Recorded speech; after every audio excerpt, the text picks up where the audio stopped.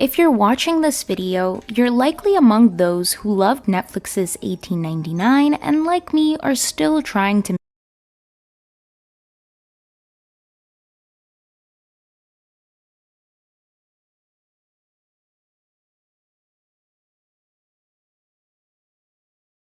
and such, and it keeps going.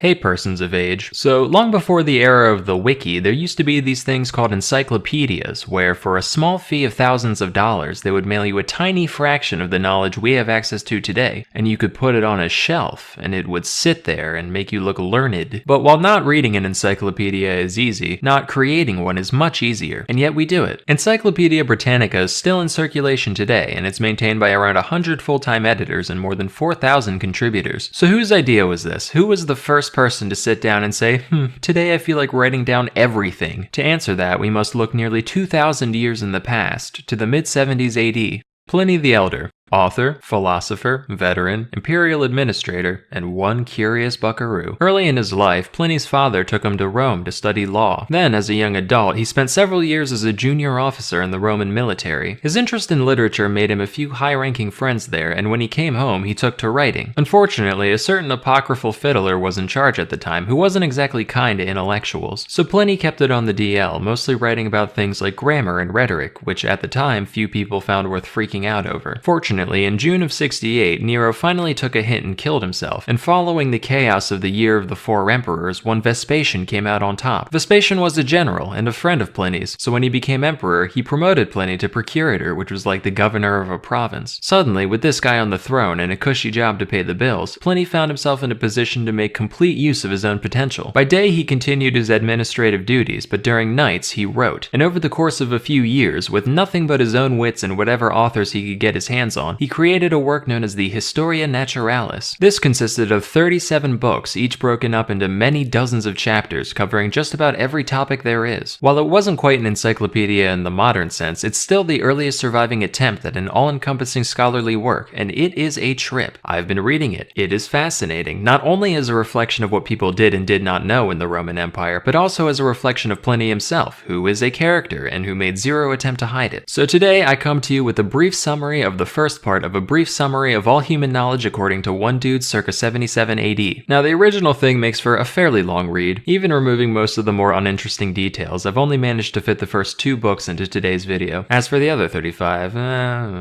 we'll see. I'm gonna let Pliny do the narration himself using my voice. He gets a lot of things shockingly right and a lot shockingly wrong. Rather than constantly chiming in with fact checks, I'm just gonna throw chess.com analysis icons in the corner for every claim he makes. I'll also provide relevant snippets of the actual text I'm paraphrasing just for reference. If you're one of the people who likes to pause the video just to see the funny ha-has I snuck into the freeze frame, rest assured there will be none today. You can just let it play. One last warning, while there is a loose overall structure to this thing, it also seems like Pliny just kind of wrote whatever was in his head for a given chapter. He has a habit of jumping back and forth between completely disparate topics and going on weird personal tangents in between. I am presenting this thing in the exact order it's written, so if it at any point seems utterly scatterbrained, it's his fault, not mine. Anyway, take it away.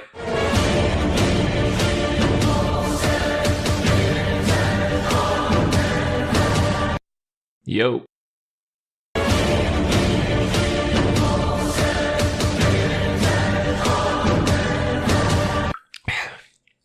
Right, let me get right ahead of things. These books are strictly about this world and the things we can see around it. If you're one of those madmen who think there are other worlds beyond this one, give it a rest, alright? That's psychotic. You can't know these things, and you can't grasp infinity. Stop trying, you'll hurt yourself. So the heavens are a perfect sphere, and they spin around us perfectly. It takes 24 hours for them to do one spin, which is actually really fast because the universe is huge. In fact, massive objects all whooshing around us this fast should be incredibly loud at all times. Why isn't this the case? The whole shebang is composed of 4 elements, right, which sort themselves by weight. Earth is heaviest, so it falls to the middle of everything, into a sphere, and it stays still. It's the only still thing. On top of that is water, then air, and fire's the lightest, which is why the sun and stars are made of it. The sun kicks ass, easily the best of the 7 things up there. Basically a god. Not literally.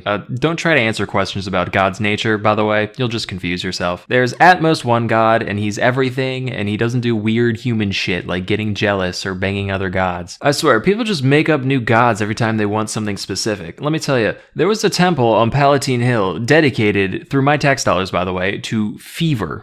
Like, the illness.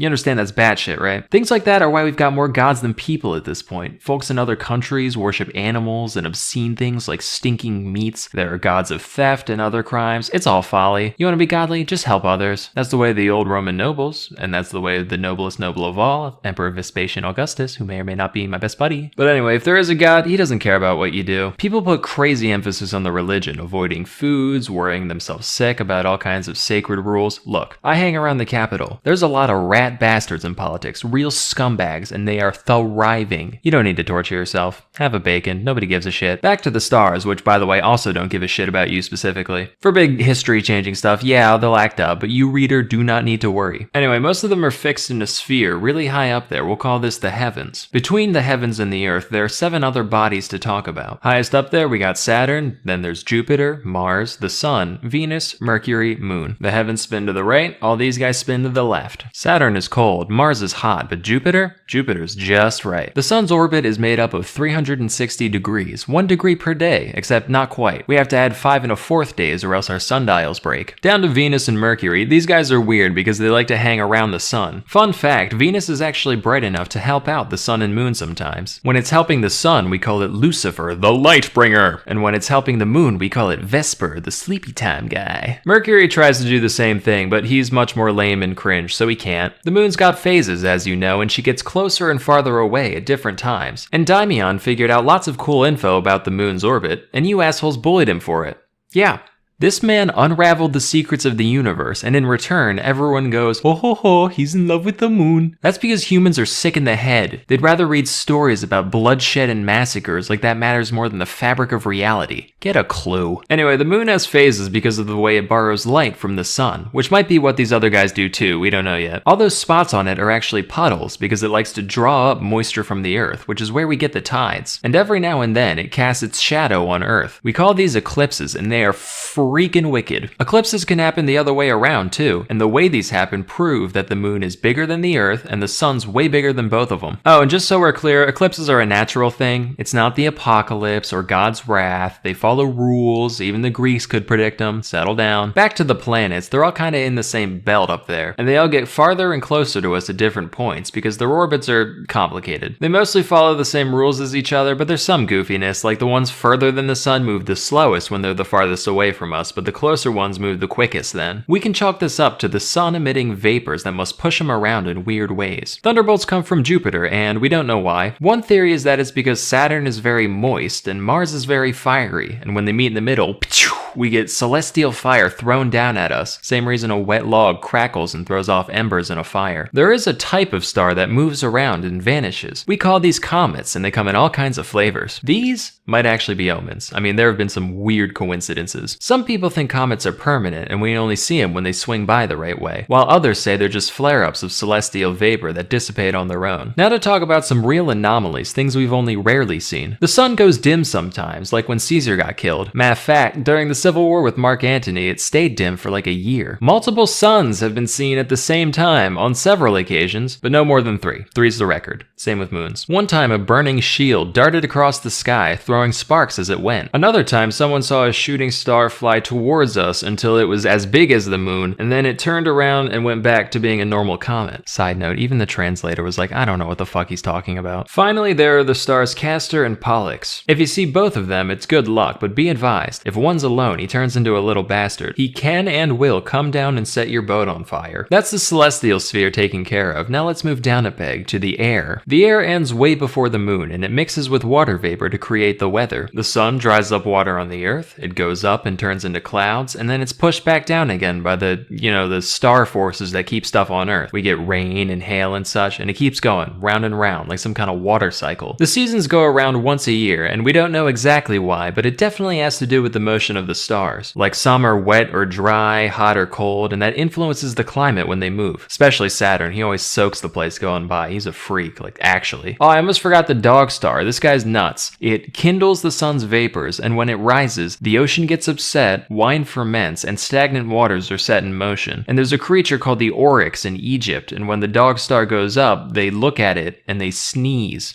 out of worship. It also makes dogs go rabid, hence the name. But the stars and the seasons they create have profound effects on nature, and it's not just the weather changes that do it. Some flora and fauna have weird links to the heavens. Pelagium blooms right on the winter solstice, even when hung up to dry in the house, and heliotrope follows the sun even when it's cloudy. The moon makes oysters bigger and ants lazier, and diseases in the eyes of livestock will grow and diminish based on its phase. That's just a few examples. Hey, let's talk about the winds. The ancient Greeks have published a lot of great observations about the winds. Those were warish, disconnected times, which makes their work all the more impressive. Nowadays, in this great peace, every shore of this sea welcomes Romans. And what are we doing? When's the last time we sent anybody out to investigate this world with inquiry in their heart? Plenty of expeditions, sure, but that's just because you got some shit to sell. Rather than pursue science that could benefit all of mankind, you're hawking olives in Byzantium just to watch your abacus go up. Greed. But anyway, how many winds are there? The ancients recognized 4, but that's clearly not enough. The next generation overcorrected, brought it up to 12, and shit got messy and elegant. So today, us modern folk take the middle of the road with a nice even 8 total, 2 for each quarter of the heavens, and they've got a bunch of fun names. And yeah, if we wanted to add in the old reject winds, we could. And there's even a couple extra secret winds only recognized by a select few. Plus, there's certain winds that only blow in certain regions of the world, but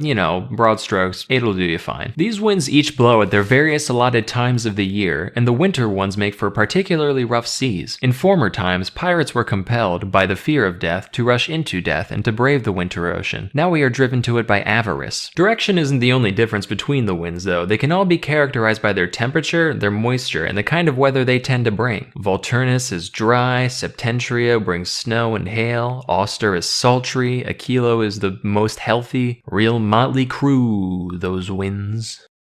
But while those guys are generally pretty calm, we must also consider the sudden, violent gusts we call storms. Storms are self-contained events that come in a few flavors themselves, like Eknephius, which brings thunder and lightning, or Typhon, which doesn't. Certain storms also give rise to whirlwinds, which are these giant, loud pillars of wind and moisture that destroy everything in their path. They are so dense that they can actually support themselves on the ground, and if they happen over the sea, they suck up the water as they go. Thunderstorms produce lightning, and lightning is crazy. It has this unique property where it can damage things on the inside while leaving the outside unharmed. It can empty casks of their wine without breaking the vessel itself, and it can melt gold and silver without burning the bag they're in. One time, a noblewoman named Marcia was struck by lightning while pregnant, and while the baby got fried, she herself survived without injury. Many people believe that when lightning strikes a man, it can be used to predict his future, with terms and conditions, of course. Some historians also state that man is capable of invoking lightning. The author El Piso said that the ancient king Numa did it all the time. Then his successor, Tullus Hostilius, tried to imitate him, but he didn't do the ceremonies right, so he just got electrocuted. Is any of this true? Maybe. At the very least, I buy the fortune-telling thing. Now, we all know that we see lightning before we hear thunder. That's nothing special. It's just because light has a greater velocity than sound. It's the same event, thunder's just the sound that lightning makes. Fun fact, man is the only animal that isn't always killed by lightning. Any other creature, instant death every time, but we're special. Lightning can strike just about anything, except for laurels, seals, and eagles. They're all safe. It also never descends more than 5 feet into the ground, so if you're someone who's scared of lightning, your best bets are deep caves or a tent made out of seal skin. Besides all this normal weather, we do have records of some real weird stuff falling from the sky. It has rained milk and blood on many occasions. One time it rained flesh, and the fallen meat that wasn't eaten by birds just didn't rot. Your casual immortal meat storm. One time it rained wool, another time there was a shower of baked tiles. What a country, huh? Stones have been known to fall from the sky now and then. The Greeks like to brag about how the philosopher Anaxagoras correctly predicted such an event, but I find that dubious. We know a stone fell, it was like a wagon load big, but I think Anaxagoras just got lucky. I mean, the guy said it would fall out of the sun. What do you want about? The sun can't do a rock, it doesn't have rocks. Finally, rainbows are nothing special. We get them all the time. They don't predict the weather or anything else, they're just something that happens. Rays of sunlight hit a hollow cloud and they get refracted. And the colors are due to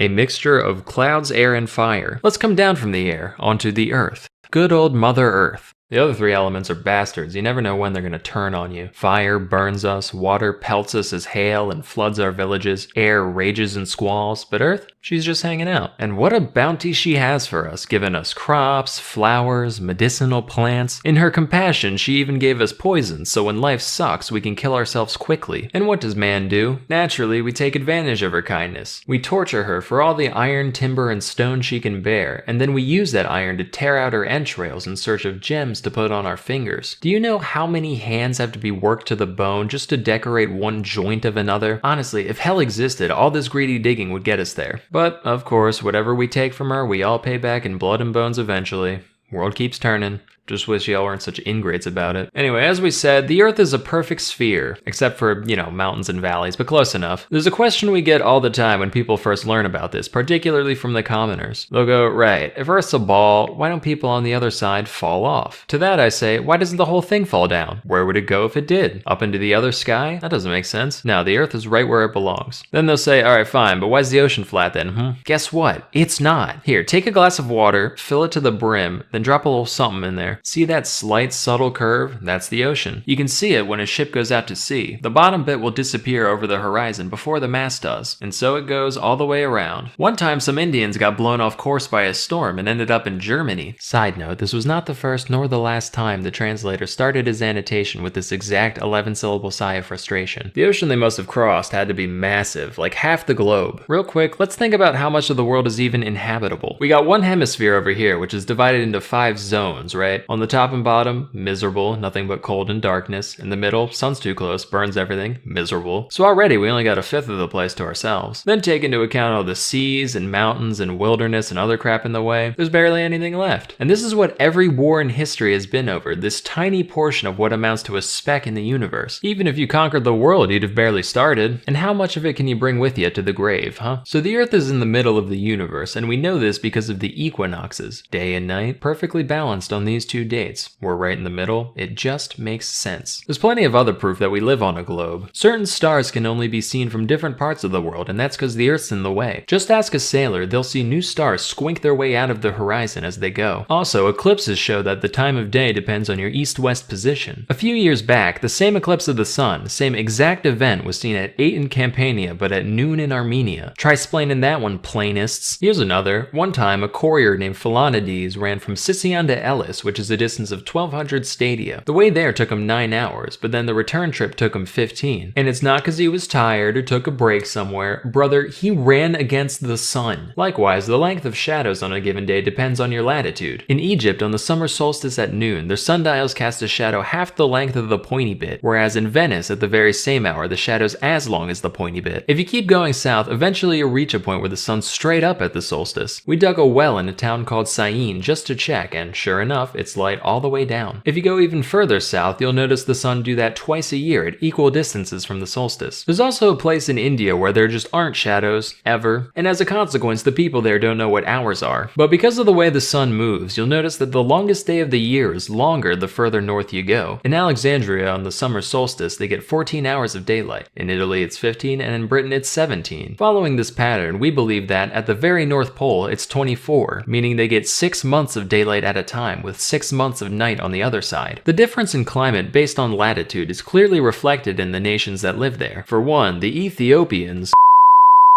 Let's talk about earthquakes. The Babylonians used to blame these on the movements of the stars. One guy is even said to have predicted an earthquake through astrological means. Is that true? I'll let you be the judge. I, for one, believe that earthquakes are caused by the winds. Think about it. Before an earthquake, it's always very calm. The seas are tranquil. There's not a single bird in the sky. Why? No wind. They can't fly. Where'd the wind go? underground. It gets stuck down there and it builds up until finally hell literally breaks loose. It starts off with a horrible noise like cows mooing or people fighting in the distance. Then everything shakes, hard. Whole city walls get knocked down and sometimes the earth opens up and swallows them entirely. The shaking's even noticed by people on ships who get hit by waves without any wind. Earthquakes also make well water turn cloudy and smelly. So the obvious question is, what the hell can we do about it? Well, places with a lot of natural caverns or man-made sewers tend to get fewer earthquakes. That's because the underground air has an easy way to escape. Buildings that are arched or that lean against each other also tend to fare better in the event of an earthquake. Barring all else, at least things are usually over with quickly. Although some earthquakes have been known to last days, months, even 1 or 2 years straight. As for related anomalies, about a century and a half ago, 2 mountains slammed together and collapsed, and fire and smoke came from the ground where they stood. More recently, under Nero, there was a knight named Vectius Marcellus who woke up to find that his fields and olive grounds swapped places with each other. No mayhem or destruction, just, oh, this is over here now, okay? But just as Earth swallows up land in one place, she spits it back out elsewhere. As such, islands sometimes rise up spontaneously out of open sea. We have tons of records of these events across the Mediterranean. They're often accompanied by a giant fiery explosion and loads of dead fish floating everywhere. It's said that one time some people ate these fish, and then they too immediately died. But enough of tragedies. Let's turn back to the wonders of the Earth, such as there are many caverns filled with gas that instantly kills things. Some kill only birds, others kill everything but people, and still more kill everything and people. In a few caves, those who breathe the gas instead become intoxicated and start predicting the future, as is the case with the famous oracle at Delphi. We can ascribe these effects to the divine power of nature. I mean, what else could it be? How the hell do you explain that rationally? But while most islands are attached to the earth at the bottom, there are a few that float. The Calaminae Islands are not only moved by the wind, but the people on them can actually push them around with long poles to go wherever they want. There's another group.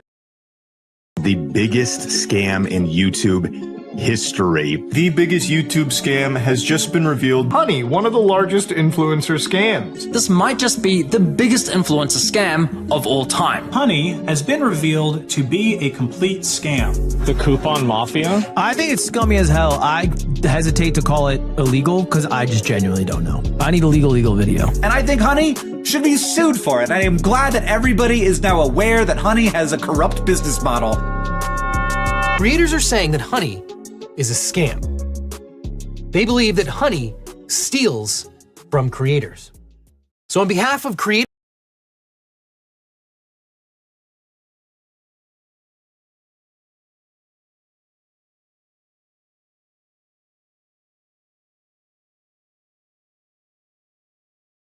everywhere, I have filed a class action lawsuit to stop it.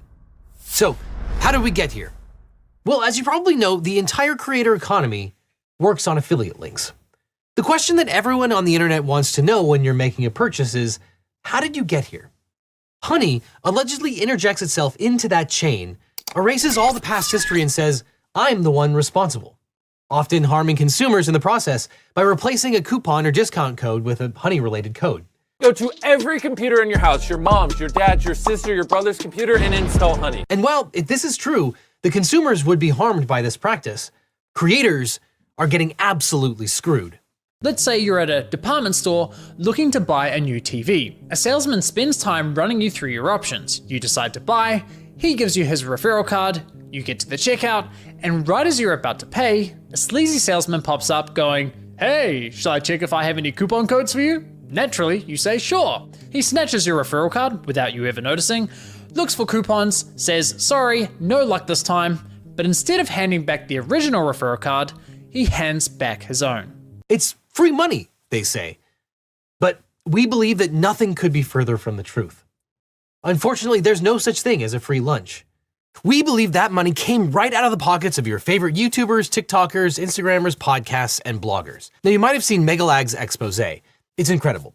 You should absolutely support him on Patreon, link in the description. But that's just the tip of the iceberg. I want to dig deeper because this is something that could affect every creator and influencer on every platform. And I mean everyone.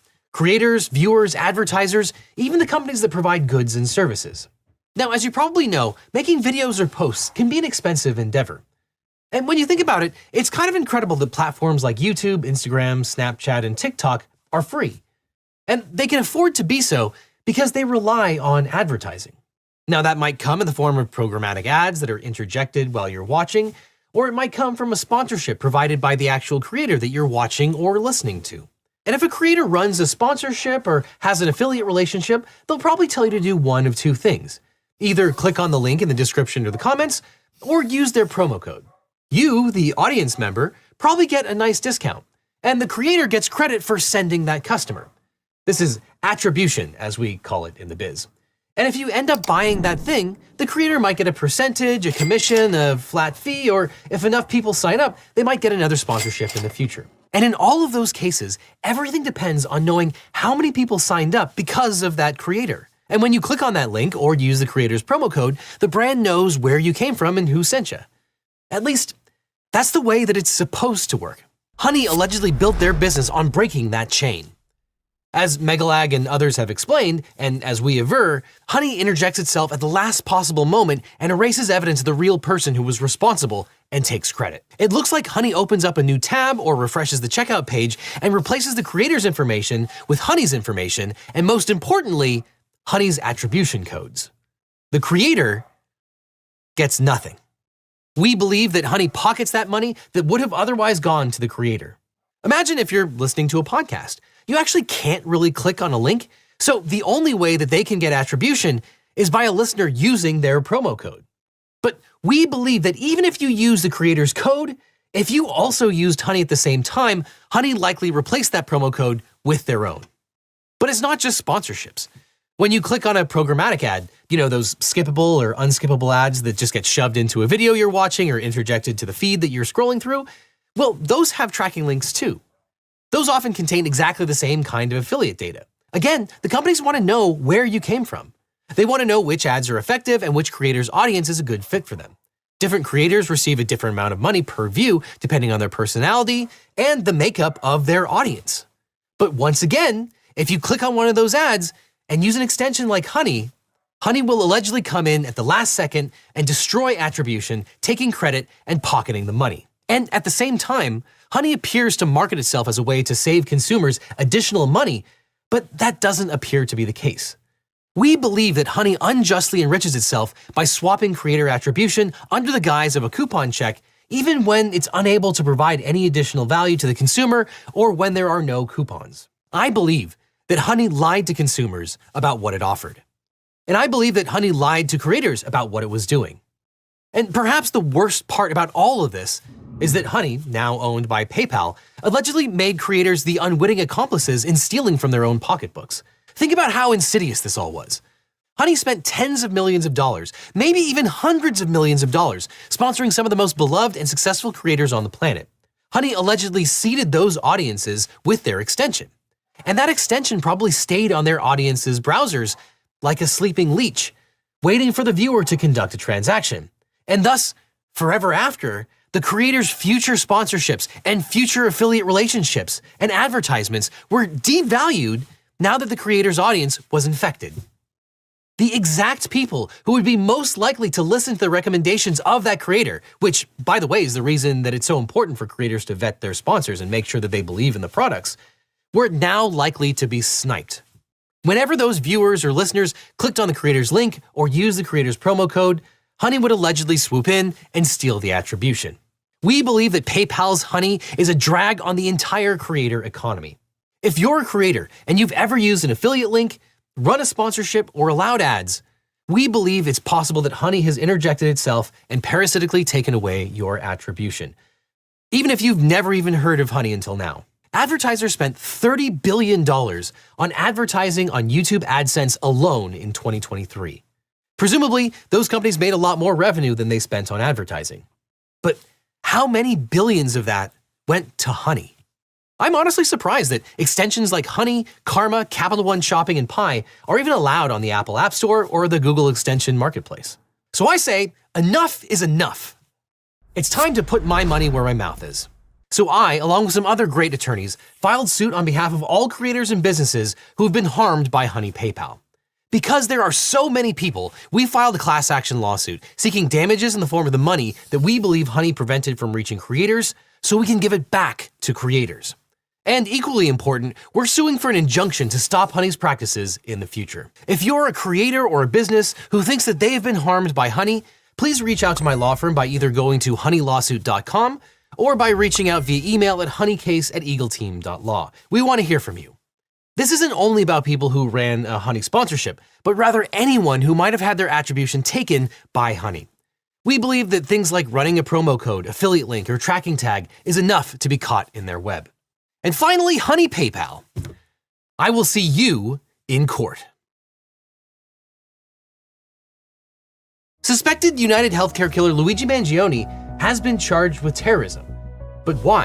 And also, why are federal prosecutors also indicting and prosecuting Mangione? Well, a New York State grand jury indicted Mangione on multiple charges related to the December 4th, 2024 shooting death of United Healthcare CEO Brian Thompson. The charges included first-degree murder in the furtherance of terrorism and second-degree murder as a crime of terrorism, as well as additional counts of criminal possession of a weapon and possession of a forged instrument. Now, the terrorism charges are notable. The prosecutors argued that Mangione committed the murder to intimidate or coerce a civilian population or influence government policy, violating New York's anti-terrorism statutes. Mangione has been extradited to New York to face these charges. His attorney, Karen Friedman Agnifilo, has indicated plans to contest the charges, asserting that DA Alvin Bragg overcharged Mangione. At the time of his arrest, authorities found a 3D printed ghost gun, a suppressor, and a handwritten manifesto expressing animosity towards the U.S. healthcare system. Now, as usual for my substantive questions about New York criminal law, I've reached out to former AUSA and current New York criminal defense lawyer Mitch Epner about the indictments and why the feds are involved. So Mitchell, what we have here looks like a pretty straightforward murder case. So why would Alvin Bragg decide to add the terrorism charge? Well, let me start. Study IQ IAS. अब तैयारी हुई affordable.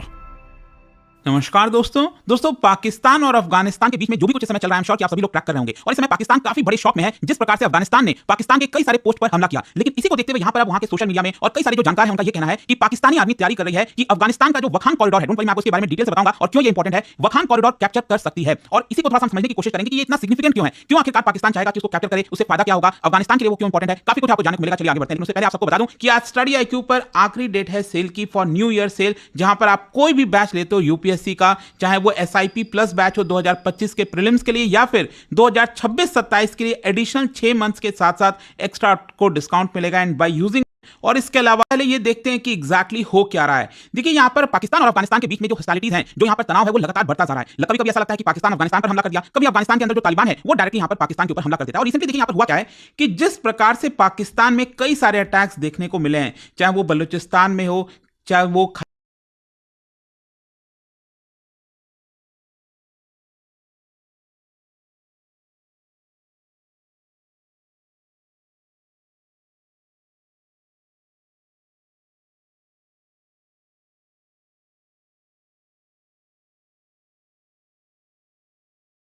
Khyber Pakhtunkhwa में हो, तो वहां पर जो blame किया जा रहा है पाकिस्तान के द्वारा कि it is because of TTP, that is Tehreek-e Taliban Pakistan. और पाकिस्तान ये कहता है कि ये जो TTP के आतंकवादी हैं, मेंबर्स हैं, वो यहां पर अटैक करते हैं और बॉर्डर पार करके अफगानिस्तान में चले जाते हैं, जहां पर तालिबान के द्वारा उनको संरक्षण दिया जाता है, तालिबान उनको प्रोटेक्ट करता है। और इसी को देखते हुए आपको याद होगा रिसेंटली यहां पर पाकिस्तान ने क्या किया था, अफगानिस्तान के अंदर जो आउटपोस्ट है, मैं आपको दिखाता हूं, एग्जैक्टली आपको पता होगा, जो पाकटिक्का ये करके प्रोविंस है अफगानिस्तान में, वहां पर अटैक किया पाकिस्तान ने। और ये अगर आप देखोगे तो पाकिस्तान के साथ बॉर्डर सटा हुआ है, यहां पर जो डिस्ट्रिक्ट है साउथ वजीरिस्तान, ठीक है। तो यहां पर पाकिस्तान का ये कहना था कि ये जो TTP के मेंबर्स हैं वो पाकिस्तान में आते थे, अटैक करते थे और ये जो पाकटिक्का प्रोविंस है वहां पर चले जाते थे, और इसीलिए उनके जो हाइडआउट्स हैं, वो जहां पर उनका ठिकाना है, उसको डिस्ट्रॉय करने के लिए पाकिस्तान ने एक तरह से एयर स्ट्राइक की है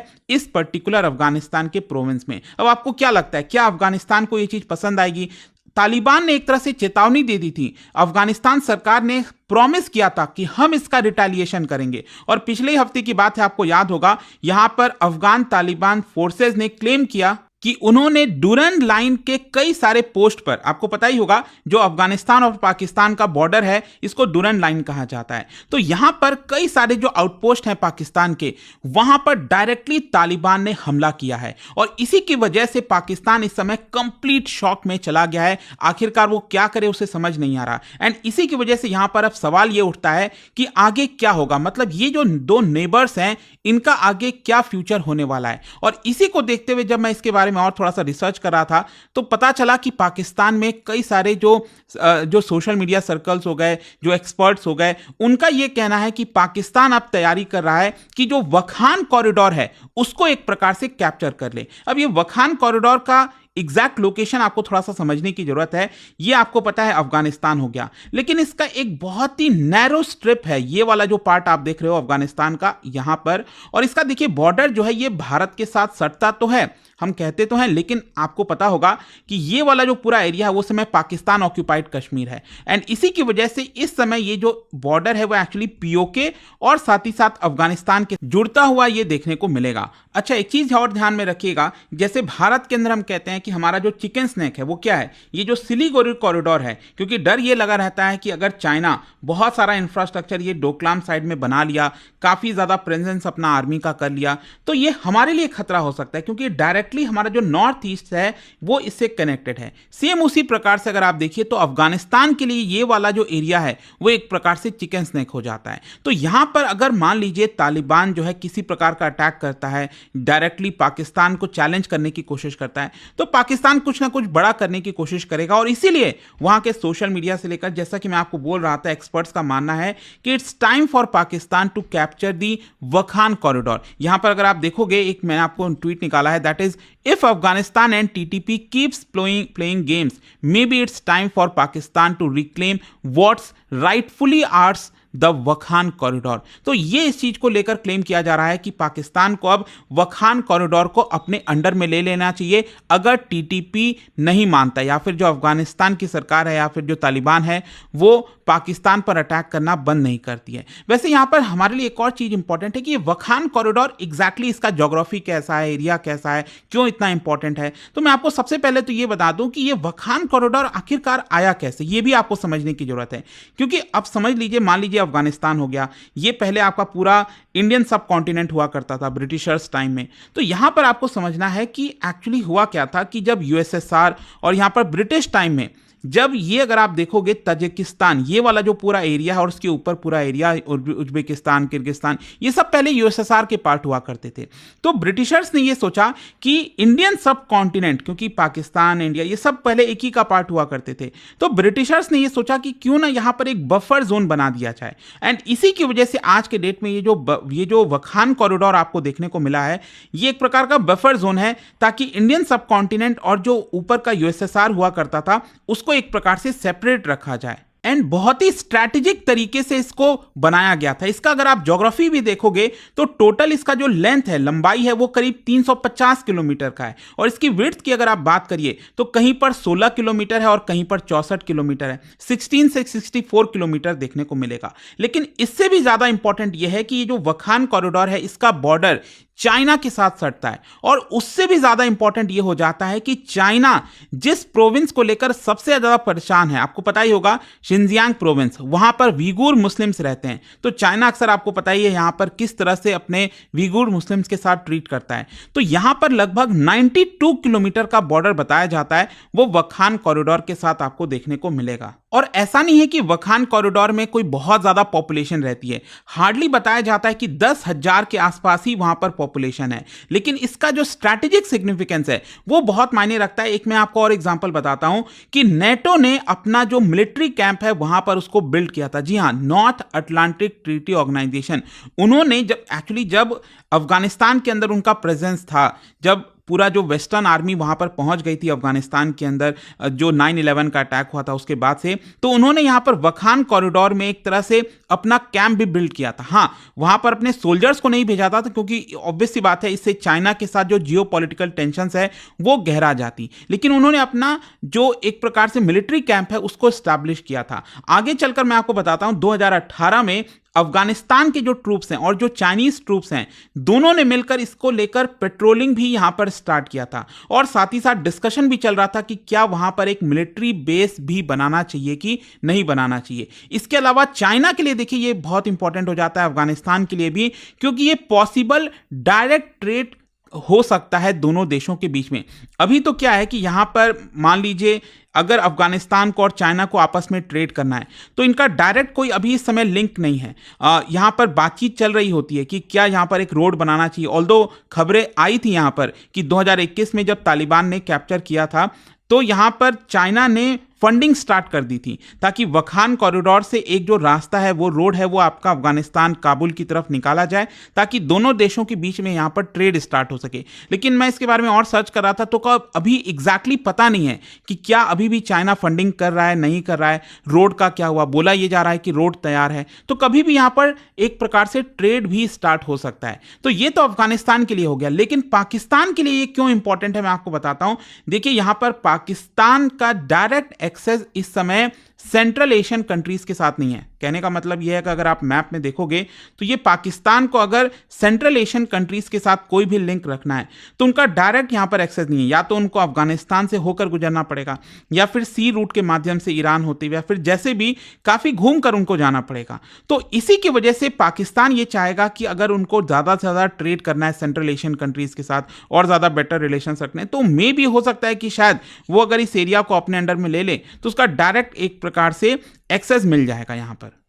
लेकिन देखिए क्वेश्चन यहां पर अब यह आता है कि क्या पाकिस्तान ऐसा करेगा, क्या इतना बड़ा खतरा लेगा, और खतरा है तो वो क्या है। सबसे पहले तो मैं आपको बता दूं, पाकिस्तान के मुकाबले एक बड़ा देश हो मिलिट्री वाइज, लेकिन यहां पर उसको चाइना का सपोर्ट लेना ही पड़ेगा। बिना चाइना के सपोर्ट के नहीं होगा। और आपको समझना ही है कि चाइना जो है वो इससे परेशान है विगुर मुस्लिम से, और इसलिए हो सकता है चाइना को यह डर होगा कि अगर पाकिस्तान के अंडर में ये एरिया आ गया तो मे भी शायद कल के डेट में विगुर मुस्लिम्स को पाकिस्तान एक तरह से सपोर्ट कर दे। तो चाइना के लिए भी काफी बड़ा डायलेमा होगा। तो ये बड़ा मुश्किल वाला सिचुएशन है। और देखिए अगर पाकिस्तान अटेम्प्ट भी करता है वखान कॉरिडोर को अपने अंडर में लेने में तो इंटरनेशनल प्रेशर भी काफी ज्यादा बढ़ने वाला है। और उससे भी बड़ा चैलेंज ये होगा कि एक नया फ्रंट खुल जाएगा वॉर का। पाकिस्तान को डायरेक्टली तालिबान के साथ और ज्यादा डील करना पड़ेगा। ऑलरेडी तालिबान ने कई सारे पोस्ट पर हमला किया है, लेकिन जस्ट इमेजिन करके देखिए ऊपर के साइड में भी अगर यहां से तालिबान पाकिस्तान पर डायरेक्टली हमला करने लग जाए, और ये काफी सेंसिटिव जोन है क्योंकि ये आपका गिलगित बल्तिस्तान, पीओके, ये पूरा एरिया आ जाता है, तो भारत का भी रोल आपको फिर इसके अंदर देखने को मिलेगा। तो बहुत सारी चीजें हैं, वो आगे समय ही बताएगा कि एग्जैक्टली यहां पर होता क्या है। लेकिन ये जो खबरें आ रही थी यहां पर वखान कॉरिडोर को लेकर, आई होप कि आपको इसको समझ में आ गया होगा। और जाने से पहले एक इंटरेस्टिंग क्वेश्चन आप सभी के लिए। देखिए अभी हम बाउंड्री लाइन के बारे में बात कर रहे थे, international boundary line.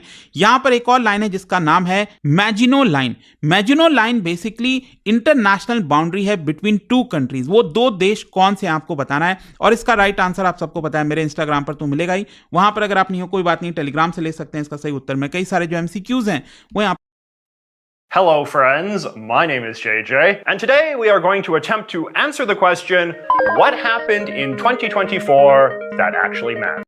Like, what were the things that happened in the past year that people are still going to care about 10, 20, 30 or more years from now? This is the problem with ordinary year-in review type stuff. They do a good job of documenting what happened, but fall off when it comes to weighing the relative importance of it all. But not here on this channel. No, today I'm going to tell you about my picks for the 7 2024 things that I think will become a permanent part of the American cultural canon, which is to say the things that culturally literate Americans will still be expected to know and understand long after the unknown and Peanut the Squirrel are gathering mold in history's back alley. So, my first thing is going to be the Trump shooting. It was hard to pick just one Trump-related thing this year, just because this was obviously a very political year and Trump was its defining figure, the person of the year, you might even say. Donald Trump has himself obviously been part of the American cultural canon for a very long time. His whole political career has been built on his decades of pre-existing fame, in fact. But that doesn't mean that various other cultural things associated with him can't also enter the cultural canon independently. The fact that he got re-elected to a second non-consecutive term, for instance, is a big development in our cultural understanding of the American presidency. It has happened before, but not in the lifetimes of anyone currently living. For the last 100 years or so, in fact, a pretty firm cultural norm had been established that when a president loses re-election, he leaves politics forever. Hey, no one-termers. You two, huh? Hey, I know a good yogurt place. Get away from me, loser. The fact that this century-old taboo has now been broken, and that all modern posters and things of the presidents will vividly remind us that it is both possible and acceptable for defeated presidents to run again, will almost certainly play a role in how future one-term presidents choose to conduct themselves. Trump's criminal conviction in May was likewise a big development in that he is now set to become America's first felon president, which is an even more unprecedented development for the US presidency. Though we will have to see if Trump keeps that status for more than a few hours. And next year, we are talking about the new development of presidents pardoning themselves. But in any case, the biggest Trump-related cultural phenomenon was almost certainly the assassination attempt made against him on July 13th in Butler, Pennsylvania. I know that there was another attempt on his life a couple months later as well, but I really doubt that anybody is going to remember that one any more than we remember the 2011 attempt to kill President Obama. The Butler attempt, however, was dramatic and cinematic and made all the more theatrical by this incredible photograph by Evan Vucci, easily the photo of the year and surely set to be one of the decade. Given that Trump didn't die, however, and wasn't even particularly injured, this assassination attempt obviously won't be anywhere as important as the JFK shooting or anything. But this is still one of those big, flashy, photogenic events that people will always remember, even if just as a spectacle to parody. In other Trump-related news, his return to the White House also introduced a new name to the list of American politicians that everyone is expected to know: Vice President J.D. Vance. Vance is Trump's second vice president, something that became necessary after he turned so fanatically against the previous one, who had refused to assist in his conspiracy to stay in power after losing the 2020 election. So, J.D. Vance first burst onto the scene in 2016 after writing a best-selling memoir about his disturbing upbringing in rural Ohio. In those days, Vance was considered a pretty middle-of-the-road, conventional type of conservative, whose big argument was that a lot of the poor, white working class were basically architects of much of their own misfortune. He was deeply skeptical of Trump, who he called a peddler of cultural heroin that distracted lower-class voters from their personal responsibilities. In the years following Trump's first election, however, Vance made a pretty sharp turn and became an increasingly devoted Trump supporter, eventually getting elected to the Senate as a MAGA Republican. In this role, he became well known for serving as an intermediary between the world of formal politics and the internet's growing subculture of far-right intellectuals, activists, and social media personalities. There's this guy Curtis Yarvin who's written about some of these things. Since Trump is now in the unusual position of starting a new term that will also be his last, we can expect that jockeying to be the next Republican presidential candidate will be one of the big themes of the next 4 years, with Vance one of the main characters in this succession drama. But that said, vice presidents have a tendency to quickly fade into the background, and Vance has never been terribly well-liked. A guy who might wind up looming larger in the world of the second Trump term would be my next addition to the cultural canon, Robert F. Kennedy Jr. So, the Kennedys are obviously the most famous political family in American history, and it's quite remarkable that they've been able to maintain their cultural relevance for as long as they have. Every generation, in fact, seems to adopt a new Kennedy to serve as figurehead of the times. Joseph Kennedy as an America First isolationist in the lead up to World War II. John F. Kennedy as a symbol of mid-century optimism. Robert Kennedy as a leader of young activists in the 60s. And then Ted Kennedy serving several decades in the Senate as the lion of mainstream American liberalism. And now, after a brief interregnum, we have Robert Kennedy Jr. as a guy who has proven to be very exciting to a new coalition of anti-establishment populists and conspiracy theorists that have become the backbone of Trump's MAGA movement. RFK Jr. had started to make a name for himself in recent years as a figure within America's alternative health and wellness subculture that rejects a great deal of quote-unquote mainstream medicine and medical advice, most notably vaccines. Being a vaccine skeptic used to be a somewhat pan-ideological identity, with factions on both the more hippie-ish naturopathic left as well as the evangelical Christian right. But the COVID vaccines and the mandates around them proved to be a real deal breaker for the progressive faction and caused many of them, like RFK, to defect to Trump, which was of course fairly ironic because Trump's administration was responsible for the COVID vaccines in the first place, but that has never really bothered anyone for some reason. RFK Jr. ran for president as a Democrat against Joe Biden before dropping out to run briefly as an independent, and then dropping out a second time to endorse Donald Trump, who in turn, at the time of this filming, has stated an intent to make him the head of the US Health Department. Kennedy remains very popular with the general public, certainly more popular than Trump himself, meaning that there is good reason to suspect that his endorsement might have played a not insignificant role in helping Trump get elected. And that speaks to the growing clout of the more conspiratorial faction of MAGA, embodied by a growing array of populist characters, including Tulsi Gabbard, Joe Rogan, and Alex Jones, who didn't think of identifying as Republicans until Trump came along. But it is RFK who, by virtue of being a Kennedy, feels like the one who is least likely to be forgotten. Okay, so that was a lot of politics, but like I said, it was a very political year. But in any case, let us now move on to some less political things. So I think by now it is clear that the 2020s are going to be defined as the start of the AI era. What is less clear, however, is whether this is going to be an era of long and lasting cultural significance, like the television era or the internet era, or something more brief, faddish, and ultimately underwhelming, like, say, the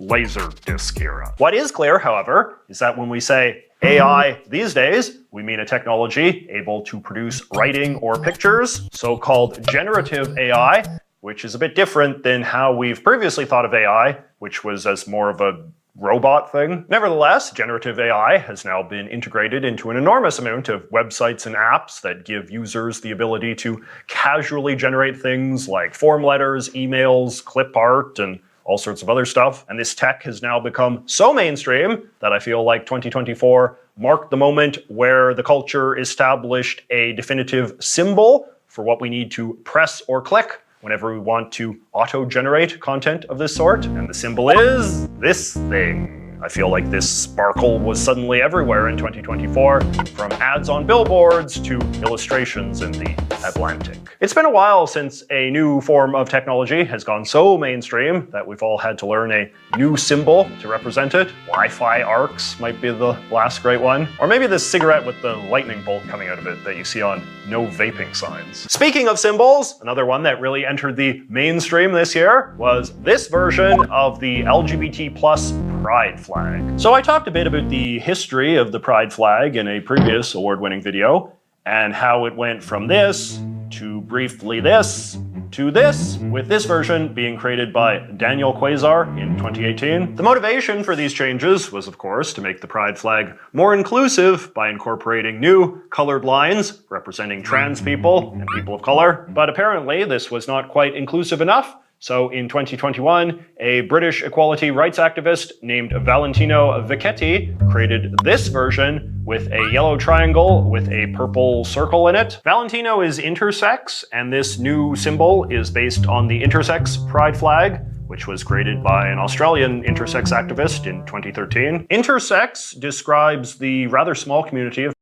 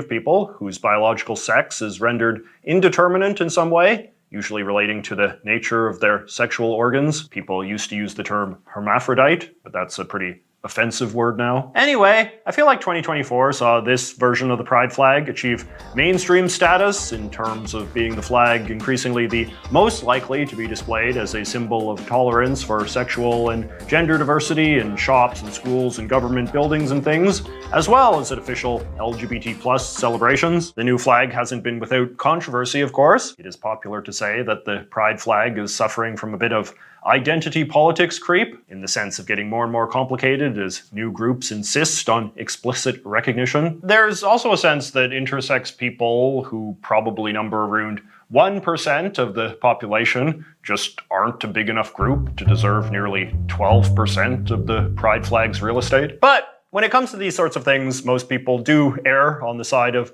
inclusivity, so for now, this seems like the symbol of tolerance we're going to be seeing for a while. Although you would be justified to suspect that this might not be the final form. My next inclusion is maybe a little bit controversial. It is the concept of tech oligarchs. Now, obviously, the tech sector has been a big part of the American economy for quite a while now, and certainly wealthy tech CEOs like Bill Gates have been characters in American life for close to 3 decades. But oligarch is a different term. It refers to the idea of people who combine wealth with political power, which is something that tech people have historically not been that interested in until now. I feel like 2024 was a moment in which it became pretty undeniable that a new generation of tech company CEOs who had acquired their wealth from building internet platforms and increasingly crypto and AI as well were interested in politics in a way that the tech billionaires of the personal computer era were not. People like David Sachs, Peter Thiel, Sam Altman, and of course Elon Musk are all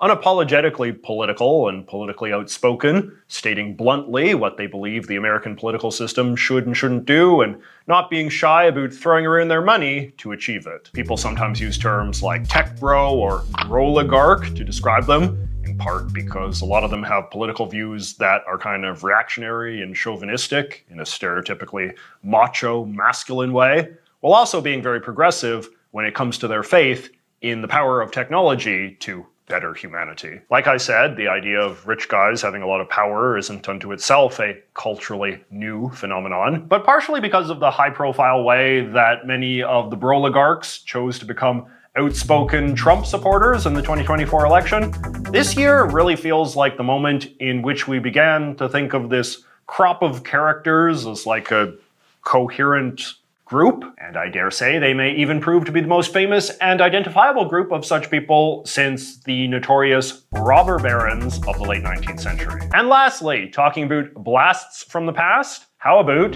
Steamboat Willie? 2024 was the year that Steamboat Willie, the first ever Mickey Mouse cartoon, officially entered the public domain. And it's a moment that I think represents a very dramatic development in the history of American pop culture. As I explained in depth in an award-winning video I made a while back, public domain is when a fictional character or universe stops being protected by copyright and instead becomes something that anyone can use and make money from. All creative works have to become public domain eventually. It's in the US Constitution. But I feel like during the late 20th century, it was easy to assume that some things never would, especially the works of mega corporations like Disney. And to be fair, companies like Disney have lobbied hard over the years to get Congress to extend their copyright protections as long as humanly possible. But despite it all, Steamboat Willie still became public domain anyway, and this triggered an abundance of suddenly legal and often quite weird Mickey Mouse art and merch. And there's only going to be more and more of this as more and more Mickey Mouse cartoons start to enter the public domain, and the whole Mickey Mouse universe, accordingly, begins to transition into something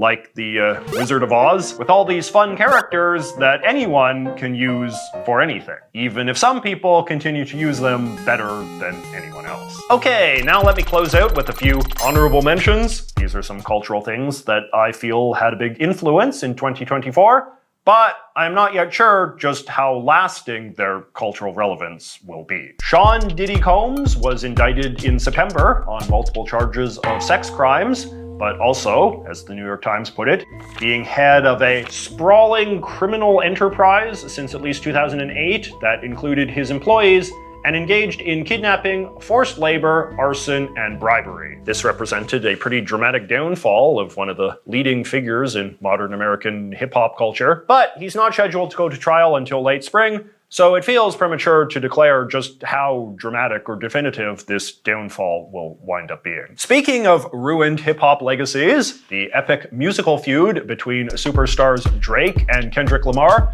was definitely one of the biggest entertainment stories of the year, with both men engaged in an all-out war to destroy the other's reputation. This was one of those cultural things where basically every culturally literate person was expected to take a side, and as someone who has always resented what fellow Canadian Drake has done to this country's reputation, I was obviously on Team Kendrick. His anti-Drake diss track, Not Like Us, proved to be the most listened to hip-hop single of the year, according to Spotify, and the second most streamed song in the US, period. None of Drake's diss tracks, by contrast, made it into the top 10 at all. But that said, Drake also earned the #2 spot on Spotify's 2024 list of America's most streamed artists, and was named the most popular hip-hop artist of the year in the Billboard rankings. So this suggests that 2024 wasn't entirely defined by a complete collapse of Drake's standing as an artist due to Kendrick's withering bars, but I guess we will have to see how his career fares from here. And finally, we got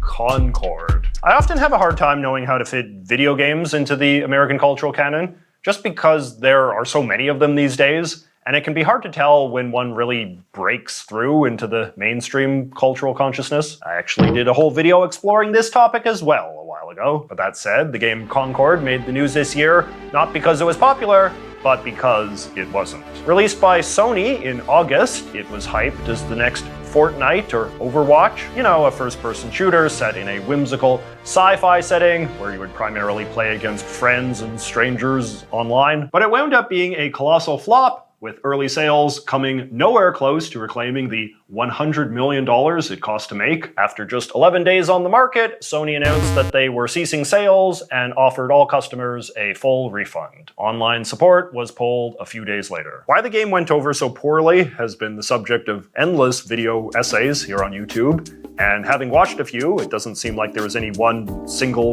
consensus. It reminds me a lot of like a big Hollywood flop, like John Carter of Mars, where there was just way too much money spent on an overly ambitious project that wound up being poorly executed and off-putting in all sorts of different ways. In any case, Concord is now almost certainly the most costly bomb in video game history, and in that sense might wind up achieving the same legendary cultural status as the Nintendo Virtual Boy or that notorious E.T. game for the Atari that they had to bury in the desert. Or it might not, just because, like I said, video games sometimes just don't penetrate the mainstream cultural consciousness in the way that other forms of media do. But you guys can let me know if you think we'll still be talking about Concord like a decade from now. But before you go rushing to the comments to share your own thoughts about what mattered or didn't in 2024, let me just close with a new feature that I like to call JJ's Book of the Year. I get a lot of requests for book recommendations from my viewers, especially books that will help them improve their cultural literacy and learn more fact-based information about the world. And this year I want to endorse a really good book that I think fits this particular bill. It is called Hitler's People by Richard J. Evans. Richard Evans is one of the world's leading scholars of Nazi Germany and has written many very long, very thorough history books about the Nazi regime. This book, however, is a much easier read. It is basically a series of short biographical summaries of all of the leading men and a couple of women of the Nazi government and the Nazi movement. These mini profiles are all confidently written and easily accessible to readers of all levels of knowledge, which really reflects Professor Evans' skill as a communicator. I realize this isn't the most uplifting subject in the world, but the people in this book are some of the great villains of human history, and it is important to know what, say, Goering. So, you have a movie for me? Yes, sir, I do. Carry On. What do you mean? You want me to continue with the pitch? What? So it's a movie, I guess? No, sir, the movie is called Carry On. Oh, okay, and so what's her deal? Who? Carrie. No, sir, carry on like a bag. I can't carry on like a bag. I can carry on like a person. Oh, my God, the movie takes place at an airport and there's a very important carry-on bag. Oh, okay, I misunderstood in a humorous way. All right, so anyway, we're gonna meet this guy, Ethan, and his girlfriend is pregnant. Oh, bummer. No, it was on purpose. Oh, really? Yeah, and so he's a TSA agent at LAX, and on Christmas Eve, he asks for more responsibility, so his friend gives him his spot at the scanner. They're letting him try that out on one of the busiest travel days of the year? Wow, sounds like they're pretty lax at LAX. Oh my god. Yeah. Oh, airport code wordplay is tight. So anyway, there's this bad guy we're gonna call the Traveler, and he arranges to have a single earbud placed in a bin and given to Ethan so he can put it in his ear. Why would he put that in his ear? Well, he gets some threatening texts telling him to do it. So the Traveler's entire plan hinges on Ethan checking his phone while at work, which presumably he's not allowed to do. Correct. And so then the Traveler is gonna tell Ethan, hey, buddy, I'm gonna need you to, do some crimes for me. Okay, so you're thinking Jason Bateman for that role? I am thinking Jason Bateman for the role. So he's gonna tell Ethan that he's gonna kill his girlfriend Nora, who also works at the airport, if he doesn't let this suspicious package through. What's the package? It's a freaking bomb with a nerve agent that he wants to detonate on a plane. Wouldn't they easily trace that back to Ethan letting it through? It sounds like his life's gonna be ruined either way. Yeah, so Ethan tries to send some sneaky messages and make some sneaky calls, but the Traveler has an associate called the Watcher, and he's watching on the cameras. So Ethan's just at his station seemingly talking to himself, and that doesn't raise any red flags. That's right. Well, okay then. So then Ethan figures out where the Traveler is and discreetly sends a cop over to him, but the Traveler freaking kills this guy. Oh, you're not allowed to do that to cops. Exactly, super frowned upon. But now Ethan's in a sticky situation because his boss puts his friend back on the scanner. Yeah, so the Traveler's like, well, you better figure out a way to get yourself back into position. Is that gonna be hard to do? Actually, it's gonna be super easy. Barely an inconvenience.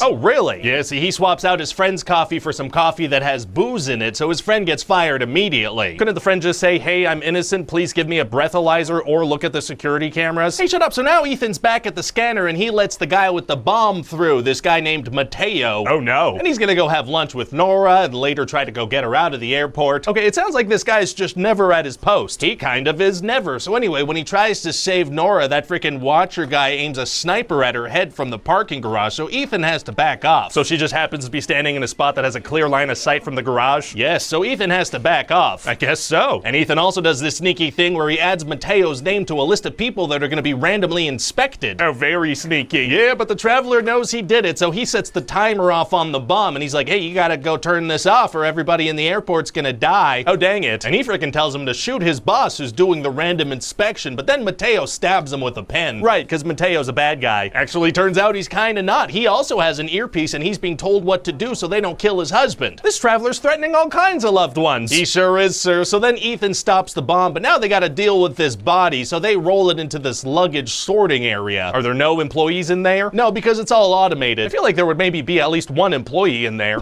Well, you don't know what you're talking about. Do you? Irrelevant. That's fair. So then the Traveler tells Mateo to kill Ethan, so they get into this big old fight in this luggage area, but then the plastic gun Mateo's using explodes and kills him. And there aren't any employees or cameras in there. None whatsoever. But so anyway, meanwhile, there's this LAPD detective, and she's kind of piecing together what's going on. Oh, really? Yeah, and on her way to the airport with this Homeland Security guy, she realizes he's not actually Homeland Security, so she confronts him. In a moving vehicle? That doesn't seem smart. Yeah, no, it's not, so they crash pretty violently. That makes sense. But she manages to kill him and keep going to the airport, where she flashes her badge a couple of times and therefore takes control of the entire airport. Wow, if all it takes to take over the airport is to flash a police badge, maybe the Traveler should have just done that. But then the Traveler gets mad and orders the Watcher to kill Nora. Oh, so he shoots her? No, he's gonna try to stab her this time. Why would he go with that all of a sudden? Because that works. So she runs out of the airport into this parking area and he's gonna try to run her down. Why would she leave the airport full of security guards and cops? Because that also works. So then as she's about to be killed, Mateo's husband kills the dude. And there aren't any witnesses to this. No, this is an LAX parking garage on Christmas Eve that doesn't have anyone in it. Got it. But now the Traveler has the bomb and he's gonna bring it onto the plane himself since Mateo's dead. Oh, he's gonna sacrifice himself and blow it up? No, he arranges to get himself a parachute because he plans on jumping. Well, how'd that get through security? Off screen. Oh, okay. But the thing is, Ethan actually swapped the bomb into an identical but ever so slightly larger suitcase that doesn't actually fit in the overhead bin. What are the odds of him finding that? Well, sir, what do I look like? Some kind of oddsmatician? These things happen, I guess. So the Traveler has no choice but to let them put the bomb in the cargo hold. Oh, hell yeah, Ethan. Slightly disrupt that guy's plans. And now the detective that now runs the airport wants to stop the plane, but Nora's like, no, you can't. There's a bomb and the guy's gonna set it off if you stop it. Well, what does she suggest? Well, she tells the detective that her boyfriend's defused this bomb once, so to let him do it again and let the plane continue. So she's like, I will allow it. She's also in charge of air traffic control now. She flashed her police badge, sir. She runs the show. Well, okay then. So Ethan frickin' drives a luggage cart up to the moving plane and climbs on board. Wouldn't driving a vehicle on the runway towards a moving plane alert some people? No, it would not. Oh, okay. So Ethan and the Traveler get into a little fight, and Ethan shoves him into a fridge and throws the nerve agent at his feet. Ah, in a fridge. Very smart. So the Traveler dies? He does. Of hypothermia? Of the nerve agent. Right, that makes more sense. A very airtight fridge. So now the day is saved, and Ethan gets to reunite with Nora. Don't the police want to question him? Well, yeah, but that detective in charge of the universe tells them to leave him alone. Shouldn't they check him for nerve agent particles? The detective does not will that to be so. Fair enough. And so then we're done. What do you think? Hey, what about the body of Ethan's boss? What happened with that? And so then we're done. What do you think? Well, it sounds like a lot of fun. You know, an action movie set around Christmas time makes me think of Die Hard. People like Die Hard, sir. Plus, this is different enough. It takes place on Christmas Eve at an airport. Exactly. Although now that I think of it, isn't that the exact day and setting of Die Hard 2?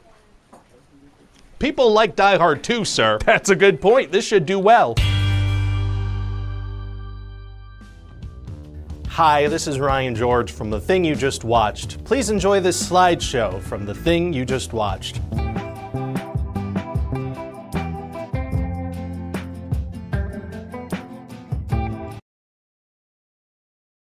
You've got a front row seat to the horror that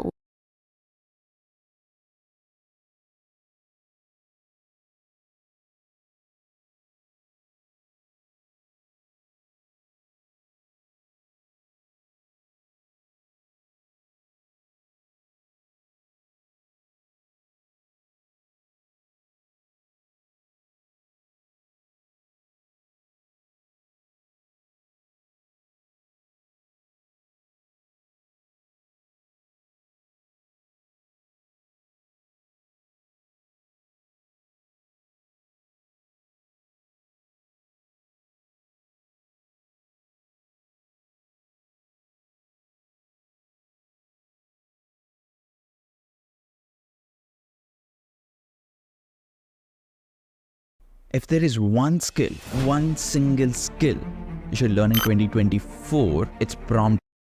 Ladies and gentlemen, my name is Faruk Ilkan, 27 years old. I do dropshipping, and as you can see, so far this month I made $832K.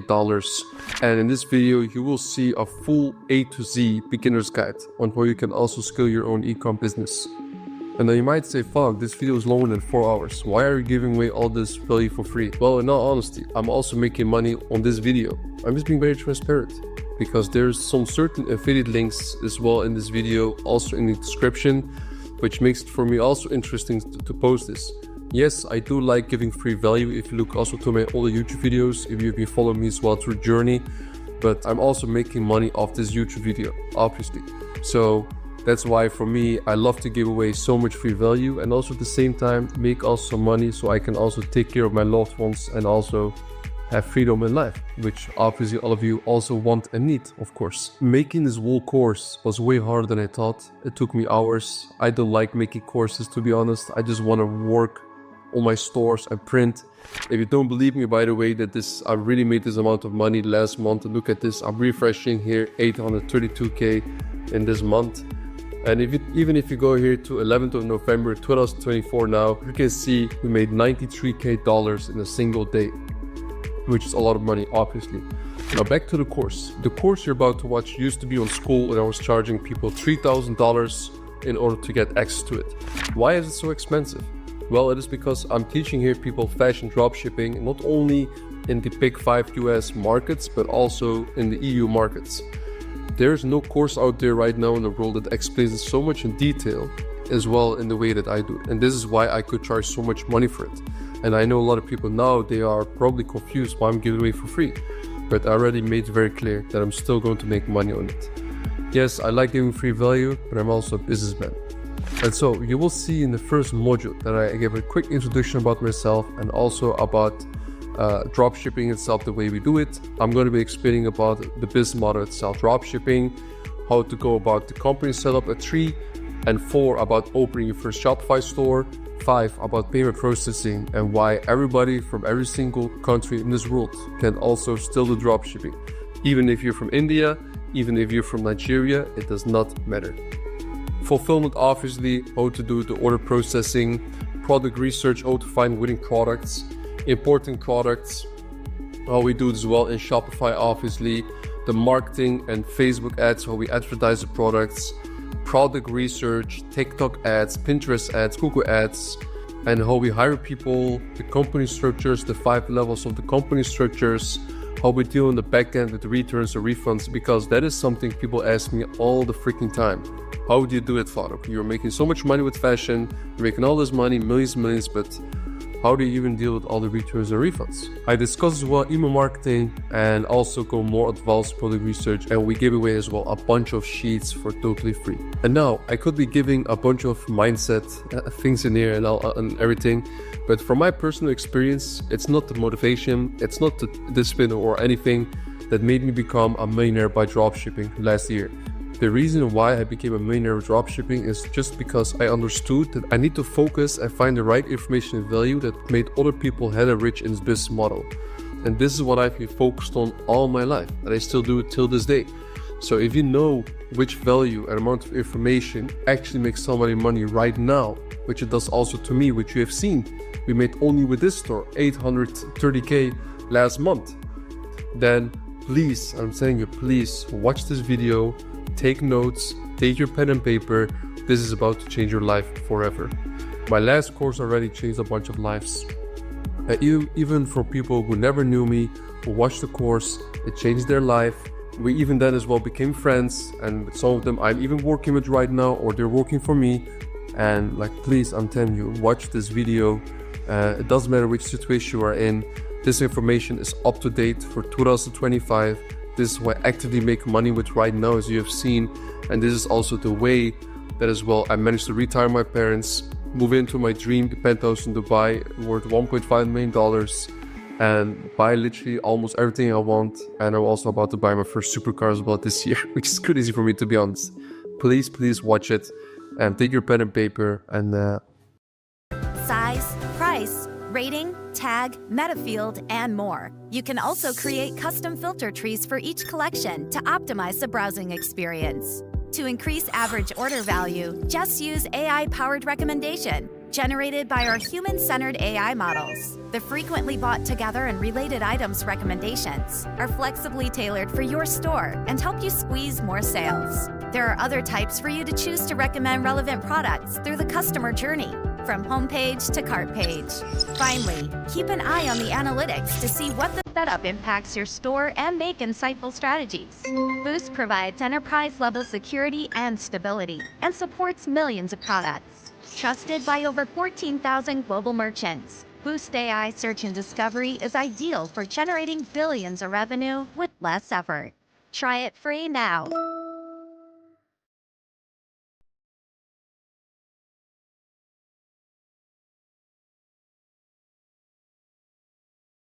Ready to take your idea online? Your domain awaits. Get the best .com or .in domain from GoDaddy. Find your domain at godaddy.com. Lach. Ladies and gentlemen, welcome to the second module in here, which is explaining dropshipping. So we're going to first start about what really dropshipping is and how it works, right? So essentially you are the middleman. It is import, export, and I just wrote it down here very simply. And this is actually one of the easiest businesses to enter in your whole life. And the reason why I'm saying this as well is because of the very low barrier of entry, and I'm going to name as well more benefits in it. But let's at first start with the way how it actually works. So what happens is you would have a Shopify store. So a customer will buy something online from your store, and then directly your supplier will get a message. So what you want to have is that your agent or supplier from China or from whatever country has access into your store, sees the order, and ships it out directly to the customer. So essentially, you don't have your own inventory. You don't have to buy any stock. Your supplier, like all, does it. So we're going to talk about the benefits in here, why dropshipping is so amazing. First of all, obviously the low barrier of entry. And second of all, no inventory. As I said before, you can scale limitless if something clicks, because you have to imagine that you don't have to buy stock all the time, because your supplier just can get it within like 1 day or maybe even the same day, and then boom, can send it out as soon as possible to the customer. It's also very flexible. So let's say, for example, that you're selling a product and the product didn't run that good because you didn't buy any stock. You don't actually lose any money. You can go and sell another product directly. So in this case, there's no inventory or anything that will still stay there. You can just try out something else directly. And one of the best things actually is that you can work from anywhere in the world. Right now, I'm in Bosnia. I can go to the Netherlands, I can go anywhere in the world, I can start a dropshipping business and sell anywhere I want, sell what I want. So this whole kind of freedom is exactly what you want to have in life. So time and location freedom is one of the most important things. So why I actually started this business model 4 years ago. And I want to talk about which kind of ways of dropshipping there are out there. So first of all is branding. That is not like, it depends what you want to do. There's as well like dropship brands where you have no inventory, but essentially you private label it. And then you as well have the second one, which is the one product store. So you will only sell one product in this whole store, and obviously drop shipping. There's niche stores. So for example, you would pick the pet niche and everything related to pets, dogs and cats, you will just sell it. And there's obviously the general stores, right? And the general store is obviously like just a store where you can sell anything you want. It can be any niche, all in one store. So which one should you pick? I will definitely, if you're just starting out, advise you to start a general store. And if you have a little bit more experience, you can go for a niche store, so you can just stay only in that niche and work from there. Also very fine, to be honest. Niche stores also go very well. And if you have some more experience and you know to pick your products better, and you're as well better at like as well on the creative side and as well more on the business side, when you have some more experience, you can as well pivot into one product stores or branding. And the funny thing is that like most people, you see them online, they directly say start a one product store, start branding directly, and it's harder than you think. Because the nice thing like with these general niche stores is that if a product just fails, you can just keep on the whole store, keep everything, but you just test out different products in this particular store, which is amazing. And I know that most people as well that sell in the US, they're like, hey, general stores, they don't work their shit. Well, in the big five, obviously they won't work. But if we're going to talk about it here in this case, we sell in the unsaturated EU markets. And general stores, they go amazing. In fact, in the last 4 years, all the revenue I did was all with our general stores, right? And now you wonder like, how do you make all this money then with general stores? How does this work? Well, keep looking, because the next module I'm going to be breaking down and showing you guys exactly how this whole model works with general stores in EU markets. And you understand how we made over 12 million revenue in the last 4 years. Okay, so watch the next module and find out. Peace out. Ladies and gentlemen, this module we're going to talk about why we are selling in EU markets. Dropshipping. So dropshipping can be done in many ways. We already went over some of the last module, and you could literally just start dropshipping in any single country in the world where there's access to internet and deliveries. So, but now you must ask me, for example, why, for example, EU markets and why native stores? Because for every single store, because for every single country that we sell in, we have a different store. All right, and specific as well languages. So let me give you a very nice example. Let's say, for example, you are scrolling on Facebook at this point, right? You're scrolling on Facebook and you live in Denmark and you're speaking as well Danish. And you're seeing two stores who are offering the same product, but one of them is like a store which is fully in English, and the product is well, you have to pay in USD, in dollars. But the second store is fully in Danish. It has a .dk domain and you can pay in Danish crowns. Like it's fully like in the Danish language. Which one are you going to trust more? Of course, the Danish one. It feels more familiar, and as well you will like trust it more. And probably you're a boomer. Probably you're like between the age of 18 or 25 or 30. But imagine the people who are like 35 and 40 plus who didn't experience internet and all this kind of stuff like we did. Imagine them, how they would feel if they would see a store in the native language instead of like as back in the days only in English. So obviously they're gonna buy from that shop. So this is a very nice model, and this is the exact model that we have been doing the last 4 years. And yeah, this works very, very, very well. And of course, like this as well, it doesn't mean that you can just get profitable easy, 100% not, like never. So I want to go as well on the map as well, why we pick in particular EU markets and not, for example, Latin America or like whatever, any other country. Because first of all, the big five, the countries that you see here, those have the highest CPMs, the highest cost per mil as well for videos. So in order to acquire a customer here, there's so much competition out there in the big five that is just so hard. And because of that, in EU, there's still way less competition, and that is why these are the unsaturated markets. Now, obviously, there's even more like markets which can be very nice in here, for example. But none of the markets that you can see everybody here and above here, it's not the same as EU markets. This is proven to work, especially for us in the last 4 years. This is what really good in. So this is right now one of the reasons why we're going for it. And EU, the people, EU is like one of the highest GDPs, right? So it only makes sense. So yeah, I would say this is the exact reason why EU market dropshipping works so nice. And yeah, as I said before, I talk from 4 years of experience. And this current situation is not going to change. Like every year, you know, when we would sell in EU, they would always say, hey, next year is going to be harder. Like next year, maybe it will all die out, this whole system. But it only got better every single year. So for at least for the upcoming 2 or 3 years, I'm pretty sure with EU markets, I'm still going to be making a bunch of money. So take action. Take action. That's what I want to say, right? So, and in the next module, we will be talking about more in depth about general stores and why we are running general stores in specific in EU markets. Ladies and gentlemen, welcome to the next video in here. We're going to be talking here about general stores. And this is going to be quite a juicy part as well and more detailed information. The more we go with the videos, the more in detail we will go. Keep looking. So I know if you're going to go on YouTube, you're going to like search up, for example, what is dropshipping? How do I start dropshipping? You're going to see all those people we're talking about, like Mickey one product stores, branded stores, that kind of stuff. Nah, boy, I'm here to break all the laws here that you guys are thinking, but general stores is the way to go for beginners, and it's even more easier. The reason why I didn't open general stores is because even though it's way easier than what they actually think, is because one, they don't understand the whole model. 2, they don't understand how to sell EU markets. And 3, they just look all the time at what other people are doing and they copy paste it and make some YouTube content. Now, Ecom Legend, here's like to break everything. And I'm going to talk here about general stores and why we still push them. Because look, let's say you make a one product store, right? And you have this one product store and then suddenly the product, it dies out, right? What are you going to do? It's hard, right? Maybe try some new creatives, and what if it doesn't work? Then you have to find a new product. You have to build a new store again. But what instead can you do? You can just have one store where you upload all of your winning products that you find, all the products that you find you can sell. You're going to sell everything there. And one, there's a lower barrier of entry because you have one store and less costs, all that kind of stuff. Because the more stores you open, the more costs you're going to have in the beginning, obviously. So the first one is low barrier of entry, perfect for beginners who want to start to make money online with business in general. 2, way easier to start. 3, you can test anything you want. And obviously, we made the most money with fashion, and this is exactly what we're going to explain as well later in the course.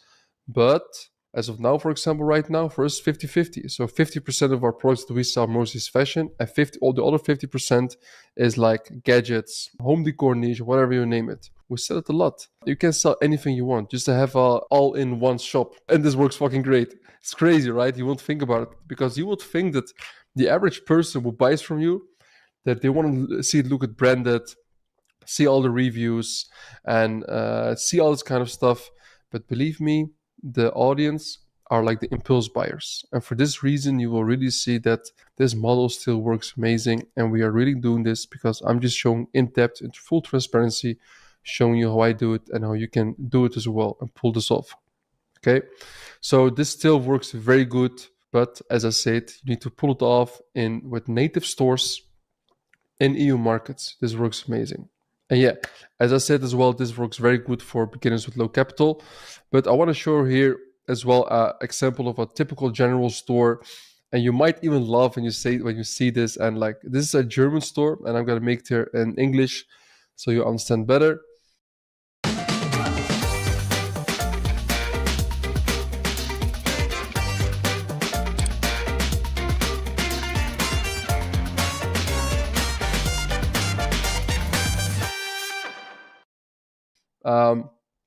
For example, look what they're saying. A 3-in-1 wireless charger. Okay? Look how simple it looks. You would think, why would even somebody buy it? But the creatives and whatever, everything they have is so crazy. And I'm going to also show you guys how to do that later in this course, so keep looking. It's like, look how simple. And you don't even need to have anything crazy. So I was surprised when I found out that there's not so many people that really understand or pull out this business model, because it's way easier than you think. All right. And yeah, that easy. You click on add to cart, you go through the funnel and you name it. It's not like rocket science. Okay. So in the next module, we're going to be talking about how much money you actually need to start with dropshipping, in particular in EU markets. And let me tell you, it's way less than you think. So yeah, see you in the next video. And now here in the next video, we're going to be talking about how much do you actually need to start dropshipping in EU. And I have just literally breaking it down. I don't know how to say it. I know my English isn't the best. And how much you actually need. So it is even less than you think. And I literally broke it down, all calculations, and I did the math. And this is just the best way, in my opinion. So first of all, the first thing you have is you can open your Shopify store for $1 a month with our special link instead of $30 a month for the next upcoming 3 months. So that's like $1. And then you have the company set up, and this depends per country. I mean, for example, if I believe in Netherlands, it's like $50 to open your first company at the KVK. But it also it depends per country. Some countries it's like a few $100, some it's only $50. And we will also go more into detail about this in one of the next modules about company setup. The payment processing application, totally free. Opening your Facebook ads or business manager, totally free. Product research with Facebook ads library, also totally free. And if you want to have a very nice spy tool, which is Afterlib, it's only $89 a month. The only real capital that you need is to spend on ads, because you want to test out as many as products as possible, which we will dive as well more into, because the only really money you're going to spend, like the capital you need to invest in it, is just on the advertisements, right? On ads. And because you want to see like which product is going to perform, because we're going to be learning how to rapid fire products and find winners as soon as possible. So in here, let's say, for example, on average, with the strategies we will show you as well in this course, you will learn that you can validate a product after $15 of spend. So let's say on average you spend $15 for one product. And we would always recommend to test, even as a beginner, to test at least 2 products a day. And for some people, it's even too much. Anyway, so then you would spend $30 a day, right? And that equals per week to $280. And per month, this is actually, if you're going to calculate it, $30 a day. And this actually equals to $210 a week. Per month, this is 210 x for $840. And this is in the worst scenario. If you do like 0 revenue, which I've never seen anybody do if they have tested this amount of products. Because at this point, you literally like tested 60 products. If you're going to test 60 products and you make 0 sales, 0 revenue, man, then you just haven't. Then I don't think you even have ears that you will like capable to listen, you know? So let's say out of these 60 products, which you're going to do revenue with as well, 100% at least, if you're not profitable, you're going to make some revenue. Let's say you will sell on average between 30 to 70 euros every single product, and then you will make at least 20 sales. 20 sales with 60 products, still almost nothing. And this is not hard at all and not rocket science, right? Let's say your average order value is 50 euros, which is normal for the most dropshippers, especially in EU markets. You will still make 1K in revenue back, right? 20x50, 1K. So, and let's say the cost of goods, you know, like the products itself, to you know, like to fulfill and ship. Let's say those are around like 30% of your revenue, which is also quite high, but it's quite high, you know, like quite high, but can also be normal for some people. It depends what you're selling. If you do that, you take, and let's say, for example, 30% of your revenue, it goes to like the cost of goods, and then you will still end up with only 700 euros.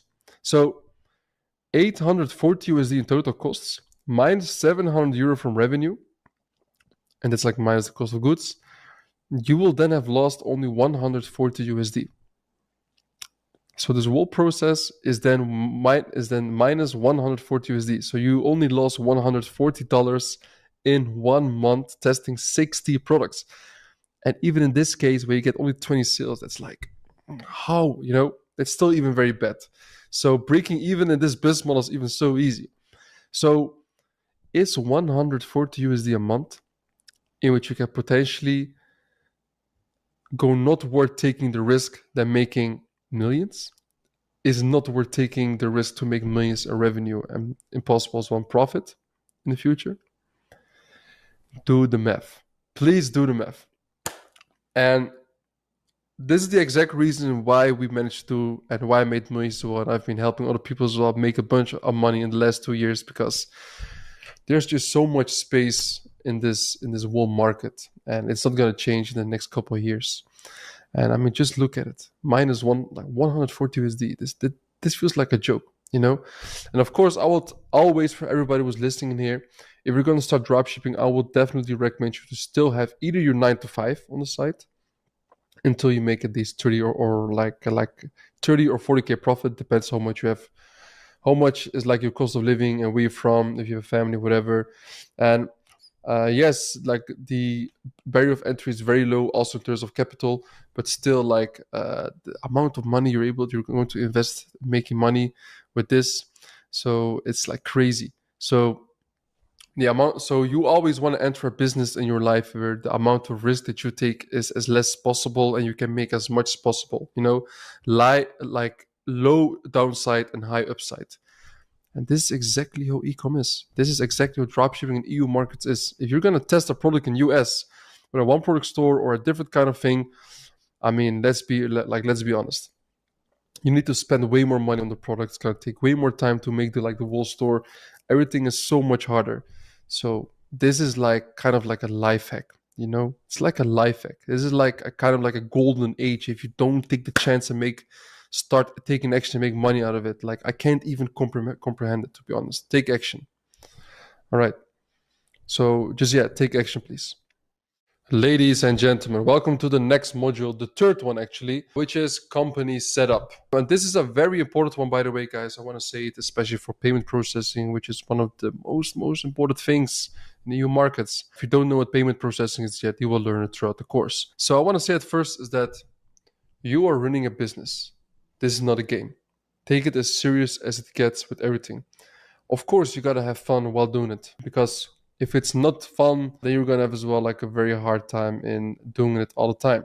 So what I want to say at first is we're going to going over about most of the countries and what you should do if you have to open a company in your own country where you live, or do it in a different country, because there are some countries out there, if you live there, it's going to be quite hard to start dropshipping if you open a company in that like particular country, because you cannot open Stripe or Shopify Payments or PayPal, which are the most important payment processors for a beginner. So it's going to really depend on where you live, right? So I'm going to be opening on here the roadmap, and I'm going to be telling you guys a little bit how it is. Obviously, if you're living in one of the big 5 countries, you have access to Stripe, Shopify Payments, PayPal, all of them, which is awesome. No problem, you can use them. And if you're wondering about like which one's available or not, I will plug as well the links of Stripe, Shopify, and as well from PayPal in here, and which countries are available. Let's say, for example, but this is like from my own experience, what you should do the best. So I want to say as well in here, in terms of tax and stuff, please don't ask me. I'm not a tax expert. I'm not a tax lawyer. If you're going to open any of the companies as well that I'm talking about here in this course, please talk to somebody who is an expert on this field. This is only from my knowledge, what works and what I've seen with other people. Okay, so Big 5, Stripe, Shopify Payments, PayPal, everything works for you. In EU, actually, most of the countries, almost all of them as well, all of them will work. But I would always try to open first a company in your own country. But before you do that, please check one of these 3 links here and see if any of those payment processes are working. Because payment processes are so fucking important, for the single reason is that like you need to accept payments and keep on accepting them. Especially if you're about to scale, your payment process are going to ask a shit ton of questions, because there is a lot of scammers out there. A lot of no shippers, a lot of people doing black hat shit. Watch out for it. So yeah, what's really important here, guys, what I want to say in here is, for example, one of the most common companies that people open in companies are, for example, UK Ltd. I know, for example, many Moroccan people, what they do is they open a UK Ltd, because if they open a Moroccan company, they can't use Stripe, they can't use PayPal, they can't use Shopify Payments. So they live in Morocco, but they open a UK company, so they can actually use Stripe and all of these payment processing. And then they have access to all these payment methods, such as credit card, Ideal, Bankcontact, Klarna, name it. Okay, and you can do that through the following link. I know there's many more links out there, and I'm not saying this is the best, but this is where I know where most people do it for. I believe around like $30 you can open a UK Ltd or whatever. Just a UK company. You can also go for the Hong Kong setup, actually, if you would like to. And you can do this through getstarted.hk. I will plug all the URLs as well, like down here, the resources, so you can all see that and just copy paste it and then look it up yourself and open that company if you want to. For US LLC setup, I think there's like Wyoming and as well Delaware, I believe. And you can open here, for example, through Wyoming LLC-attorney.com. So you can open a US LLC. You as well have access to Shopify payments, PayPal, Stripe, which is very, very important. And as I said before, guys, well, these websites are just examples. We are not responsible for anything, and we are not affiliated with them. I don't know the owners or anything, but I know people have opened companies through here, and it went quite good. So, for example, most people, what I want to talk about here more in depth is most people in EU, they can just open their own country and they will have access to all the important payment methods. So for Norway, Sweden, Netherlands, whatever, you can just open them, UK, Ireland. Most countries in Africa is going to be quite hard, I believe. So I would definitely look if it's possible to have Shopify payments, Stripe or PayPal there. If not, get maybe like a Hong Kong or a UK company. For UAE, I believe it's a little bit likewise. I'm not sure though. I believe Russia's at this point is the 12th of October. So I think they're still like kind of like blacklist or something, because with most banks and stuff, you have issues there because of the war. I know as well, as a matter of fact, that many people from India and Nigeria and stuff as well, like big countries as well, where many people try or like aspire to be an entrepreneur. They open as well, I believe, UK LTDs. And then you have Asia, obviously, this is very different here, obviously. So, and for Latin America, I know most people as well, they open a UK LTD. We have, for example, a student from Argentina, and he opened as well a UK LTD because like with the Argentine, I think there were some issues with opening a payment processors or big headaches, or they don't trust it. So they would anyway always prefer like a UK or Hong Kong company, like the payment processor would appreciate it a lot. So yeah, that's pretty much it about it. And what I want to say as well is that if you do open a UK LTD with your Stripe, then you have access to Klarna, which is very important. In EU markets. If you do open it with a Hong Kong company, you don't have access to Klarna. But obviously with both as well, with Hong Kong and UK, you have access to Ideal, Bankcontact, P24, all the very important payment methods as well, which we're going to talk about as well in this module, about which payment methods are very important for every single country that you advertise in or you want to sell in, obviously. So yeah, that's pretty much it. And I'm saying it again, guys, I'm not affiliated with any of those websites that I gave her below. And about taxes and that kind of stuff, please consult a tax expert. Do not ask it to me. I'm an entrepreneur, e-com guy. I'm not a tax expert. Thank you very much. I will see you at the next video. Ladies and gentlemen, welcome in the next module, which is opening your first Shopify store. So we're going to go into detail and show you exactly the steps that we always take in order as well for you, and which we as well do in order to open your own Shopify store. So the first thing that you want to do is we have a very nice link in here in which you can open your your first Shopify store for only €1 a month instead of €30 a month for the next 30 days. So what you want to do is copy paste this link, boom, in here, and then only thing you have to do is put down in here then you're here, Ecom Legend. And so then the only thing that you gotta do in here, guys, is just fill in your email, ecomlegend course@hotmail.com. Obviously, I made this email just for the course. Start free trial. So in here, I'm just starting, or like this is not even that important. You can just skip all of them, to be honest. And the country depends on the company that you have. For example, me, myself, I have a company. Wait, is it the company or like where do you live? Let's go for UK, for example. Here, you can fill all this information in. And next, so you want to sign up with your email in here, ecomlegendcourse@hotmail.com, and you want to make a new password. So let me just put in here something.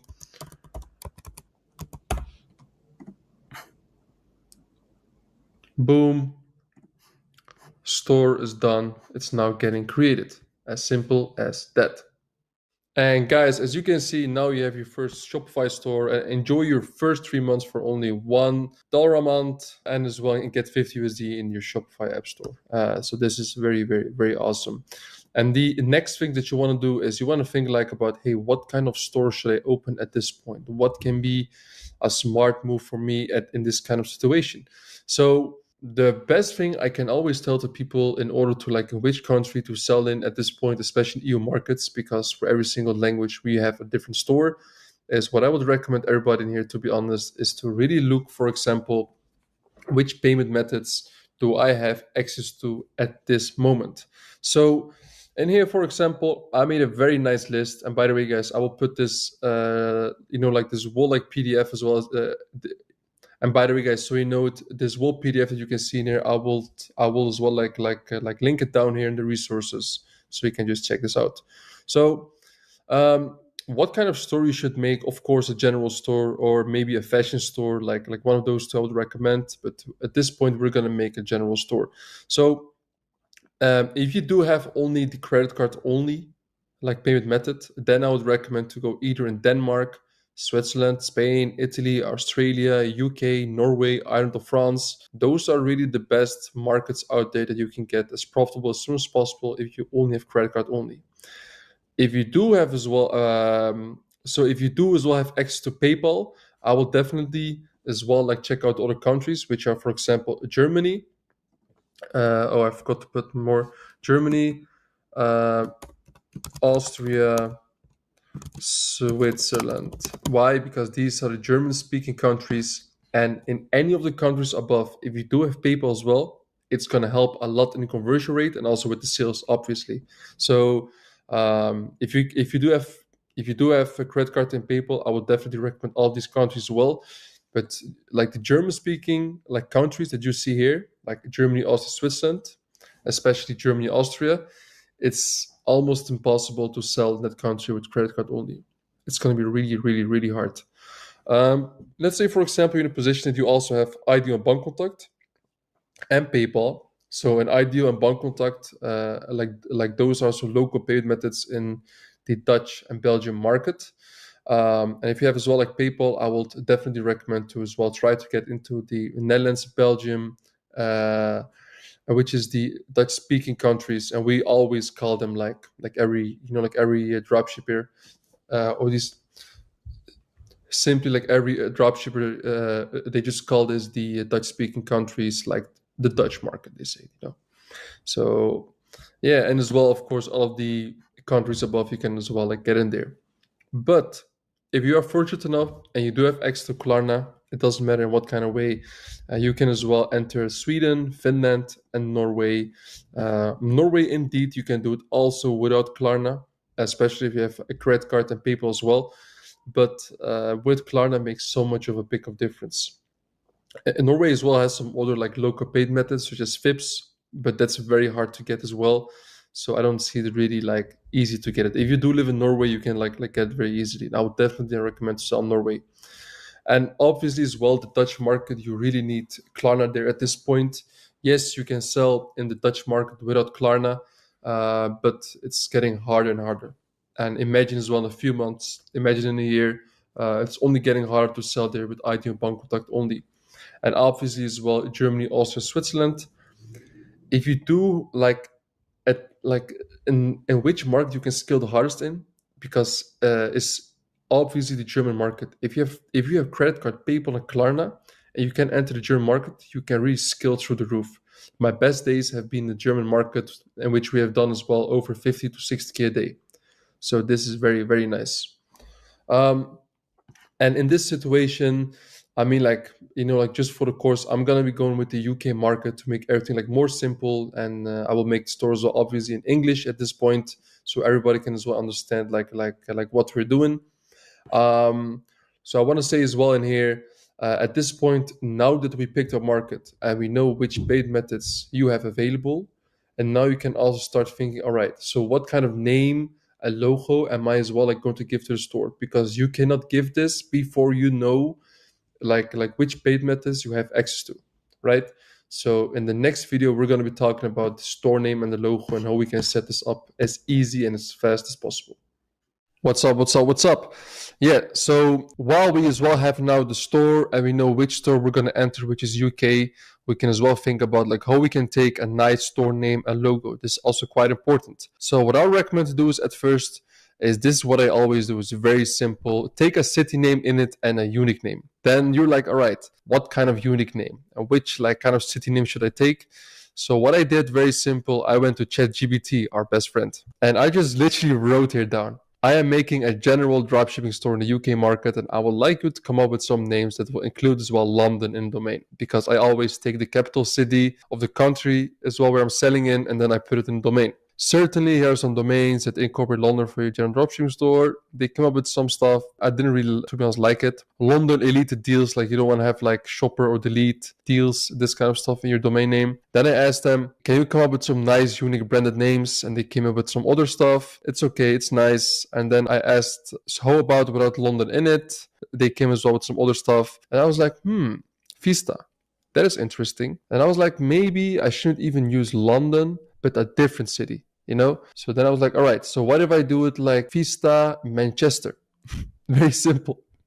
I went to GoDaddy and I just typed in very simple. And by the way, guys, GoDaddy is the place where you can just always buy domain. You can use as well Namecheap. You can even buy the domain as well on Shopify itself if you want to, but we always buy it on GoDaddy. So very simple. You just click on here, make it yours, and then you're going to buy it. And I'm going to buy it right now. And after that, I'm going to start recording again. Ladies and gentlemen, congratulations. We just bought our first domain. Woo! Anyway, so now when we have it, vistamanchester.com, we're going to go to the next one, which is making a logo. Use Canva and it's free. Okay, so now you can see, for example, I went to canva.com. I just logged in with one of my Gmail accounts. I logged in. This is like the dashboard you will see. Oh, nice, magic. So I went to the right here a little bit, and then you see here logo. Yeah, you click on here, very simple, easy. And now what you want to do is make a logo. Now here are some very simple examples, and I always prefer to keep everything very simple. So let me see what they have. Yeah, looks cool, looks cool. Let me see. Yeah, this is solid. Let's click on this one. Oh no, that's a paid version, I believe. Oh, it's pro. We don't even need it. Oh, here. Like this one we used recently. This one's as well free. You don't even need to pay for a logo, man. Come on. So what you're going to do in here, like the store name is Vista Manchester, right? So we can do this, Vista. And then here, Manchester. Boom, you have a logo. That's it. You don't need anything special. This is the only thing you need. And this is how we make our logos. And then very simple. You go in here, you download it. You can do it in, like a PNG or like a JPG, whatever you want, in different sizes. Just download it and boom, it's done. You have it. That's pretty much it. This is how we come up with the store name, the logo, how we get it. And you can use this on your Shopify store. This is how simple we go about this, guys. It's really not a rocket science. And I just literally did this like in 10 minutes. All right, now let's head over now to the next module. Ladies and gentlemen, the next video, and here we're going to talk about how to make it a high converting store. What I want to say in here is that you can make a lot of changes on your website, but in the way we're doing general store dropshipping, where people come into your website, they're impulse buyers, the most important thing on your store is speed. Okay, the speed is very important. The only way to achieve like a good and very fast website is by keeping it as clean as possible. So the first thing I want to say is below I dropped our Shopify store plug and play template. You just right now literally just like download the Shopify store template that we have, just download it and just as well, like very simply import it into your own Shopify store and use it. That's it. Very simple. And some things I want to say what's really important, as you will see this as well, like in the template, is that the urgency on the store is key. It's very important. For example, there's only 5 pieces left of this product. This offer ends in 24 hours. Urgency is very, very important. And as I said, make it look as simple and branded as possible. And as well, make sure the policies are in the footer, especially for your payment processors. You have to make sure that all the, like in the footer, that like everything's noted down, your company details, the guarantees that you have, what if they have to send the product back, like a refund, whatever, like how can the customer do it? Everything needs to be very, very clear and very good noted down. So these are very important points that you have to as well follow, which most people as well even forget. I don't even understand how. I'm just gonna go into the Facebook ads library right now.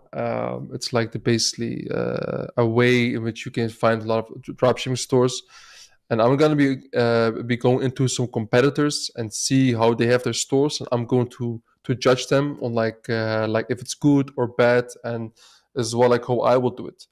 Obviously, I would recommend you to take the store template we have, but maybe as well you can like learn some like how we will do it. And by the way, what I want to say as well, guys, we as well put down like a checklist in here and down here. So before you launch the store, like make sure that like checklist is done, and when it's done, how do you say, like then the store is well like good to launch. It's very important. So let's head over to the Facebook ads library, guys. Oh, let's go. And I'm gonna go in here and try to find some nice competitors, and I'm gonna judge how their stores. I just want to go in here. You know what? Let's go very simply in here to the Dutch market, my dear Dutch market. So I'm just going to put here very simple 50% off in Dutch. So korting means off, discount. And then we're gonna see lots of dropshippers. Let me filter this down into the active ads. Boom. Let's see how many dropshippers we're gonna find, guys. Okay, those doesn't really look like dropshippers. All right, I think we already found a dropshipper. So this looks actually quite interesting. I think they're using Page Pilot, which is a nice AI tool as well. Looks interesting. They have these fake Trustpilot thing. I don't recommend this, guys. This is not real Trustpilot. But this looks, but I will do this, but I would give it another color, because otherwise you can like have issues with Trustpilot. It looks like a lot of stuff is going on right here. This is a red, that is good. I would always put this price in red and this one as well in black. You can also do the opposite, but this one has been working better for us, to be honest. Wait, maybe I can make it in English. Boom, easy. You see, almost sold out, 8 pieces left in stock. 1,240 satisfied customers at Surrender. Pay safely with Ideal and Bankcontact, it's the local paid methods in the Netherlands and Belgium. Free shipping with PostNL or bpost, which are the most famous couriers in Netherlands and Belgium, and as well 14-day money back country. This is awesome. I would as well make a store like this. This looks very cool. And what's also very nice, they have like kind of like a review, a testimonial here above the fold. So what is above the fold? So when you, for example, open your phone and like somebody is scrolling, for example, you will you will always see that at the point that you see here, it's everything above the fold. If you scroll down once, then it's like down to the fold. And everything above the fold is what the customer sees at first, and it has to catch the eye. And if they see then interesting stuff, then they're going to scroll through and perhaps buy something from your web shop. So because they have this above the fold, it's going to work like amazing. And besides that, it looks very nice. I would remove this one, a little bit too much urgency. I would maximum like put two pieces of emergencies on your web shop. For example, this person has some testimonials, some reviews, almost sold. This is a little bit too much, in my opinion. And they're using the app named Kaching for the bundles. I understand it. And besides that, like I'm gonna like the product page like just looks fine. Probably they just copy paste it. And this is well very important, guys. After the product page, you always need to have the guarantees of your web shop, which they have as well in here, in like a very simple fashion way. And there, look, the fake Trustpilot reviews. I don't recommend this, guys, so you guys know it. I wouldn't do this. I would you can obviously put the reviews of your customers on your web shop and as well the products. Definitely do it, but not in the fake Trustpilot way. I mean, if you really have good Trustpilot reviews, obviously 1% do it, but chances are low this person has it's real. And here you see again another guarantee. For me, I think this is a little bit too much in my opinion. You already see them here, like guarantees once, so I wouldn't put them here again. And this looks all solid. As you can see, this person as well, terms and conditions, privacy policy, return policy, shipping policy, FAQ, frequently asked questions, looks all very solid. This is how a good store should look like. Now let's look more into more even stores which you can find. We're gonna find 1% even more dropship stores, guys.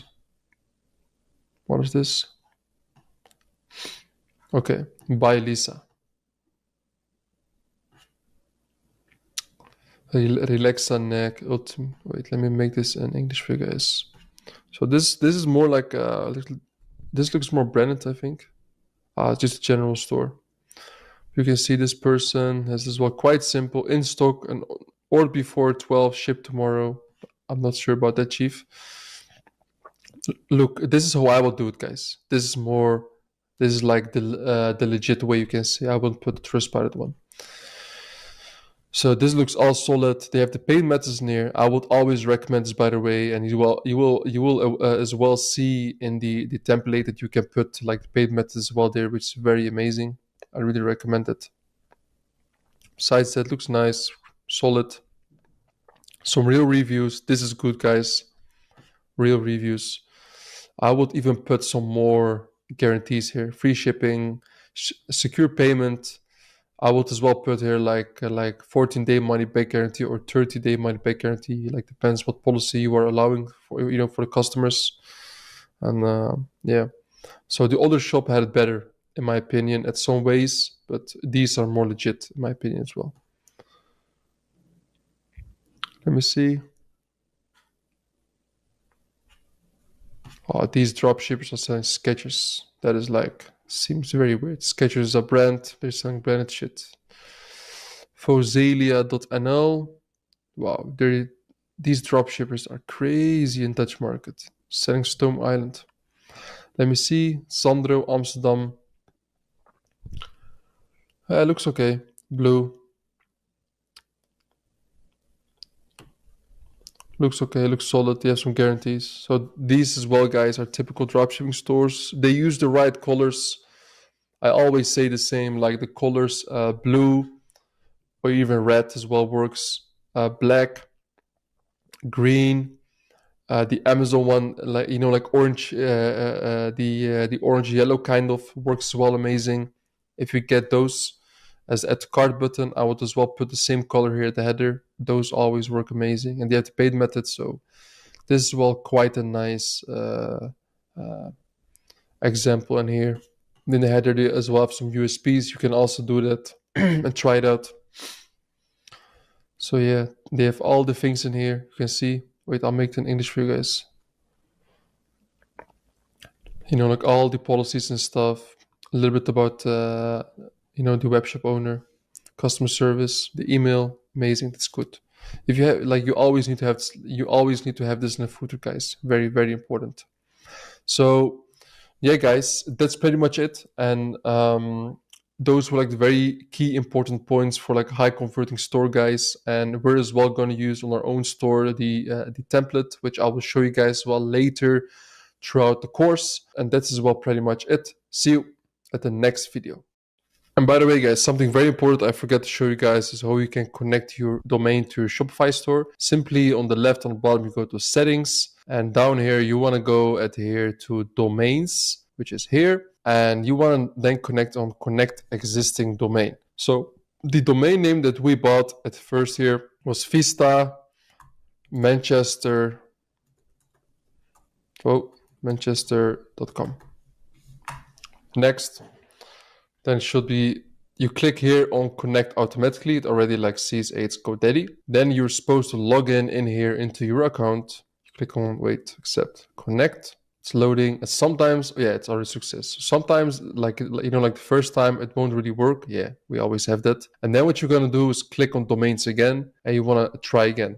And by the way, guys, if you try it again now and it doesn't work, I would definitely recommend you to try it after 1 hour again to see if it will work. So yeah, see here, connect, boom, success. Let's see if it's gonna work now. No, it still didn't work. So we're gonna try this again after like 1 hour again. And if it still then doesn't work, try 1 day later. If it still then doesn't work, then I would recommend you guys to have a chat with Shopify or with GoDaddy so you can together solve this issue. Hi guys, my name is Jari. I was in a course before you guys and in the mentorship, so I'm gonna teach you guys how to set up a Shopify store. Okay, so first of all, let's go into online store. And we have a pre-made template for your store, and I will include that in the files. I already uploaded. It's really easy. Just press add theme and upload zip file. And let's publish the theme. Okay. And you can rename it. It doesn't matter, but let's get into it.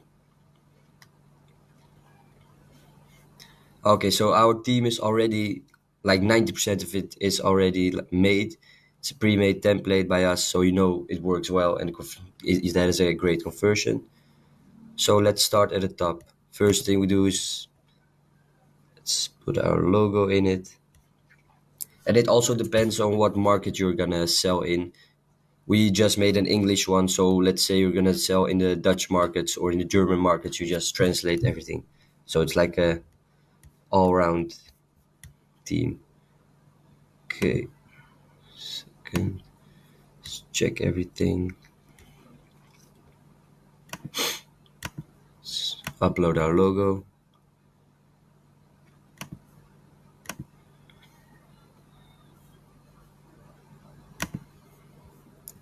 Okay.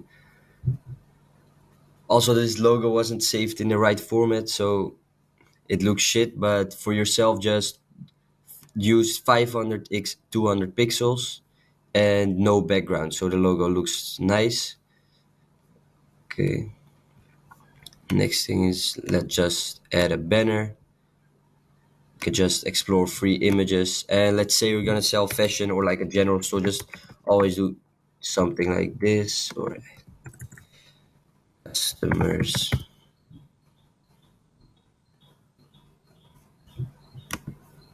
Okay.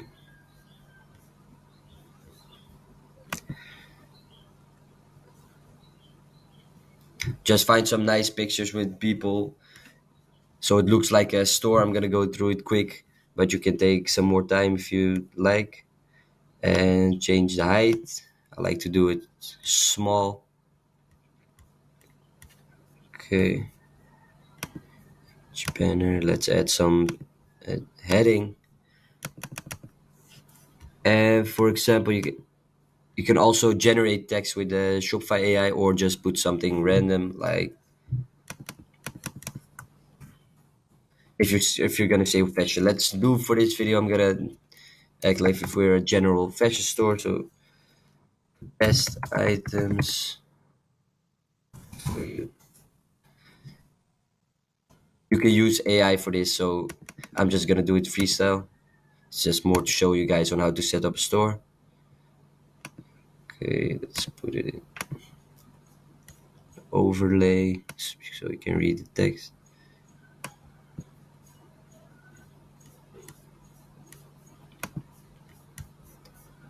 Second.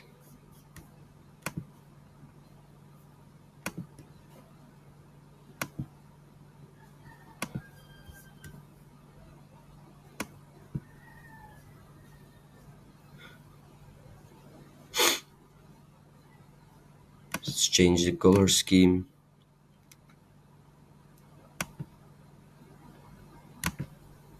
To white.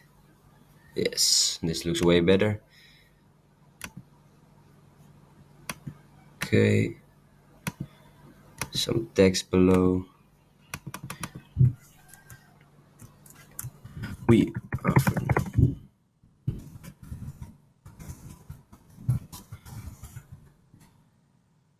Okay. Button. Shop now. And just do to all of your products. So all products. That's it. No second button. Okay. Also, let's fix the header so it's in the middle center. Okay, looks better. The rest, something like this. Vista Manchester, the Vista family.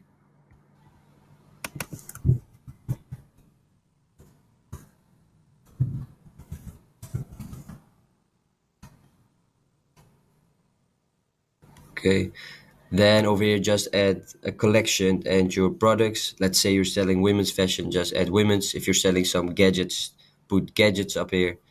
You can do this by just creating a collection and selecting it. For example, like this, but right now we haven't added any products to a collection, so just add your products and it will look nice.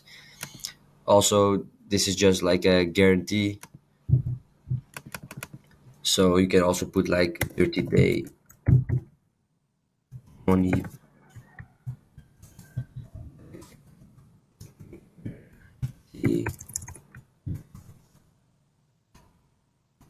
Like this. Okay, let's add a nice picture as well. Surface.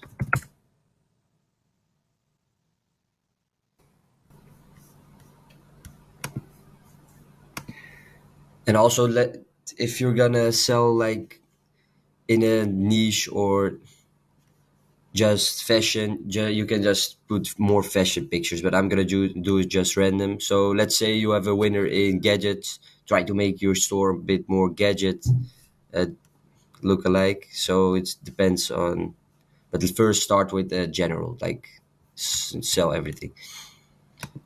Okay, let's just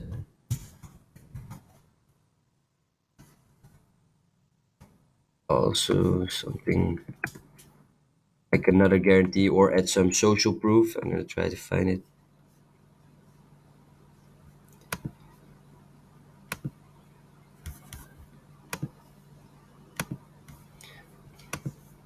Something, yeah, just add a few reviews with the review widget. Something like name here. Okay, title.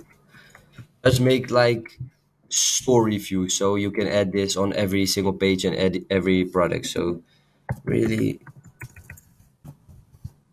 great quality and fast shipping. Yeah, you can even use the AI, write a review.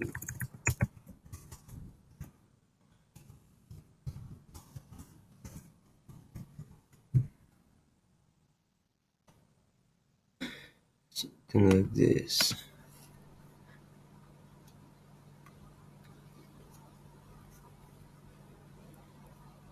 Nah, this is too, so let's just do it ourselves. Fast shipping. Or you can just use ChatGPT, but I'm gonna show you guys how to do this. Fast shipping and really great support.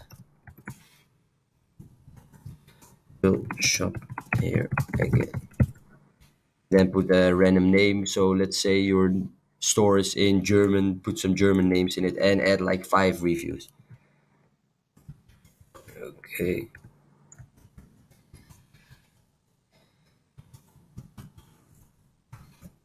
Okay. Just skip the name and duplicate this. Okay. Few times and just put some other reviews in it. Like the 3 to 5 is okay. Okay. And then to the product page, which is the most important part. Gonna check.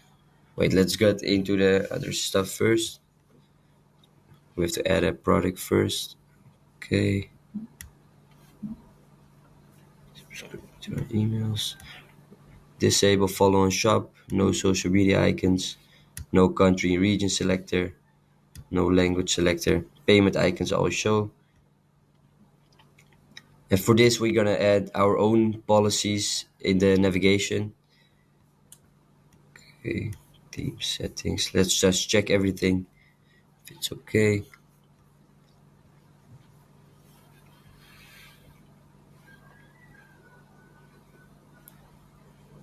Okay.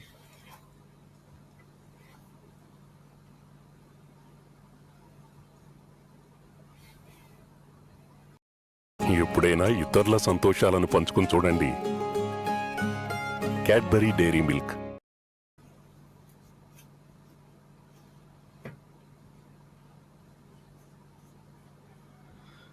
Next, let's check the collection page. Okay, this is also okay. Pages.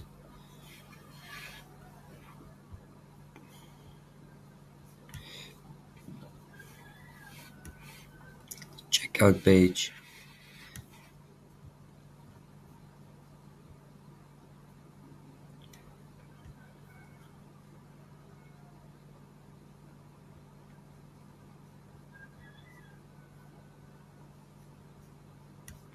Can always add like a logo for your checkout page as well.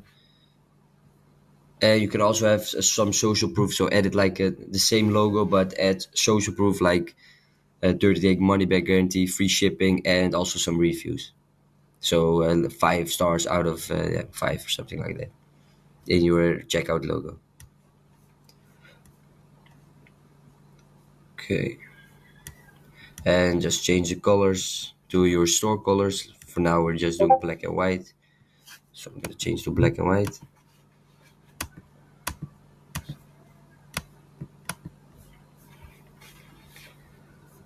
Okay, and in the next video I'm gonna go over on the product page. So let's check all these settings, and if you want another font you can always just change the font, but this one looks nice so you can just use this as well. And colors, yeah, you can always change the colors, but like black and white is always nice, so I'm gonna stick with that for now. Okay, let's check this. Let's add another menu as well. Okay, brand information.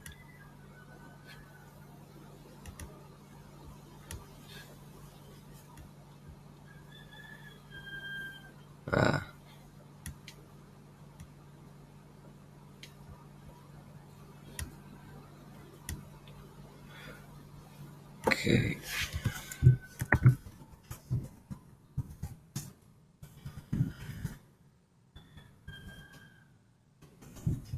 Something like your favorite store for 20 plus years.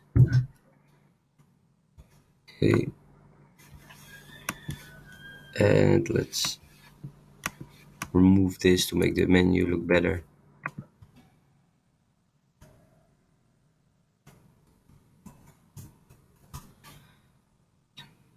This.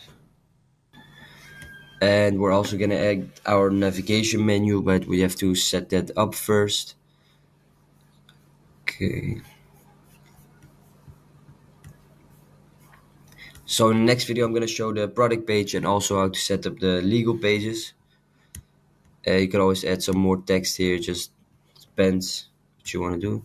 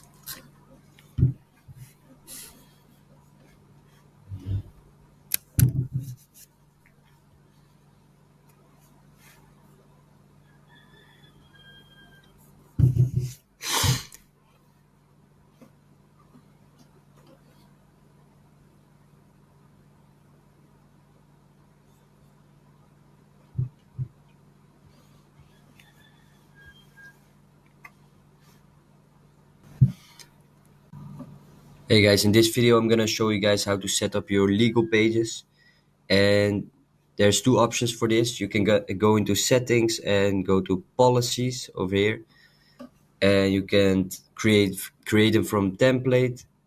So you just press this, and you can just fill in the info here and just remove like your address and fill in all of the other stuff here and give your own like terms. So the 30-day refund, 30-day return policy, or you can write these with ChatGPT. If you're gonna do it in Dutch, for example, just tell ChatGPT to either make a Dutch privacy policy and terms of service, or you can just translate these. So I'm gonna show you guys how to do this. Just change like the stuff here.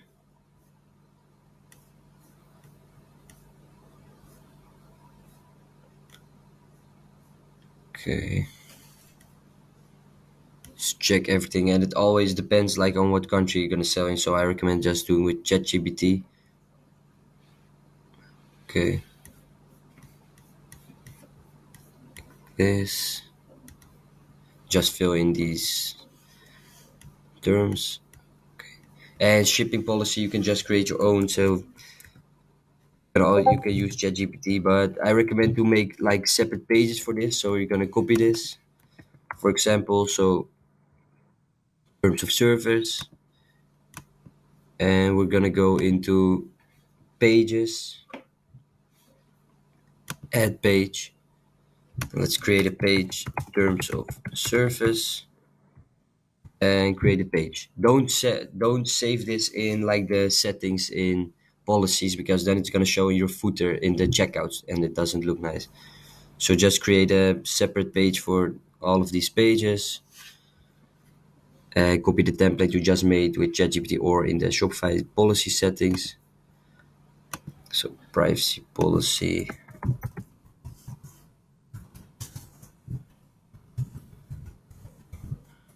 See, let's paste it there.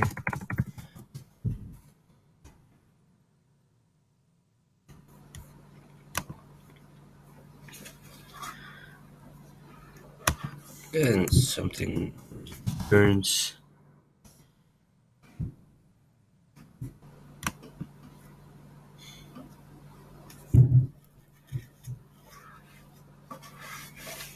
And we're also gonna make like a sheet with like what returns and shipping page you can use. So that's gonna be included.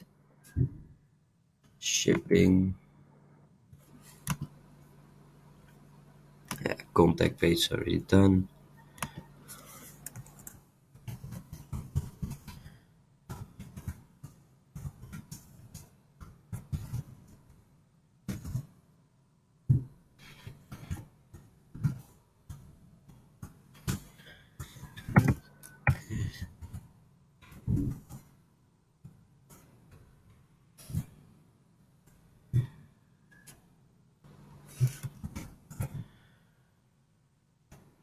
Okay.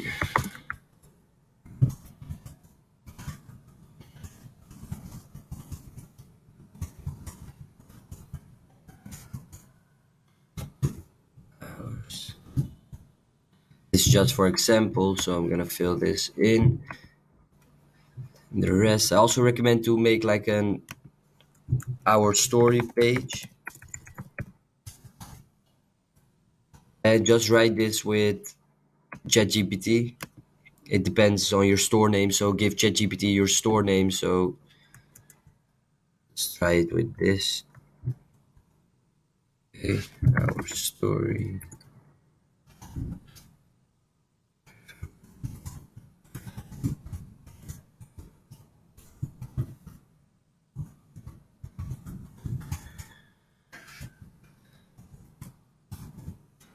Okay, let's try this.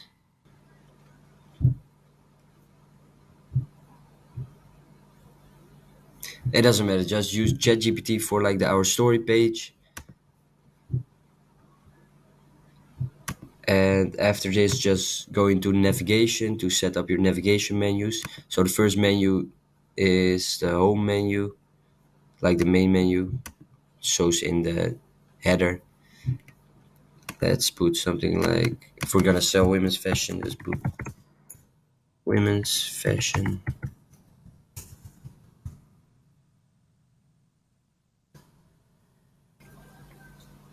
Just remove home, contact, and our story.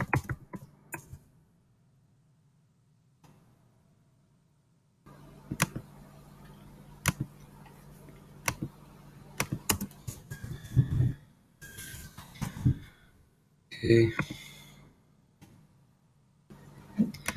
Then we're gonna make the footer menu, which is with the pages we just made. So let's add contact again.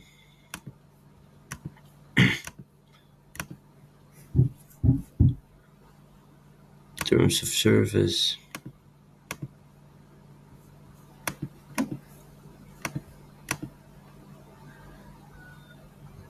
Privacy policy.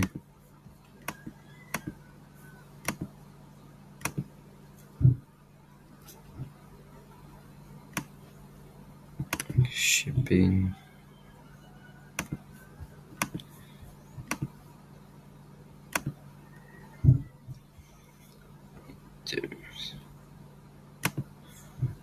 Okay, and just save. Then we're gonna go into our theme again.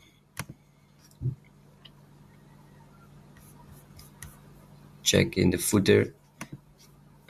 Okay, information.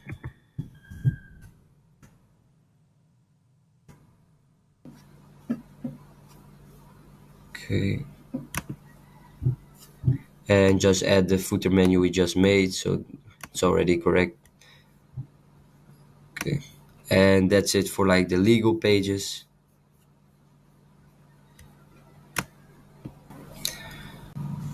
Okay, so for the other settings, I like to just put free shipping for every single one of them. So this is like international. Let's just put it to 0.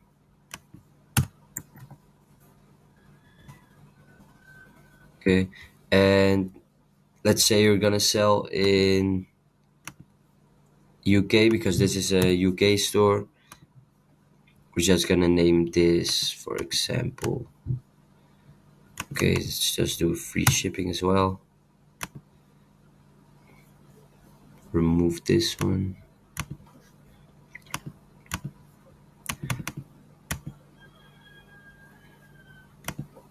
Let's remove this one as well. Create our own. So just add rate.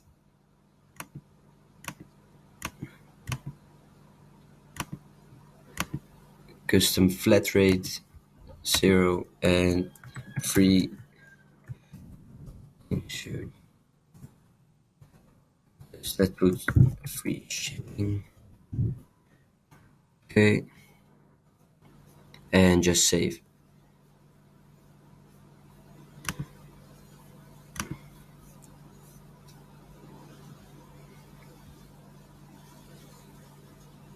Let's check every other setting.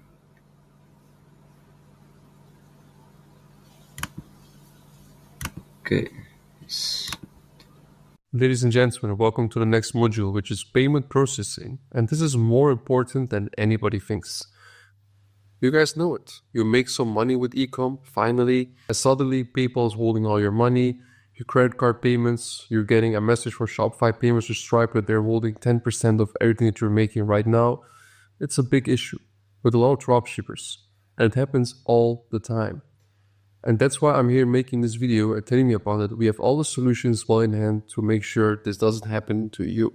Obviously, you can just very chill use Stripe, Shopify payments, PayPal. You can even use Klarna if you would like to. No problem, which is the buy now and pay later option. But please understand that Klarna and PayPal are payment methods and payment processes itself that will hold a bit of your money because they are banks, right? So if a customer pays for a product, they always have the right to return this product back to you and get a full refund of 100% from you. And imagine one merchant, which can be you, for example, you get 1,000 orders, all worth $50. How much money is that? 50K. Now what happens? This 50K from all those customers, it lands into, let's say, your PayPal account. Now you have 50K in your PayPal account, you want to withdraw all the money to your bank account. Why? You want to pay for your advertising spend, you want to pay for your cost of goods and shipping, but PayPal is limiting your money and you can only take out 10 or 20K. And this makes total sense. Why? From all these customers, they have 14 to 30 days still the rights to take all this money back to issue a refund, aka chargeback. And imagine if all these customers are applying for a chargeback, right? But all the money is already being withdrawn to your own bank account. Then PayPal is going to lose money. Or you have to top up all the money back into your PayPal account, which a lot of people won't do because then it's just a very easy way to scam a payment processor, right? They're a bank, they are taking a risk.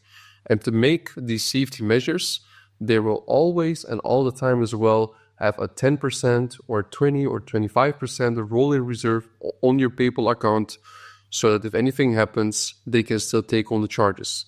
And this is normal. This is doing business. The profits that you're making in your business, that is not the money that you can use directly for your personal expenses. That is a big difference. Dropshipping is not fun. Treat it as a real business. And now for everybody in here as well who's watching here, in order to get those payment processing solutions, I recommend you to do the following. So if you have, let's say, issues with credit card payments, with PayPal, or it doesn't matter, any type of payment method or payment processor, what you need to do right now is to go to discord.gg/astrosship. You hop on into this Discord server, you open a ticket, and the moment you open it, an employee of Astroship is going to help you out with sorting all of this. And no, Astroship does not charge 10K or 15K or 20K. No, the highest they will charge is maybe 1K for a service fee maximum. And it also depends for which payment solution. But most of the times, just for totally free. Because you just have to go to the Discord server and you just have to open a ticket, right? You click on work with us, you click on open a ticket, and then boom, suddenly you have a chat there and you will be helped.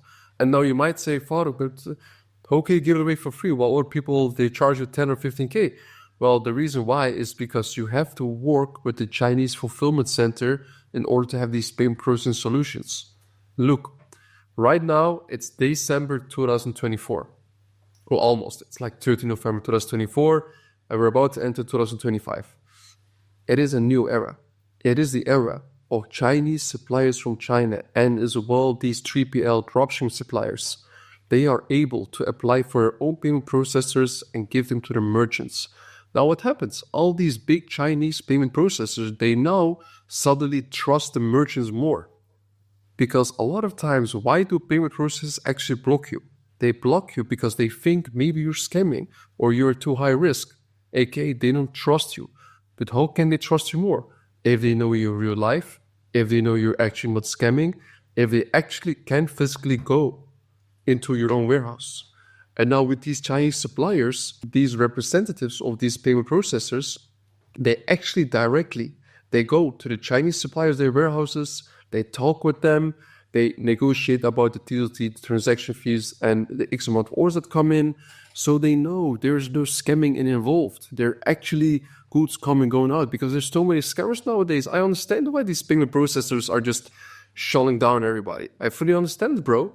So for that reason, Astroship is a perfect solution for you. Check the description here below and you can apply for it directly. Whether it's credit card, it's Ideal, it's OnContact, PayPal, Klarna, everything you need is in there. All right, so check it out right now and let's head over as well to the next module. Ladies and gentlemen, welcome to the next module, which is 6, how to fulfill orders, aka order fulfillment.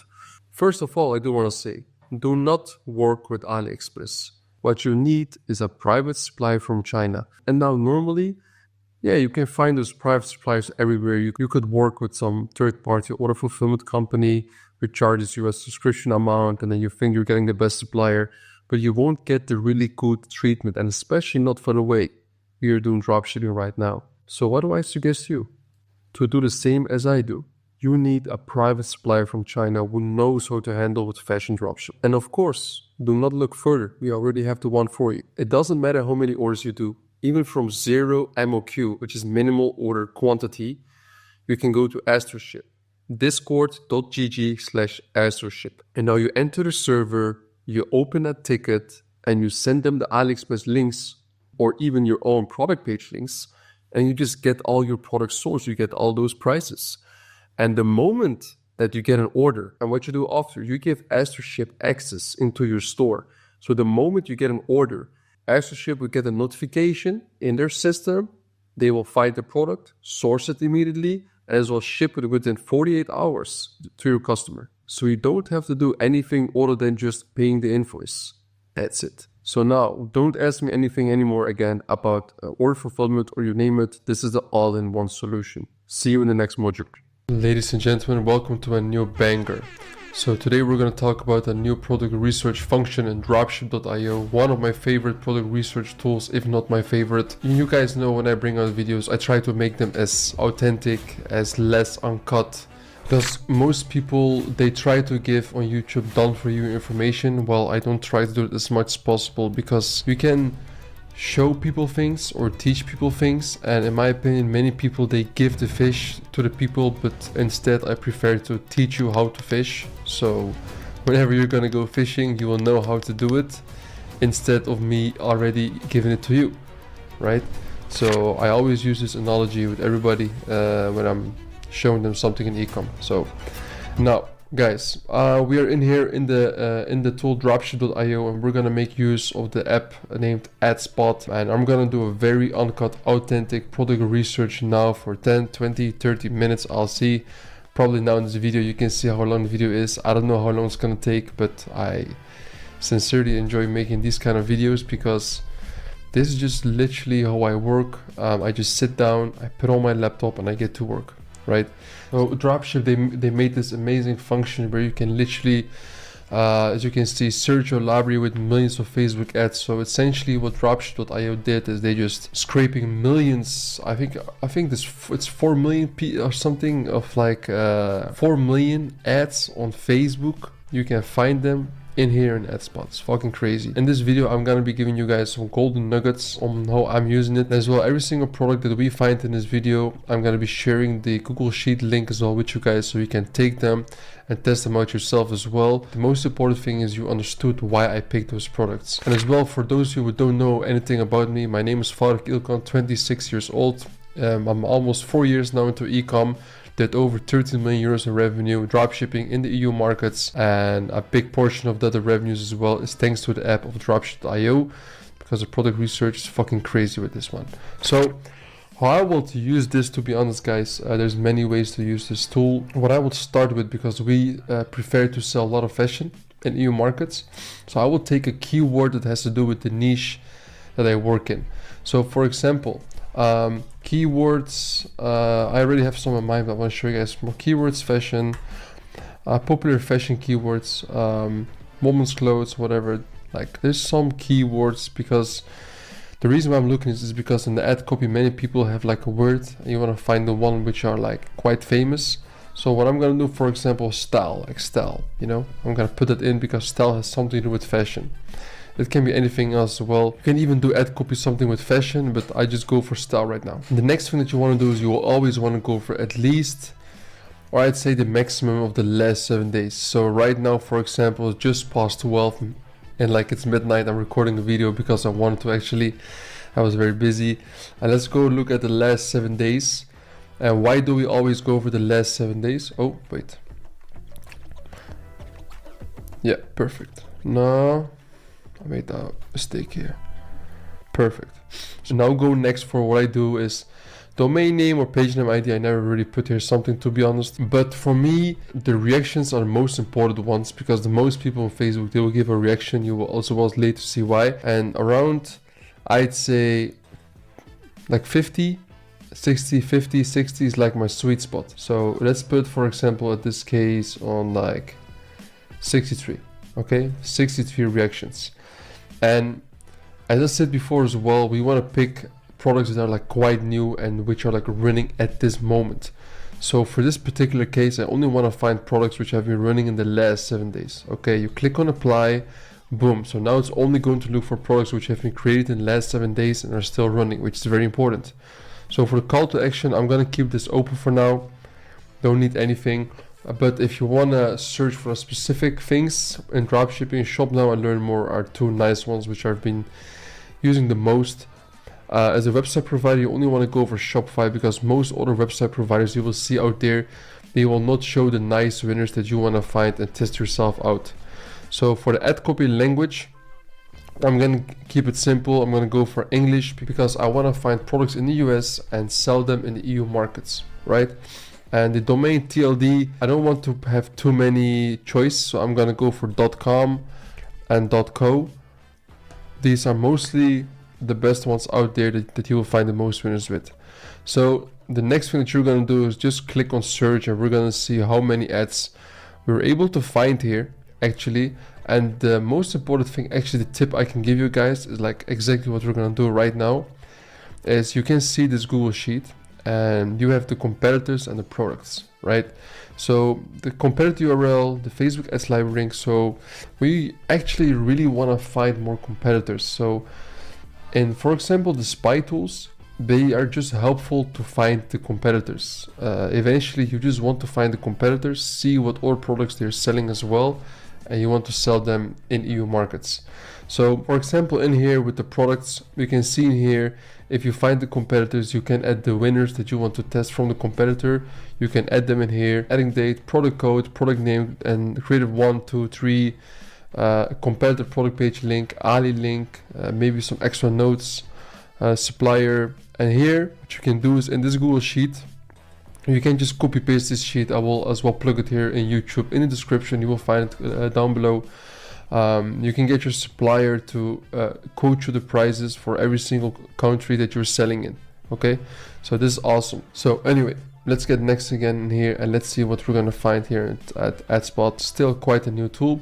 So I see something nice here, a sneaker, 376 reactions, and created on the 24th of November with 25 ads. This is interesting. Okay, so let's look at this. Frommundo.com. Okay, this seems legit. They're making some numbers. So what I'm gonna do right now, guys, I'm not even going into depth in the product page. What I'm gonna do, guys, I'm gonna take the link and I'm gonna go to the Facebook ads library. Okay, and why do I go to the Facebook ads library? I do this to see how many more ads this person is running on the store. Because as I said, it's nice to find a winning product, but it is even better to sneak and find even more winning products that this guy is currently selling. So let's see, for example, how many products is this person right now still selling with 53 results. Now we can only see there's only 3 campaigns he has right now, which isn't the best, to be honest. I won't consider testing this product in this case, guys. Because why? There's not a lot of running ads. Although what you can do is go to the ad details and to the transparency, you can see how many people this person has reached with this campaign, which is 4.3k accounts. That isn't a lot, to be honest. 4.3k accounts, and if you're gonna see, he is selling in which country? In Austria and Belgium, Bulgaria, mostly in EU markets. As far as I can see, this person is selling in this product. Let's say the average CPM is around like 15 bucks. So you can calculate this, 4300 divided by 15. So this person spent maybe like 286 euros. So not really that interesting, to be honest, for me, guys. So I'm just gonna keep on looking and find some different products. And this is like the way I really look at finding winners, guys. Okay. All right, let's look at this one. 474k views. This is quite interesting. Okay, I know this team. This is the warehouse team of Shopify for selling with 371 euros. Let me see how many running ads this person has. Treasuresboutique.com. All right, that's interesting. I hope this is not a brand though, because if it is a brand, I wouldn't recommend you guys to test it. Nah, this person just has a very nice dropshipping store. Why buy from us? Well, I can So if you're ever wondering like how can I see if somebody is dropshipping or not, is this really a brand, just go to their privacy policy and the shipping policy and see how long it looks until the order is like sent out. While we wait for efficiency, the typical delivery window is between 2 to 4 weeks. Yeah, they're drop shipping, and they are heavily into fashion. I mean, into watches. They have 43 results right now.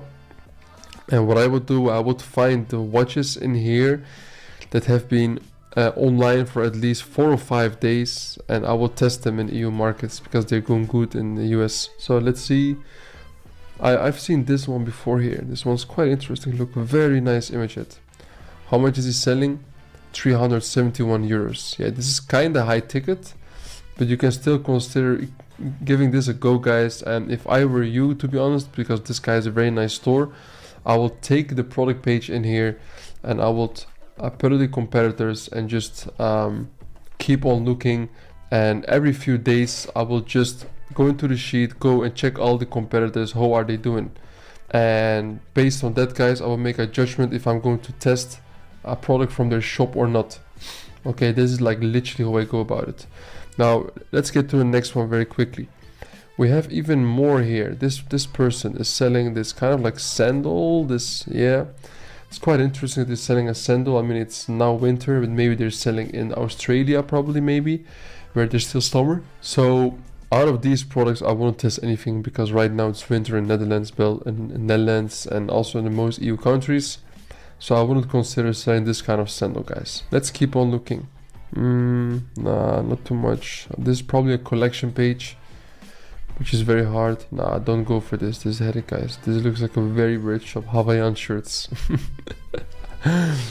Anyway, okay, so these kinds of watches, actually, they go very hard. These smartwatches. Yeah, this is like too much. 800 bucks.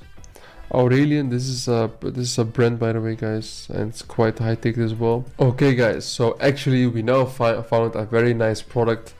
You can see that I saw this one, quite a nice ad copy. Elevate your style with our limited edition art inspired sneakers. Discover the perfect blend of fashion and creativity that will make heads turn, get them, whatever. So I clicked on it. Typical drop shipping and Renaissance Angels inspired sneakers. Okay.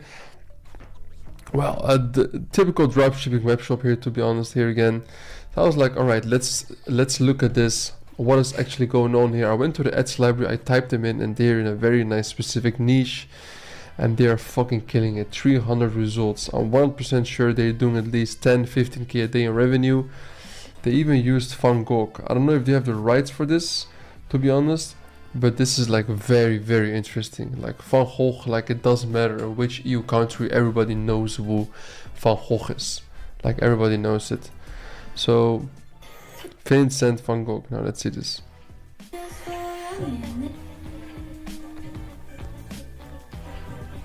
Yeah. This is insane. This is the type of shit you want to test, guys. I have never seen this in my life, this kind of product. So then you know it's something crazy. If I see something nobody ever sold and I see that they're fucking crushing it, then I'm like, all right, I need to take this product, test as soon as possible in EU before everybody else is gonna be like even before me. So, and I'm very surprised actually by the result that we found this kind of product in AdSpot. So that's very lovely. So I'm gonna try some other shit actually right now, guys. Try without the ad copy and see what we're gonna get. If you don't put in style, but we're gonna go into more general, which now we just remove the style copy. So let's see what we're gonna get. Doing some product research. What is this? Leggings. Nah. Ala Yoga. Nah, this is a brand. We can skip that one. Something very interesting that I as well do every now and then, guys, is what I do is I don't only look in the US market, but I also look, like, for example, in the German market. So what I'm gonna do is I'm gonna go here to German, and domain, I'm gonna go over .de. I'm gonna see what we're gonna find from the last 7 days. I put this all on open. I don't like to actually restrict myself too much while doing product research in terms of reactions, comments, too many like restrictions here. I like to more see as many results as possible, find the nice like general stores, you can say, and really see the competitors and analyze them, what are they currently selling, and find some new crazy products.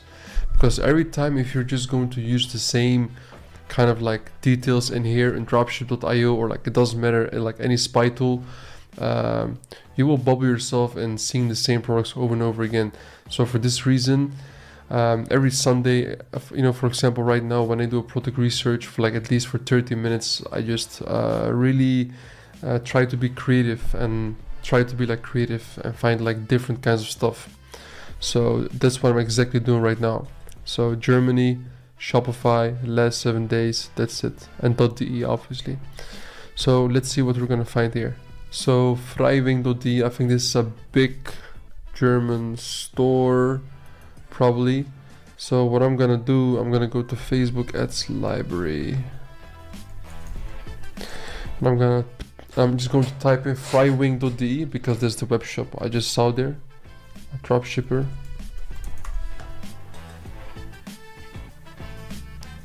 $2.7K results. I think this is a big general store right now in the German market. Probably even Chinese people. Let me see the web shop.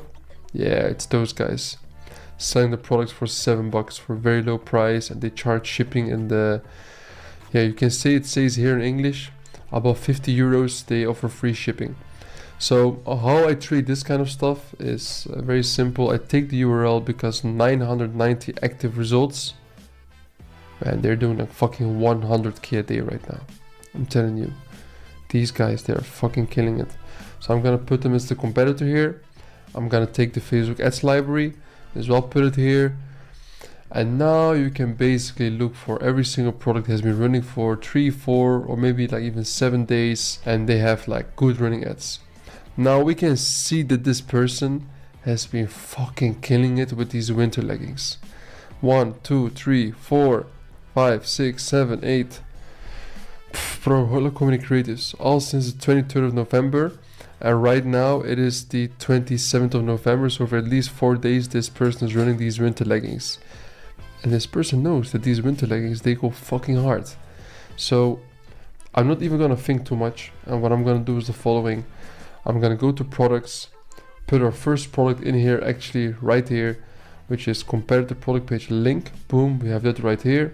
And basically you can take all these creatives, and if I were you, I will test at first only 4 creatives, not each one of them, but the one who are like running, like it doesn't really matter if it's the longest or the less longest, but I will take, you know, for example, 2 videos and 2 image ads because he has so many creatives. So that's what I will do actually in this case, to be honest. So this one, that one. So boom. Let me get as well some of the image ads. They look also quite cool, to be honest. I put 3 there, but you can also put 4. You can do even more creative if you want to. But I'm keeping it simple. A winter legging, I just do it like this. Like I don't really find the name right now, but this is like how we find the products. And if we're gonna go to the ads library, we can find even more shit actually. Bro, look at this. Boom, this one. I will take it as well 100%. Look, this product is actually one of those saturated products that is selling every single year. As long as you have the right creative, you can sell this every single year in every single country in the world. I sold this product even in 2019. I wish I still had the screenshots of it, and I'm not flexing or anything because I maybe only did like 2K revenue with it, which is maybe like, I don't even think I made any profit with it. But it was even running back then. I saw people scaling it, and people still scale it till this day. Look how many creators. I would have taken this product as well 100%. So you can go to shop now. We're gonna take this one, product name, here, and you can just take all the creatives and put them again all in here. So I'm just gonna do this, copy add link, put this one here. I'll take this one. I'll just take random ones, like 3 creatives is also enough. What is this? Yeah. And I would also take the thumbnail if I were you guys. They have a quite nice thumbnail. I will test no thumbnail and with thumbnail in this case, to be honest. And so on. Like this is literally how I will do product research. I wouldn't take these products 7th of November, 24th October, those are too old. I wouldn't take those products. I go up to maximum 1 week. If it's longer than 1 week, maybe 8 days, 9 days, but not longer than like really 7 or 10 days, like max. But yeah, obviously the best winners that we find even are mostly running for 3 or 4 days, and just before they're scaling like to a very high level, that's when we take them and we market them. Yeah, so yeah, that's been working the best for us, to be honest. So this is this research method, and I'm even gonna try to find some other research methods, because I know, for example, Sweden is a very nice market. I want to look at the Swedish market as well right now, just because I feel like it, to be honest. So .se, there we go. Let's go search. So I'm never really changing the last 7 days, because if you go above 7 days, as I said, it's fucked up. So let's see here, for example, what are we gonna find here in Swedish market? What is this? Sign up? Nah. Okay, look, we see it again. Swingshop.se, 350 crowns. They are selling this product. Let's see, for example, how many running ads this person has. Okay, 660, but how many are 13 results. I'm not really impressed, to be honest, guys, by this person, but I must say this is quite a nice winner.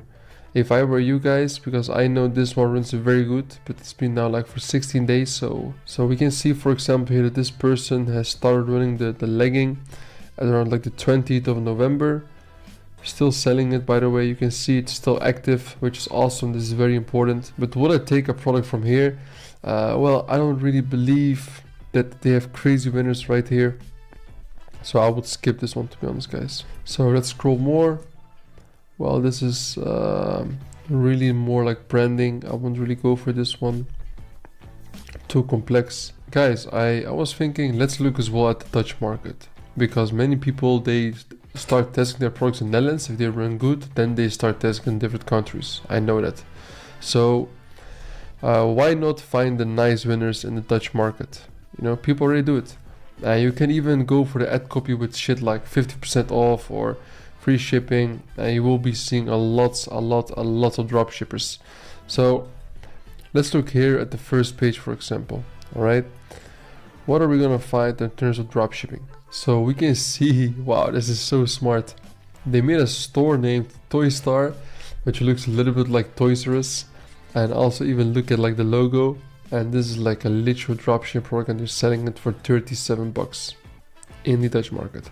So this store looks very ugly, to be honest, but I'm assuming they still make money with it. So the best way to look at it is just to type in their store name, toystar.nl.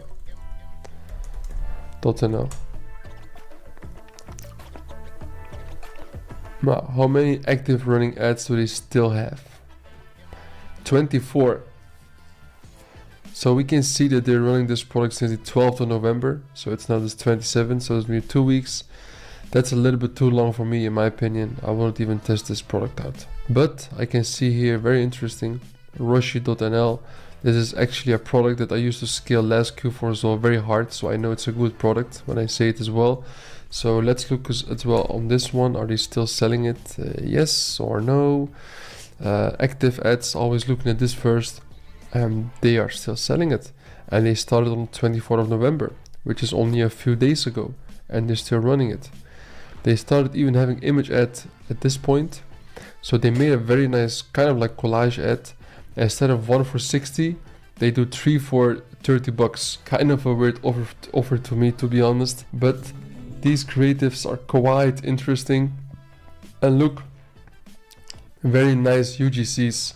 So what we're gonna do, guys, is very simple. We're gonna go to the product page. We take this. I will definitely test out this product, guys. Like, definitely. This is a winner that I've been always selling, and bras, they sell very, very good. Very good, always. And the nice thing why I would also pick this bra, I'm gonna translate for you guys to understand it. This is a comfortable bra for people that are like old women.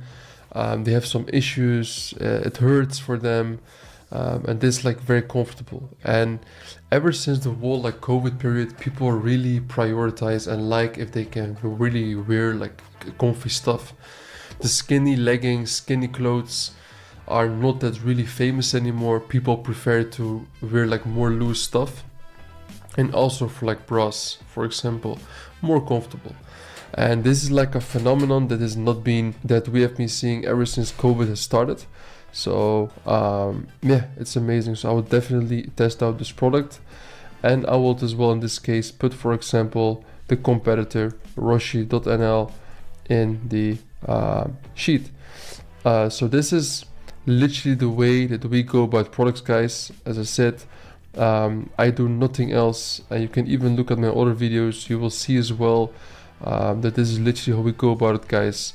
So yeah, it's quite interesting, to be honest. So and yes, exactly, you have to put as well the creatives here. You can give like a product name, brow, whatever. Yeah, and that's pretty much it, guys. So I would definitely recommend you guys to go to dropship.io and try out the ad spot, which is awesome. Even as well like the sales tracker, in which you can see like literally how many sales every single store is having on a daily basis. But this new ad spot function, it's fucking awesome. So, and you guys saw it like in this video has now been running for how long? It's now like for 32 minutes, and I'm pretty sure if I'm gonna test these 3 products, they're gonna run good and make me some profits, and only in 30 minutes. Yeah, it's fucking awesome. So yeah, guys, that was pretty much it. I hope you guys liked this video, and peace out. Econext out. Ladies and gentlemen, welcome to the next module. In this module, we're going to be talking about product importing, how we exactly do it, the sizing, pricing, name it, and how to do it in a correct way as well, like how to name your products and that kind of stuff. And by the way, all the resources you're going to see in this video, which you can see in here. Of course, like this one as well, but about how to deal with sizing, and as well like about the product pricing, everything. Everything share it as well down below here, like the model under here, so you can just download it and check it out yourself. So first of all, I want to show you guys how we are importing products, and I'm going to take an example of one of the products that we found through one of the product research methods I'm as well explaining here in this course. So let's say, for example, let's say, for example, you did like product research and you found this product, right? So you think, oh, it's a winner, very nice. So you can see it looks very cool, as somebody is selling this in Germany. Now, in this case, we have a UK store. So obviously you want to have this product and everything as well in English, and of course, like change up like product page a bit. Like you never want to like fully copy paste somebody, right? We never want to do that. I'm going to show you guys well how I do this on a different way, and how we as well test a lot of products every single day. So what you want to do is copy paste in here the product URL. You want to go to your own store in here, right? This is our store that we made here, store in UK. And we are using the app named Copy. So if you go to the Shopify App Store, you can download this app, and with this one, just with one click, you can import somebody else's product page. And obviously, as I said, we're not going to fully copy paste. I'm going to show you guys how we do it in this kind of way, and how we can do it in like a kind of like a legit way. That's also very nice. So in here, like, I'm not going to change anything at first. So obviously you want to publish to online store and import directly. No, not directly. With vendor, you want to put anything in here. Let's see. Yeah, just keep it like that, and like the pricing and that kind of stuff, we will get there later. At first we just want to import the product, and I will show you guys well how we go over it, how you can handle this in the best kind of way. So it's loading right now, and it's going to import the whole product page directly into your own Shopify store directly. And by the way, guys, the reason why I'm saying is that you should never literally copy paste, like besides the fact it's unethical, is also because you will receive DMCAs and that kind of stuff. Your store will go down. Big headache. You don't want to have that. So we're going to do it in a way different way. At first, what we always do is you want to give like the product like a name, right? So if we're going to go to like the SOP we have, or it's on this one, it's this one, about product importing, you can see in here the way we always do it. So at first we talk about product title, the product description, the product images, the variants and SKUs, pricing, collections, vendors, URL, whatever, right? And as well some points on fashion products. Like it's a very good SOP. It's been helping a lot of people. So first of all, you have to name the title to something that is like perfect for the product, is short and powerful. Look at a few competitors on how they did it and give it your own twist. Also include the TM or like 2.0. This is how we do it. I'm not saying you have to do it like this, but we do it like this. And always as well, guys, like when you how do you say, like, give a name to the product as well, like explain what the product is. You know, like 5-6 how do you say, like 5 or 6 words to explain some stuff about the product details, right? For example, cut a hammock, TM 2.0 outdoor or indoor swing for kids and adult. Flip pan TM 2.0 double-sided non-stick frying pan.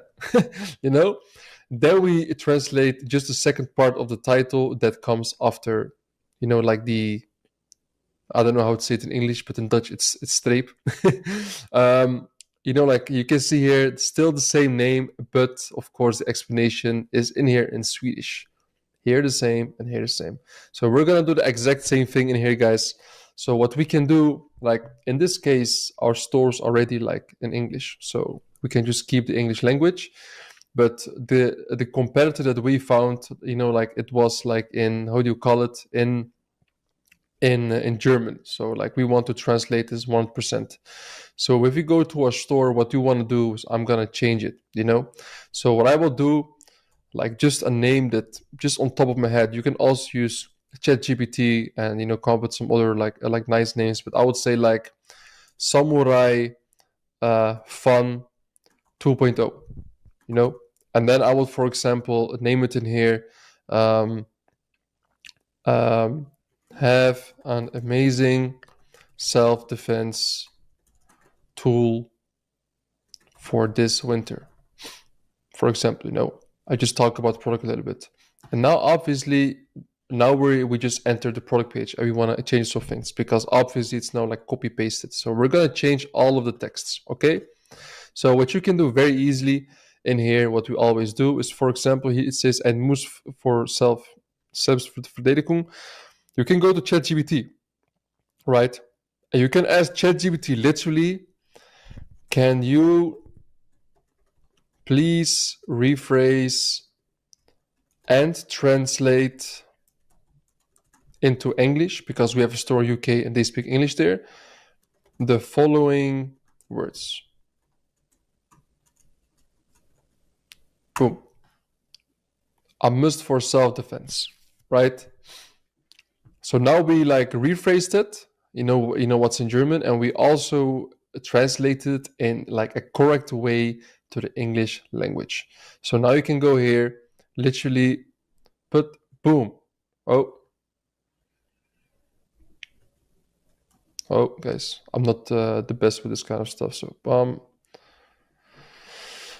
I would even keep it like this, to be honest, you know, like, because for us, to be honest, I don't even like to put like all the things too much like centered. So I like to keep it more simple. A must for self-defense. You can always do like this. Let's see. Yeah, also looks cool. A must for self-defense, and obviously I would make this, well, bold. Boom.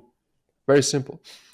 And the image ad, you know, like I would just keep it like this, no issue. And believe me, it's not even their own content. They as well got from AliExpress.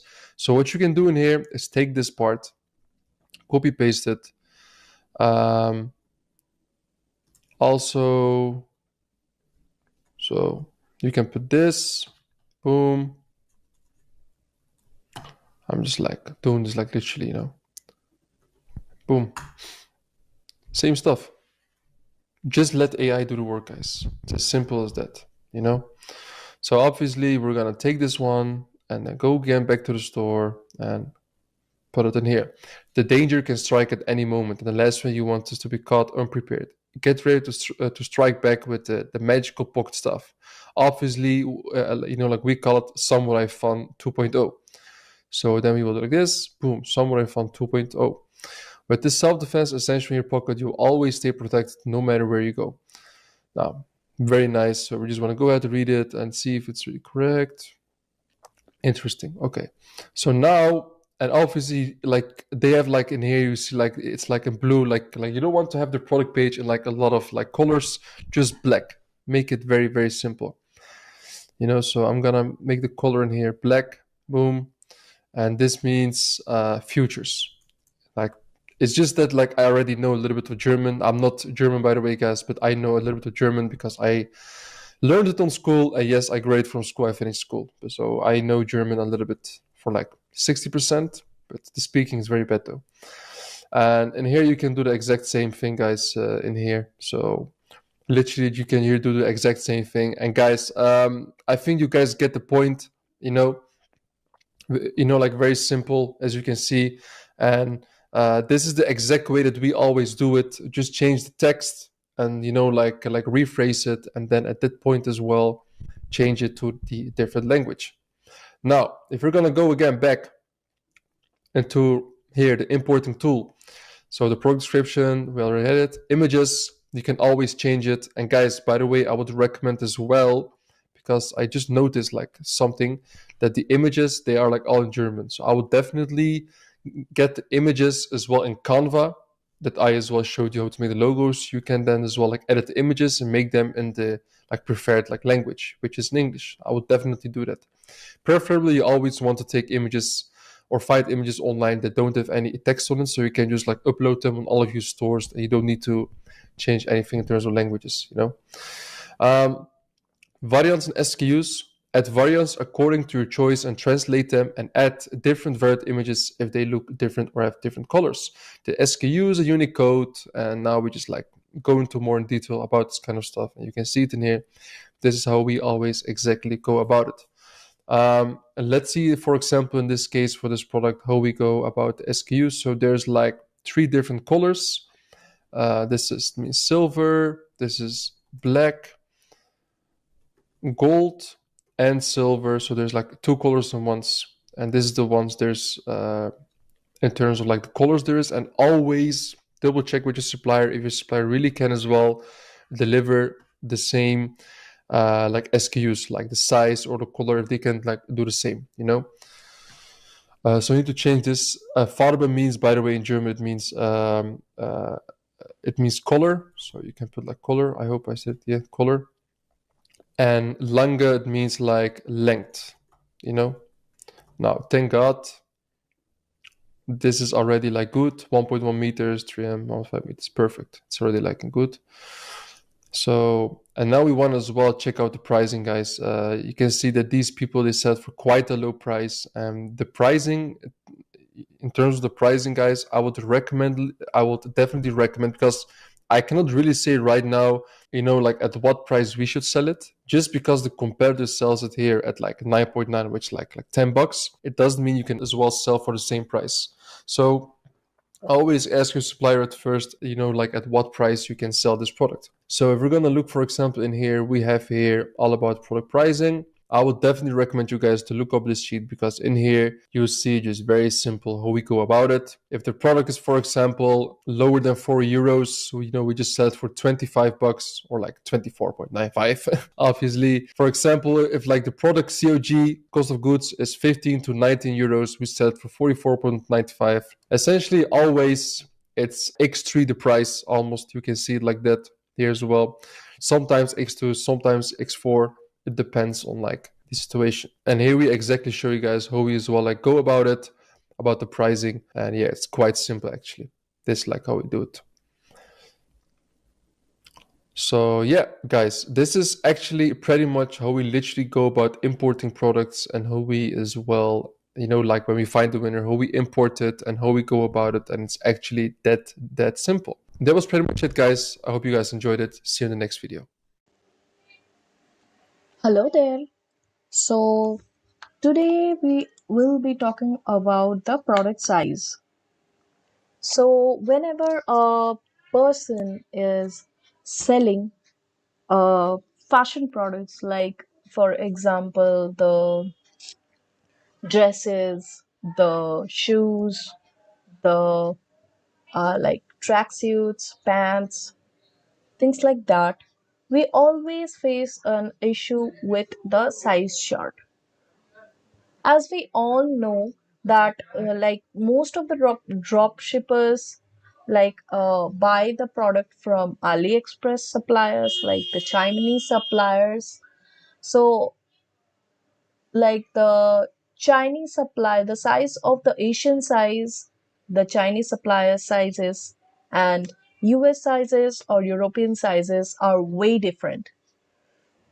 So how we are gonna see like which size to select and how to work on the sizes.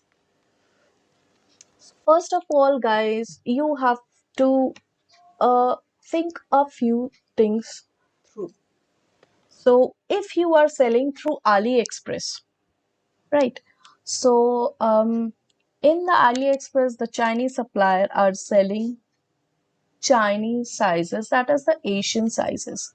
Asian sizes are usually one or two size smaller than the like US and EU sizes. So basically, what happens is that if you do not add a particular size chart to a product, to a fashion product, what happens is like the customer doesn't see the size chart, and if the customer is like you are selling in Europe, so the customer directly buys the product according to his or her size. Then, for example, if the customer size is size small or size medium, so he directly buys the size medium, and then they get a size medium Asian size instead of getting a size medium European size.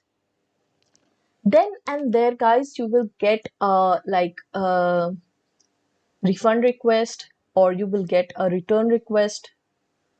These are the problems with the fashion products basically.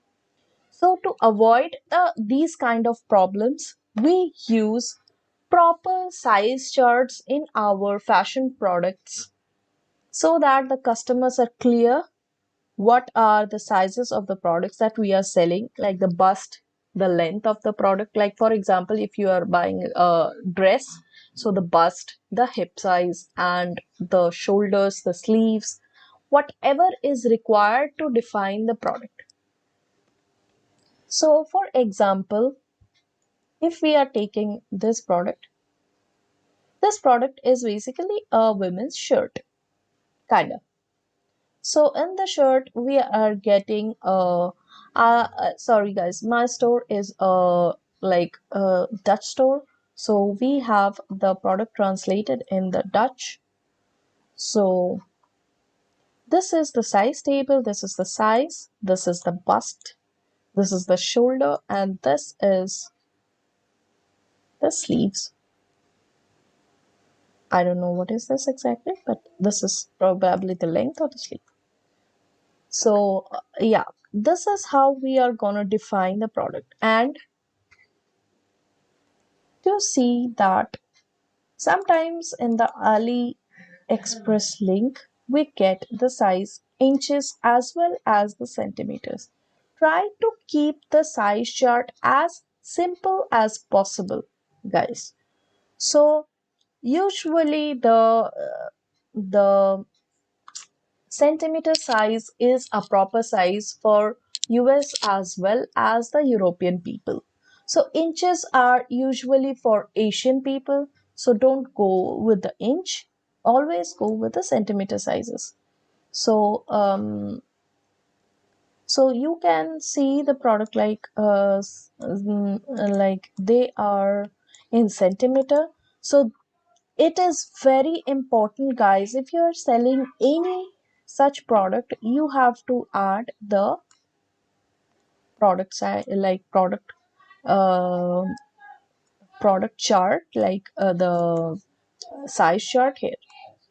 So if you can add the size chart here, or if you want to highlight the size chart, you can add the size chart on the very top of the product, like on the very top of the product page. So once the once the customer starts to like read your description of the product, they directly see your size chart first and then see the product. So guys, this is my advice for the size chart of the products. Next, I will like discuss with you a few things about the size chart itself. So sometimes what happens is that you have to discuss a few things directly when you buy a like a product from your suppliers.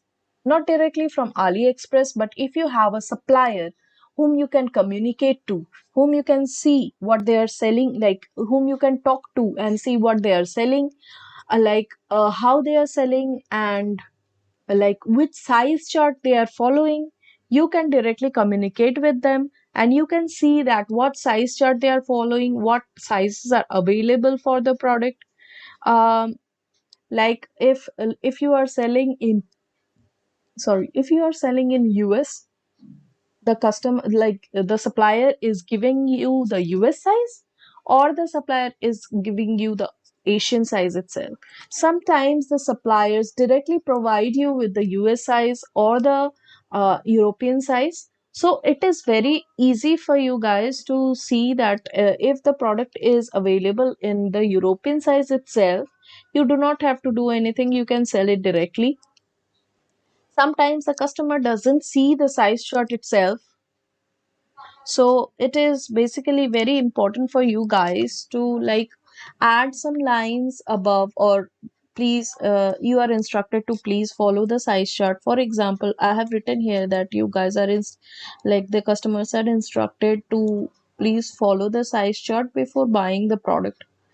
So these are the lines you can mention in the product description, so that you do not get the customers cannot target you. The customers cannot like hit you with their questions that I have ordered small, but I have not received a small, like it is excess, or like it is very smaller, it is not like fitting. So you can say that we have already mentioned in the description that you have to like see the size chart first, then you have to buy the product. We cannot do anything about this, something of that sort, guys. So and then again, what you can see is you can directly talk with your suppliers that whatever, whether we are selling the whatever product we are selling, we want this product in the European size. For example, if you are if you guys have a supplier always need wait, let me show you guys. A supplier always need a SKU. What is the SKU of the product? So I will show you from the very beginning what is the SKU of the product. So the size chart, the sizing of a like fashion product is, and like communicating with the supplier that what product size you have to send the supplier is very important here. For example, this is our product code. This product code is a unique code for the supplier to know that which product we are talking about. Then comes the product color. So, for example, we added here light blue. I will show you this section. So, if you want the supplier to precisely know which, like what product we what we want here, is you mention it directly that we want a U size. We want a U size of the product, and then you mention medium, large, XL, double XL. Then we have triple XL, 4XL, 5XL. So here you can see that I have mentioned to the supplier that, friend, we need the European size of the product. If it is a light blue product, we need the light blue product in the European size. So the supplier knows very well that we will need the European size of the product. You can also ask the supplier that in the European size, what sizes are available for this product, so that you know, like if you are selling one product, you have to know that what sizes are available in the European size of the product. So guys, to make it clear about the size chart, you always have to communicate with your supplier that what size they are sending. Like it is the Chinese size, the CN size, Asian size, or it is the US or the EU size. Because the size difference is like they have the size difference, as I said, like the CN size is two or one size smaller than the US and the EU size. So please be clear with your supplier that what size they are selling you. And please be proper in your SKU to tell them that which size you require for the product. And again, guys, it is very important to have a size chart in your product page for your customers. So these are a few instructions from my end to you about the product size and the fashion products. Thank you very much.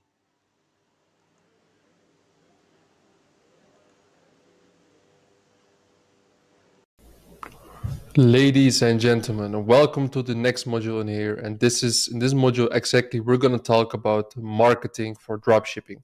So actually in here, as you can see, we're going to discuss the following advertising channels in this course, which is Facebook, TikTok, Pinterest, and Google. And the first one is actually going to be Facebook. Why Facebook is the most important and is, well, right now, the best tool for dropshipping EU markets.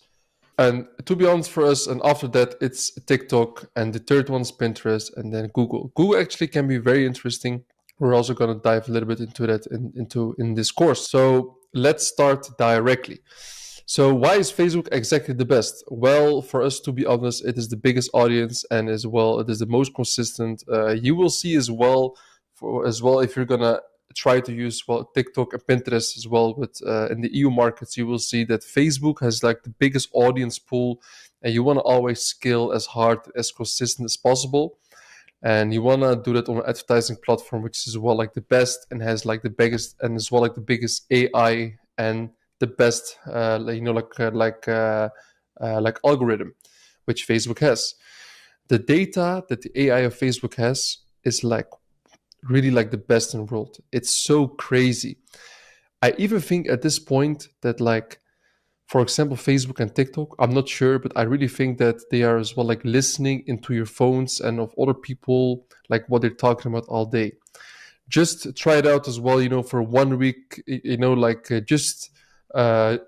just talk random stuff about that you have like knee problems, that kind of stuff. Don't even Google about it, and you will see that you will suddenly, there will pop up some knee braces, and as well some blogs or something, and and there you can read that how like this kind of knee brace or like this kind of like knee cream can help you solve your like knee problems, or like make it like less worse. It's really crazy. And to be honest, for us as well, and in the last couple of years, and still this day, it's really that like Facebook ads is like still the best for dropshipping. So what we're going to discuss here in about is like is all the following topics. At first, I want to start with what's a business manager. Essentially, if you're going to advertise on Facebook, you want to open like a business manager, and this is like a place, very simple, in which you can like manage like everything about your advertisements. And like you want to open that on the name of your company, and as well, once you've done it, you want to open an ad account, and the ad account is the place where you're going to advertise with this account. You can have like multiple ad accounts per business manager. At some point, maybe like 5 or 10 or even like 20. We will also show you that later in this course. What is a pixel? A pixel is well very important. For every single store, you want to have one pixel. A pixel is like something that's like gathering all the data, and as well like gathering all the data. And like let's say, for example, there's been a visitor or like a purchase that has been made on your Shopify store. Like the pixels tracking that, and as well like sharing the data with your ads manager. And then in your ads manager, you can see like which campaign that made like the sale, and this is very awesome. So let's say, for example, you're running like 2 campaigns, and you see like one of the campaigns has made like 10 sales and the other one not. Then you will know, all right, like I'm gonna kill the campaign that spent like 100 euros and didn't make any sale, and the campaign that spent 100 euros and that did make the like 10 sales. Like you want to scale the budget so you can make even more money, right? And that is why setting up the pixel is very important, so the data is getting correct. like getting tracked, so the data is getting tracked correctly. And a Facebook page also very important, because we are always like going to be advertising through a Facebook page. And yeah, like you can just set this up yourself. And one of the most common issues with Facebook ads, well, to be honest, people think it's more complex than they think, and they don't put in the reps, they don't put in time to understand it. People think Facebook is a lot of bands and that kind of stuff, but if you're going to follow the way that we do it, we do not expect you to have any kind of big issue, right? And what are creatives? Well, creatives, they are at this point like the videos or the image ads, and it's kind of like the ads, you know, like you can say. So before we're going to dive into like how we can open the BM, how we can open the ad account, how we can set up the pixel domain or whatever, that kind of stuff, I want to first, you know, like at first talk with you guys at this point about what's really important. We have plugged here under this module a recording, and in the resources section here below, like in the resources section here below, you can see there like a group call about how we can like what kind of setup structure is the best for your Facebook Ads Manager as well to not get hacked. Because you have to imagine there's a lot of hackers on Facebook. A lot of times, well, you will, you know, when you are on Facebook and you're running in like ads, you will receive like a lot of like emails from hackers that they, you know, like fake and scam emails, like that will say, for example, hey, you got hacked, like now change your password, click on this link, and then like you click on that link and then you really get hacked. You know, and even like without these links, it happens a lot that people are buying like Facebook assets online, like, you know, like Facebook profiles, BMs, and that kind of stuff. And now what happens? They get hacked, because when you buy an asset from somebody, there's always a chance that you can like one of the hackers can still get in, you know, so really watch out for it. So for this reason, never use a bot profile as an admin. As well, never buy a BM, right? But what you can buy is like those disposable profiles, as we can say that, and those are like the profiles, for example, that you can make as employee, which I will as well explain later. Why we have them as well, because it is very important that like the main admin access of the BM and the profile that has it, that has to be yourself. So what's really important here, guys, is that like always when you're going to set up like your system, make sure that you use your own Facebook profile. Like even if your own profile was like banned or whatever, try to get from like one of your friends or family, and only open the BM from there, and then like make new ad accounts on that BM. And or what you can do is what we do is like ask your agency to like attach the agency ad accounts to that BM. Very important. So if you need and by the way, guys, if you need a very solid agency ad account plug, please contact the WhatsApp number that you see down there, +971 56206 8819, and they will help you out. Now we're gonna go over the Facebook setup, guys, and I will as well show you guys this as well, obviously, in the next video. So guys, I just found the code.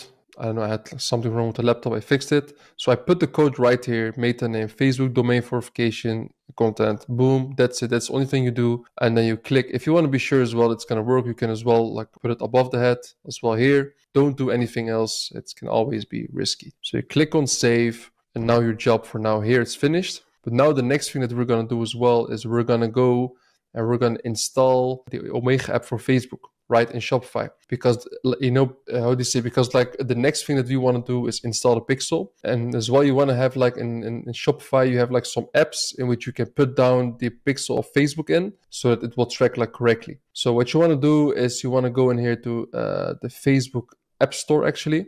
Apps and sales channel settings, boom. You want to visit the Shopify App Store. And you want to find here Omega Pixel. Here it is. Let's go. Very easy. Install it. 3-day free trial, and then $16 a month. You want to install the app.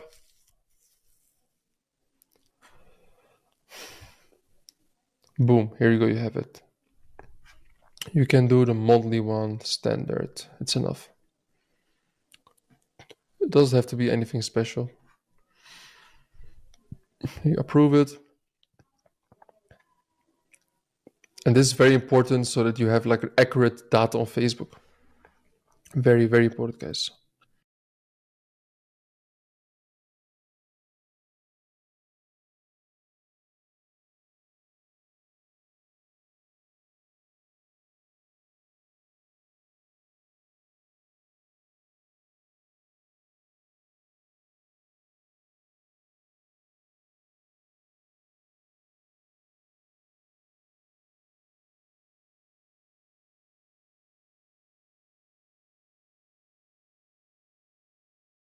Ladies and gentlemen, now is gonna be a very hard part.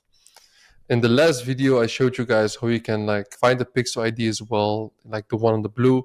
So what you want to do now, we want to go to Omega in here. Yeah, very hard. So when you're in Omega, you want to like give your pixel in here a name at the dashboard. So Vista, Manchester, which is like basically just our store name. I'm gonna put like this. Then you want to like copy pixel ID from Facebook and paste here. Boom, complete.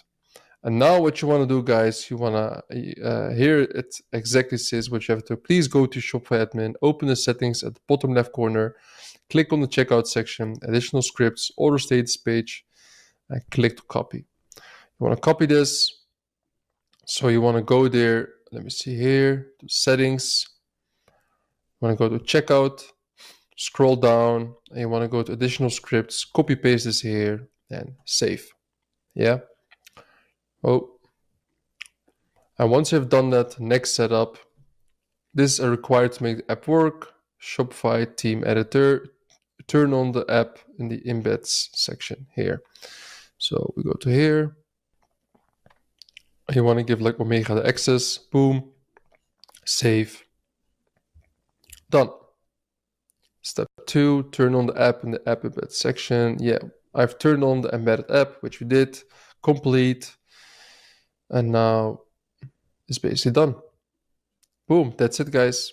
And that's how you now make sure that the tracking is working correctly. If you still do get issues with tracking and you've been advertising, the sales are not like shown like correctly, like let's say on Shopify you see 10 sales for product, but on Facebook you see only 2 or 3 and you have this, it's still fucked up, then I would recommend you to work with the WeTracked. If you go in the course into like the model of the discounted, or I mean like with all the tools that you need for dropshipping, I will as well plug like WeTracked here in the resource below. I mean, you can just hit them up and then like you will pay a small fee to them every month and then your tracking will be 100% and you have no issues. We also work with WeTrack, by the way, guys, so you know it. Yeah, that's pretty much it. Let's head over to the next video now.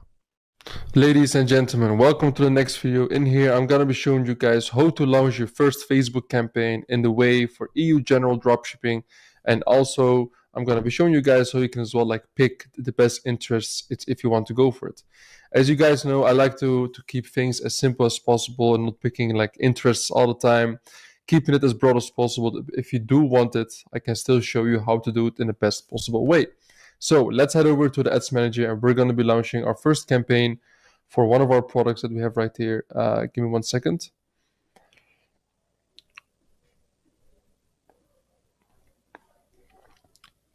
Yes, okay, perfect. So what you want to be doing, you want to click when you're on your ad account in here, you want to click here on create. You want to always go for sales and nothing else. Once you have done that, it's very important to click on continue. Right? And you want to always go for the manual sales campaign. Advantage Plus doesn't work that well for us, so we just go for the manual sales campaign. Once you have clicked on this, you get on here and you always want to start here with the campaign name. So what we always do, we first start with like the product code name. As this is a new store, a new project, I will do P1, product 1 in this whole project, and then have the exact here, like you want to have the exact name of like the product that you have in Shopify. So if you go to Shopify, we call it Samurai Font 2.0. So you want to copy paste this one, go back into Ads Manager, put it here. And in here, you want to put your break-even ROAS, which is like the point in terms of return on ad spend, how much, like, you know, like when you will break even. And this can be anything. Well, I didn't like calculate for this one. So let's say, for example, it can be 1.5. So if you do run the campaign for a few days and you see that the ROAS is around like 10, then you know, all right, I'm running very profitable. I'm making profits because the ROAS is above 1.5. So if you go down here, you want to always go on here, the advantage campaign budget, and put this on 50. This is CBO, actually the same as CBO. It's like the campaign budget optimization.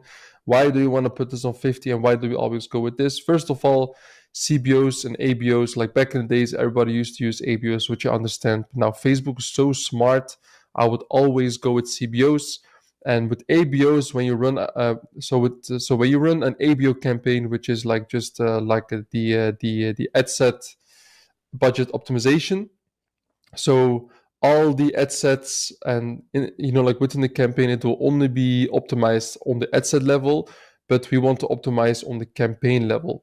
This Facebook prefers this more, and we want to do everything that Facebook, like most of the time, actually like prefers more, because Facebook's way smarter than us. So we want to like optimize more on campaign level instead of on the ad set level.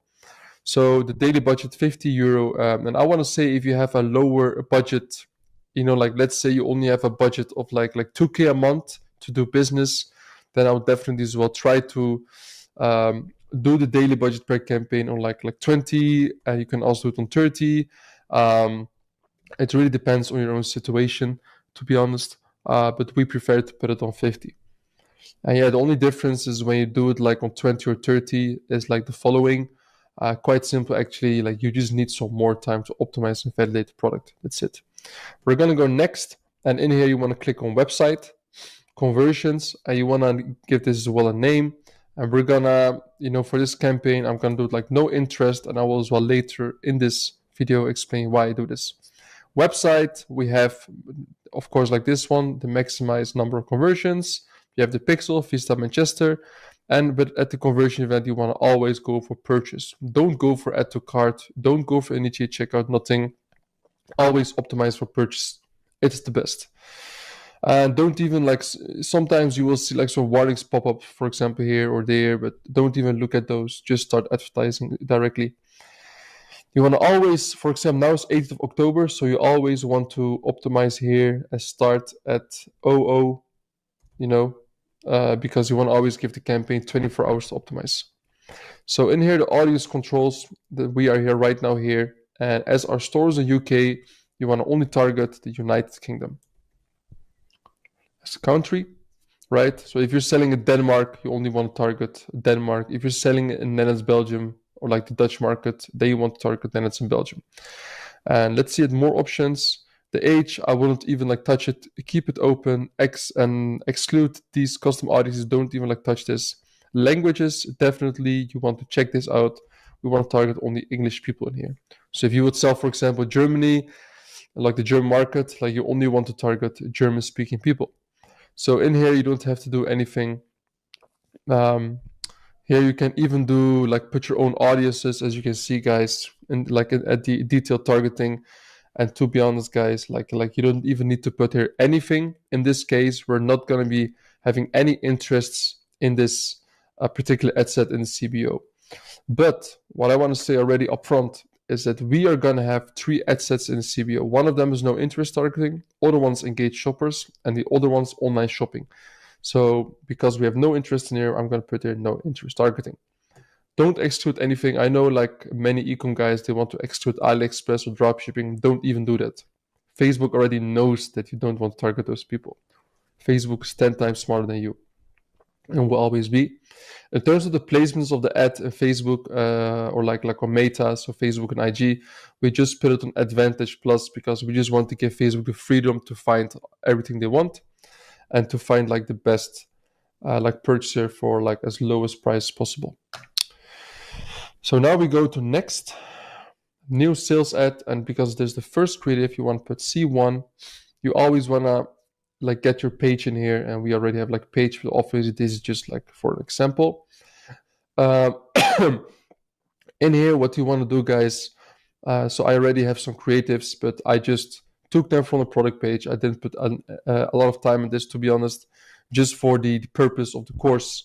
And I'm going to be explaining you guys later as well on the creative level of Facebook, how you can manage and do this the best and make the best nice creatives. So for the first creative in here, what you want to do in here, you want to go to upload. I already have here C1. Boom, open. It's loading. And yeah, guys, I wouldn't like really advertise with this creative, to be honest, guys, but this is just like for an example. Just go done. Don't even click on anything. Just keep it open and done. That's what you want to do. Okay.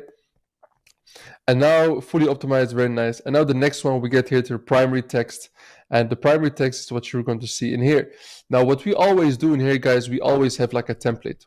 So the way that we handle it all the time is you have a hook. You have like 3 or 4 benefits of the product. Like usually we go for 3. And then you have the CTA, like the URL, shop now, and then the URL. So what you can say, for example, about this product, like what I would always do is go to the product page. And you can see here, read a little bit about the product, and then you have to think like, hey, what can be a nice hook? Well, this is a crazy summarized word. So what I would say, for example, a nice hook, just on top of my head, because it's for self-defense, it looks good, it's convenient, whatever, a portable defense tool, looks very nice, features, concealable shape, on key release. So what I would do, for example, I found the most convenient, or this has to be the best self-defense tool for this cold winter, right? This is one hook that you can do. And now in here you want to go as well for like some benefits of like why this is amazing. So what you can is, for example, like put here then is I would like put here, for example, it's portable, because let me look in here a little bit.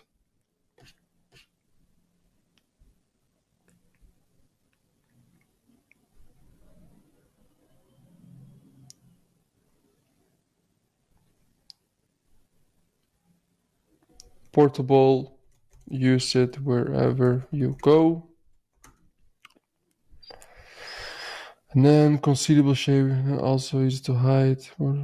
Things go wrong. One key release instead of single firm press of your thumb.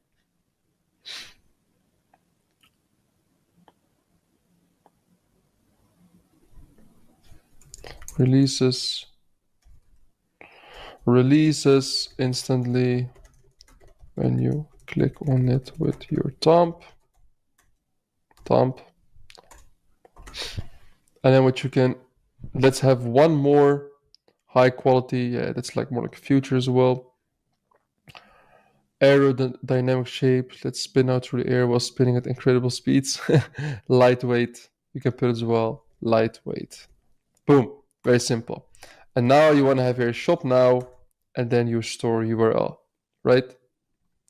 This is literally how we do it. Of course, you can have some nice emojis as well in here, guys. Like the check mark in here, or you can put some nice emojis here with like a fire button.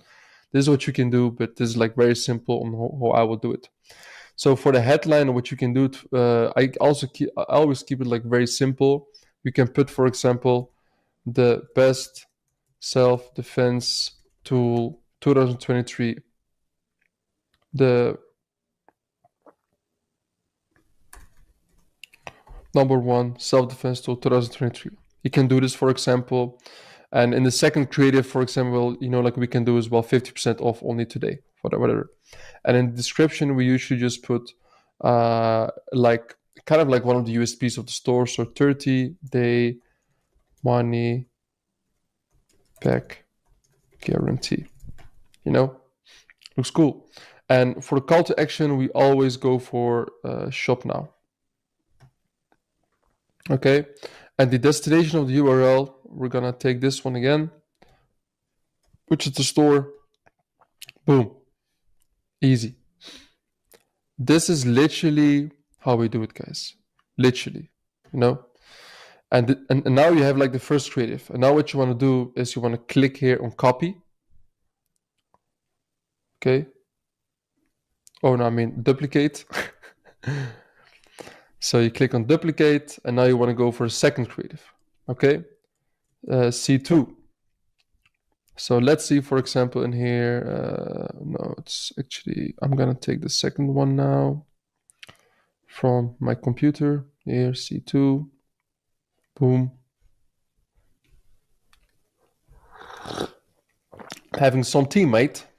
Just click on next. Don't even bother with this stuff. Done, done, done. Boom. Right? What you can do is just keep here, but you can, but what I would recommend you to do is to change the hook on this one. You can say, you can come up with like a nice, you can even use ChatGPT if you want to, you know, to come up with like a nice hook. So what you can, what I always do is just read a little bit again here. I find something nice. So, okay, I would, for example, say this has to be the craziest samurai tool, samurai sword I have, samurai tool I have seen. Something like that. You can even like you know, like keep this the same, and then what you can do in here is 50% off plus free shipping today only. That's it. Boom. Now you have 2 campaigns. I mean, like now at this point you just have like very simple 1 ad set with 2 creatives in it. Okay. And now what you want to do, you want to now duplicate 2 times. Oh, yeah. And you want to have 2 more ad sets in the campaign. So the first one is engage shoppers. Boom, let's go down. Detailed targeting in here, guys. Engaged shoppers. Boom. That's it. And now if you then go to the third one, you want to go for online shopping. And we always try to go as broad as possible, you know. So this is what we always do, online shopping. Boom, that's it. Oh wait, I took the wrong one. I'm sorry. Online shopping.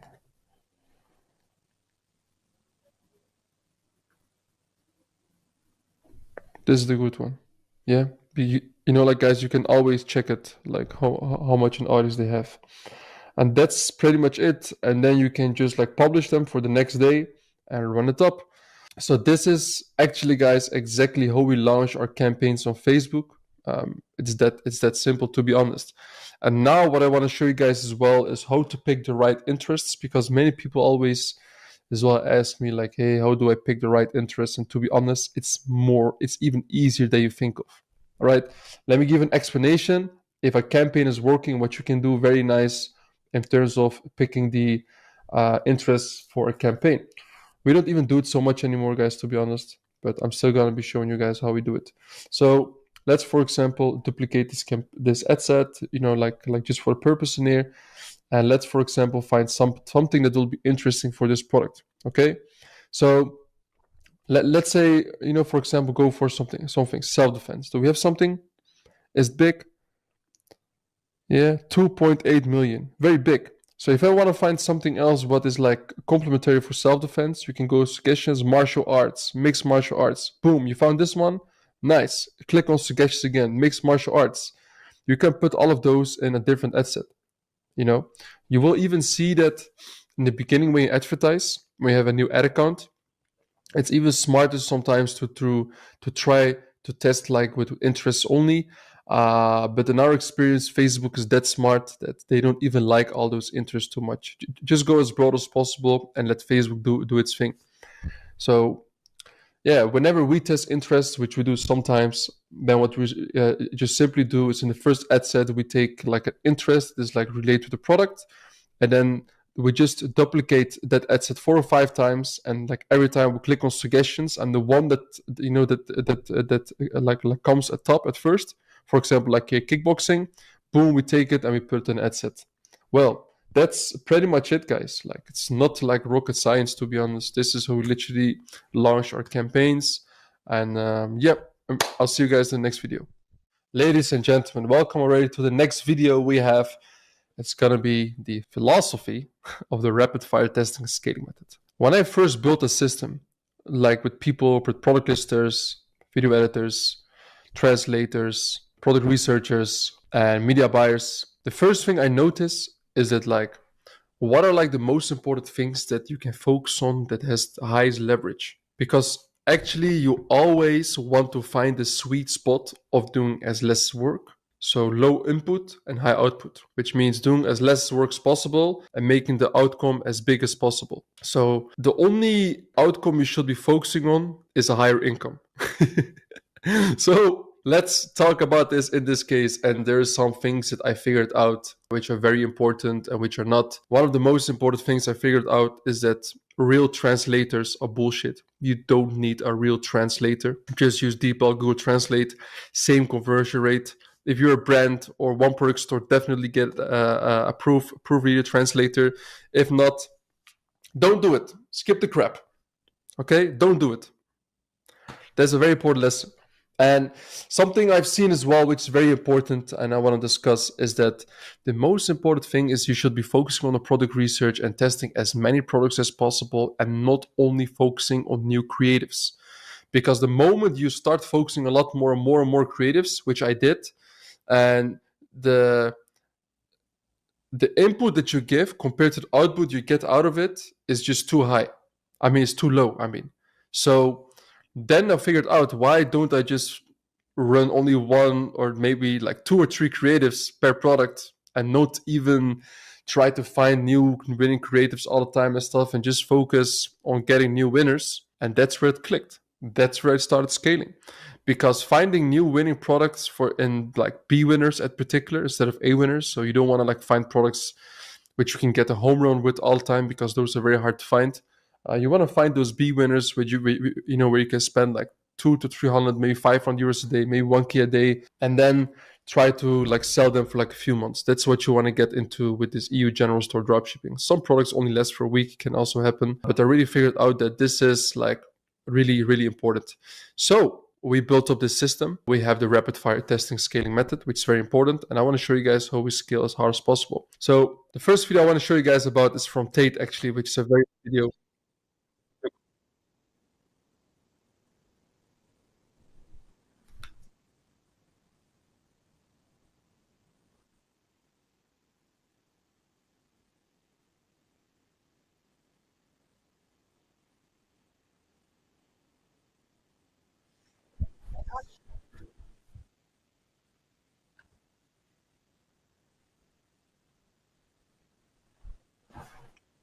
Sweet! All right, guys. So basically, that is something I wanted to show you guys. No, I'm kidding.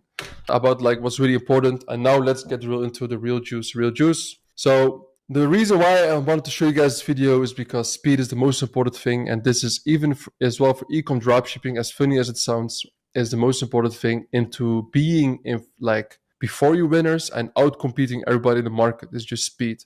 So understand that we want to put as low as effort as possible testing every single product. Understand that we want to spend as less as possible money to validate the product, and you want to see within 24 to 48 hours if the product is going to make you money. Okay? Fucking important.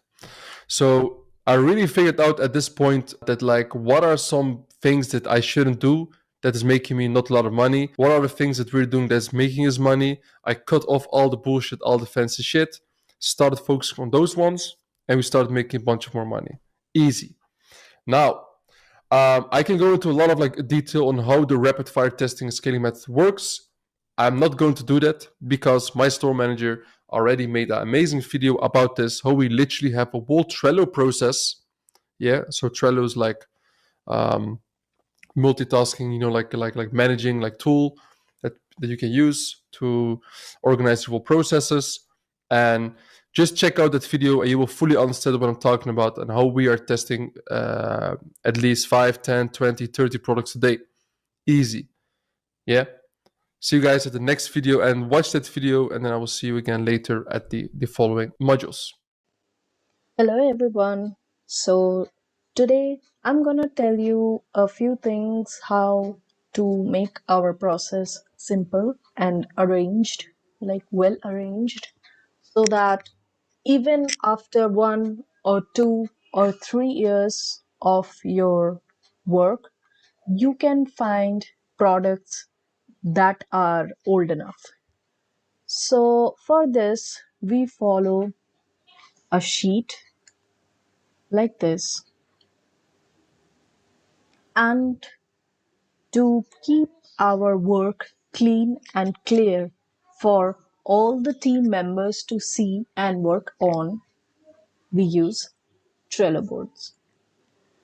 So let's start with the product sheet that we follow.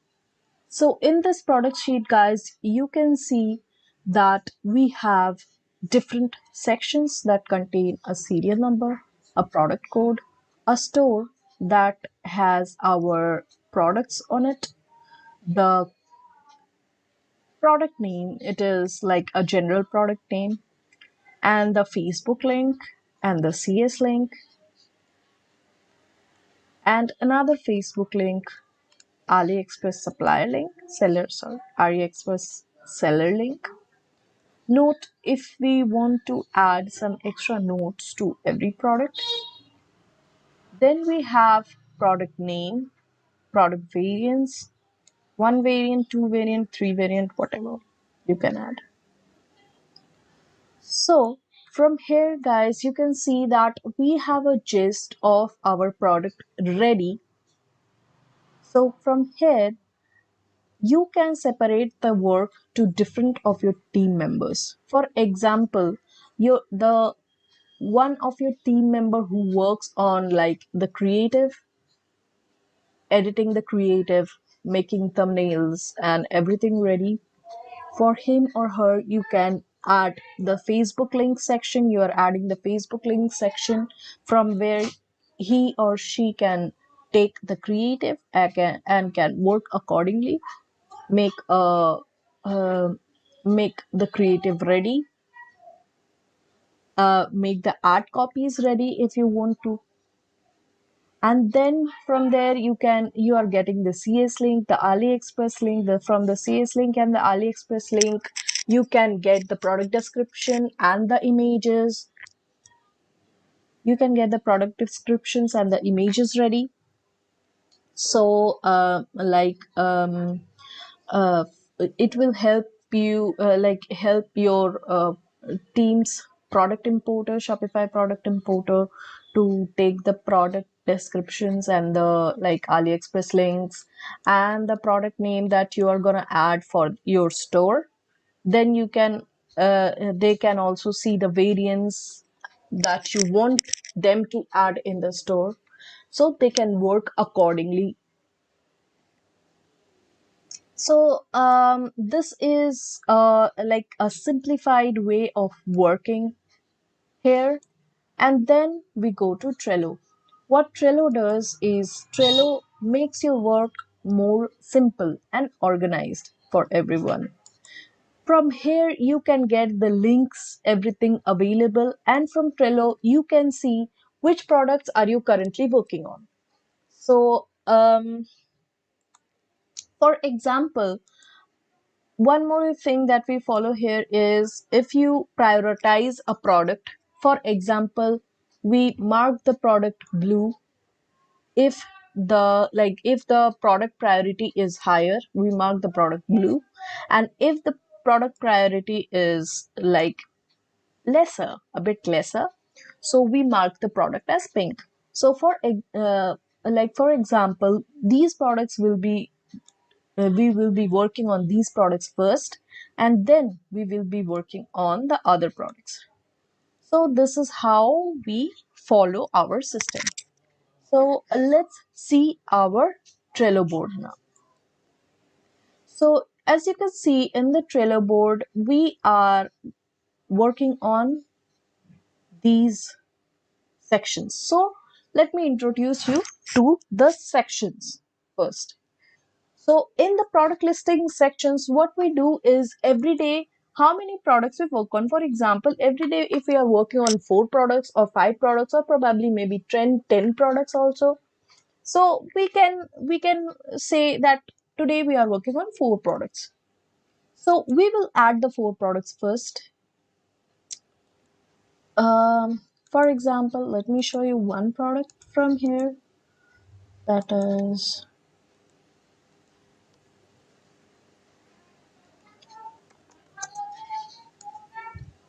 now Guys, why didn't I add the serial number and why did I add the product code? So here what is a product code? I'll tell you a bit about it. So the product code is a unique code of the product that we use when we have a supplier who is supplying the product to us. We are not directly ordering it through AliExpress link or something, but we have a particular supplier for the product. So about the SKU codes, I will be explaining it much more in my other videos, so you can watch them. But as of now, it is just an introduction and gist of it. So I am using a product unique code so that it is specific for me to understand which product is it. I'm not using the serial code here. So here I am using the product code and the product name that is here, the name that we have in our store. So I will be adding the name that we have in our store. So I have created the 4 products. So let's see what is inside the product. Inside the product we have the description section. The description section contains the product store link and the Shopify link. So in the store link, we have the link of the store, and in our Shopify link, we have the Shopify link of the product. So once the product is ready, I will add the store link and the Shopify link here. Another thing, guys, that you can do here is you can add in the Trello board, you can add the Google Drive folder that we will be creating for this product. For the Google Drive of the product, I will be elaborating it in a bit. So first, let me show you how you can add the Google Drive folder of the product here. Attach a folder, and I will be attaching the Google Drive folder here. So what is in the Google Drive folder? I will be explaining it to you later. So I have created this products already. In the product listing section, what are the things that you have to do? In this section here, it is clearly mentioned the G Drive. So you have to first create the Google Drive folders, and then you have to add the product listing like the Trello cards here. So once the Trello cards are ready, like the 4 Trello cards are ready now, we will be shifting the Trello cards to the Add to Shopify for our product importer, the other team member. Once the product importer sees the products here, he is gonna go to our Shopify store and he is gonna create the products, make the products ready. So what he is gonna do next is he is gonna add the store link and the Shopify link here. For example, this is the product name. So I'm gonna open the store link and the Shopify link. Your store link will be as like a simple store. So this is it. So this is how we are creating the store, adding the store link and the Shopify link. And once the product is ready in Shopify, we will shift it to final check. What we do in final check is, in final check, we check the product, see if the images are proper, if the description is proper, if the size chart is available in the product, if the pricing is proper, and if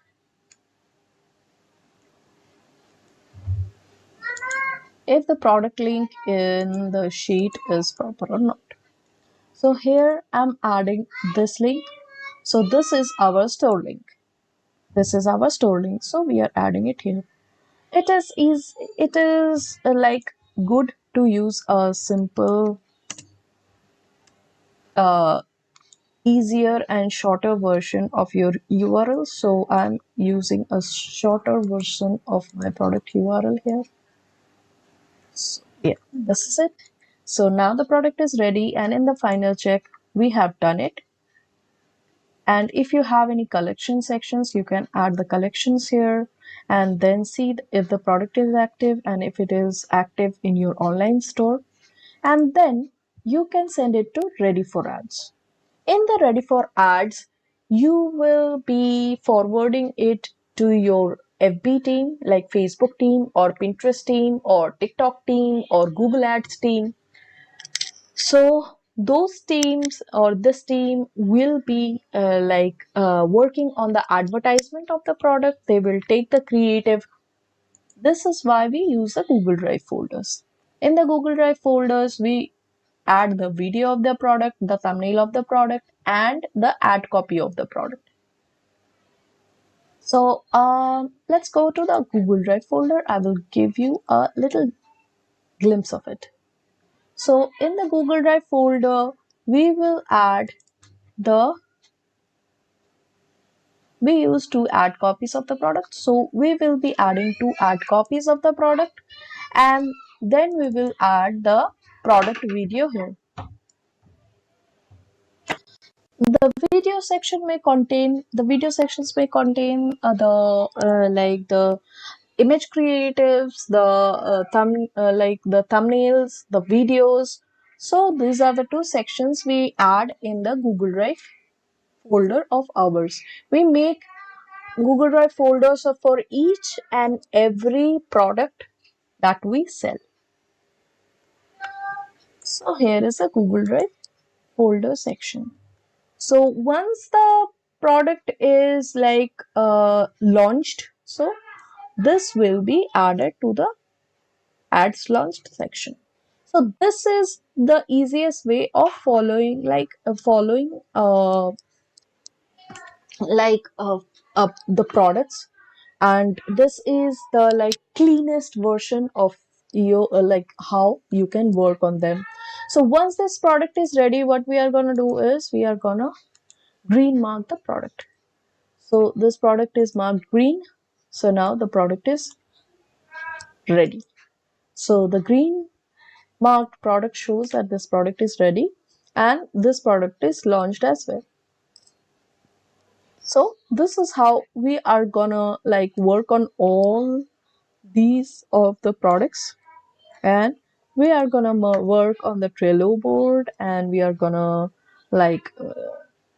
ship the cards for our team members to see that the products are ready for them, and we can work through the process easy and simple. And guys, the very good advantage of it is if a person doesn't delete the card, it will be there for in 2 years, 3 years, 4 years, whatever you want. And if you want to search a card, just go here and search the card easily.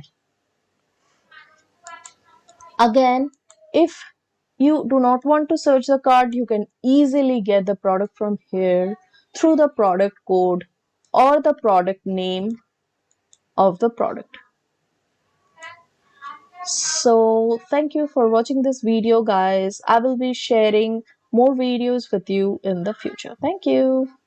Ladies and gentlemen, welcome to the next video. In this video, we're going to be talking about the Facebook Creative OS, aka operating system.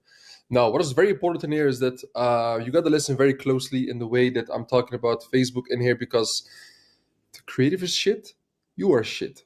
Okay, so let's get right into it. So the first thing, the myth is that people think that you need your own content for Facebook.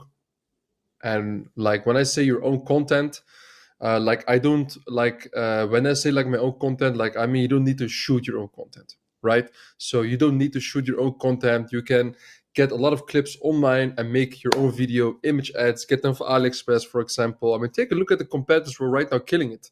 If you have seen the product research modules here before, you will see in detail how people do it, and they didn't shoot their own content, believe me. And in the two, like, and I mean, in the 4 years and over 8 figures of revenue that I've been through, I've never shot any UGC, user generated content or own content, never in my life. And of course, one day I will do it, but let's see when. But I didn't. I never did it, and look how far I've come. And yeah, there's still a long way to go, obviously, but yeah. So, and I want to say as well that video and image ads both do really well. Now let's talk about image ads and give some very nice explanations. So, was very nice. Some things I want to tell you guys about. So you can see, for example, in here, a very nice, like from one of the competitors. I took a screenshot in the Facebook ads library from somebody. I don't know who you are, and if I exposed you, I'm very sorry, but still you have some nice creative, so I decided to showcase them. And by the way, guys, this is not my products. I'm not my store. So you can see, for example, you can use very nice AI to change the background. You see somebody with like a very simple, from pretty much from AliExpress, like, this image, but the background is made with AI. For example, you can use photoai.com, Adobe Premiere AI, and most people even use Canva, and Canva is free. Like, come on, So yeah, very important. And you can see very nice. What we always do as well is we have, like, in the image here, one color and then 2 or 3 other colors on the side. You see the same here. And look even at this image. Very simple, just one color and all the other colors here. And you can see in the way they have their creative is that they show it on the other side, and this kind of creates work really well. They don't even have a background. It's fully white, which is crazy, right? It's crazy. And the next one's also a very nice example. These are, I forgot the name of these products, but they go very hard. This kind of niche goes very hard at this moment. And look, they also have a nice background made with AI or with Canva, just on winter. If I would sell sandals, I would, for example, have like summer or some water, sea. That goes amazing as a background. And you can see even a different thing what they have, because this looks for people who are a lot like outdoor, maybe even for people who like to do like military stuff. They put like a helicopter and some sun here, a nice background with some mountains. Awesome. This is exactly the way that you want to make your own creatives as well. Have like a 50% off here, or you can even put, if you want, instead of a 50% off, you can put like the Klarna payment method logo here, which works also awesome. You don't need to put your own logo. We never do that. You can do that if you want to. And obviously, guys, use ChatGPT, OpenAI to rephrase the ad copy of a competitor and make it as well your own. That is what I want to say. Very important. So the ad copy template, how we usually go about it is we start with a hook, maximum 15 words. So let's say, for example, we're selling a nice dress. We would say like, wow, this is the bestseller dress of summer 2023. And then we will name 3 or 4 benefits of the product. Call to action, shop now. And with fashion, even sometimes we even don't do any benefits, because like, what benefits are you going to talk about? Unless it's an orthopedic shoe or sandal where it's like problem solving, then you can talk about benefits. But in this case, we don't really do so much, but I still put it there in the slideshow. So, because most people are going to need those. We always have shop now as CTA. Sometimes we will do dynamic, but we don't really see a big difference in there. And yeah, it's actually that simple. So you shouldn't even overcomplicate this part. For video ads, you can find clips from the internet and edit them in once with canva.com. Very simple.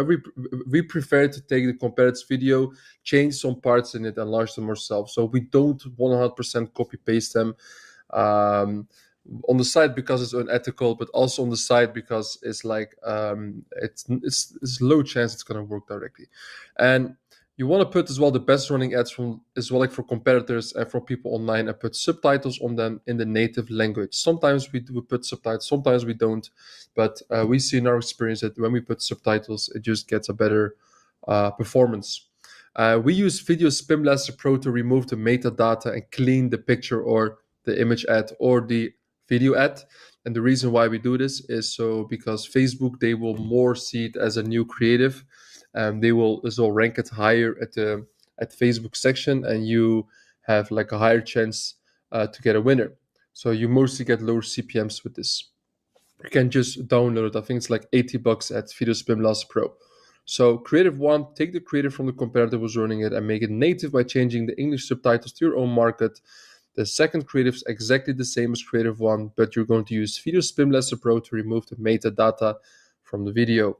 Well, guys, this is pretty much it. Very important. As you can see, this is exactly how we do it. As I said, don't overcomplicate it.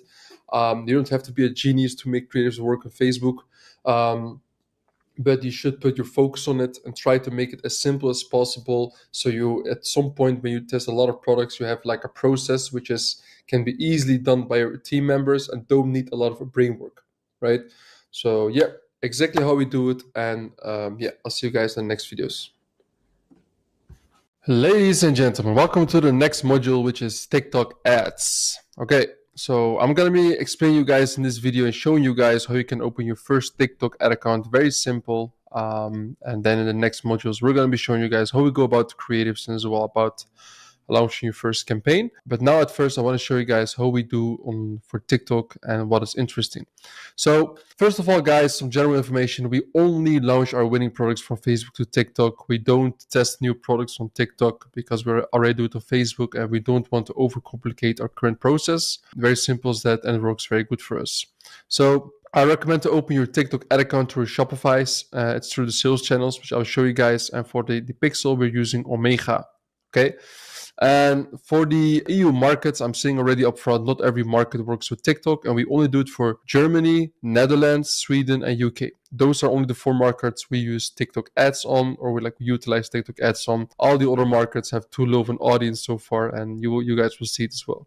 So we only do it in those 4 markets. So what you want to do is you want to go to Shopify, and you want to go to sales channels, and you see directly in here TikTok. So we're going to click on here directly, and we're going to install the TikTok app so we can use TikTok for business. Okay, boom, add sales channel right here directly. Okay, let's see, we're going to set it up. And normally, guys, by the way, I prefer to use HC ad accounts at some point, but not everybody can as well afford it. So I'm going to be showing you guys how we do it right here. Let's go set up now. Connect TikTok for business, create new, obviously.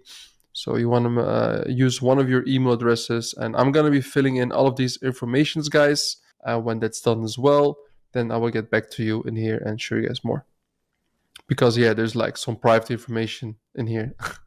Ladies and gentlemen, welcome to the next video in here. In this video, I'm going to be showing you guys how to set up your first pixel on TikTok and as well launching your first campaign. And after that, we're going to talk a little bit about creatives, and I'm going to be as well like telling you guys a little bit about how we test products and how we scale them. Okay, obviously you guys know we only take winners from Facebook to TikTok, so I'm going to be at first talking here about like the pixel. Okay, so what you want to do is you want to go to apps, app sales channels, Shopify App Store, and you saw in the last video it said like Omega. Well, actually we're not going to use Omega in here.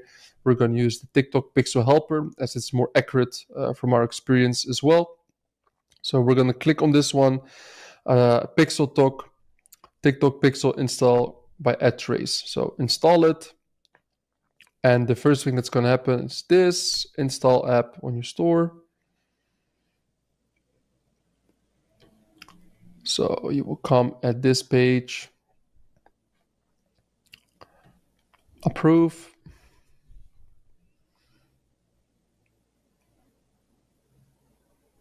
So what you want to do then here, guys, you want to go to sign in with TikTok. So you want to sign in with your ad account and confirm, boom, authorized access. We're now in here. And now you want to pick like one of the ad accounts. Obviously we have a lot of ad accounts, so I'm going to be picking the right one, which is TikBlock 1509. And we can see the ID in here. It ends with 10114.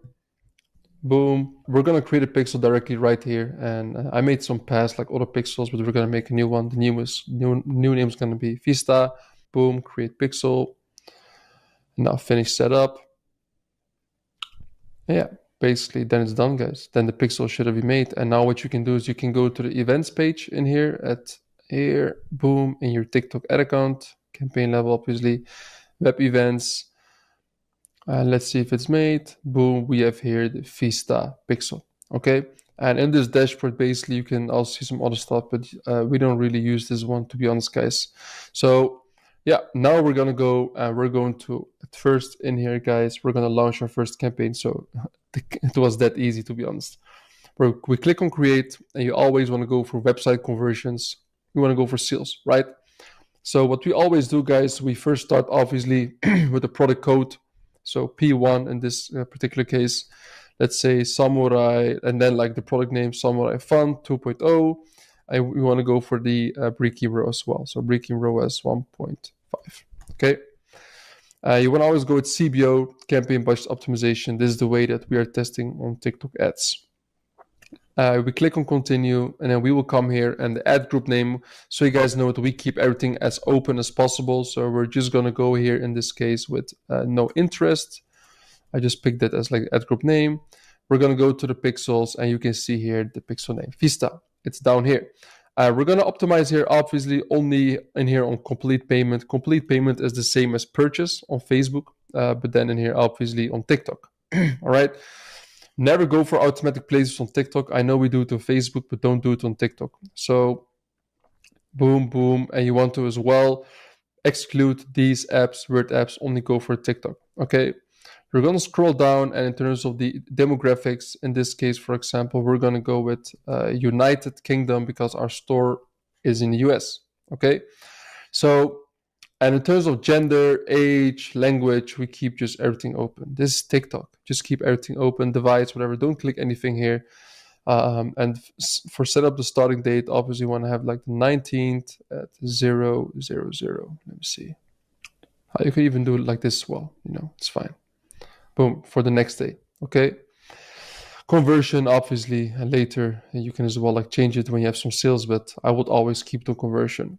Now, the next part's going to be a little bit more interesting because now we're going to go to the creative level. Now, I'm going to give you guys some cheeky ass ways actually in how we do this. So let's say this creative one, right? The custom identity is more important than most of you think. What do we always do here? We always show here as if like we are a real person, So so what I will do is, for example, this is UK. So I would, as like a custom identity, I would like put myself as like a woman. So what is like a nice like a woman name in UK? I'm not even going to think myself. I'm just going to Google the most famous woman names. So most famous UK woman names. Olivia, Ava, Amelia. Which one can be interesting? I think Amelia is nice. Okay. So we're going to go for Amelia. At Amelia, for example, .95, which is for 1995. So it looks like this is a real person. Okay. And this works like very good. And people even, they will think at some point this is a little bit like organic. We want to put as well a nice picture. So we're going to do no copyright, UK, blonde women. Okay.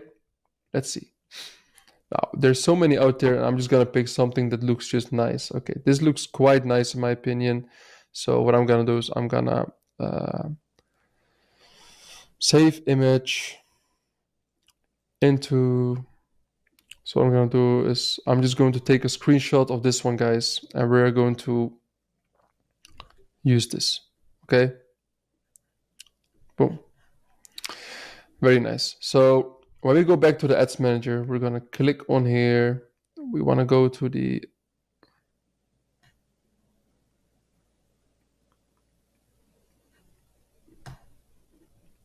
and we want to go to the desktop actually in here, and then we go in here to the here. This is the woman. Boom. Like this. Submit. That's it. Now people will actually think like this is the real person. So it looks more organically than it's like really ads.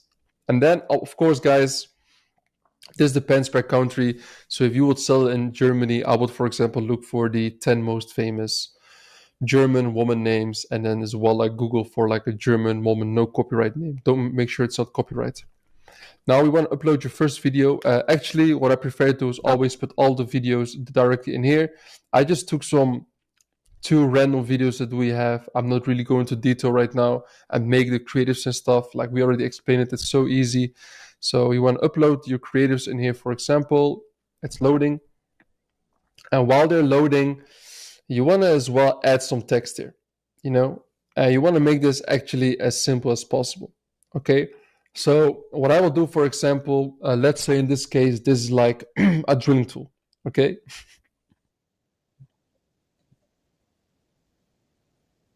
So I would say, for example, my husband totally loved this drilling tool. Boom. That easy. That's just how I will do it. And call to action, I would just put like like dynamic. I wouldn't even change it, to be honest. Keep it very simple. Okay. And for the second creative, you have to put again another kind of like text again. So you can put here, for example, only today 50% off. Wow. Simple as that. So that's it. And pretty much, and then in here, you're just going to put the URL. So I'm just going to take like a random URL from a store, from like one of the products we made. Obviously, we're not really going to launch this one. So you put this one here, boom. Yeah. And you have to as well put it in here, guys. Very important. And guys, very important as well. I will not check this box because, look, by checking this box, you agree for the ad and associated performance metrics of the campaign to be displayed in the TikTok for Business Creative Center. So TikTok as well has kind of their own Facebook ads library, and you don't want to be in there because everybody's going to copy paste you. So always make sure you uncheck this. And I know, and to be honest, I never do. I always do it like this because you don't want to get like copy pasted, and with every like ad you have, like make sure to uncheck it. Okay, so that's what you want to do, guys. Oh, I think I made a mistake in here. Only today 50% off. Wow. And that's pretty much it. And then you're going to submit it. Yeah, it's loading. It's creating that. Wow. And if you have like 4 or 5 creatives, obviously you're going to have to upload like 4 or 5 creatives as well, per ad set. So what you want to do in here then directly after that is you want to click on copy. You want to duplicate 3 times. 3 times the same one of copy of no interest. And you don't have to do anything. Just like here, like sometimes the resets here, so you have to click on your pixel and complete payment again. And you go down here, continue to ads. Just keep it like the exact same stuff, guys. It's that simple. Don't overcomplicate it, guys. And you just want to relaunch them so you have 4 times no interest targeting, So you want to make sure that this one's sometimes, like this checks again, resets again. So you want to make sure it's not, you want to make sure it's still like unchecked. Yes, still unchecked. Boom, publish. That's it. That's how we literally launch our campaigns. And what I want to say as well, something very nice about TikTok ads is you can scale very easy. So when you launch the campaign and you wake up at 9 a.m. and you see that your product is like at a 30% profit margin, has a few sales, boom, 9 a.m., double the budget. 3 hours later, check the campaign again. Is it like still like, like running very good? Okay, like very nice, boom, double the budget again. You can just surf scale throughout the whole day. It's amazing. Like this whole surf scaling method is so crazy, guys. I'm telling you. And you can just go scaling all the day, every 3 hours, double the budgets if the campaign is running on at least 30% profit margin. We don't like to use the cost caps, ABO, all these kinds of TikTok scaling strategy methods. We just keep it simple. If we launch the campaign, right, the next day, and it's 9 a.m. or it's even like 12 and it's spent like 10, 20 euros and you see it has still no sales, but the clicks, which you can see as well here, if they are like more than 3 or 4x, then I will kill the campaign and run it again for the next day. If it only has like x1 clicks, like compared to the spend of the amount, then I will just kill the campaign and then it's not working on TikTok. You can try some different creatives maybe. That's what you can do.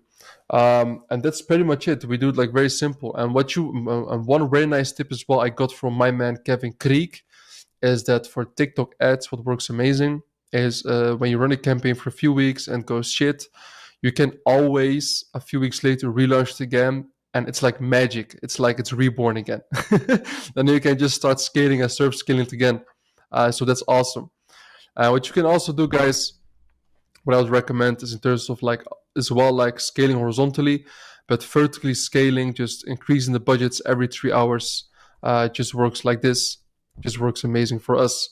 So what I want to show you guys as well in here is the TikTok is exactly how we do it. Is like this. I just explained this as well.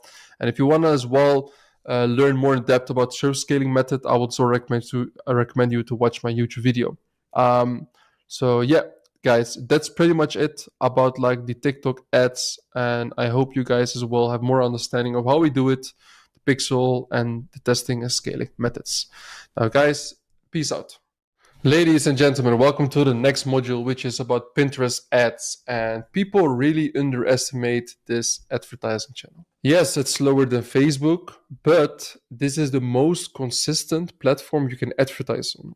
And you can just simply run all of your winners that you have from Facebook on Pinterest. And we do this all the time. And we get some extra 10% to even maybe like 20 or 30% extra revenue every single month just by running Pinterest ads. And it's even more easier than you think. And I'm going to be showing you guys in this video exactly the PDF file, which I made as well, like with one of my friends. His name is Robin. Big shout out to him, @RobinVan, also from Arnhem. You can find him as well like on IG if you type in @robin.nl. We made this PDF together. And in this way, we're going to like explain you guys more as well about Pinterest ads and why it's so amazing. And yes, I've done some revenue in Pinterest ads, but I decided to as well consult a guy who's very good at Pinterest ads to even, like verify my information and come with even more golden nuggets than I already had.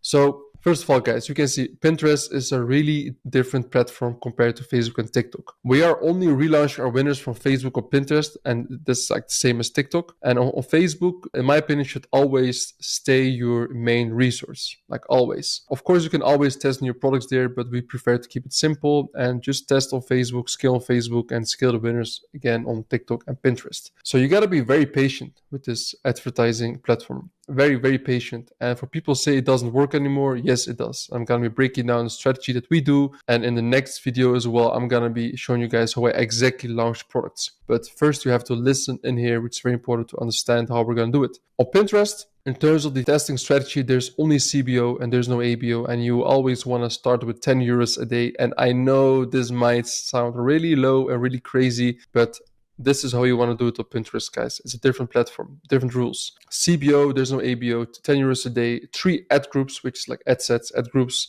The first one's all interests. So you want to, just in terms of the interests, you want to check all the interests. And the second ad group, you only want to click one interest, which is like related to the product. And the third one as well, pick another interest. So let's say, for example, you're selling a shoe, you can pick like fashion, and the other one as well, like something else like related to the product. So when we talk about creatives, the way that we do it is, of course, we always have like a few creatives per ad set. But in terms of the creative, like you can use like the first creative, like the competitor. Obviously, we don't do it directly copy paste. We always like put some subtitles, maybe change the hook as well a little bit, and then we launch it. And the second and third creative that you want to have as well, like on Pinterest, you want to have your own creatives. Make them your own. And in the way we do it, I'm going to explain you guys here. So very simple, guys, to break it down. CBO, 10 euros, 3 ad groups, and 3 creatives.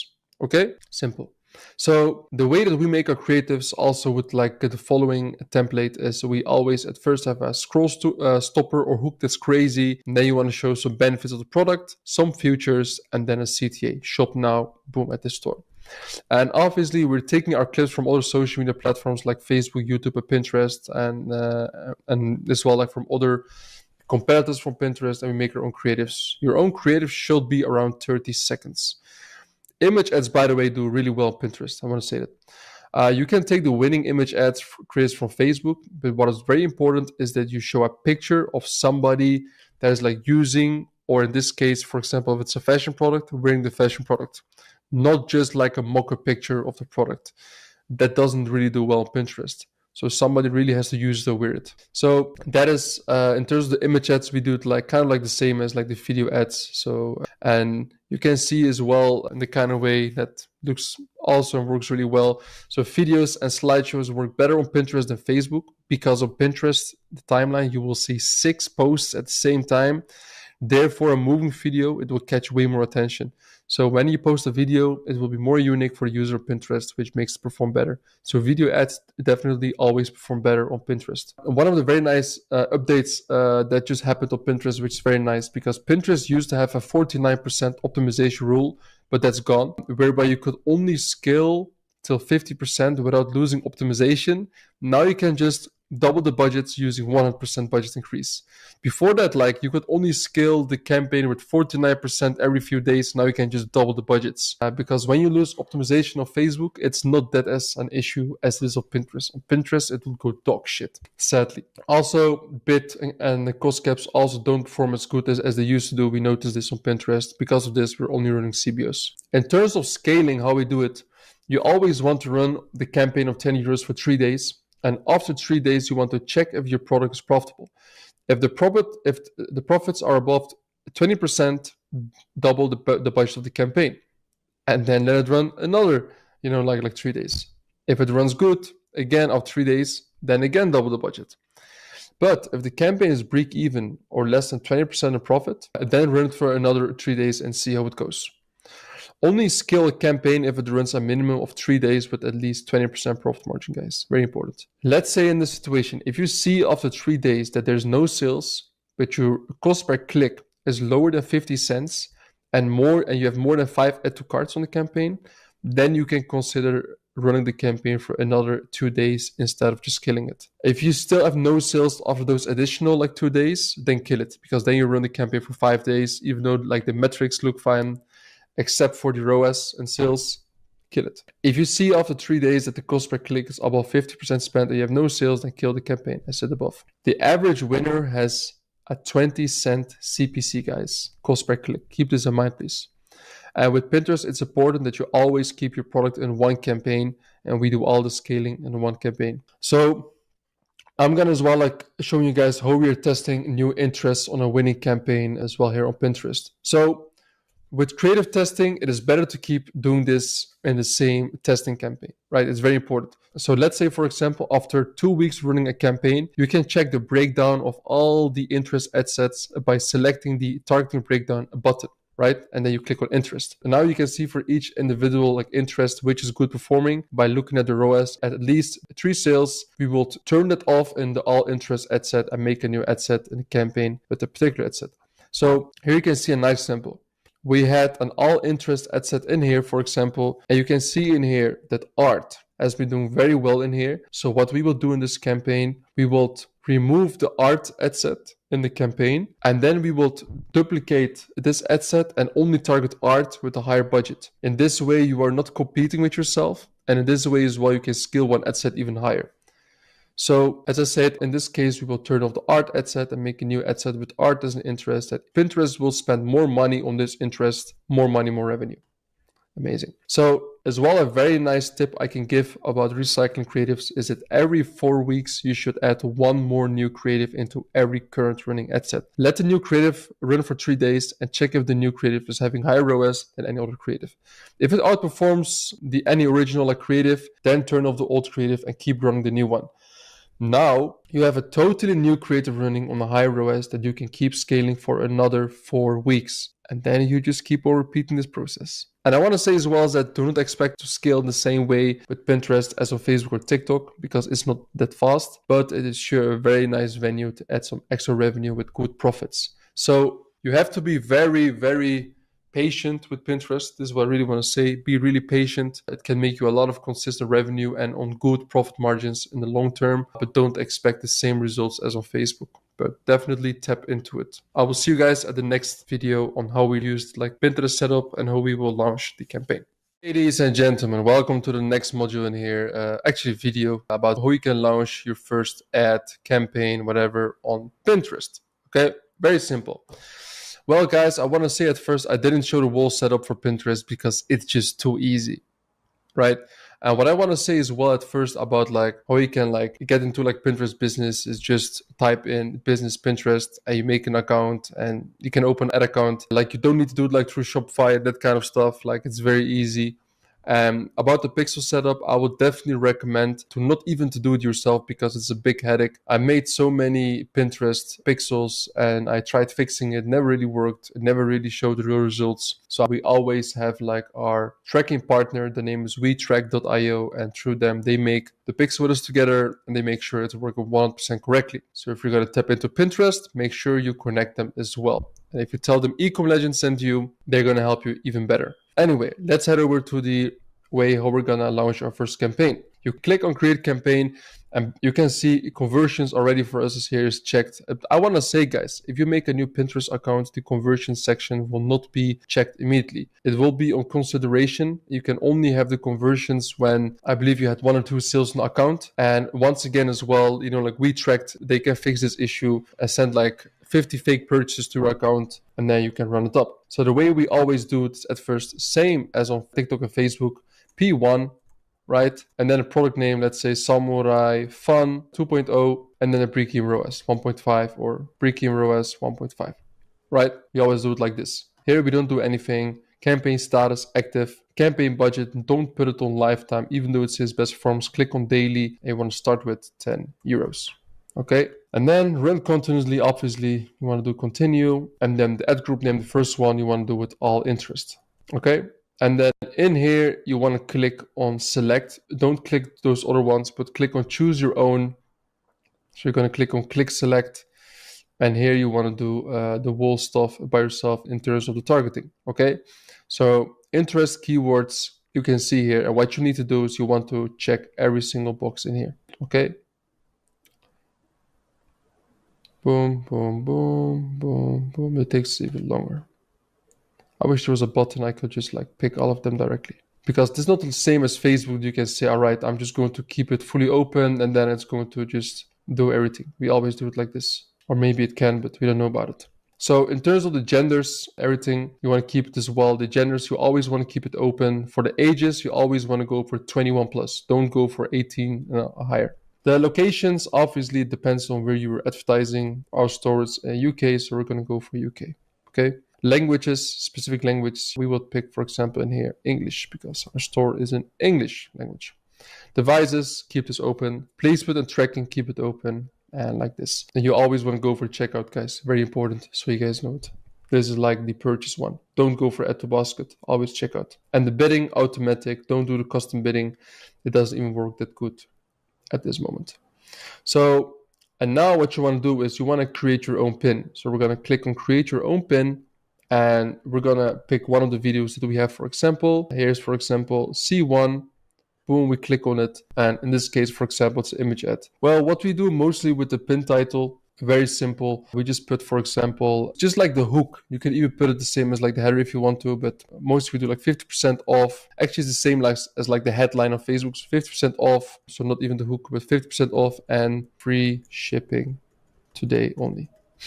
And here, description, you want to make like the description, obviously, that we had before. We can do, for example, this self-defense tool is going viral.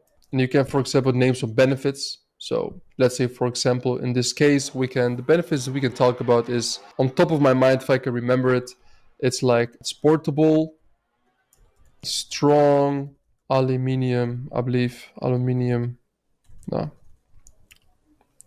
looks very cool. And then in here, for example, the third benefit, what can be as well, even a nice one if I see it. You know, like, let me think about it a bit.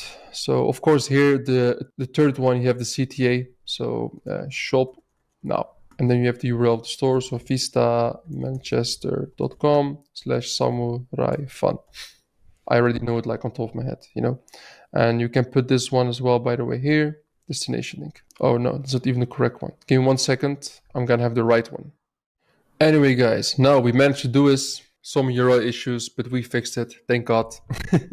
Even till this day, like the weirdest stuff happens. I know very weird URL in here. Obviously, when your store's online, the store's done, etc., you have like a normal URL here, but mine's like tripping a little bit. So the ad name you can put here, for example, creative one. And then what you want to do, obviously, you want to add another creative in here. Okay, so we're going to do this, the exact same thing, but then in here with the second creative. Now let's do this. Select board. Now just pick this one, electronics, and then the pin title. Let me see. This is like the second one. So you can for this one, for example, the most amazing self tool in the planet. Criminality. This is a nice hook. Always is 50% higher during the winters. Brace yourselves. So what I would even do, to be honest, guys, this is like, I think this is even better. So I would even put this one in the title. Easy. The most amazing self-tool on the planet, and then lightweight, simple. Let's see one. Release with one key, for example. Yeah. Release with one key. Now let's shut off WhatsApp. Become a real life samurai. Shop now. Now let's take again the whole URL. Just here. Boom. Boom. So this should be like URL. We're gonna publish it. And now we have 2 creatives, guys. All right. Very, very amazing. And what you want to do now then is publish it. And so obviously, guys, when you launch the campaign, what you want to do is, like just at this point with only one ad set, you want to duplicate the ad group 2 times, duplicate, and then you will see you have 2 of those. So now we're going to go to the targeting of the second campaign at here. And this is going to be, let's see, for example, like samurai sword. So we want to go in here and uncheck everything and pick only one. That is like interesting perhaps for us at this case. Design, education, electronics, and I think entertainment is a nice one. Let's go with that one for entertainment. You can see here more. People who like movies and stuff, they will like it. So we're gonna go with this one for entertainment, okay? And the next one, even I can even think about as well as sport, because martial artists and stuff, they will love this kind of product. So this one we will do entertainment. Okay, and then you want to save the edits. And then in here as well, we want to go at this point to, let me first pick those. Boom, boom, off, off, off. Because we're going to pick sport only. See, uncheck all of them. Well, guys, it's taking so much time. So as you can see, we only have sport in here, and this is the only one that you want to still have. And yeah, you put here sport. You save the edits, boom, you have then all the 3 of them and you can start launching. So guys, this is like the very simple testing structure that we have on Pinterest. And once you have the campaign, you just want to like follow the strategy that we have and scale or even like kill the campaign like that. Well, as you can see, this is not rocket science, even in this case as well. So if I can do it, you can do it as well. This was the Pinterest module. I hope you guys enjoyed it, and let's fucking go to the next one. Ladies and gentlemen, welcome to the next module that we have, and this is like all about hiring. Why is this so important? Because imagine you have been doing some numbers with ecom, your strategy is working, and you've been seeing some success, especially like after like seeing all the strategies we talk about and how we do it. And at some point you cannot do it all alone, and you will need some people to help you with everything. So in the last 4 years in ecom, we've done a lot of hires, bad hires, good hires, and I'm gonna be talking about kind of the philosophy here in the beginning, about some ways on like how to hire people the best and where to find them, and as well like what to really look out for and how much to pay them as well, because I've had like so many numerous bad mistakes that I made in the past, and I don't want you guys to have to make them as well. So we're going to be talking about them in here. So this is like very simple, but at first what I want to say, attitude over skills. It is even better in my opinion to hire somebody who has not that many like that kind of like good skill in a specific field that you're trying to hire somebody, but they do have a very good mindset. And how can you see if this person as well has a very good mindset? Is whenever, for example, you do a call, they show up exactly on time. They're kind of like hardcore, so they're always present. They want to grow in the business. They have like not really like a big vision, and not because that's more like for CEOs in my opinion, but they really do want to like learn a lot more about you, about the company. In the call, they ask you a bunch of questions. For example, if you're going to have a call with somebody, this person didn't prepare any questions, do not hire this person. Every single person you get into a call with, they need to be asking you a bunch of questions, because if they don't ask it, then they're not prepared and they're not interested in your business, and for the long term, like a very big chance is going to be total shit. And once you hire this person, what I want to say is, well, the philosophy that we still have is hire slow and fire fast. So I made a mistake in here with the typing, so it's supposed to be hire slow, fire fast. And what do I mean by this? Take your time to hire somebody. Have maybe 1, 2, even like, or maybe even like 3 calls with this person. Give them like a trial of like a few days and see how they're working. But if you are giving them certain tasks and it happens 3 times in a row that something is not good, fire them immediately. Because a person that you hire, they should be maybe even like between a week or 2 weeks, they should be able to do the job. And especially with drop shipping, because the most hires you're gonna make is not that high level, let's be honest. So they should be able to learn it and do it. And if they can't do it and learn quickly, no worries. There's so many other people that you can hire on this whole platform. So really do not worry about this. Like, especially now, compared to like a few years ago, on Upwork, onlinejobs.ph, jobrec.eu, so at the other website, jobrec.eu, there's so many options, so many people who are looking for a job. Freelancing and working on remote is so famous right now. And it's getting more and more famous, and it's only going to be easier for us as well to hire even better people. And it wasn't like this a few years ago, to be honest. And the type of person you want to find is somebody hardcore. Let me give you an explanation. Elon Musk fired 80% of his employees when he bought Twitter. So I'm saying this again. He fired 80% of the current employees when he bought Twitter. Why did he do that? He only wants hardcore people. And what is hardcore? Hardcore people are people who are not dirty after their like 7 or 8 hours of work from the morning till like 5 p.m. to even work as well a little bit in the evening. If something's happening, they're still active. You want to have these kinds of people. If they don't want to do it, or they're saying, oh yeah, but my working time, it's done, I'm not going to work anymore today. This person, especially for startups, it's not going to be it. If you're at some point a big Fortune 500 company, or you're making like millions a month, you can probably maybe do something like that. But even a big company like Twitter, even when Elon Musk took it over, you know, when he did it like that, imagine for you. So you really need hardcore people, you know? So if you see somebody making excuses, yeah, but I need to sleep early, wake up early, that kind of shit, like, don't take that. Fire this person, get somebody else. There's so many more hardcore people out there that will love to do the job, and they will love to even sleep only sometimes a few hours in the night just to get the job done because they have to. I mean, that's what you want, hardcore people, you know? So I want to say as well, every time I doubted about a hire, I was always wrong, and doubt for a reason. So if you get on a call with somebody and you sense that in that call that should I hire or not, you're not really like convinced by this person, don't go to forward, you know, to be honest. And I'm gonna also explain why, because every time I was like, should I hire or not, and I like hired this person, every single time it went horribly wrong. So do not do this. Only really hire this person if you're really convinced. And there's a few questions which I always ask, which are the most important for me, in my opinion, is I always ask them why they left the last company. I asked them how they responded in their last stressful situation, and I asked them about their family situation.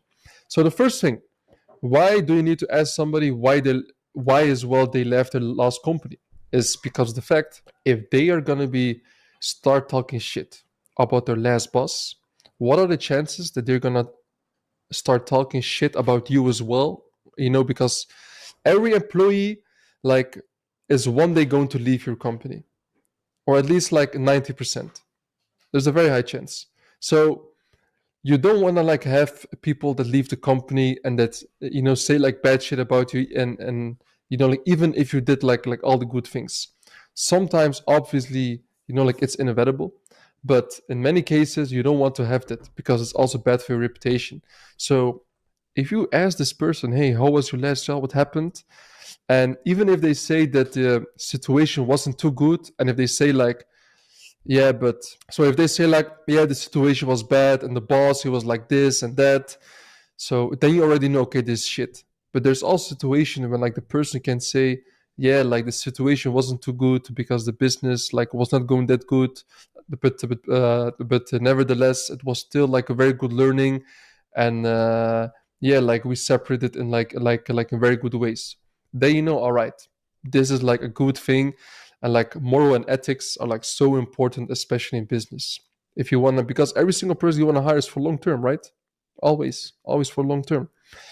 And as well, like the next one, like to ask them how they responded in the last stressful situation. I mean, like you don't want to have like fucking pussies, right? You want to just hire people that just, if something hits the fence, you know, like there's this very nice analogy, like, you know, let's say, for example, you're like, oh, this like at a war, and like 4 or 5 of like your friends, you're like at the trenches, okay? And there's all bombs and shit like coming, and like, you know, you're almost about to die. Like, you don't want to have people that are going to say, guys, we're about to die. What do I do? Wait, this and that. Like you don't want to have like people that are going to lit the fire even more. You want to have people that like are going to come with solutions, right? Because what's the point of making it even crazier, right? So you want to, like have somebody in your team who's about to say like, hey, maybe we can do it like this. We can do it like that. But yeah, maybe this like risky, like, you understand the point. So this is very important. So these kind of people you want to hire. And obviously the last one as well, ask them about the family situation, because it's very important to understand the person you're going to work with. And if it's a person who's very family oriented, then you already know that this person is probably as well moral ethics. Most of the time, it's like a better person. Like, don't get me wrong, guys. Maybe you're in that situation as well, but most people will and this is scientifically proven. It's not my opinion. Most people will come from broken families or like a broken background. There's always at some point it's going to click, and then they get some mental issues.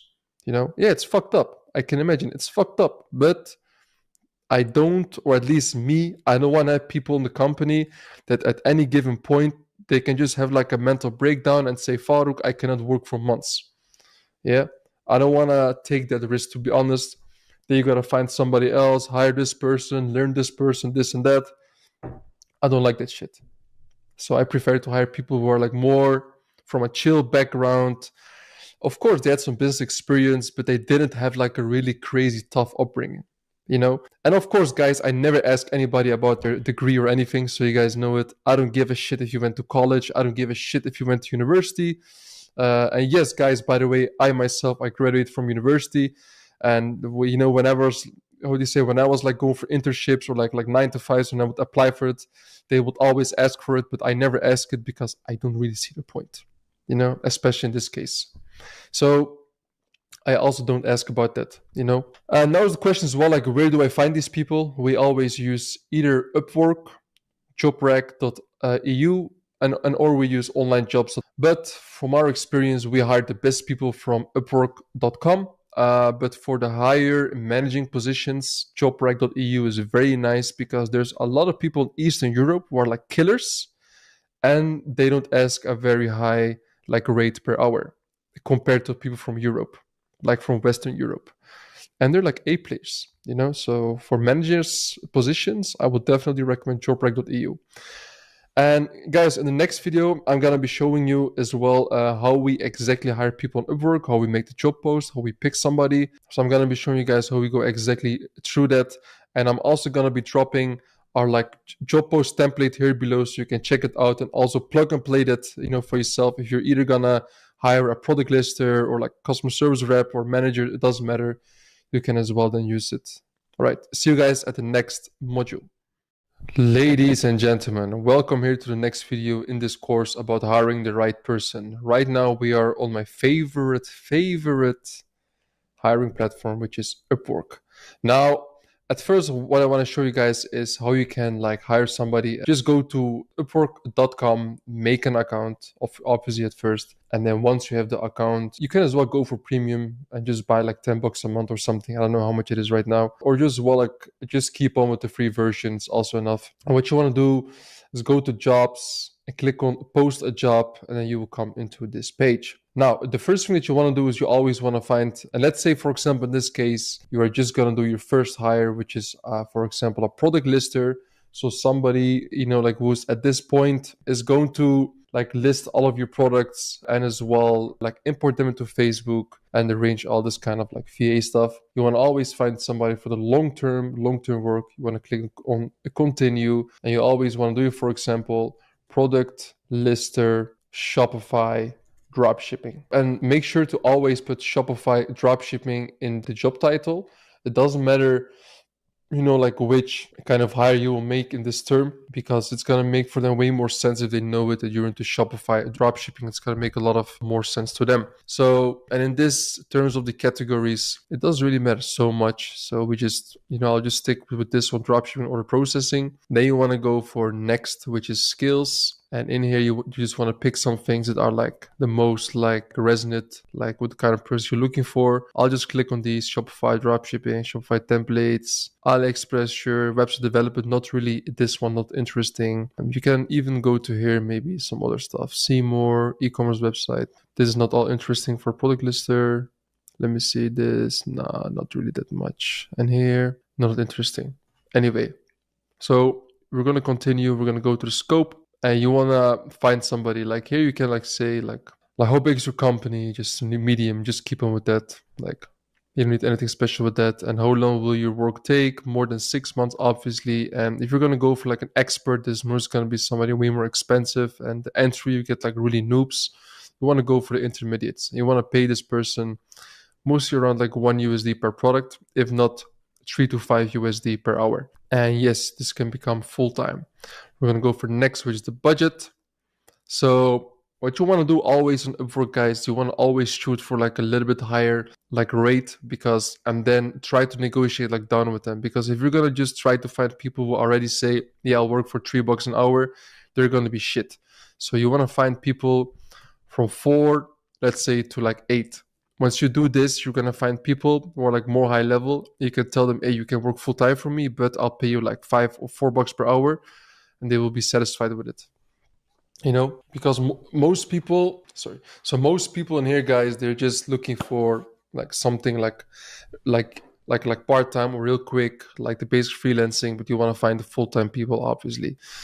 Next description. This is really interesting. And yes, I already have a template ready that you can use for every single job post that you can make. So we're going to copy paste this one. So boom. And by the way, guys, I'm putting this one as well in the, what do you call it? Like this is the plug and play template for job posting. And I put this one as well, like in the resources down below. Check them out. So who are we? We are a dropshipping company that runs multiple e-commerce stores using Shopify Europe, and we have done over X amount. So in my case, for example, like we've done over 8 figures. So I'll put over 10 million in amount of revenue, over 10 million euros in revenue. All right. At this moment, we are expanding our business. We're looking for new talents for this advertising team to help us in achieving goals efficiently. Whom do we search for? We're searching for someone who our expectations for the position of who can list and import our products. Yeah, at this case, like if it's like, for example, you need a customer service rep, you can say at this point we're searching for like a customer service rep. And by the way, guys, you can make these job posts like way more simple, but this looks way more professional. You want to come over as like professional as possible. Our expectations for the position of product lister are as follows. You can do anything, but let's say for this case, previous experience within Shopify dropshipping, passionate about working punctual, for example, familiarity with AliExpress, because they have to know about AliExpress as well, basic knowledge of online tools for adapting photos and all this kind of stuff, organization, following advertising trends, handling all formats well, problem-solving attitude, just the basic stuff, Previous experience in advertising or market channel, Google Press is a plus. So if they have that as well, you can even put here Facebook. Google is a plus. And you can see here like experience with, this can be anything. Like you don't even need this one next, to be honest. And what can we offer you? The position is 100% remote. So you get the freedom to work anywhere you want, flexible in finding work hours, full-time, 160 hours salary per month. So what do we value? Very important. The results, the number one priority. We're open. If we speak about it, documented, how to apply, please. This is a very important one, guys.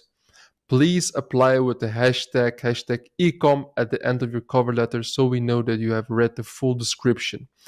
Why do we say this? Because many people, they just like mass reply to every single like job post they see on Upwork. Those freelancers, they do it. To already filter out the bad ones, you just only like get on an interview or like talk with the people who put at the end of their letter, they put like #ecom. Then you know this serious. So yeah, this is just like the way that we do it. And once you have done this, obviously, I see already this like too much #ecom needs to be this ecom. If you're ready for this challenge, apply with CV in English. Put hashtag ecom if you're going to apply for us. We're looking forward to hearing from you. Review job post. Boom. You can check it here again if you want to. All your information and then post this job. Now, the job post live. So another addition thing you can do, because normally we will just wait for like 24 hours or like a few days until, you know, like we find some, because you will see with these kind of job posts, you will get a lot of like people who apply for it and applicants, but you want to as well find yourself some killers maybe that you can interview. So the way we do it, and this is, by the way, very important if people are going to apply for you. These are kind of the filters and the things we look at when we find somebody on Upwork. So you want to always find somebody who has at least 1K plus earned. So you can look at their like CV on Upwork and see if they have like at least like 4.5 or like 5-star rating. So you want to only find people that have at least earned 1K in USD. At least have a job success of 90% and up. If it's lower, it's mostly like a low quality person. Hourly rate, don't really look at it too much, but you can go, for example, for now for $10 and below here. And hours built, I don't really check it right now. I mostly go for 1K plus at least earned, because there's a lot of guys who didn't earn a lot of money yet with Upwork, but they did it on other platforms or in any other kind of way, which can be interesting. The English level, you want to go for fluent all the time. And any category, I'll just go for this one, to be honest. Close filters. So now you're going to see some people, and let's say, for example, Christina, right? She's asking for 5 USD per hour. Let's check. Shopify store manager, you can see 97% job success, top rated. There's mostly some very good like thing that you can see. She made over 30K plus, and you always have to look at how many jobs they have in progress. If they have a lot of jobs in progress, it either means they're as well like outsourcing their own work to other people, because for many VAs, Upwork is very important. Why? And you have to know that Upwork is a platform. If they work through it, I believe the agent itself, they pay like 10% every month to Upwork itself. So that is the business model of Upwork. People, freelancers, they find their job there and they pay like 10% of the amount they make every month to Upwork. 8 or 10%, something like that. It used to be even 20%. Now it's a little bit lower, I believe, because of like competition or anything. So you always want to look how many jobs they have in progress, because if they have a lot of jobs in progress, it means they will not be focused on your job. If you mostly want to get somebody who's like fully focused only on working with you. Hardcore people, very important. So you can see they're working already for some other people, job in progress.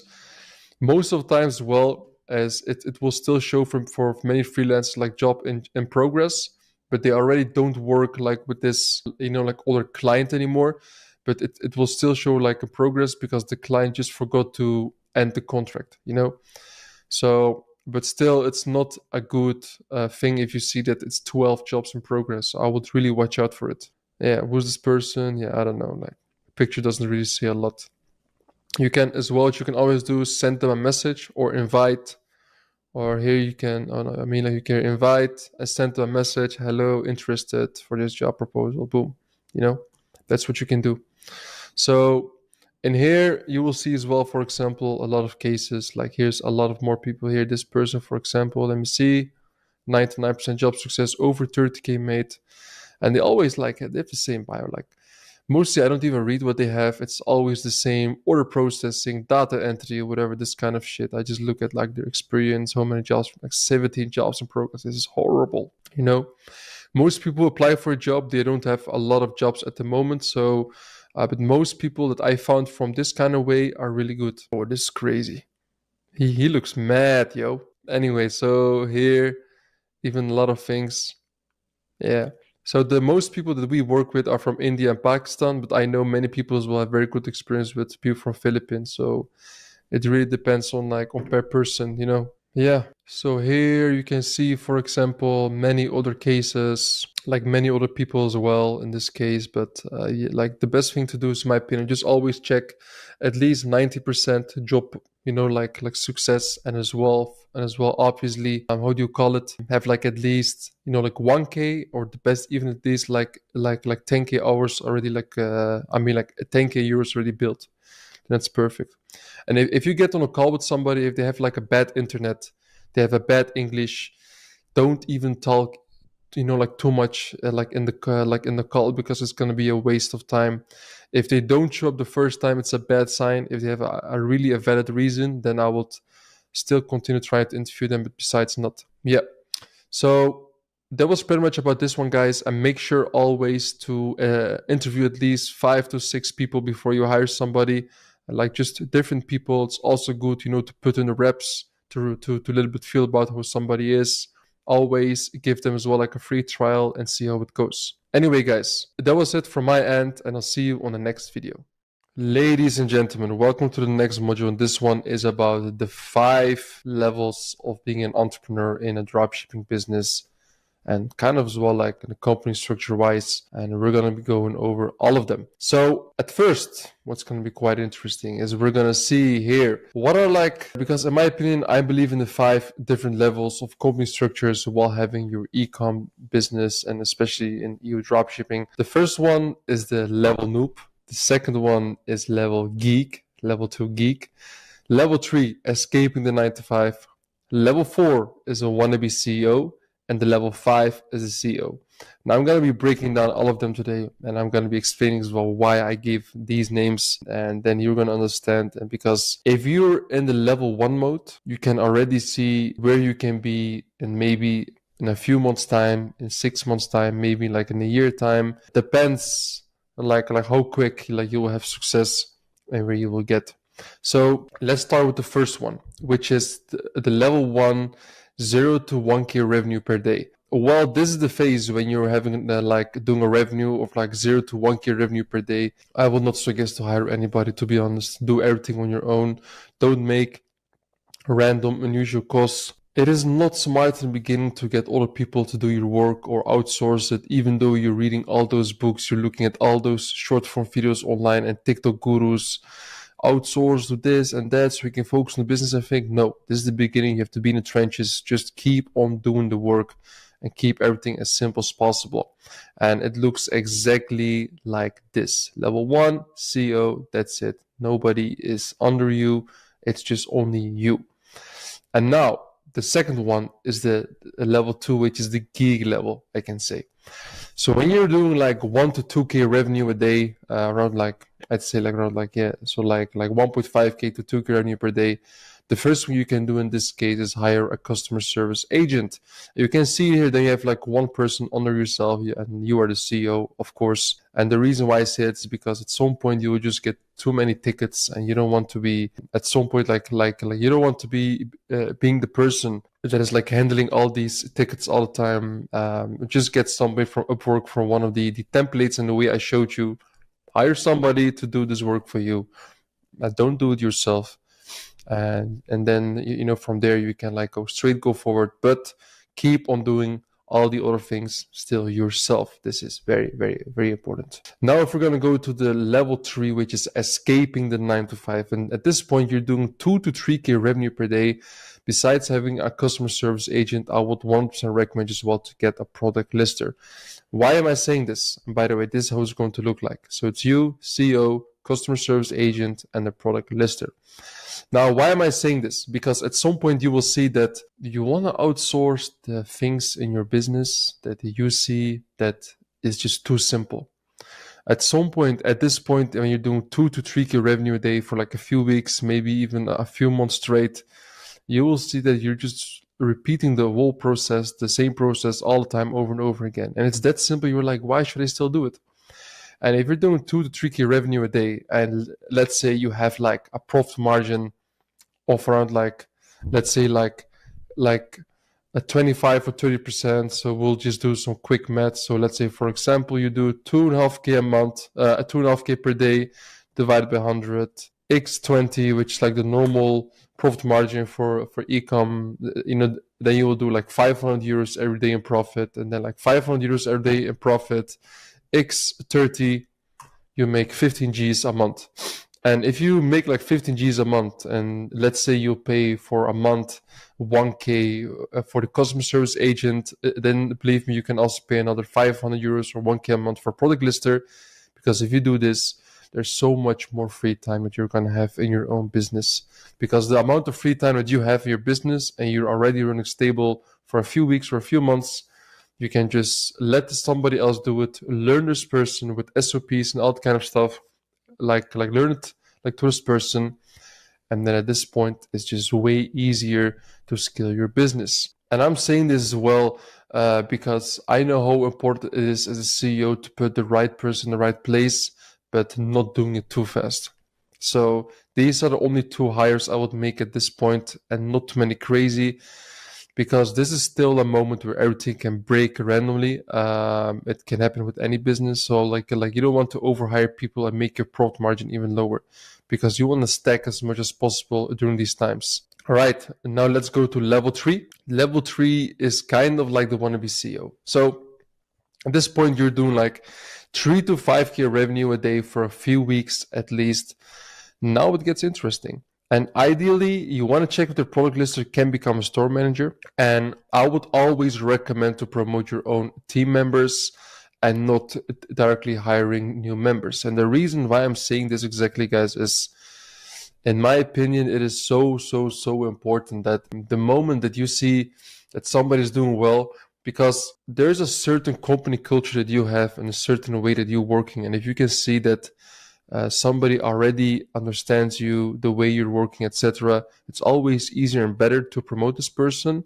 1, you already know they're loyal and as well, like you can trust them. 2, they're gonna feel more trust as well with you and more happy, and they're gonna have even a more heart in the company.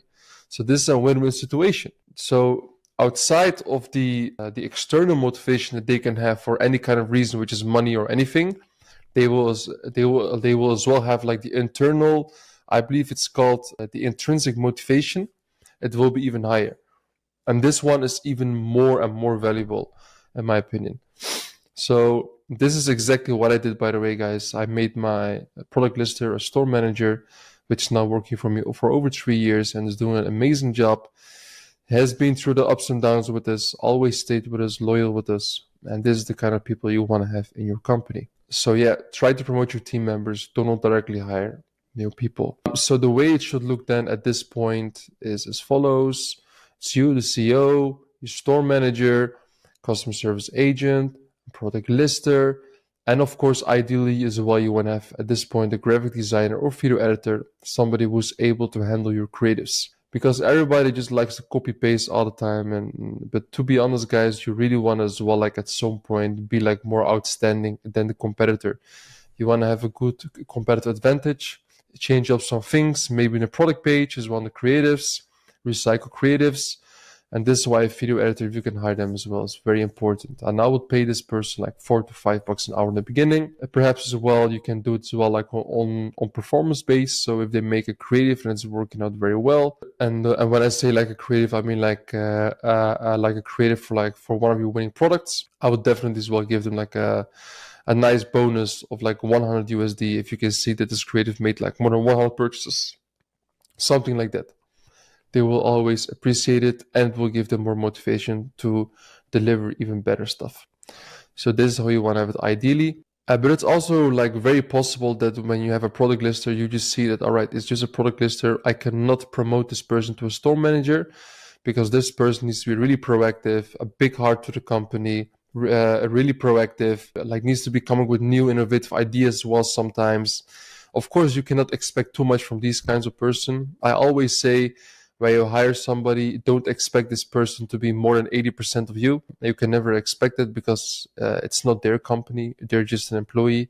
So I would really say at this point, like if this person does like match those kind of like skills to become store manager and attitude, yeah, then just find a store manager, somebody who already has like proven experience and like running a process of like testing products all the time. And there's enough people out there in Upwork who are able to do and help you with it. And yeah, as you guys know, we use Trello at this point. Works amazing, and just simple Google Excel sheets. And yeah, and your store manager should be able to do that. ClickUp is as well fine, to be honest. It's like a little bit the same. I think ClickUp even has like more kind of systems and availabilities that you can use, but we just prefer still to use Trello. It's very simple and it works Now let's go over, and this is the reason why I say the wannabe CEO, because at this point when people do 3 to 5K revenue a day, then let's say you do like around like 100K at least a month, something like that. Maybe at that point you do like 20, 25K grand profit a month. And if you do this for like a few weeks, like 3 to 5K a day, or maybe like a few months, whatever, people tend to think then really quickly, all right, I'm a 6-7 figure company, but you're still in the beginning, and I would not recommend to overhire people. And this is how small, exactly as you can see, how I would keep a team at that point. If you need it, you can always hire another customer service agent. It's all fine. If you really need it, if there's getting like too many tickets, because if you're like a fashion, for example, which you as well a lot, you will see that you will get more tickets than any other niche. But some niches like home decor, or like for example with the gadget niche, you will see like way less disputes and way less like complaints. Because for example, it makes sense like with fashion, if somebody like orders size L, large sizes, the large size and the size, it's not like good for the customer, they can already like complain, and then it's not even about the quality, but they just order the wrong size. So it's just like the simple things. Anyway, let's head over to the last level, so to say. And this is actually the last level I want to talk with you guys about. So when you do like 5 to 10K revenue a day for at least a month, and what you want to do at this point is hire one more customer service agent and one more dispute agent. You want to hire an ads launcher. You want to let your store manager take care of the supply chain for now. And you want to hire a finance manager. And I'm saying at least there's levels to the game, and I'm going to explain it more, but let's go into here and show you guys what it looks a little bit like. So now you can see, guys, now you're having more of a real company. And why am I saying that? And the lines I talk about here, by the way, guys, you can see them here as well. These are the communication lines, by the way.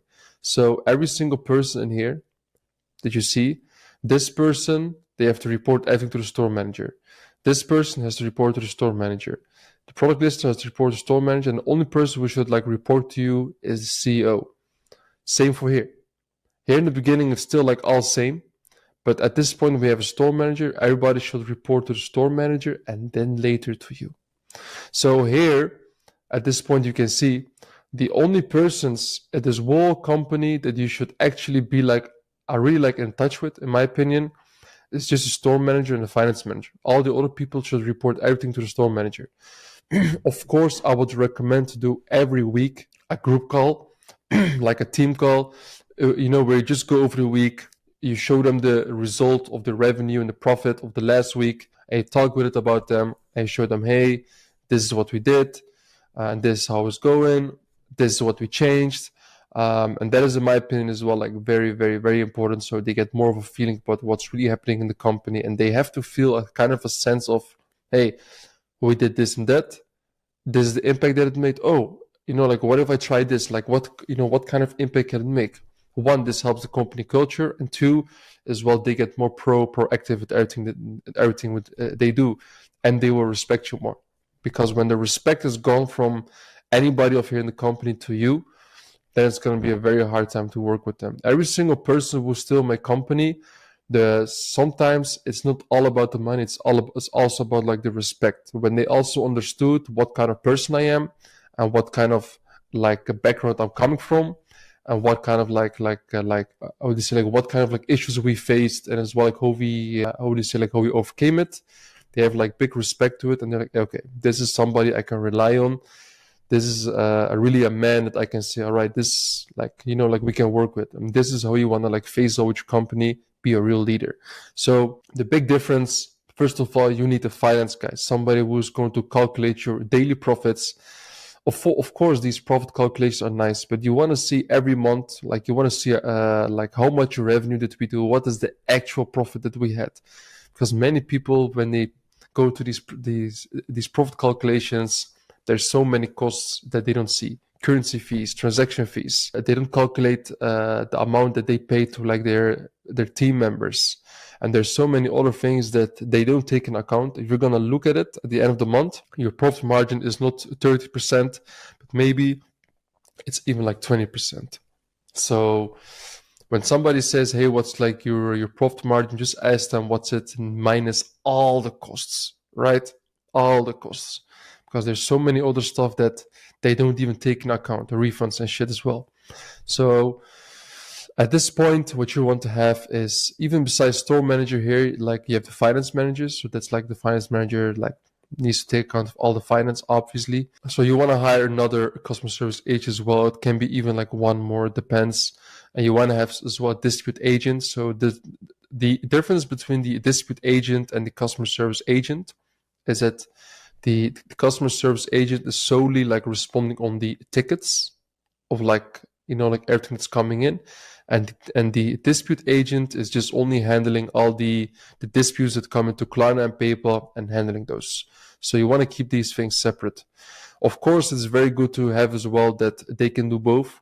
So let's say if on a Sunday, like one of them is absent, they can just like one of them can take over the job. So we always make sure that both of them, they can do the disputes and also the tickets. Very, very important. So yeah, as I said, like it can be, you know, you can have like, how do you say, like 2 dispute agents. You can have as well like 3 or 4 customer service agents.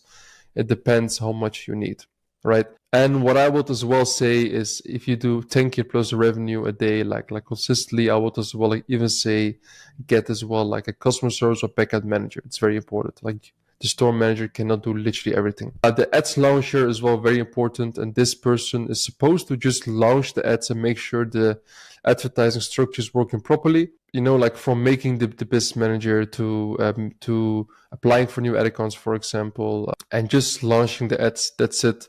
Nothing more. Not even the media buying. The media buying is something else that you can even look later on. I would not even recommend to hire a media buyer for e-com if you do less than 20K revenue a day. I'm serious, because it's so different, you know. And I would always recommend to keep on doing it yourself until you make like have done at least a main revenue. Don't get a media buyer, to be honest, you know, because the media buying is so important, and it's not for us. Maybe it's easy, but for like the most VAs, they will fuck this up like very easily, to be honest, you know. They don't understand it on this level like we do. So that's the ads launcher. And of course, the product list, which I already had. And at this point as well, if you test like at least 5 to 10 products a day, you can even consider, if you're running like multiple stores. So if you test 5 to 10 products a day per store, and you have, let's say, like 5 stores, I mean, then you can even test up to like 25 to 50 products a day throughout your stores. So then you will obviously probably as well need like another product lister, maybe 2 or 3. So the team can get even bigger and bigger. And as you can see in here, still everybody in here, they have to communicate everything to the store manager, and the store manager like to the finance manager, and the finance manager to you. So only the store manager and the finance manager, they are supposed to report to the CEO, which is you. Okay? And what is your task gonna be in all this when you see all of this? The most important thing for you to do is be the brain of the company. You're the person who's supposed to find the best solutions in the game. And all of us know that if you do 1K a day, 2K a day, 3K a day, like up to even like 10K a day, it's all nice and fun. You do maybe 20K a day for a few days, for a week, 2 weeks. Oh, and then you go down. Oh, PayPal's down. High dispute rate. Klarna hold. Too many disputes. Right? All of you have that. I know you motherfuckers. And I've been in that situation as well. And once you have that, you need to realize when one of those holds come, all of these are useless. So you are the person, and believe me, nobody is going to do this for you. You are the person that needs to be responsible to make sure that that stuff just doesn't happen. Even if it does happen, make sure you have backups, right? And this is something we're going to talk about as well in different modules. These are very, very, very important. So you're going to have to be the brain and the visionary of the company. You're going to have to make sure you have solutions for payment processing and all that kind of stuff. You need to have like backups. Backup B, C, D, E, F, a lot. You have to make sure, even when only the store manager and finance managers are reporting to you, I mean, like store manager mostly is like reporting to you, you need to still make sure sometimes, you know, just go check as well in the chats where everybody's doing. Make sure you implement like new strategies. Sometimes you will see that the winner rate is getting low and you have to analyze the situation. Why is my product winning rate getting lower and lower? Why is this happening? You know, you have to understand why this is happening. So these are all very important points. Also, besides this, is just really being a CEO.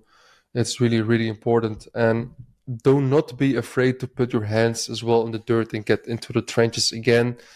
Do the dirty work, because still 5 to 10K a day, yes, at this point you're CEO of the company, but if one of your payment processes goes down, you can go from hero to zero again in no time, you know? So you have to be like really a machine. And believe me when I say this, if it was all that easy, everybody would have done it. So there's not many people in this space as well. Like, it's not an ego thing or something, but there's not many people in the space in EU who did like more than 8 figures in revenue. There's not really that much. And I just say this out of honest experience. And like, you know, like, I know the guys. I have some very good friends. They even did like 10x the revenue that I did, and I see how they operate, you know? And it's the same principles, you know? It's just on a way higher level. So focus is very, very important, very, very important in this case as well. You know, you cannot like lag. You can have maybe 1 or 2 days off, but you have to make sure your systems are just working like correctly. You know, like your backend is so important, especially in this case. So keeping everybody intact, that's very important. And make sure when you're as well as CEO, when you're checking how the team is doing. In terms of like their activities, obviously we're using HubStuff, so we can always see like how many hours they're working. We see screenshots of like how they're working, how active they are, and we always check them every week. How are they doing? Because you can always see like the craziest shit happening with some employees, but at some point when somebody's working with you for a while, you know, like you can trust them, they trust you, and like the business, everything's gonna go like even more and more smoothly. So yeah, this was like very, very important. And yeah, as I said as well here, there's levels to the game. There's really like really big levels to the game, and anything can happen. So for you guys as well, I want to say good luck with all this, and this is a very nice like projection. I mean, in what you can expect if you're gonna run an e-com store, and what can happen after like 2, 3, 4, 5 months. And just so you guys know, this is not something only I made up. There's like many people who also have this kind of system, and it's as well just like proven to work. Yeah. Anyway, guys, I hope this module was very valuable. I always like to talk about company structures and how to be a good CEO and that kind of stuff. So I hope you guys enjoyed it. Peace out. Yo, what's up, everybody? How you guys doing? So today I'm going to call with Omet, the coach of the program of General Dropshipping, and I'm going to be showing you guys how we go over literally in detail. We have here a sheet on how we make sure we have no holes in the how do you say, like in the backend for Klarna and for PayPal. Especially for Klarna, because most of you have issues with Klarna, with holes, you're scaling, make some money, and then what happens? They hold your money, or you get some cash flow issues. This is going to solve all of it. So keep looking in here. The way that we have it at this point is at first here, you can see here is like a total overview for Klarna and for PayPal. We always start with the week. So for every single week, we update this whole like Excel sheet. So we have the week range, the processor, the dispute type, and here you have the total number of disputes, of orders, dispute volume and percentage. So the dispute volume, like a percentage, is the amount of people who like complain on Klarna or on PayPal that they complain there, and that has not been a chargeback yet, right? And this is the amount that, like, of the volume in terms of euros or dollars or whatever, of how much is like disputed. Because you have to understand that the amount of volume on Klarna that is on disputes, if that is higher than the balance on your account, Klarna is going to hold your money, right? And the reason why they will hold it is because they're a bank. They need to have the assurance that the money that you are making, even if you get fucked, you get refunds, you're still able to pay it, right? So this is very important. The total amount of orders, we also put it in here so we can make all the calculations easier with all like the formulas. And the dispute and percentage as well, an amount that you can see here is in percentage, not only in amount, also in percentage. The total refunds and the refund in percentage, Okay. So the way we go about this actually is we don't look at the total, but no, we first look per product, which is why this sheet. Because let's say, for example, you are selling 10 products and one product gets a lot of refunds, a lot of disputes, whatever, and just headache, but all the other 9 products have no issues. And if you look at the total overview, you will think, oh, I have so many issues and this and that. No, there's only one product that's fucked. All the other 9 products are amazing. So the only way to find this out is that you make sure that for every single product that you sell, you keep track of the product code, product name, total sold pieces, total number of disputes, total number of chargebacks, the dispute rate, and the chargeback rate. You need to keep track of every single factor of every single product that you're selling. And I can imagine that at some point it's going to get hard. So I would say keep track of this only for products that you sell at least 5 to 10 pieces a day. If you sell lower, I wouldn't recommend you to keep track of it. Only do it with products you sell on a regular, okay? Because then you can very see in a clear overview, hey, I sold 1,000, oh, I can't fill this in. I sold 1,000 pieces, I have 10 disputes, I have 2 chargebacks, the dispute rate is, I don't know, out of my head, like 0.01%, chargeback rate is even lower, then you know, all right, this product is nice, I can scale it. But if you see in a product that the refund rate or the chargeback or whatever, like 10, 20%, you're going to be like, yo, what the fuck is this? I can't, this is a headache. So, because you have to understand that, yes, I push fashion EU markets. Yes, I teach it to people, but you have to understand that every single product that you sell, a lot of times it's fake ROAS. You can have a 5 or 6 ROAS on a product which has a breaking ROAS of 1.2, but you got to understand that if the refunds are too high, which will like mostly come after a few weeks, you still get fucked. Maybe you don't even make a profit. I've had this a few times that I scale a product to 4 or 5 ROAS on like a 1K spent. And then after a few weeks, I found out, or after a few days, hey, the quality is not good, this is not good, too many refunds, and I get fucked. So what we always do, every single product we see in this sheet, as well that we note down everything for, our supplier has access to this sheet, and our supplier is checking the product quality, is letting us know as well the processing time of the product, is letting us know the production time of the product, and as well as sending us a picture and a video of the product. And if your team member or yourself, it doesn't matter, sees that the picture, the video, it doesn't look like the product that you're selling, you fucking skip this product. Even if you think that you're a smart guy, oh, maybe I can still sell it, bro, you do that. Your Klarna and PayPal are going to go down. Those are the people who cannot scale consistently with payment process and get fucked. If you do this in the way that I tell you to do it, then you can also scale consistently. Sometimes you can run into some troubles because it's normal. You are not the person who is like really selling the product because you don't see the product. It's from China. You sell them without touching a finger of the product. But yeah, this is the game that you have to play, and this is how we like manage to scale to high numbers, 6-7 figures in EU markets a month with a proper backend, right? So once you have all the products here, everything noted down per week as well, as you can see here, then you can just add them all together and put them in here. So for Klarna, you have the response required. So if you open Klarna Merchant, you can always see no response required and the all disputes. The all disputes, you will see the response required and no response required. But all the no response required, you have them solve them at first. And the response required, of course, are the most high, the most important ones, right? Because every single customer who places a dispute, which mostly comes after a few weeks, it's first no response required because Klarna is giving you the chance to talk with is giving you the chance to get in touch with the customer and arrange the issue without Klarna doing anything. And if this is not the case, then this Klarna case is going to go to response required, in which Klarna is going to decide if the customer is in the wrong or you are in the wrong. So if you're in the wrong, yeah, you're gonna have to pay.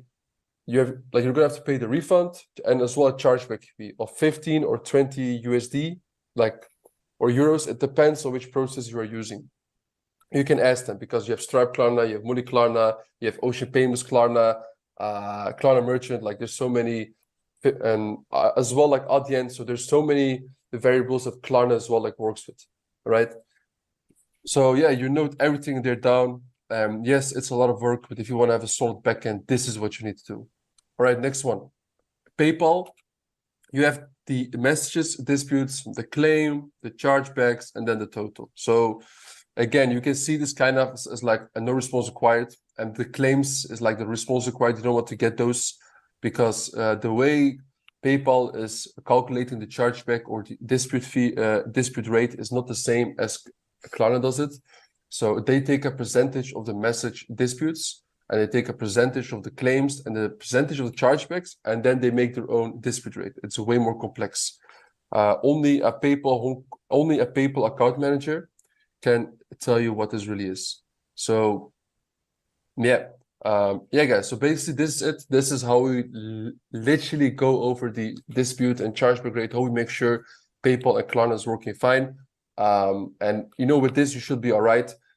At this point, we have even more crazy systems at this point, and I'm gonna be making a video within 1 or 2 weeks also about that. I have a call with one of my managers.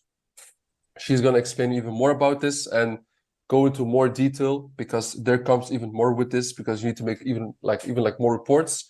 But this is especially for beginners, and if you go to up to 10K a day, this is enough for you to understand what's really going on. The value I'm gonna go as well throughout is gonna be for 20, 30, 40K a day. That's the more complex systems you need to have, but yeah, we will come to it later. So yeah, that is pretty much it. Yeah, peace out. Ladies and gentlemen, the time has come. The backend module SOP. This is one of the most asked modules I've been getting in the past months since launching the course while I was in Bosnia.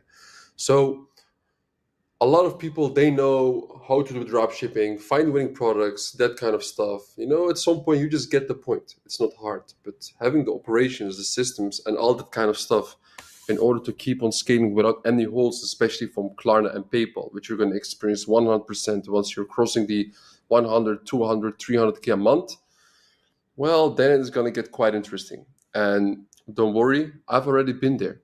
I've had the holds, I've had the chargebacks, the refunds. I've gone through all of that, and I can talk about it, and I also found the solutions on how to go about it. And that is why I made this module, because this is going to be so fucking important to make a living out of e-com, because you can make some revenue, but if you really want to make a living out of e-com, it takes some more skill, to be honest. So that's what we're going to be discussing, and I'm going to be sharing all the templates and everything, how we scale to multiple 6-figure to 7-figure months in the backend with Klarna and PayPal without getting any holes. All right. So let's look at here the customer service SOP. Look, guys, I'm not going to read everything in here, because you will see down the video in the resource section here in school. You will see that I dropped all the files in there, right? So we will talk about the customer satisfaction, the consistency, the training. So what you will see in here is at first the help desk ticketing tool and process from 2 to 4, because we use Freshdesk as CRM tool for the backend. The customer issue template, which is very important, the refund sheet template, and the customer issue sheet template. Of course, Ecom Legend copyright, guys. You fucking know it. And big shout out to my team, to the whole team who made this stuff, because I've been involved very much in the backend. Also, my brother Fatih. But yeah, my team, I love my team. They made awesome with it. And without them, it would not be possible. So hiring the right people is very important. But you guys saw how I hire in the last modules. So Freshdesk, we go into detail how we go about everything. Orders, there's so many stuff you can go about. Shipping delays, product quality issues, order errors, damage issues, product availability issues, communication problems, ticket closures. And this, for example, one of the first important spreadsheets that we use. If we're going to click on it, you can see very clearly in here what we do with every single product that we have an issue with. So you can see near the date, agent, order, agent comments, supplier comments, tracking numbers, additional links, everything we put in here. Either do it yourself in the beginning, or if you're already on skill, obviously you have a team members, let your team do it. Store A, store B, store C. For example, if there's an issue, you click, for example, return, and then the action would really happen, resend or update the PUD shipping label, And also make sure you put all the agents that you have in your team, they're all in here, and you can share this sheet as well with your supplier. So your supplier can all see it and they can put comments in here on what really happened. The tracking number, product name, additional links, whatever, all that kind of shit. Okay? So if you go down here, we're back here, dispute record sheet. Like this is the sheet which the dispute analyst maintains for every dispute on any payment processor. Every customer service agent should have access to the sheet so that they can check if any customer with whom they are making a conversation has raised a dispute or not and work on a ticket accordingly. Okay? A ticket where a customer has raised a dispute should be taken as a priority to resolve. A quick SOP for disputes shared below. Dispute management, Klarna SOP. You can see how we go about it.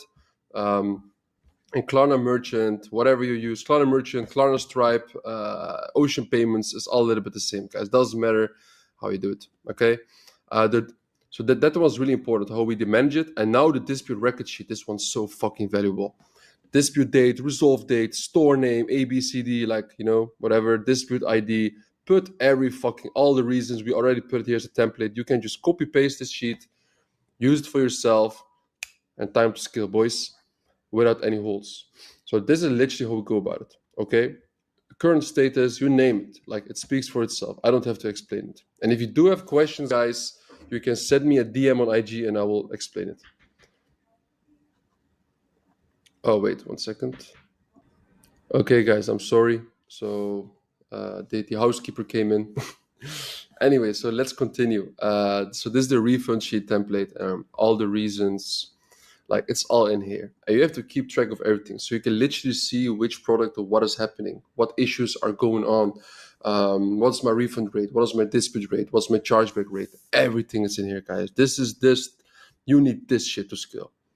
And all above sheets are very helpful for analytics and reporting purposes. For example, if you want to check which product has highest number of issues, refunds, we can all check it from this data easily. So once you fill this in for every single store, product, whatever you're selling in, you have just in your mind, you can sleep about the numbers. You know before sleeping, all right, this is happening with my winners. I can scale this product this hard. Because it is so important, like with the way we do dropshipping with these general stores and especially with fashion, that you keep track of all the issues. Like you need, like, of course, you need to do it with every single product with brands, but there's a lot of brands who don't even do it that hard because they don't need to do it. But like with the way that we do it right now, it's really so mandatory, really mandatory, because you have so many sizes, you have so many colors, you have so many products. You test so many products, some go shit, some go good. You stop selling. Is the stock for product or not? It's all explained here in this sheet. So just go into the resources, check out the sheets, send them to your team, and go with the fucking flow. Okay. Show this well to your suppliers so they understand what's going on. And if you want a good supplier as well, in the beginning at the store module you can see which one we recommend. And by the way, if you want a good supplier, just send me a DM as well on Instagram at ecomlegend or Twitter at ecomlegend. You know, like everybody can find me. A very simple name. Yeah, we will as well like help you out in having the good supply that we process millions with, right? So that's pretty much it, guys. This was the module about backend. So fucking important. If you do have any questions, send me a DM on Instagram, okay? Or on school, say a message or whatever. But I would recommend you to send me a message on Instagram, to be honest. So that was pretty much it. Ciao, ciao. Ladies and gentlemen, welcome to the next video, which is about chargebacks in our backend. Now, please understand this one thing about dropshipping. A lot of people, they have a first very good month, second month, third or fourth month, suddenly they always experience issues. Maybe their payment processor's going down, or they have some other issues in their business. But from my experience in the last 5 years, I can really genuinely say that the biggest issue that all dropshippers have is about payment processing. How does this happen? This happens because they finally find a winning product after doing so much hard work. And then they scale it with their Facebook ads. They sell a lot of units, but they don't really know how good the product is. They didn't really look in the back end, how good this product actually works and what issues they're encountering. So what happens, a lot of customers, they file for a dispute, which in the end also ends up in a chargeback. Now, even if you have an amazing brand, an amazing product, this can still happen. Now, thank God for chargeback.io, which is a very nice software app that can help you prevent all these chargebacks. Because what happens? The normal way that it usually goes, right, is that when a customer is not satisfied with the product, through their credit card payment provider, so whether it's Visa or MasterCard or American Express, it doesn't matter, they will go to like the credit card company that they have their card of, and they will do a complaint, file for a dispute, and then you as the merchant have to fight against the customer in order to tell them that you did nothing wrong, that you're a legit merchant, and the product is all fine. And a lot of times you will lose it. And even if you win all these cases, you will still have a high dispute rate. Whenever with Shopify payments or with Stripe or with any other of these, well, like big payment processing companies, your dispute rate, if it's above 1% or 1.5%, which is very, very easy if you're running a brand or you're drop shipping, then your payment process, it will go down. If your payment processor, if that goes down, then you can't make any sales. If you can't make any sales, you don't have really freedom anymore in life. So your payment processor is a key in business. How can we keep this good? With chargeback.io. Now let me show you around. So this app, I've been using it as well for a while. And what they essentially do, you can all see it in here. So you just go to the website of chargeback.io. And if you even go to chargeback.io/ecomlegend, they will give you VIP treatment. I've tried a lot of other apps. I won't call the other names, but chargeback.io is by so far the best. Basically what happens is like they also prevent chargebacks on autopilot. And what you can do, if you're interested in this, you click on book a demo and then you can schedule a call with their team. They will explain you everything and they will get you onboarded. Now, normally they can't onboard everybody, but because if you're coming through me, they will give you a special treatment and they will onboard you. Now, I will show you as well around my dashboard. So for example, you can see in here that so far, alerts overview was 11.6K in the last 30 days, right? You can see the volume, how much, for example, through Etoka, this is from MasterCard, we had 116 alerts and we prevent 6.8K worth of chargebacks. So Chargeback.io, they already refunded the customer before it became a dispute. Because what happens, Chargeback.io, they get a notification before you even get it, right? Like, hey, so this customer did a dispute at the credit card company. Before it becomes a real dispute, you already get a message from Chargeback.io. You can refund the customer already, because if you get too many of those complaints, as I said, your payment processor will go down and you're wrecked. So for RDR, SDRN, this is for CDRN, I mean, this is for like Visa, because for credit cards, you have MasterCard and you have Visa. And then if you go down, you can see the type of banks that you get the most chargebacks with, debit, credit, from the countries, everything all in one dashboard. And now, this is so important. And yeah, just book a call with the team of Chargeback.io. They will explain everything. We've been using them for a while. And also, this is one of the biggest reasons that we can scale so hard. Because a lot of people ask me, like, hey, Father, how are you able to scale with fashion, with all these different SKUs, returns, refunds so hard in the last couple of years? Chargeback.io was one of the biggest reasons. I've been using them as well for the last few months. And I mean, we did in November 1.8 million revenue. We did in October, before that, we did like 1.24 million in revenue. And the last month was absolutely crazy in 2024. This was also possible because we could keep on scaling consistently higher, because before our payment processor will get wrecked, we will already refund the customer. Yes, your profit margin is a bit lower, but still you can scale like very consistently. I don't like to scale like hyperbolic all the time. I just want to go like consistently up, so I can still maintain a good service delivery for my clients. And I also have some consistency in life. And Chargeback.io is very important for this. So if you would like to apply as well for them, just check as well the link here in the description. I put the link in here. You can go to their website as well and just book a call with their team directly. They will explain it and everything to you, so you can get onboarded and just scale without any headaches. Like Chargeback is a cheat code, I'm telling you. So anyway, yeah, thank you very much and see you at the next videos. Hey guys, in this video we're gonna set up the Klaviyo flows. So let's start.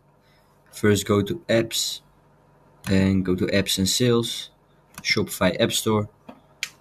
And let's download Klaviyo.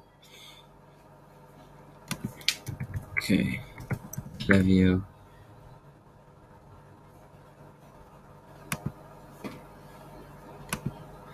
Let's install Klaviyo.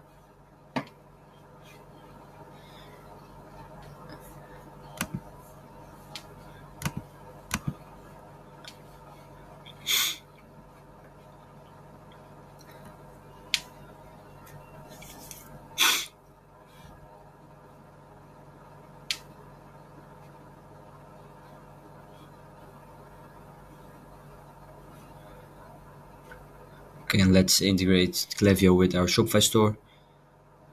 Take some time. Yeah, just take on, continue. Let's rename our sending email something like, let's go.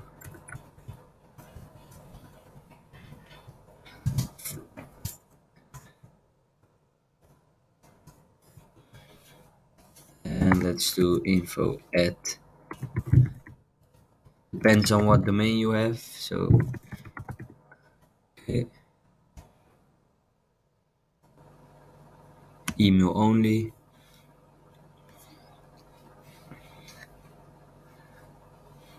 Okay, second. Okay, let's verify our email. Just open the mail, confirm email.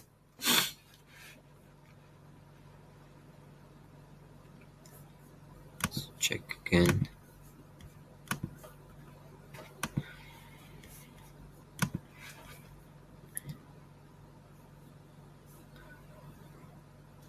Okay, then turn on website tracking.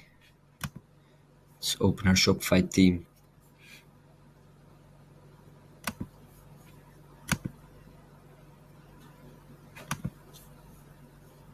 Enable it, save, and head back to Klaviyo again.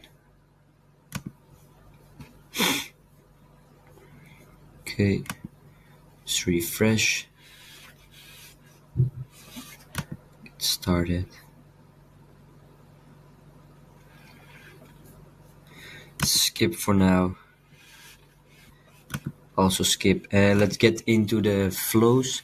So we made a sheet for our flows for the email marketing. So you just copy it and paste it. It's nice, and you have to translate it. Depends on what country you're selling in. So let's start with the welcome flow. Get started.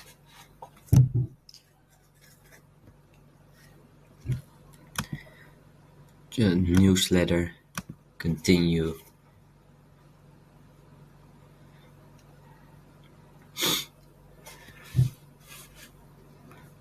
Okay. And first of all, open it and turn smart sending off. UTM tracking on. Okay. And let's edit the email. Press edit. Go to our sheet. And just give your own spin to it. So, okay, sender name. Yeah, we already filled in the sender name. Then copy the subject.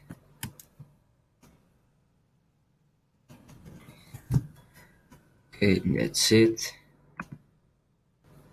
And then start with a template. So change template. Drag and drop. Okay, so let's start by picking a template. So press change template, drag and drop. And we're just gonna go with a basic layout.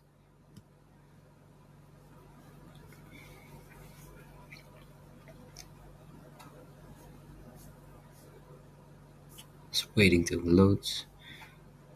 Okay.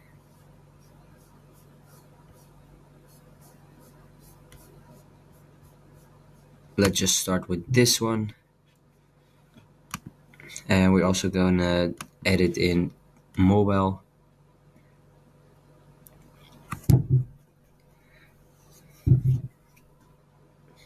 Okay. Then just add your logo. Make sure you save your logo in the right format because ours is saved in transparent. So save it in transparent and 500 x 200 pixels, so it's in the right format. Just add your website link here. Boom. This, okay, and just link to all products, and you have to make sure you copy your all products page and about new here. or you can even remove it, but I'm just gonna let it stay. Then find a nice picture for you. Place. Let's just check if it. Okay, search by catalog name. Let's just find a nice image for this. I'm going to Unsplash. And for this example, I'm gonna just use like a fashion store. So I'm gonna type in fashion. And let's just use this one. Download for free in small. Okay. Now just upload the image. Okay, just upload it. Wait till it loads. Yeah, perfect. And just for this example, I'm gonna use like a fashion store. So best fashion. Let's rate it fashion.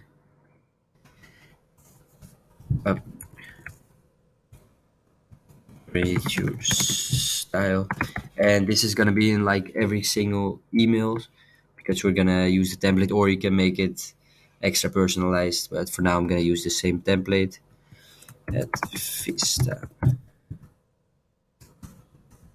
Manchester shop raised items for price.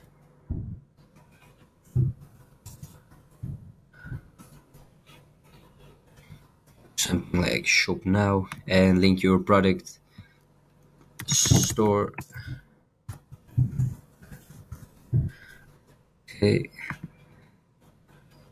Then we're gonna add our text block below this, and here we're gonna add our flow. Okay, just copy it and paste it like this. Okay, and also make sure to center it.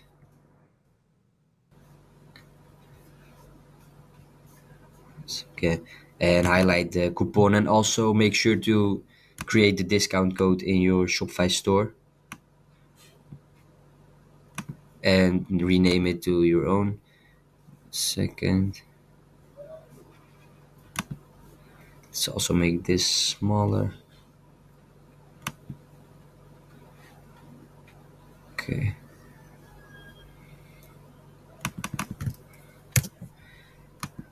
This. And also make sure to save as template. Vista template. Okay, then just go back to the welcome series.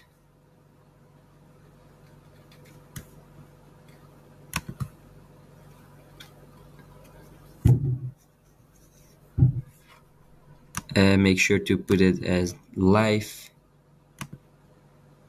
And let's just duplicate it. So clone.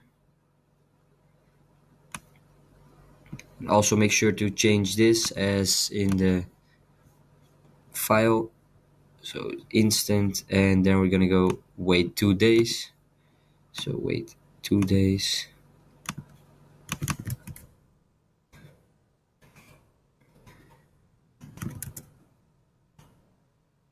And save. And let's edit this email as well.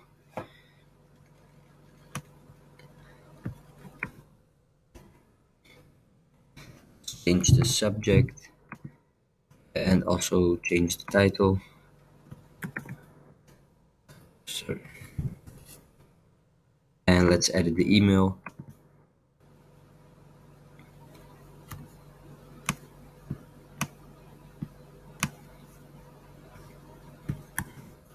Copy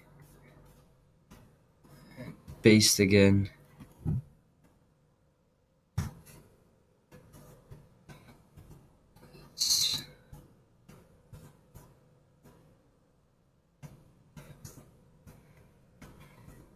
I'm gonna go through this quickly so you can make it even better. It's for just showing how to do it. Just highlight the discount code. Let's check it quickly. Remove some white space. Center again. Okay.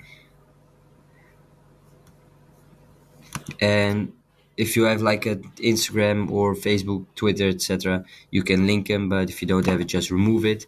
And also to make sure to like either change your address in Klaviyo settings if you want to hide it, or put like a random address here with or not your full address if you don't want to show it to every single customer. And let the rest be the same. Just save again.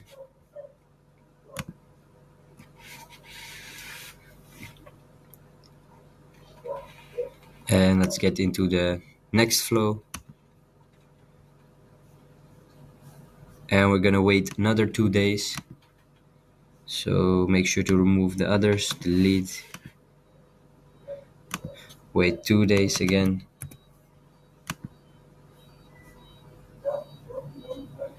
And make sure to always press edit and check if smart sending. Okay, perfect. And let's remove this one.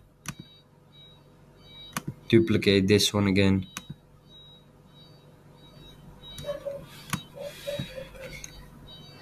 Let's edit. Copy the subject again.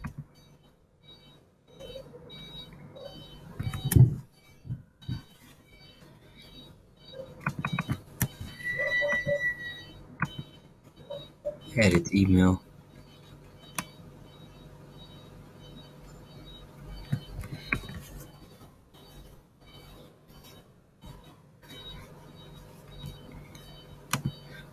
Go to the text again. Paste it in. Remove white space.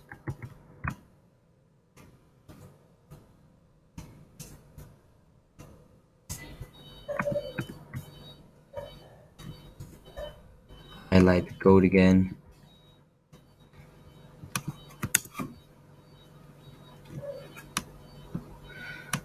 Add some other words. Center. Save.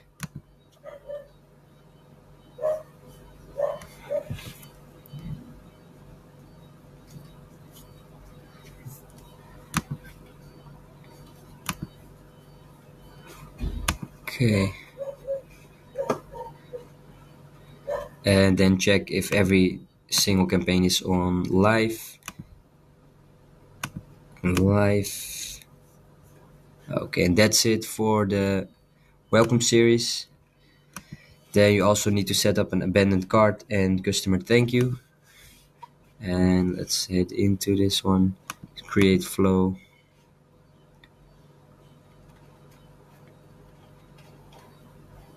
Let's open.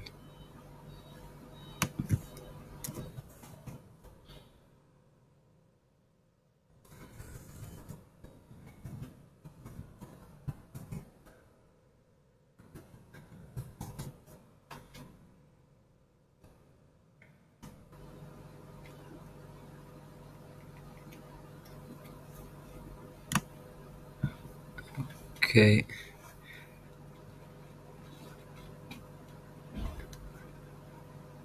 Yes, and also for the abandoned cart, we need to set up a custom cart event.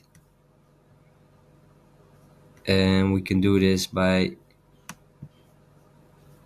following this page. Add to cart snippet.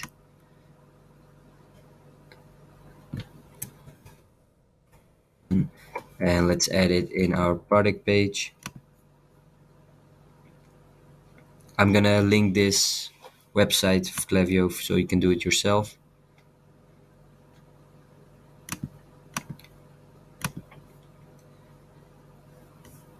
Let's add a section, custom liquid. Add it in here and just save.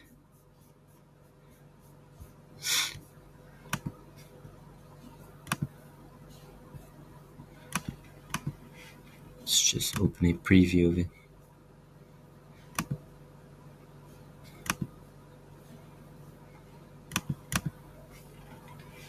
Okay.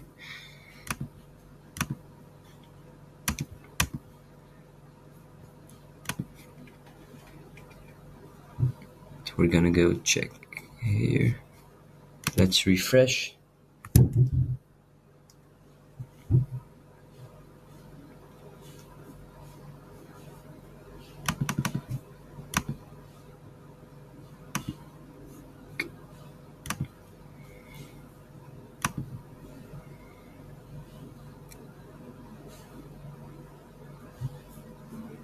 Okay, you can also find it here, but this is an abandoned checkout flow.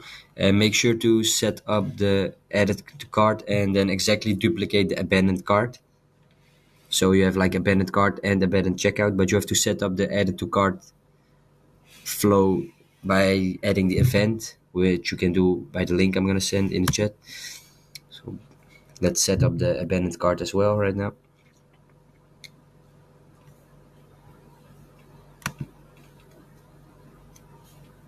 Okay, so let's get in the sheet again. So first flow is wait 30 minutes, so we're gonna change that. 30 minutes, save, edit.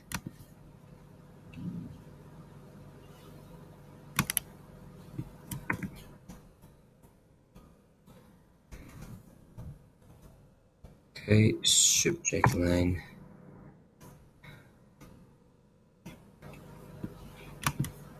Preview text. Okay, let's copy this.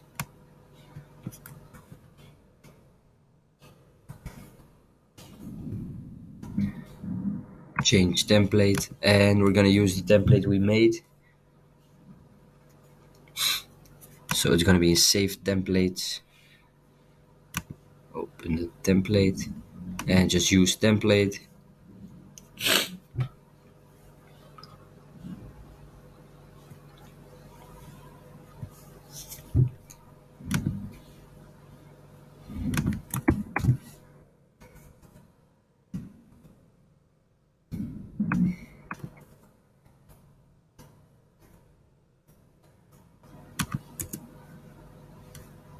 Okay, and make sure to center it again. Okay, great. And let's check it out.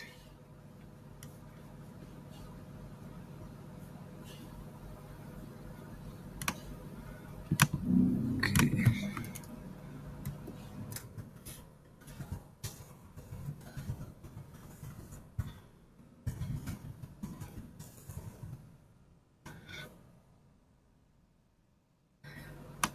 Okay, just sending a test email so we can check how it looks.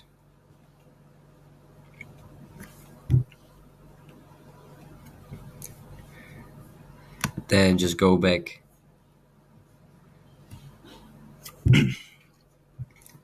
and exactly repeat these steps. So wait 4 hours, just fill in wait 4 hours and remove the standard emails, or this is the one we made. Always set it on live and make sure to enable UTM tracking.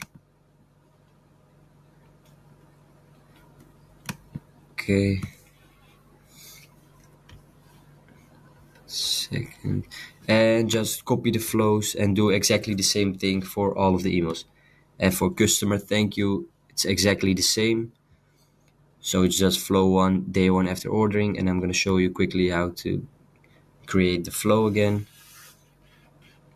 So it's just customer thank you, get started.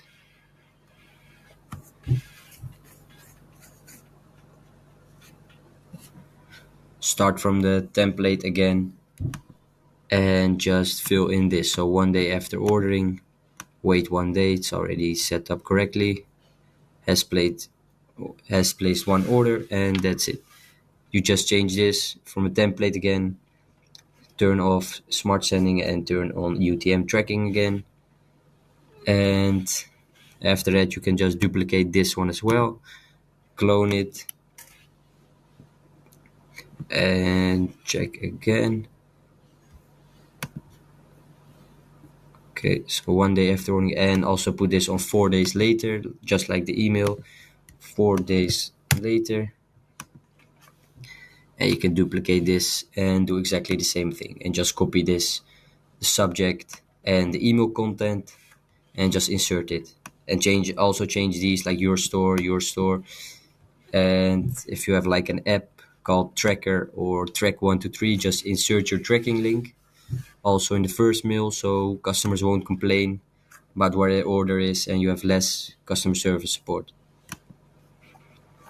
Okay, let's check if everything's set correctly. So you should have like 4 flows. These 3 flows I'm going through, but this is like an abandoned checkout flow because it shows like checkout started. But what you need to do is set up the add to cart event by the link I'm gonna send you, and then duplicate it exactly and just change the event to add to cart. And that's it for the email marketing. I'm just gonna go through everything once again. And this sheet I'm gonna send you as well, so you can exactly copy it and translate it, so you have some great flows that convert well. Okay, thank you guys. If you need any help extra, you can just message us in the chat. Okay, so let's start by picking a template. So press change template, drag and drop. And we're just gonna go with a basic layout.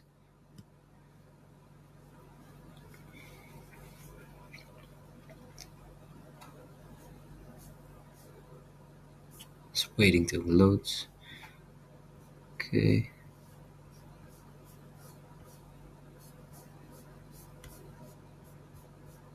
Let's just start with this one. And we're also gonna edit in mobile.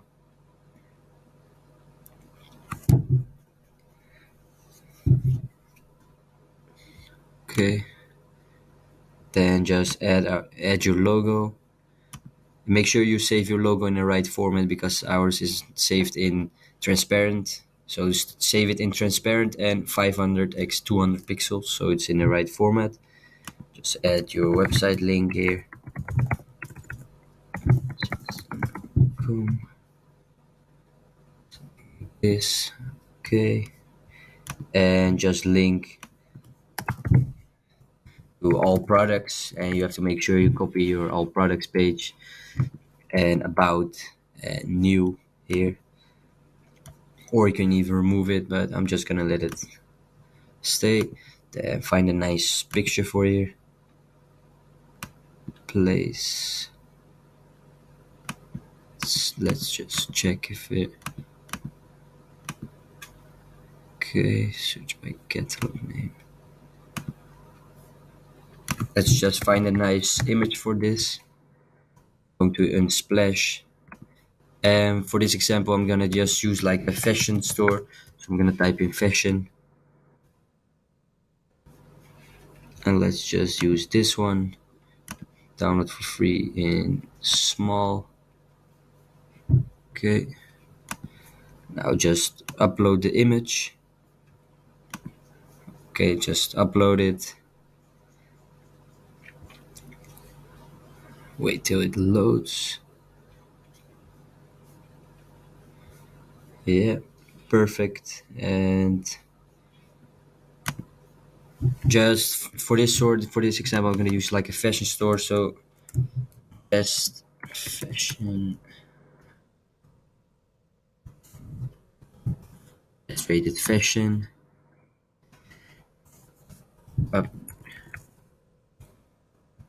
create your style, and this is gonna be in like every single email because we're gonna use the template, or you can make it extra personalized, but for now I'm gonna use the same template at Vista.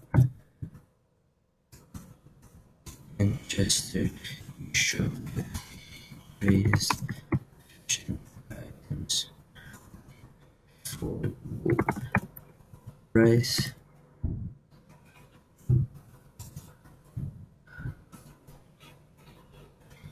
Something like shop now, and link your product store and paste it like this. Okay, and also make sure to center it.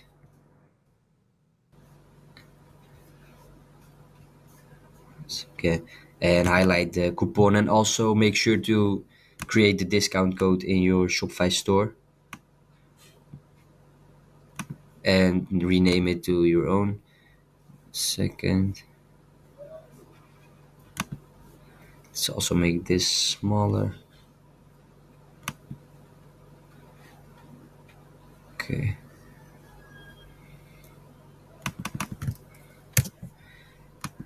This.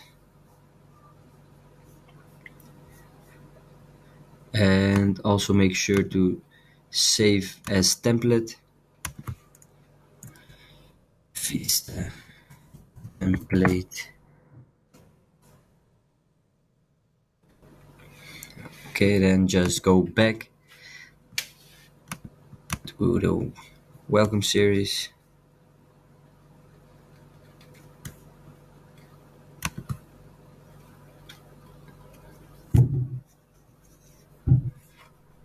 And make sure to put it as live. And let's just duplicate it. So clone. Also make sure to change this as in the file. So instant, and then we're gonna go wait 2 days.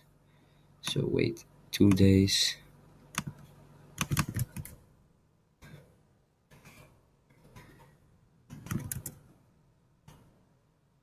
And save. And let's edit this email as well.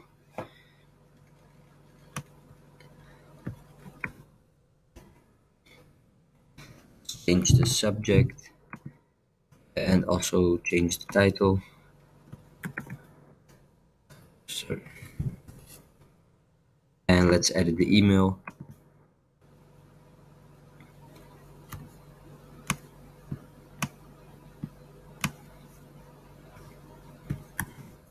Copy.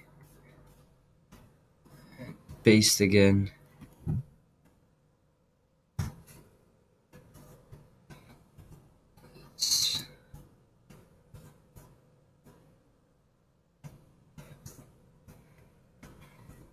I'm gonna go through this quickly so you can make it even better. It's for just showing how to do it. Just highlight the discount code. Let's check it quickly. Remove some white space. Center again. Okay. And if you have like an Instagram or Facebook, Twitter, etc., you can link them, but if you don't have it, just remove it.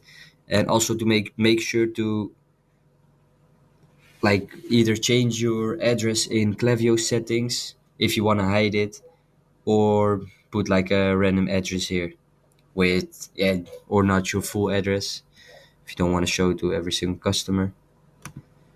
And let the rest be the same. Just save again.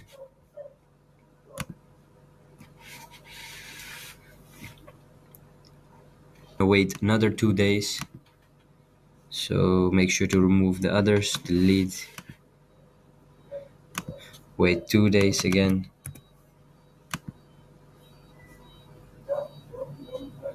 And make sure to always press edit and check if smart sending. Okay, perfect. And let's remove this one. duplicate this one again.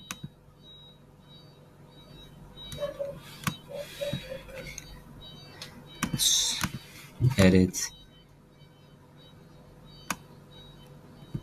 Copy the subject again.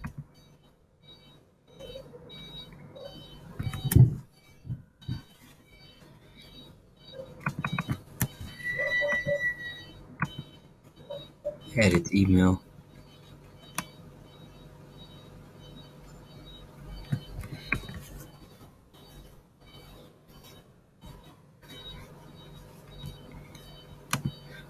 Go to the text again. Paste it in. Remove white space.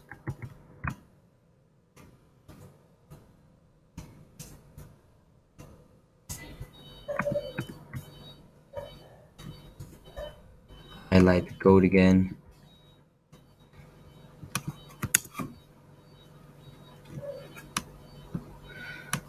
Add some other words. Center. Save.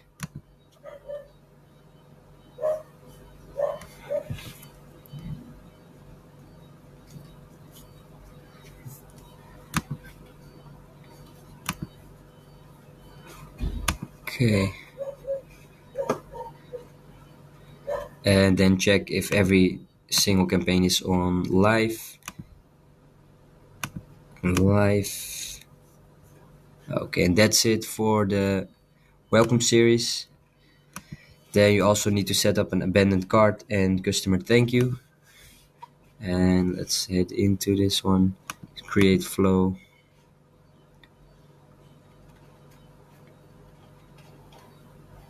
Let's open.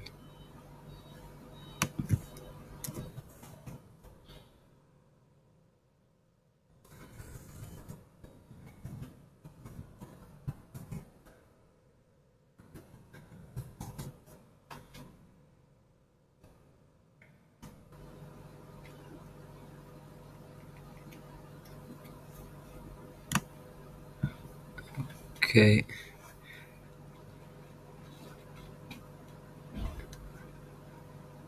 Yes, and also for the abandoned cart, we need to set up a custom cart event. And we can do this by following this page. Add to cart snippet.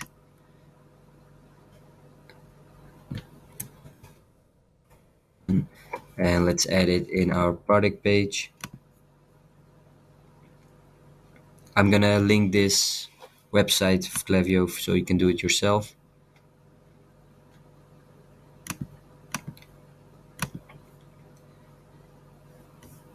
Let's add a section, custom liquid. Add it in here. And just save.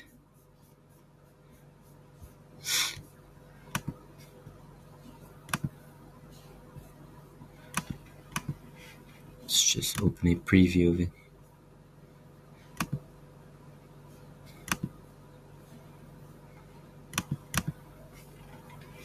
Okay.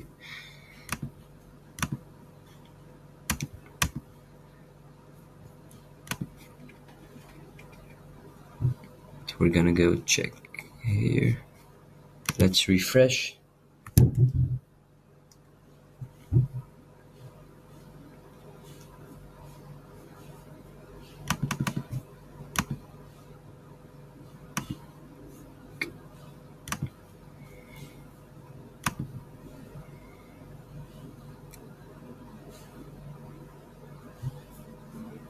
Okay, you can also find it here, but this is an abandoned checkout flow. And make sure to set up the added to cart and then exactly duplicate the abandoned cart. So you have like abandoned cart and abandoned checkout, but you have to set up the added to cart flow by adding the event, which you can do by the link I'm gonna send in the chat. So let's set up the abandoned cart as well right now.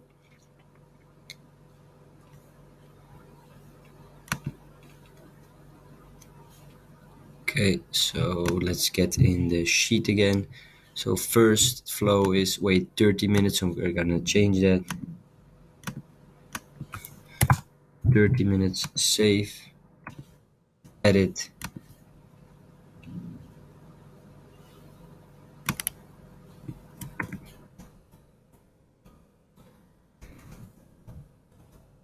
Okay, subject line.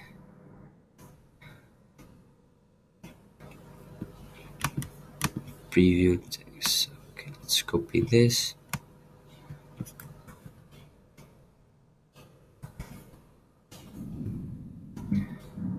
Change template, and we're gonna use the template we made. So it's gonna be in save templates. Open the template and just use template.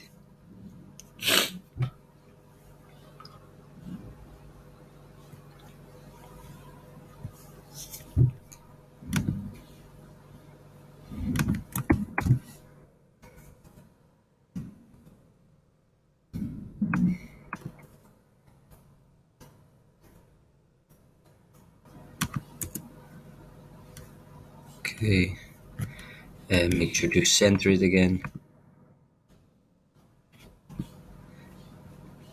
Okay, great. And let's check it out.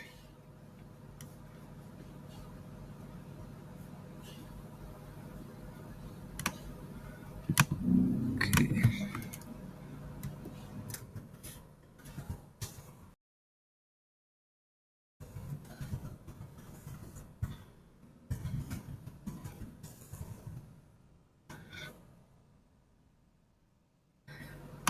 Okay, just sending a test email so we can check how it looks.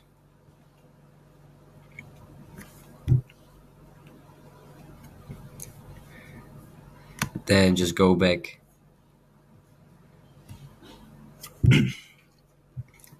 And exactly repeat these steps. So wait 4 hours, just fill in wait 4 hours and remove the standard emails. Or this is the one we made. Always set it on live. And make sure to enable UTM tracking. Okay. Second. And just copy the flows and do exactly the same thing for all of the emails. And for customer thank you, it's exactly the same. So it's just flow 1, day 1 after ordering, and I'm going to show you quickly how to create the flow again. So it's just customer thank you, get started.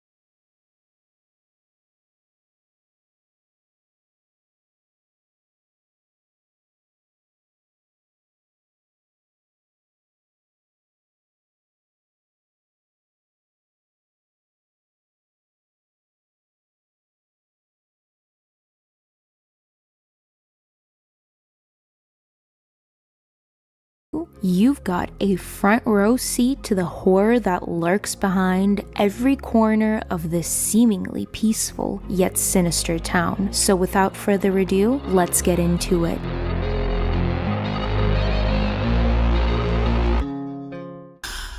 We didn't come here. We were brought.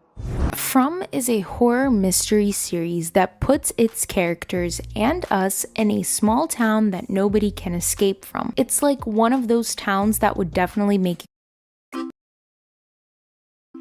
Oh, okay.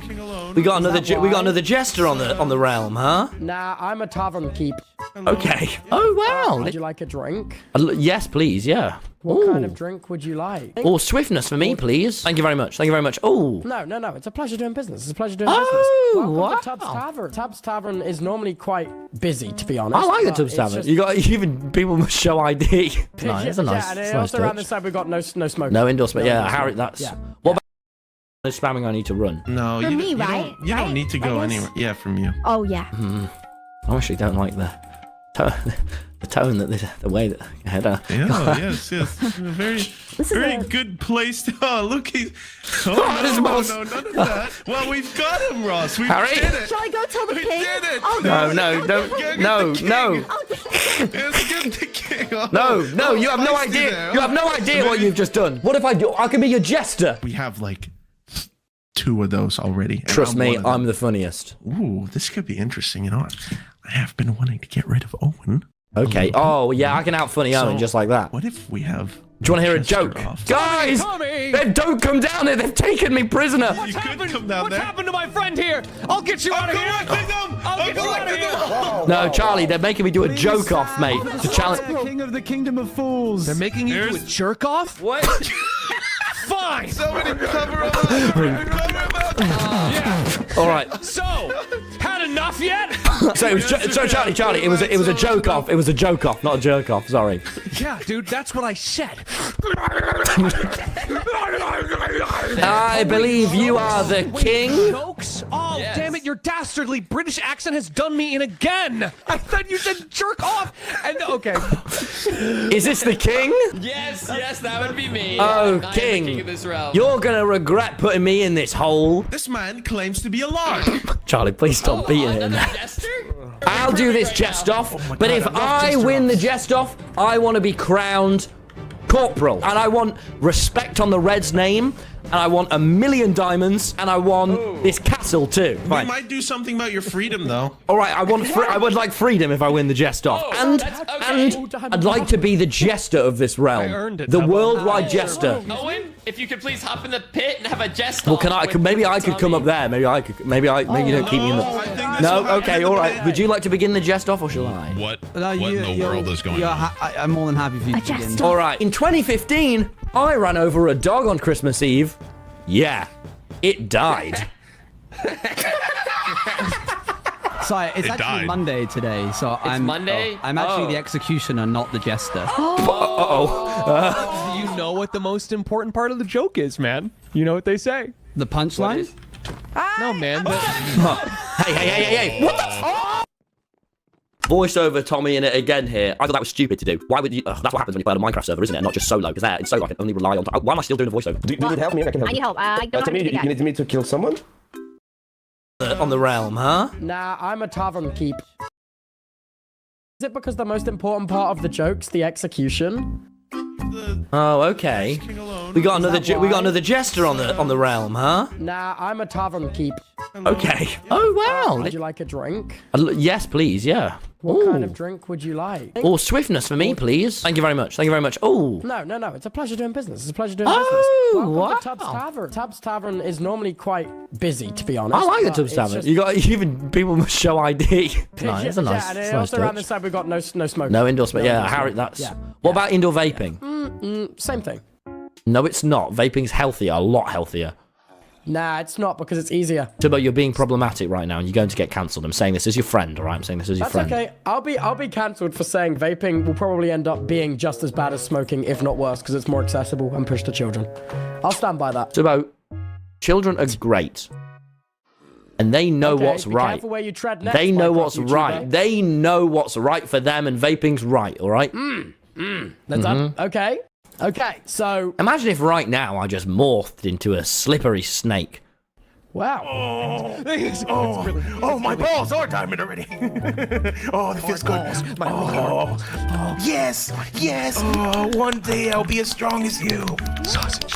You can't go. Wait, what's that noise? That sounds great. Oh, Sorry, I'm just watching. That was so I know, weird. Why right? did your light weapons just level up after you did that? Slash lay. Your warmth is what gets me. Oh, let's all get on top of each other. Yes. Okay, Let's hang on. stack. Wait. Do you guys want to play the lay on top of Tommy in it game? Yes, please. All right. So How do you play? So stand on top of me. I actually played this game in real life. It hurt. Seriously, guys, do not play this game at home. Lay. I'm on you. Now, oh wow, oh god, that would just okay. I'll get it too. Harry, maybe you should get off. Harry, could you maybe get off? No. You're just really hurting. No, I know you like it. I do. Yeah, what that mouth do, Harry? Can I just say, I've never felt as seen as right now and calm and comfortable. I am very comfortable too. Can I be honest? I have an erection right now, and one of you can probably feel it. Oh Jesus! That's what that was. Poking Oh, back. Yeah. Hey, bad, you can sit on my face. I'm watching. Okay, Tubbo, can you get in here? Yeah, you want to get in the middle? I don't think I want to join. Toby, you want to join us? Don't be a loser. If you join us, you'll be sending a message to your server and the whole fans that this is okay and everyone should be doing it. So come Toby, here. can you pee in my mouth? What the fuck, bro? You need to piss in my mouth. Aiming, man. It's easy. Me and Tom met on 4chan. That's true, but I prefer you didn't air that. Sorry, I'm joking. We met because I was in the Tommy In It fan group chat, and you were looking for people to hang out with. Oh, and that's where you look for your That's how I fans? met all my friends. Yeah. I've got a thing. No, Charlie. Hey. Stuff here. Can I get a screenie? Oh yeah, of course, man, of course. Wait, let's get Charlie in it. You love Charlie's videos, right? I loved your lore on the Dream SMP, bro. Please. What about me, Tom? I sent you a whisper, Sienna the duck in chat. There's a lot happening, isn't there? There's a lot. It should be called the overstimulating SMP, Harry. Yeah. Have you seen the event they're doing tomorrow? No. It's the flashing lights and loud noises event, where there's a bunch of flashing lights and loud noises. Oh my, really? Have you heard about the event where Tubbo just sort of screams down the mic for ages about how things are going well? No, when's that happening? I think that's on like Thursday. Does Tommy have a private Slack chat I can add? You're going to have to ask him for that. I'm not comfortable giving out the username myself. No, thank you so much, Harry, for reading out that chat message and throwing that one to me. No, but okay, and because I can't not yes and no, it's true, I do. You know, no one here really has Nether, right? Except Clown Pierce, he has Nether, right? Yeah, I have a texture pack where it's like X-ray. That's so sick, man. Should we just start X-raying? Yeah. Well, did they say in the rules we couldn't? Is X-ray allowed? By the way, it's opposite day. Oh! No, because if I get banned, I'm going to be so angry I might punch a hole in the wall. If I get banned, I'm going to film myself doing horrible things on camera to myself and post it on X to everything up. And then I'm going to encourage my viewers to do the same. I'm going to record myself doing something horrible and post it on X Hamster. Do you ever, can I ask you a question? All viewers from the Tommy In It stream, we don't know what X Yeah, I didn't even know what that was. This is a no judgment zone, by the way, stream, so don't joke. Do you ever, Twitch whisper a fan and, ask them to do horrible things to themselves just to feel like God? Do you do that? I don't. No, I don't do it if you don't do it. No, I don't. Wow. Okay. Much. The good thing about when we record together is the amount of cutting that we can do. Do you maybe have a torch, perchance? I got a lot of things in my life. Okay, yeah. Oh, my parents got a divorce. We get it. That was even worse. Creeper! OMG, it's a Minecraft YouTuber. That is offensive to my kind. Just because there's one bad Minecraft YouTuber doesn't mean all Minecraft YouTubers are bad. One. More than one, I'd say, probably. Okay, sure. Guys, we get it. All of Tommy and its friends weren't great. And if you become Tommy and its friend, turns out there's a lot in your past. Isn't that right, Harry? There's a baby zombie. It's just like Philza. If I stopped being friends with you, I'd have to go back to working a retail job. Yeah, but if you keep being friends with me, it's all gonna come out. By the way, chat, Harry pays me rent. How sick is that? If you bring up one more time, I'm posting your address. Our address? I can always move back in with my parents. So can I, sort of. We're one of them. Harry, I relate to you because I'm autistic. I don't have autism, but I love being Okay, Harry, you literally always have a Sesame Street bit of merchandise on. Not now. You came home the other day and went, Tom, how sick is this? And it was like 4 Muppets plushies. Oh no. Oh, Harry, I'm toast. Disguised toast among us. That was a lovely word association. I had a lovely dream last night that I was kissing your tender lips. Ah, I know I'm only just out of that whole thing, but I still need some time, you know, to grow myself, my penis, you know. Harry's never beating the grotty perv allegation. Mod them. It is. Do you know what I find mad though? Can I just say something? This is mad. Can I just say something that I always think is a bit weird that you do? If you don't mind me outing this on stream. No. That whenever we're walking through town and you see a girl, you shout, "Tom! Oh my God, she's so beautiful." I found diamonds. No way. So did I. Shift it. Oh, you picked them all up. Diamonds. Did you? What do you mean? Did you? That's not even the correct grammar. I have a lisp. Oh, really? I couldn't tell from your mic. They're asking 2 more people to do /lay. That's foolish gamers. He got nominated for a stream reward. We need to follow his word. I do /lay, /get laid, and then I message your brother. Pardon? It's going to be a tough one to repeat. You weren't joking about my 12-year-old brother again. He's not 12. Don't say that. No, there's a lot older than him. Minecraft YouTuber moment. No, Minecraft YouTuber moment is when you take the internet by storm and get 650k viewers a stream. Oh, wait, it's not Minecraft YouTuber moment. That's called a Tommy in it moment, because that only happened with me. And I'm not clinging on to it neither. Someone said 600k viewers to 3k. Okay, first of all, didn't know I was on 3k, but... Appreciate it. Yeah, no, here's the thing about 3k viewers. That is the entire of the London 2.6 actually. Okay, my chat's spamming my view account now. That's wonderful. You guys are trying to make me relapse, all right? This is like someone dangling a drink in front of an alcoholic and being like, check your views, check your views. Did you remember when my mum rang us up and was like, I figured it out. Harry is kind of like your little brother. And I was like, Mum, I don't want to do that again. Not again. That didn't end well last No, time. Mum, I don't... No, Mum, I don't need another brotherly relationship. If I'm the little brother, I'll come out of the situation. All right. Don't do no. It's still too soon for me, man. Let's go and hang out with Charlie Slimesicle. You just liked him because he wasn't streaming. Whenever you're near him, viewers go up. By the way, you're untalented. We should live together, but imagine if rather than putting it in the kitchen, I put the dryer in your room, and when your girlfriend was in there asleep, I barged in and said, "Sorry, Lydia, need to dry my Tommy Innit clothes." Yeah, imagine after maybe travelling for about 8 hours straight, not sleeping in 20 hours, I'm finally back in my home where I can sleep, and the tumble dryer's on. I actually can't turn it off without you getting upset. That would be... We should live together. No, we should do. We should live together, and then Tommy Innit should charge you very discounted rent. Oh my God, wait, he does do that already. That reminded me of something, Harry. Do you want to know what it reminded me of? The truth. I love paying rent, even though everything in the house is broken. We have bloodworms coming out of our toilet. Oh, bloodworms, schmudworms, man. When you're asleep tonight, I'm going to go into your room and shit on your chest. Do you know, don't, because Betty actually did that once. Really? Who was Betty? Your girlfriend? No, my dog. My girlfriend, I wish.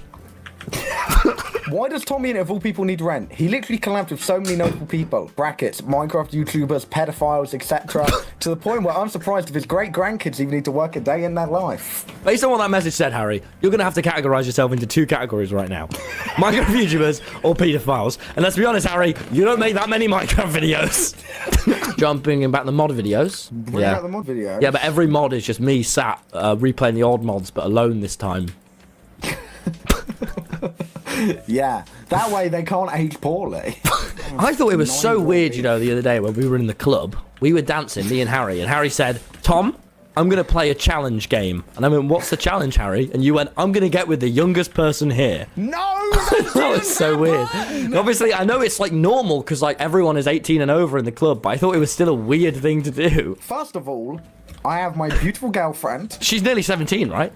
No, she's older than me. She's a cougar. She's 21. I was meant to say this to you off stream, but I may as well just say it now. Just so you know, with all this influencing stuff, you know, as you're getting a bit more popular. Yeah. You can't date fans. Really? Yeah, don't do that again. Is that why you and Molly end up splitting? Harry's actually clip farming you. Are you clip farming me?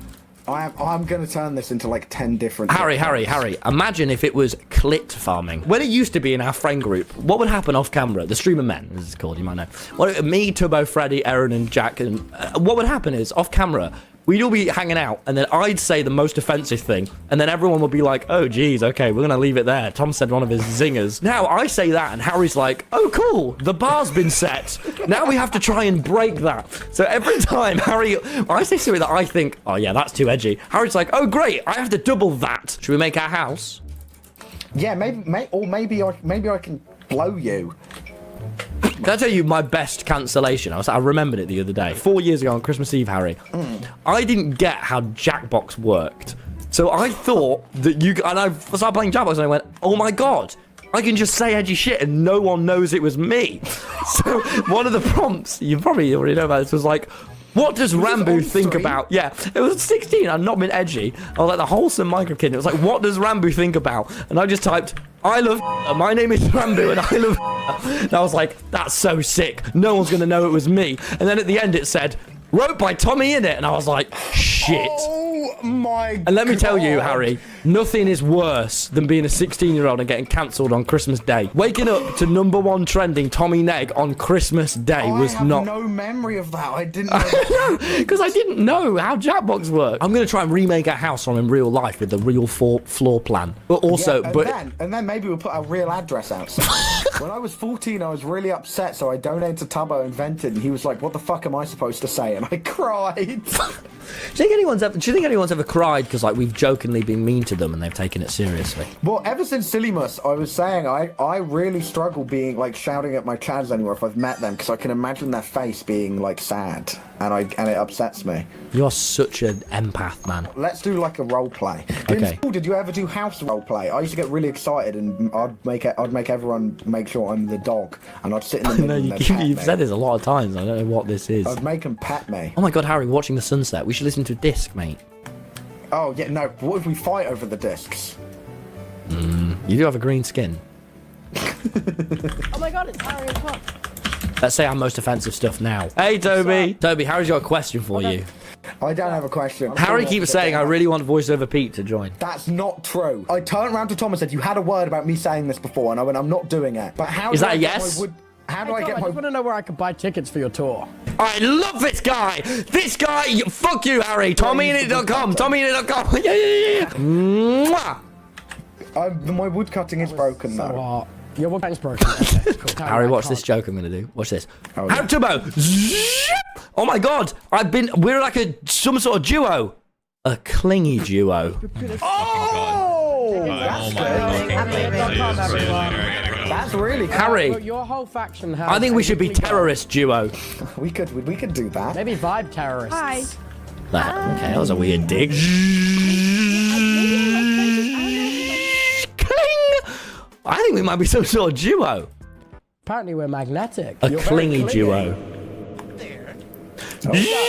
Harry. I think we might be some sort of duo. A clingy duo. Tom, let's go. Tom, let's leave Toby alone now. Bye. Tommy is the kid who's playing while two adults talk. True, you're like the little brother, Tom. I'm the little brother, and that's what helps me. Shut up, wait. That took me a minute. I'm going to do this tonight while you sleep. You know, I found out your door locks from the outside. Really? Wait, oh my God.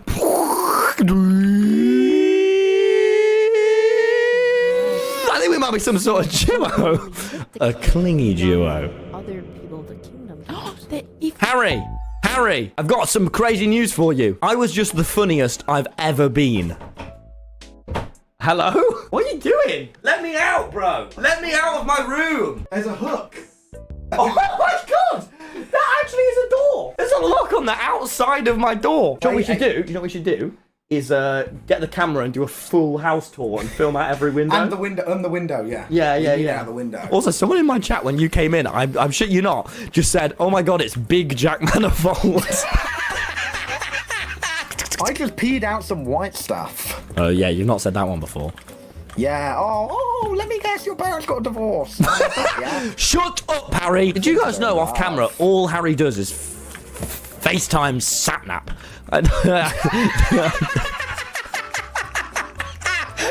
Is that meant to be on your stream, that weird thing? What weird thing? That like weird fucking like gross thing, like middle left. Harry, I've made it. Your room is also sort of a prison. and it's only got a lever on the outside. I think now we've got our castle and kingdom, we should go and attack this bit. Should we go attack this big castle? Foolish! Oh, hello! We're here to challenge your kingdom. We're gonna unfortunately have to kill you now. Terrorist Duo is here and we're here to stay. Right now, Terrorist Duo, we're just getting that right off the bat. Okay. Oh, hey, watch this. We're making a... Yeah. I'd rather you not vandalize. That'd be really mean. No, we're vandalizing. Oh, and this is ours now. What are you going to do about it? Oh, yeah. Harry, I like this throne. No, Tom, maybe not the throne. Maybe... No, maybe not the throne. Listen, it's a... Oh, why not? This is where I sit now. Oh, you just don't really look good on the throne. That's the problem. It's just like... Oh, my God, really? Seriously? Oh. Yeah, it just doesn't go with your eyes. Wow. Yeah, maybe can you not be on the throne either? It just do you think I'll break it? No, it's just rather unsightly. I like your build. I like it, but ours is a lot nicer. I think there's some charm to it. There's some charm. Oh. I mean, now this is this is nice. This is nice. He's in the basement! Quick! I'm coming. Get him in there, Harry. Get him in there. Oh no, wait, no. I can go back. I can go back. Yeah. Sorry, there's a tiny little baby zombie outside just fucking me up. Ready for this? Trap. Okay. Oh wait. No. Wait. The mobs are juiced. Got him. Okay, you need to be. Oh. Now, Harry. Now punch him. Kick him. Kick. Ow, dude. We want loot. We want loot. Okay, lucky for you, I fished this piercing 3 book. My dad said I can't get my ears pierced. You look too funny. All right, I'm allowed. My dad said I'm allowed. He's changed a lot lately. Perfect. All right, Why has your dad changed a lot? I know. This is going well. Man, you guys built this quick, though. I'm actually impressed. It was mainly me. This is an accurate recreation of our house in real life. So it's a floor plan. Yeah. All right, I'm going to log off, but you guys keep going and then update me what's happened. Thank you guys so much for watching. This was a good old laugh. And I'll see you guys later, yeah? Bye. Hello everyone and welcome to episode 1 of This is the Internet, a news show. I'm your host Tom Simons and let's...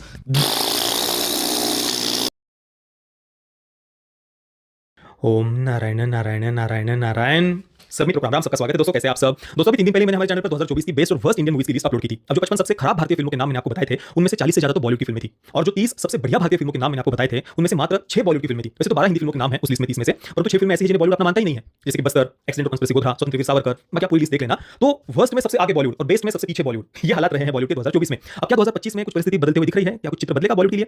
तो मुझे तो ऐसा नहीं लग रहा। अभी मैं 31 बॉलीवुड की अपकमिंग फिल्मों के नाम मैं आपको बताने वाला हूं। 2025 में रिलीज होने वाली बॉलीवुड की फिल्म है और उस लिस्ट को देखकर मुझे तो ऐसा लग रहा है कि भाई 2025 में तो बॉलीवुड के हालात और ज्यादा खराब होने वाले हैं। इनमें से कुछ फिल्मों के नाम तो ऐसे हैं कि जिनका नाम सुनकर ही क्रिंज फील हो रहा है। काफी सारी फिल्में तो किसी का दूसरा पार्ट है, किसी का तीसरा पार्ट है, किसी का 5वां पार्ट है। मतलब पुराने इनके जो कुछ सफल फिल्में रही है उनके आगे 2, 3, 4, 5 इस प्रकार के नंबर इन्होंने लगा दिए हैं। कोई क्रिएटिविटी नहीं। क्रिएटिव बैंक्रप्सी का शिकार ये इंडस्ट्री है, तो सबसे काफी लंबे समय से हमें पता ही है। पर भाई कुछ तो थोड़ी बहुत क्रिएटिविटी हो, कुछ नयापन नहीं करना, कुछ अलग नहीं करना, वही पुराने माल को घिसते रहना है। और अभी कुछ हॉरर कॉमेडी वगैरह इनकी पता नहीं कथित रूप से सफल हुई है, तो अभी उसको भी वो घिसते रहेंगे। आप देख लेना पिछले कुछ समय तक। मतलब लिटरली कुछ जोकरों की टोली लगती है मुझे इंडस्ट्री। क्या है मतलब। चलो अब ज्यादा समय में आपका नहीं लूंगा, सीधे हम लिस्ट की तरफ आगे बढ़ते हैं। 31 फिल्मों के नाम के साथ उनकी रिलीज डेट भी मैं आपको बताते जाऊंगा। मतलब जो ऑनलाइन अभी पढ़ने को मिल रही है, हो सकता है कि आगे जाकर ये तारीख वगैरह डेट्स वगैरह चेंज हो जाए। अभी जो मुझे पढ़ने को मिला वो मैं आपको बता रहा हूं। इनको कोई आप फिक्स वगैरह मत मानना, ठीक है? अभी 10 जनवरी से शुरू करके दिसंबर तक हम जाएंगे। अभी 10 जनवरी को फतेह आ रही है सोनू सूद की। इसके बाद में 17 जनवरी को कंगना रनौत की इमरजेंसी रिलीज हो रही है। इसके बाद में 17 जनवरी को ही अजय देवगन और उनके भतीजे की आज़ाद आ रही है। आज़ाद का जब मैंने टीजर देखा और उसमें जब डायरेक्टर का नाम मैंने पढ़ा ना, अभिषेक कपूर, वो देख करके बस एक ही बात मन में आई कि भाई क्या अजय देवगन की अपने भतीजे के साथ में कोई दुश्मनी वगैरह है क्या? मतलब ऐसे डायरेक्टर को कौन ले सकता है अपने भतीजे को launch? Chat room, this is a bingo board, and this is a PSA 10 God of War that I got, and I think it's really cool. I just wanted to show you guys. I think it's really cool. Like, it's got a little whooper in the background there, and it's really sick. Anyway, we're going to be playing bingo today on this wonderful Then We Fight video. Say about this year. 2024 was a very... Funding for Shape Realist is provided by Squarespace, the sponsor of today's video. Whether starting a new business or keeping up your growing brands, except not as bad, because there was at least some creativity displayed with some of these movies. They just mostly weren't very good. Since Disney the corporation didn't really care about quality control, they just wanted something with the popular characters you all know and love slapped onto the cover, since that would enable them to make a quick buck. Eventually, this trend died down, and now we're just kinda left with the aftermath. 27 bizarrely conceived films of varying degrees of not greatness. Most of them are bad, a couple of them are okay, and a few are even good. But there's absolutely no surprise masterpiece waiting for us at the end of the tunnel here. With that said, it's not like the Illumination ranking where there was a clear best film from the start, so I'll still be going worst to best on this one, since there is some suspense to be had at least. Also, I decided against including an extremely goofy movie, since even though it came out from the same studio as the rest of these movies, it's not technically a sequel to an official Disney Animation Studio feature, so I don't think it really counts for the purposes of this list. But if you're curious, I would probably rank it 5th place. Maybe I'll talk about the Goofy movies at some point, I don't know, leave me alone. All I know is, the movies I had to watch for this video suck, and I want the ranking to be over and done with, so enough stalling. Let's see what the worst of the worst is, shall we? Disappointment in the game of life! Oh man, so many terrible movies. It must have been incredibly hard to pick the bottom spot on this list, right? No, it wasn't. It's not even close. The Hunchback of Notre Dame 2 is one of the biggest atrocities ever committed by mankind. Not once in my life have I ever asked myself, hey, I wonder what happens to Quasimodo next after the end of the first movie. Because it doesn't matter. He got what he wanted. He's accepted by everyone. The story is over. More than any other Disney sequel, watching this, you can just feel the creative team squirming around in the background, getting the sense that they absolutely did not want to make this whatsoever. Because really, there's nothing to work with a Hunchback sequel, and it shows. Quasimodo is the only character from the original who's given anything to do. Esmeralda might as well not even exist. The gargoyles are somehow less funny and less relevant, with far worse comedic timing, and a new song that might not be worse than A Guy Like You, but is at least on par with it in terms of badness. The George Costanza one still wants to fuck the goat. That's funny, I guess. Isn't that so funny? Aren't you laughing so fucking hard right now? Anyway, what's Quasimodo's big plotline in this epic sequel? He gets a girlfriend. He even sings the song about how nice it would be to have one. Which, you know, is the same thing he did in the first movie. And then, he didn't get the girl. But that was okay because what he truly wanted was acceptance by the community, and getting the girl didn't matter. So the entire point of his storyline in the first movie is kind of undone. Isn't that so cool? The girl is very boring. She works for a circus guy played by Chuck McGill, and he's the only source of mild entertainment in this movie because sometimes it's a little funny how much he wants to have sexual intercourse with himself. I could kiss me, but I'd fall in love. But oh no, just like Gaston, his main motivation is to have Belle. He really wants this bell that has gems inside, because the writers don't know how bells work. So he steals the bell, and Quasimodo's like, oh no, you were using me, lady. And she's like, no, this is a misunderstanding. And God, I hate this. I hate this so much. I hate literally everything about this movie. Nothing about it is good. It is one of the most insultingly terrible experiences I've ever had in my life. Did I mention that Haley Joel Osment plays Phoebus and Esmeralda's kid? That's nuts! Who is a completely pointless character that only exists to get kidnapped in the third act. I mean, at least he has a role in the story, unlike Esmeralda. I'm done talking about this one. Nothing in it is necessarily infuriating, but it is such a huge wad of worthlessness that its mere existence makes me angry. They really should have known better than to try and create a sequel to Hunchback. Not only because the original didn't even do that well financially to justify it, but mainly because they couldn't even muster up an ounce of the artistry and majesty that went into the original. Imagine taking one of the richest and most thematically mature kids movies of all time and making a sequel that stands for and is about nothing. A completely empty and vile experience that should not be seen by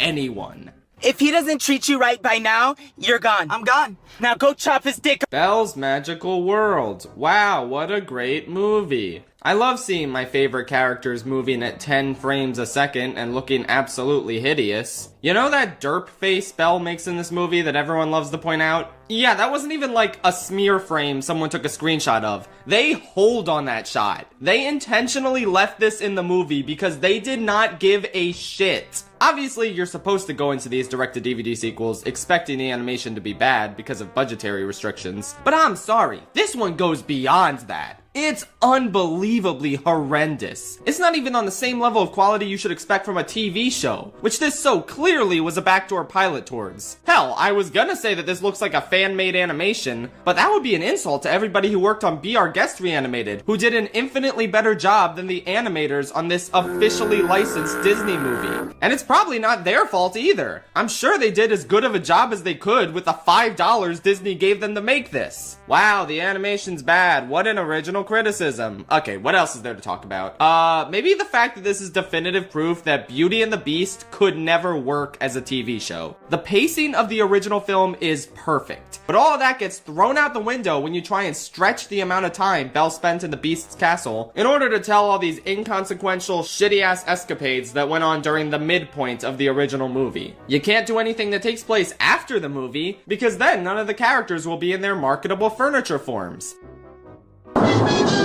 So you gotta keep making these terrible midquels that actively make the Beast horribly unlikable. Like, within the context of just the first movie, Belle isn't really a prisoner and she can leave anytime, but she stays because of the Beast's hidden compassion. But if we want to consider this canon, then Belle should have gotten the hell out of there as soon as possible, because this guy is a fucking lunatic. He has a meltdown because she's taking care of this bird who can't fly, and he hates birds for some reason. Except then he realizes that birds can sing, and he's like, this bird is my prisoner forever. Get it? It's like a metaphor!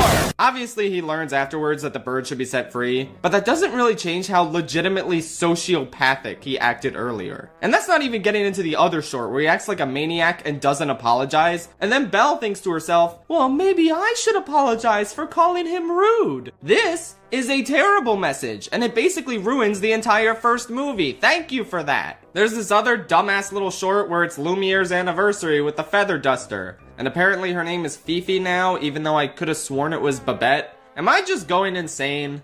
I'm watching this movie, so clearly the answer is yes. But whatever. Fifi is jealous because Lumiere seems to be doing all this romantic stuff with Belle. Because apparently Fifi forgot that the whole point of Belle being here is to fall in love with Mr. Beast, because she's really dumb. But it's just a misunderstanding, because Lumiere is preparing for his date with Fifi tonight. But she is super jealous. Then he invites her to the date, and she forgets all about the stuff she thought she saw between him and Belle. Like, from her perspective, Lumiere is still cheating on her with Belle when she's not looking, since he never explained what was going on. So, shouldn't she still be mad at him? Ah, f*** it. I hate this movie, and I'm ending the segment here because the movie itself doesn't even have an ending. It just kinda stops. So I'm taking inspiration from it. Yay! I never want to see any of these characters again.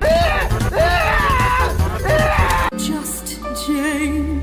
Oh goody, it's another 3 episodes of a TV show wearing a trench coat and trying to pass themselves off as a movie. Tarzan and Jane isn't quite as bad as Belle's Magical World, but I don't know, neither is the Emoji Movie, I guess, so that really isn't much of a compliment. For some reason, they decide to structure this backdoor pilot like a Family Guy episode, with the characters standing around and saying, hey Lois, remember that time Tarzan danced? Only for it to cut to an aerial dogfight, with the ensuing story being about a spy who's trying to betray the British Empire, and Tarzan needs to stop him. Also, there's like 2 minutes of dancing in the story, so that justifies the Family Guy cutaway setup. All of these stories are extremely not good. Jane is visited by her 3 dumbass friends from Britain, so that story's annoying. Then Elaine's boss from Seinfeld wants to mine for diamonds, so he invites Tarzan to his Minecraft server. But uh-oh, it turns out he was evil the whole time. I can't believe it. It's not like it was extremely obvious. That was Finally, we get the spy story, and it also sucks. Everything sucks. I couldn't believe how long this stupid-ass movie felt. I think it's hilarious how all of these stories are just incapable of using the characters they have. So instead, they keep inventing new dumbass humans who stumble their way into the jungle. And there's so much variety between them too. We got Jane's childhood friends, an evil guy with nefarious goals, and Jane's childhood friend who turns out to be an evil guy with nefarious goals. Incredible. Obviously, it's to be expected that the animation quality isn't really up to snuff with that of a real Disney movie, but considering how one of the best aspects of Tarzan was its incredible animation, that just kind of makes this garbage stick out all the more. This looks and feels like an officially licensed cartoon for the Rainforest Cafe, not something that falls under the Disney umbrella. Also, how exactly did Tarzan and Jane get married way sooner than Aladdin and Jasmine did? Who officiated their wedding? Is there a gorilla priest? I have so many questions. However, I don't really want the answers because I don't want to think about this stupid ass movie anymore. Let's move on. Whoa, didn't see that coming. Atlantis Milo's Return is one of those movies that's so dull and boring that it makes you question if you even liked the first film or not. I rewatched parts of the first film afterwards just to make sure, and yep, that's still a banger. This one sucks though. I previously lamented the fact that Atlantis would have been great for a TV show, but है अपने भतीजे को launch करने के लिए, हाँ, industry में लाना भी हो तो कुछ तो बुद्धि का उपयोग, कुछ तो ऐसे डायरेक्टर को कौन ले सकता है जिसने चंडीगढ़ करे आशिकी जैसी रेडिकल जेंडर आइडेंटिटी के एजेंडा के ऊपर बनाई हुई सबसे, मतलब भारतीय सिनेमा के इतिहास की सबसे घिनौनी फिल्मों में वो फिल्म आएगी, इतनी डीपली प्रॉब्लमेटिक और dangerous film, radical gender identity के एजेंडा को प्रमोट करने वाली फिल्म। इसके साथ में ही उसने वो कायपोचे बनाई हुई है। कायपोचे के बारे में हमारे 2-3 वीडियोस में हाल ही में चर्चा की हुई है, या फिर आप हमारा आजाद का टीजर रिव्यू देख लेना, उसमें मेरे डिटेल में कई सारे आर्टिकल्स वगैरह वो बहुत सारी बातें मैंने कही हुई है। मतलब जिसके मन में हिंदू भ्रम कूट-कूट कर भरी हुई हो ना, वही व्यक्ति कायपोचे में जिस प्रकार का चित्रण किया हुआ है वो कर सकता है, ऐसा मुझे तो कम से कम लगता है। इसके अलावा केदारनाथ वगैरह जैसी फिल्मों को डायरेक्ट किया हुआ है। अब ऐसे डायरेक्टर को कौन ले सकता है अपने भतीजे को लॉन्च करने के लिए? चलिए, इसके बाद में 24 जनवरी को स्काई फोर्स का नाम भी पढ़ने को मिल रहा है। इसके बाद 5 नंबर पर है शाहिद कपूर की देवा। 31 जनवरी को फिल्म रिलीज होने वाली है, पूजा हेगड़े उसमें मुख्य भूमिका में है शाहिद कपूर के साथ में। इसके बाद 6 नंबर पर है एक ऐसे एक्टर की फिल्म जिसने अपनी पहली फिल्म में निचले से निचले स्तर तक जाकर हिंदू भ्रम फैलाने का काम किया। आमिर खान का बेटा उस वो फिल्म लेकर के आ रहा है 7 फरवरी को, लव यापा नाम की कुछ फिल्म है। इसके बाद 7 नंबर पर है छावा, लक्ष्मण उत्तर की फिल्म जिसकी पहली फिल्म लुका छुपी, जिसमें कूट कर हिंदू भ्रम भरी हुई थी और बहुत सारी डीपली प्रॉब्लमेटिक बातें लिविंग वगैरह को प्रमोट करने के लिए भगवान श्री कृष्ण का उल्लेख उन्होंने किया है। मतलब कोई व्यक्ति कितना गिर सकता है ये देखना है तो लुका छुपी देख लेना। उसके बाद अभी पिछले वर्ष लक्ष्मण उत्तर ने फिल्म की कहानी लिखी थी, कहां शुरू कहां खत्म, वो फिल्म हमारे वर्स्ट मूवीज की लिस्ट में है। वही पेट्रियार्की के नाम से छाती कूटना वगैरह वगैरह। अब ऐसे मानसिकता के व्यक्ति पता नहीं छावा कैसी बनाई होगी, देखते हैं। इसके बाद 8 नंबर पर है नखरे वाली, 14 फरवरी को रिलीज हो रही है। पोस्टर्स से ही अभी हंसी भी नहीं आती आजकल तो बॉलीवुड वालों पर। आजकल तो वो लिबरल फिल्म मेकर्स उनको पुरुषों को स्त्री बनाना है, स्त्री को पुरुष बनाना है, पुरुषों को नपुंसक दिखाने में उनको बड़ा मजा आता है। बाकी कोई भी पुरुष थोड़ा सा उसको आदर्शवादी दिखा दो, अपने परिवार के लिए स्टैंड लेने वाला दिखा दो, वो तुरंत उनके लिए मेल शोविनिस्ट हो जाएगा और क्या वो मिसोजिनिस्ट टॉक्सिक वगैरह क्या अलग शब्द लेकर ऐसे वो हो जाएगा उनके लिए। चलिए आगे बढ़ते हैं। इसके बाद 9 नंबर पर है सन की, 14 फरवरी को ही ये फिल्म रिलीज हो रही है। सुनील शेट्टी के बेटे की ये फिल्म है, पूजा हेगड़े उसमें मुख्य भूमिका में शायद उनके साथ में। इसके बाद में 10 नंबर पर है सिकंदर, जिसका अभी एक अनाउंसमेंट वीडियो हमने देखा, उसके बारे में बात भी की है। यार मुर्गदोस्त के डायरेक्टर होने वाले हैं, देखते हैं अभी क्या है। यार मुर्गदोस्त की वैसे पिछली जितनी भी फिल्में आई है उन्होंने निराश किया है अभी लंबे समय से उन्होंने, देखते हैं इस बार क्या कुछ अलग कर पाते हैं या नहीं। इसके बाद 11 नंबर पर है जॉली LLB 3, 10 अप्रैल को ये फिल्म रिलीज हो रही है। इसमें शायद अक्षय कुमार और अर्शद वारसी दोनों ही एक साथ में दिखाई देंगे। आप आगे देखना, बस 2, 3, 4, 5 नंबर के सीक्वल्स आपको देखने को मिलेंगे। इसके बाद 12 नंबर पर है सनी संस्कारी की तुलसी कुमारी। हे भगवान, नाम भी ऐसे रखते हैं ना। धर्मा प्रोडक्शंस की फिल्म है, वरुण धवन, जानवी कपूर, सन्या मल्होत्रा आदि इसमें मुख्य भूमिका में होंगे। बस कोई वो रॉकी रानी की तरह वो प्रोपेगेंडा ना हो, वो गंदगी ना हो। अगर एक टाइम पास रोमांटिक कॉमेडी भी होगी ना तो भी आदमी चलो झेल लेगा, पर वो रॉकी रानी की तरह गंदगी, वो गंदगी नहीं होनी चाहिए। इसके बाद में 13 नंबर पर है सनी बाजी की जाट, मतलब अभी तक रिलीज डेट कुछ पता नहीं चल रही, पर शायद अप्रैल में ही वो रिलीज करेंगे। इसके बाद 1 मई को रिलीज हो रही है रेड 2, एक और सीक्वल। वैसे क्या बोलना है, मतलब कहीं पर कोई रेड हो रही है CBI की वगैरह वगैरह या जो भी ED की, उसके लिए भी सीक्वल, मतलब पुरानी फिल्म का नाम यूज़ करना आवश्यक है क्या? चलो, इसके बाद में 6 जून को आ रही है हाउसफुल 5, एक और पुरानी फिल्म, 5वां पार्ट हाउसफुल 5। चौथा पार्ट ही इतना घिनौना था अभी भी मुझे वो भयानक एक्सपीरियंस याद है। इसके बाद में लाहौर 1947 सनी बाजी की फिल्म है, परंतु जिस नॉवल पर ये फिल्म आधारित है विचित्र विकृत मानसिकता की नॉवल, ऐसा मुझे कम से कम उसके बारे में पढ़ने को मिला है। बाकी आप मैंने इस पर लाहौर 1947 जब अनाउंस हुई थी उस समय मैंने इस पर वीडियो बनाया था, वो आप देख लेना। जिस नॉवल पर आधारित है उस नॉवल के जो लेखक है उनकी मानसिकता वगैरह काफी सारी चर्चा हमने वहाँ पर की हुई है। आमिर खान उसको शायद प्रोड्यूस कर रहे हैं लाहौर 1947 को, पता नहीं क्या आवश्यकता थी सनी बाजी को फिल्म करने की।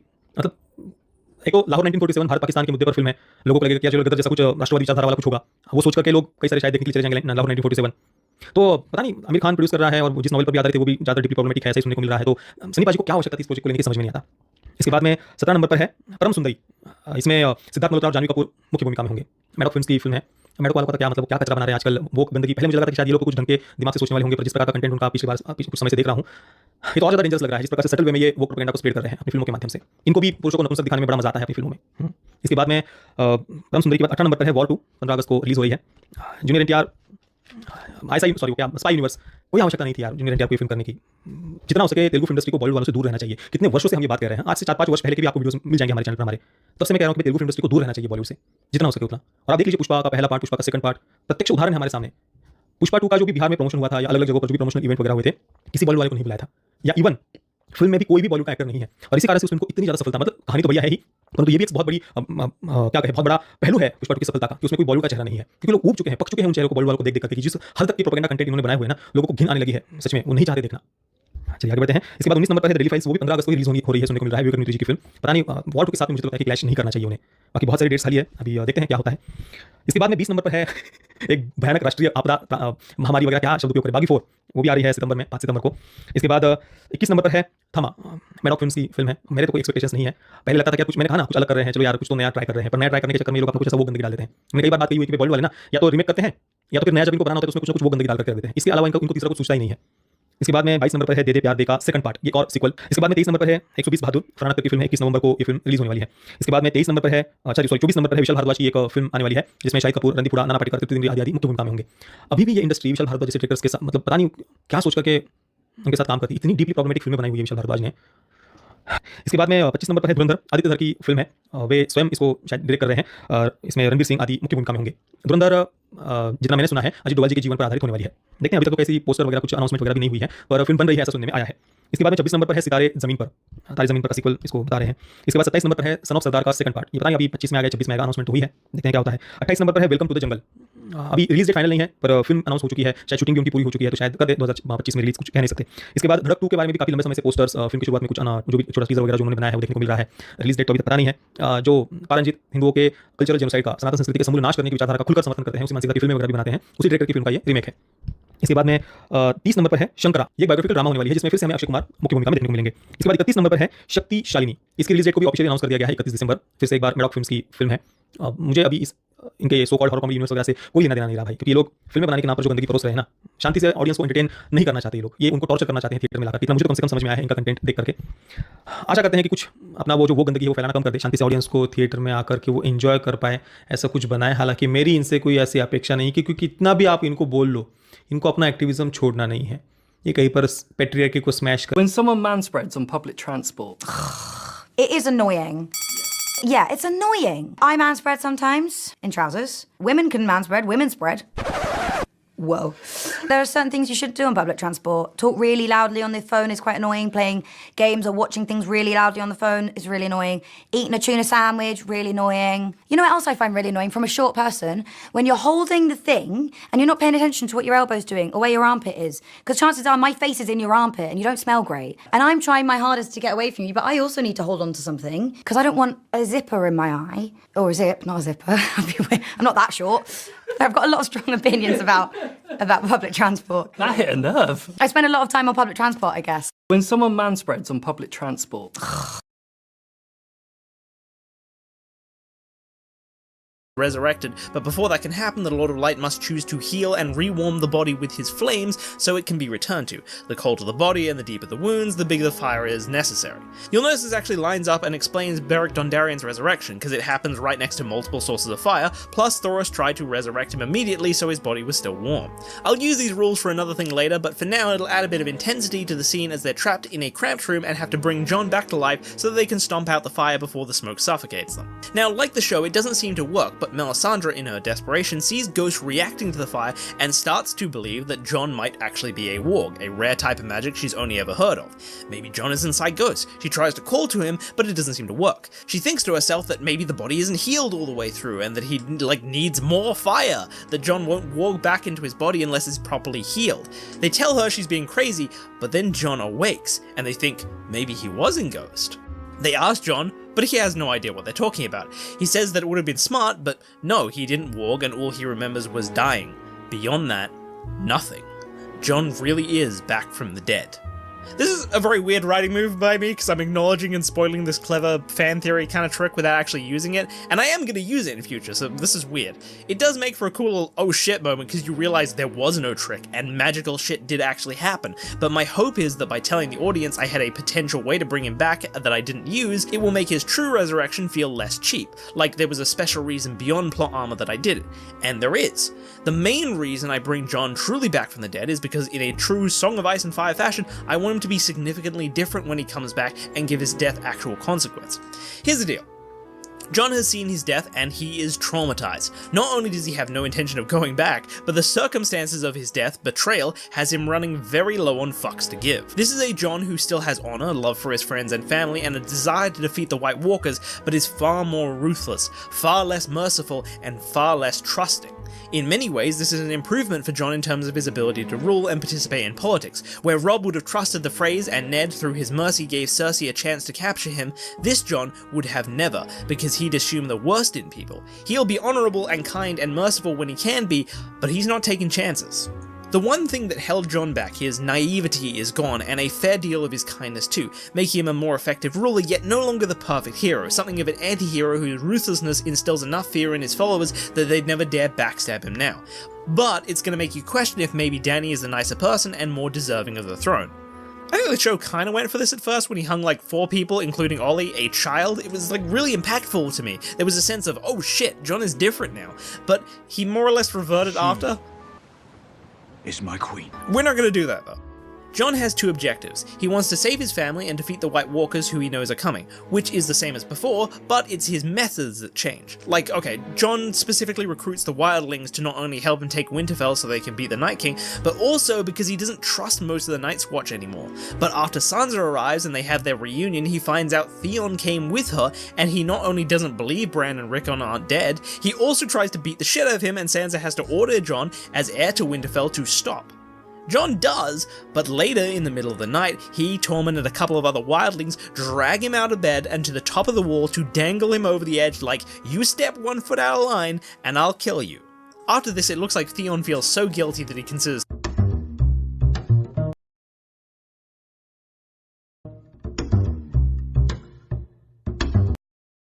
but he's too scared for even that, only adding to his guilt.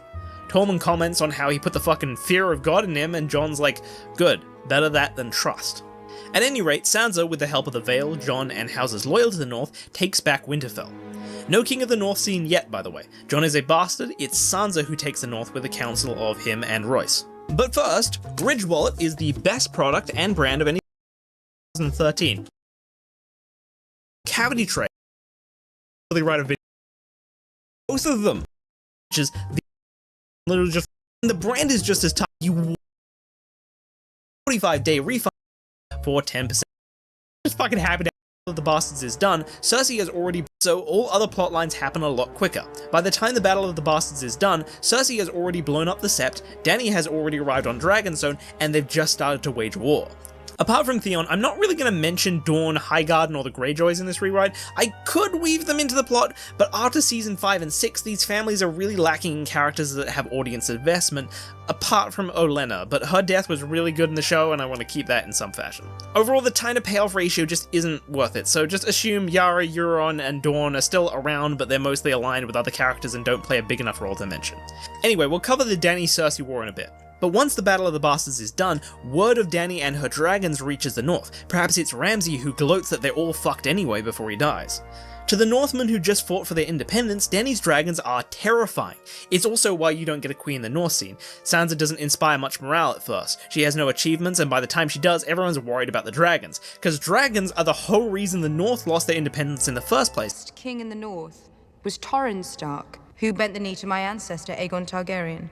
So there's no point having a Queen in the North rally. The Northmen just got their independence back and now they're gonna lose it again. Furthermore, Sansa publicly says that she will bend the knee. Not popular, but also, are you fucking stupid? She has 3 dragons. On the bright side, according to the Winterfell's record of ravens while the Boltons were in charge, spies learned that she has a reputation for freeing slaves. So Sansa says, it might not be so bad. Jon also mentions that winter is coming. He's seen the army of the dead. It's too big for them to fight, and the dead have 2 weaknesses: fire and dragonglass. Dany has dragons that shoot fire, and she sits on a bounty of dragonglass as per Sam's letter. To have any hope of defeating the dead, they must bend the knee. After this, Bran arrives at Winterfell. He's a bit more lucid in this rewrite. He reclaims his title as Lord of Winterfell, but he doesn't inspire much confidence either. He spends a lot of time warged to watch the Night King and relies on Sansa to manage Winterfell itself. Bran explains his journey and how he's the new Three-Eyed Raven now. The Three-Eyed Raven passed his powers to him, but he doesn't quite know why or what his ultimate goal was. All he knows is that he didn't want him to fuck with the past, and after Hodor, Bran can see why. He explains his powers to look into the past, but he has rules. He will only walk into animals, and he refuses to do big actions or travel too far from his starting point. Additionally, Bran requires a detailed description of a memory to walk into that point in time. Bran doesn't experience time, all at once, all the time anymore. But he can view the past all at once as a conscious action, but because it's all at once, he can't find his place, which is why he needs details to home in. Also, to consciously view the past, he needs to be near a weirwood. At any rate, he can't look at the day of Ned's betrayal in King's Landing. This is the first thing Sansa asks when she reunites with Bran, because she knows how shady Littlefinger is and is suspicious of his role that day. But it's long enough ago that she doesn't have any detailed memories with any animals in them that are close enough to the throne room where it all went down. This is also where Bran tells Jon of his heritage, and while this is an emotional moment, it changes nothing. Not like Season 8 changes nothing, I just mean for now. Jon revealing his heritage would only stifle a potential alliance from Dany as it hurts her claim to the throne. Speaking of alliance, Jon and Davos set sail for Dragonstone. Unlike the show, Jon is not considered King of the North at this point, he's just considered a bastard, so Jon going to negotiate with Dany in person is not considered risky. Killing him or taking him hostage serves no purpose to Dany. As Jon heads to Dragonstone, Cersei, who has already blown up the set and rules King's Landing, is doing battle with Dany as in the show, but this time it's not mercy or some half-baked idea of collateral damage and ruling over the ashes that protects Cersei. Instead, Cersei actively preys on Dany's sense of morality to prevent her using dragons. It's not that dragons are such huge nukes that they can't swoop in and target key areas without killing thousands, it's that Cersei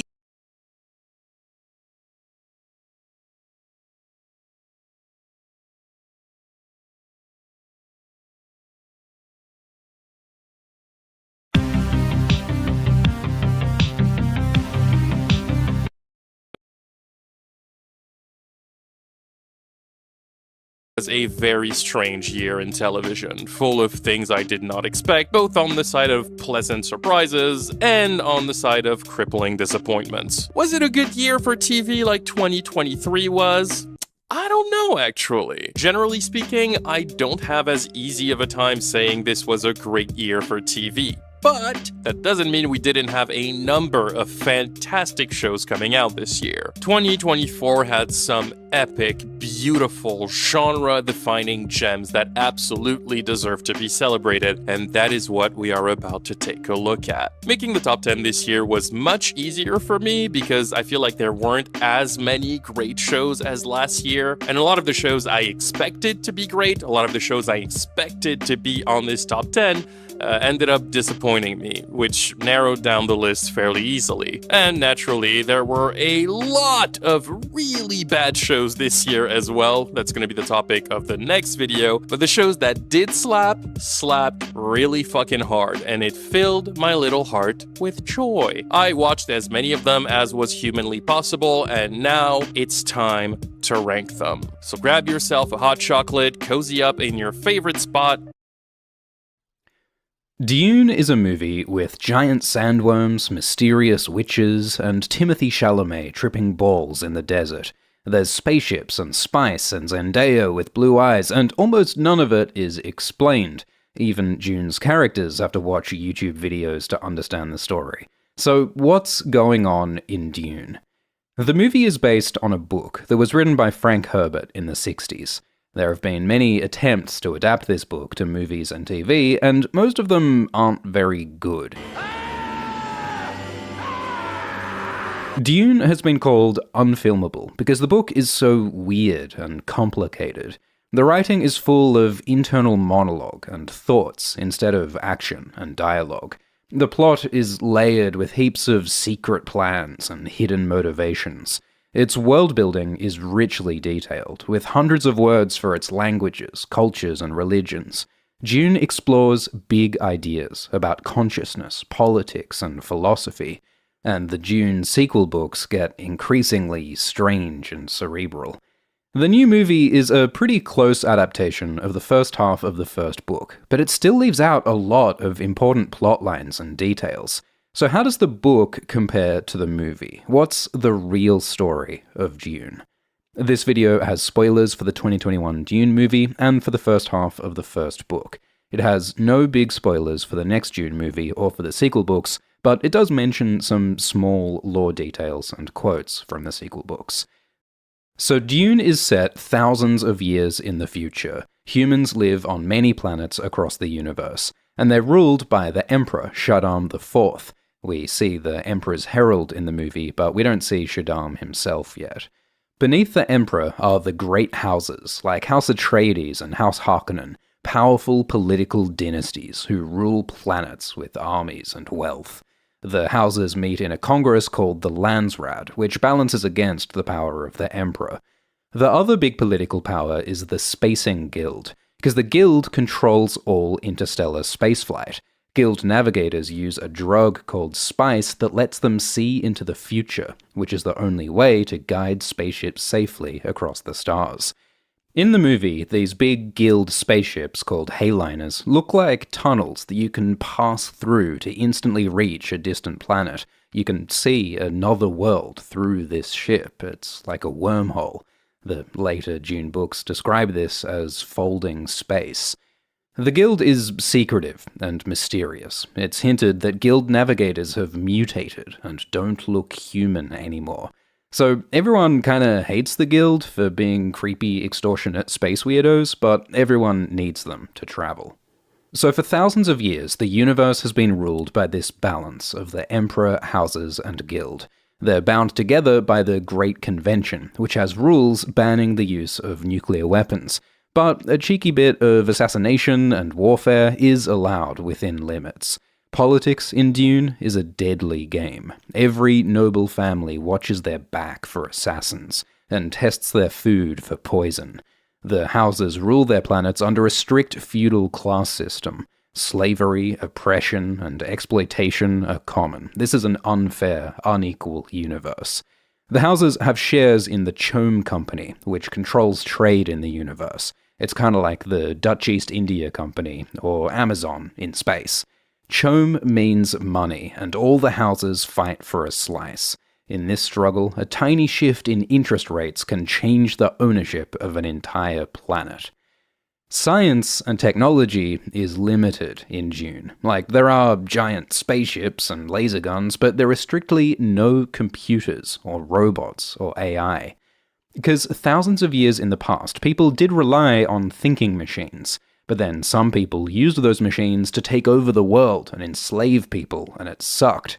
So then there was a religious crusade called the Butlerian Jihad that destroyed all the computers and banned them forever. In the Orange Catholic Bible it is written, "Thou shalt not make a machine in the likeness of a man's mind." The idea is that thinking and making our own decisions is what makes us human. Letting machines think for us makes us less free and less conscious, so that's why the machines were destroyed. Ever since, humans have had to learn to think for themselves. They founded schools to train the human mind and body to its full potential. So now there are people called mentats, human computers who can think super logically. They process data, calculate probabilities, and perceive people's motives. The mentat Thufir Hawat works as a strategic advisor to House Atreides. In the books, mentats take a drug called Sappho to make themselves smarter, and the drug stains their lips red.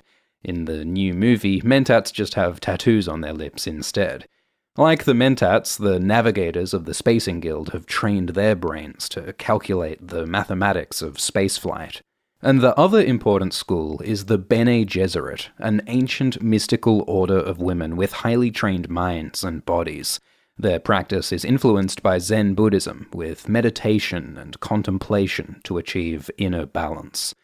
Bene Gesserit can precisely control all their muscles and nerves, even their body's biochemistry and their reproductive systems. They have powerful memories and perception. They can read people's feelings through their words and body language. They can control people with their voice. They can fight in the weirding way. They're basically ninja nuns. The Bene Gesserit are named after the Jesuits, a real-world Catholic order. Like the Jesuits, the Bene Gesserit do missionary work in distant places, and they have political ambitions. The Bene Gesserit work with the Emperor and houses, and they say they live to serve. But the Bene Gesserit also have their own plans. For centuries, these witches have manipulated the universe from the shadows. So, Dune is about a galactic empire with medieval politics. It's a sci-fi future that rejects technology and instead focuses on the power of the human mind. The author of Dune, Frank Herbert, was fascinated with thinking and learning and language, how we can expand our consciousness to better see the universe, sometimes with the help of psychedelics. Characters in Dune are constantly getting high, expanding their minds, and arguing about philosophy like college undergrads. So Dune is basically like Game of Thrones in space on drugs, and the most important drug is spice.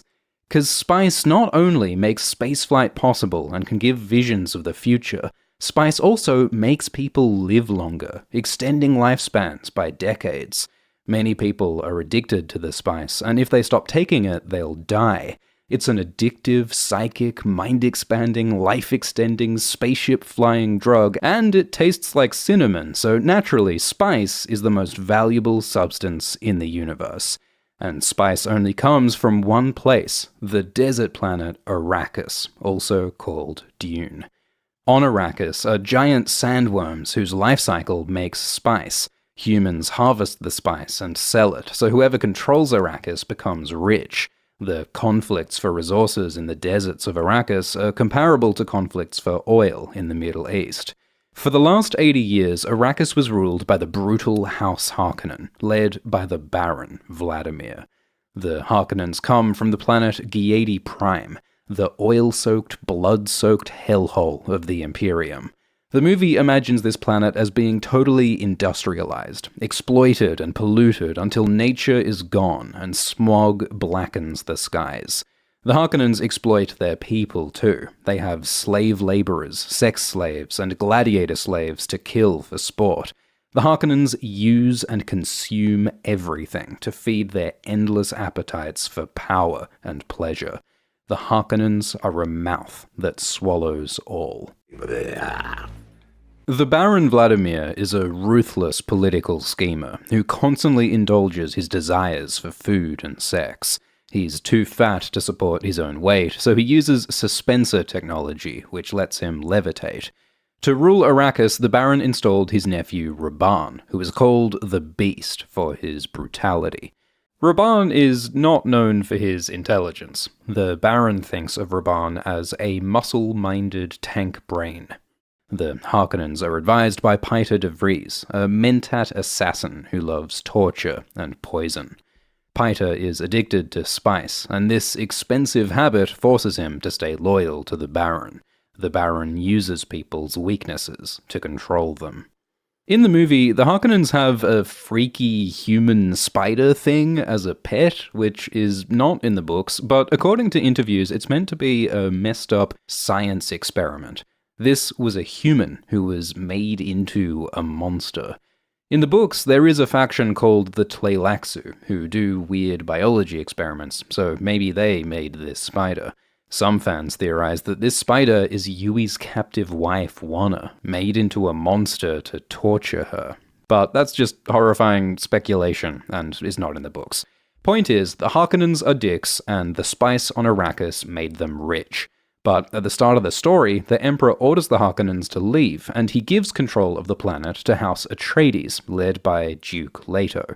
The Atreides have a reputation for honor and integrity. They protect their people and inspire loyalty in return. The Atreides are descended from Atreus and Agamemnon of ancient Greece, and they rule the planet Caladan, a world of oceans and jungles, farming and fishing.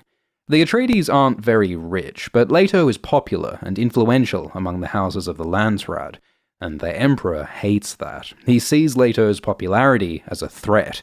So when Shaddam gives them Arrakis, that seems like a good thing for the Atreides, but really, Arrakis is a trap. The Emperor and the Harkonnens secretly plan to destroy the Atreides with an army of Sardaukar. Sardaukar are the Emperor's elite soldiers, renowned for being brutal and merciless. They're said to be the deadliest soldiers in the universe. The Sardaukar come from Seleucus Secundus, a prison planet for the worst criminals in the universe. Seleucia is a hell world where only the strongest survive, and it's this harsh environment that makes the Sardaukar so powerful. The Emperor doesn't want the other houses to know that he's attacking the Atreides, so in the book his Sardaukar are disguised in Harkonnen uniforms. He and the Harkonnens want the Atreides to die in the dark. The story begins with Paul Atreides, son of the Duke Leto and Lady Jessica. Paul is just 15 years old in the book, and as the heir to House Atreides, there's a lot of pressure on him. He has no friends his own age because of the dangers of assassination. He's highly trained in politics and in combat, and in the book he's trained as a mentat to have a powerful, logical mind like Thufir. Jessica trains Paul in the way of the Bene Gesserit to focus his mind and body, his perception and memory, and to use the power of the voice to control people. Give me the water. It might seem unrealistic to control someone with your voice, but author Frank Herbert said we do it all the time. Like, it's easy to make someone angry with an insult, or happy with a compliment, and with practice you can control people in more subtle and powerful ways, like politicians and advertisers do. You've just got to know your audience, use the right words and tone. Like and subscribe to Old Shift X. So Paul is young, but he's a politician and a warrior with a powerful, highly trained mind. Leto visits the grave of his father, the Old Duke. The Old Duke used to fight bulls for sport as a matador, until he was killed by a bull in the ring. The Atreides family keep the head of this bull, with the Old Duke's blood still preserved on its horns. So the bull head represents facing danger, putting yourself at risk, just like Leto is putting himself in danger by coming to Arrakis. Leto knows that the Emperor and the Harkonnens plan to attack him, but he takes the risk anyway because he believes he can win. Leto plans to use the desert power of Arrakis by making an alliance with the Fremen, the local desert people. In the book, Leto believes that the Fremen will be great soldiers specifically because they live in the harsh environment of Arrakis, just like the Sardaukar are powerful because of the harshness of Seleucus Secundus. Author Frank Herbert was very interested in how environments affect people, and how people affect their environment. So Leto bets everything on this plan to make the Fremen into his army to beat the Sardaukar.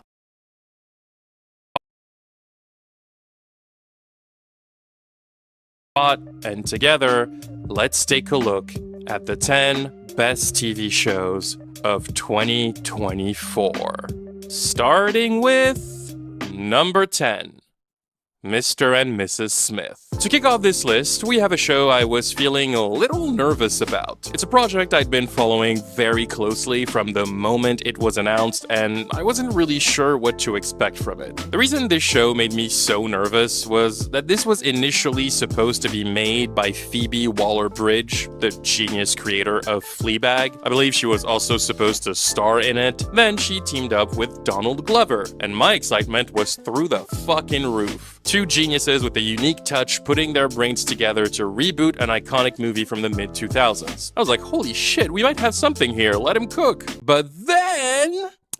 Trouble in Paradise. The details are kind of foggy, so this next info is to take with a grain of salt, but from what I understand, Phoebe Waller-Bridge and Donald Glover didn't really mesh. They didn't work well together. And from Donald's comments, it seems like they had very different methods to function when it comes to making a show, and they couldn't find common ground, so eventually, Phoebe Waller-Bridge left the project. After that, there were very few updates about the development of the show, and at some point it seemed like it was getting stuck in development hell. The series was originally set to be released in the spring of 2022, if I remember correctly, and yet, by the time spring of 2022 came around, they hadn't even started shooting. Eventually, Maya Erskine came in to replace Phoebe as the female lead. A bunch of other actors joined the project, essentially forming a quite impressive cast featuring Paul Dano, Parker Posey, Michaela Cole, John Turturro, Sarah Paulson. Like, this thing was stacked. They started shooting in the summer of 2022.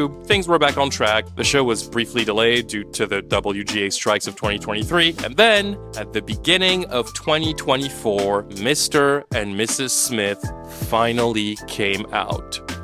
And thank God it was really good. The thing is, Mr. and Mrs. Smith is not trying to just be a retelling of the 2005 movie with Brad Pitt and Angelina Jolie. No. This show very much is its own thing. It is a distinctly separate entity. It is very different from what you would have expected. It takes the concept of the movie and not only creates a new dynamic with the new couple at the forefront, but it also builds some mysterious lore around the concept that completely reinvents the story. So much so that I have a hard time seeing this show as a remake of the original. It's more of an expansion of it. Like, this is what I envision when I think of a reinvention rather than a reboot. In this version, Mr. and Mrs. Smith are not a couple in a monotone marriage that are secretly hiding from each other that they are assassins who happen to be working for enemy camps until they're forced to take each other out. They're actually two complete strangers who join a mysterious agency to become assassins and are paired together to be co-workers. The condition being that they have to be married and they're given new identities as John and Jane Smith. They've never met anyone from this agency, they only ever communicate through text, so they literally have no idea who is behind all of this. They just know they get a lot of money after each assignment. And the opening sequence of the show reveals that there isn't one Mr. and Mrs. Smith.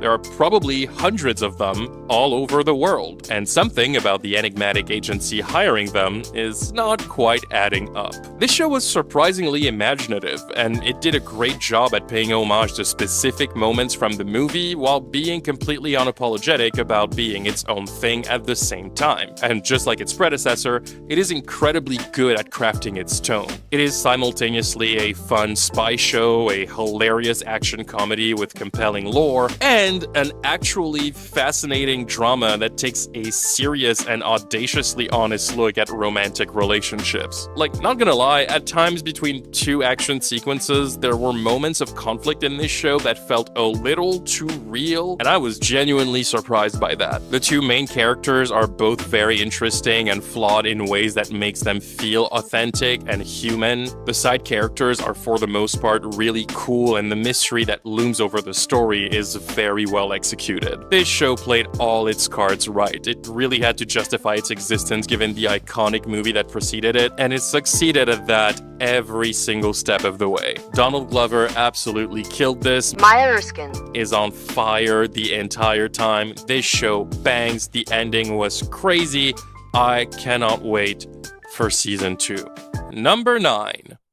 Shrinking Season 2. In last year's top 10 list, there was a little show called Shrinking that nobody had really heard about. An Apple TV Plus original starring Jason Segel and Harrison Ford that tells the sweet and at times heartbreaking story of a therapist trying really hard to move on and to redefine his life after the death of his wife leaves him completely broken. The show delves into a number of dynamics stemming from his relationships with his patients, with his colleagues, his daughter, and his friends. It was a profoundly charming and surprisingly emotional comedy about grief, love, and the importance of appreciating the little things in life. It's the type of show that can make you laugh just as efficiently as it can make you cry, and a lot of its lessons stayed with me for a very long time. And in 2024, the second season of Shrinking came out, and once again, it is easily one of the best shows currently on television. If there is one word to describe the second season, it would be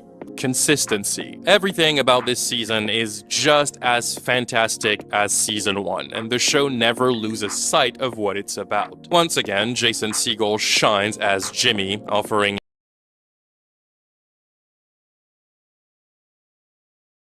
a flawed character that is so attaching and compelling. The season also confirms that despite all of the legendary characters he's played, Dr. Paul Rhodes is easily one of Harrison Ford's best roles. He is just amazing in this show. Jessica Williams is also still giving one of the most effortlessly charismatic performances as Gabby, and I really like where they take her character this season. All around, the cast is still brilliant, and the show is just as captivating, heartfelt, and uplifting as the previous previous season. 10 out of 10, no notes. Shrinking is unfortunately incredibly underrated. I know most people have not seen this show because it's on Apple TV+, but believe me, in a particular time where nobody seems to have any faith in humanity anymore, this show is a much-needed breath of fresh air. It is so heartwarming and cozy. It's a genuinely brilliant show with a lot to say that presents itself as a smooth comfort watch, and it succeeds at being all of it at the same time, which is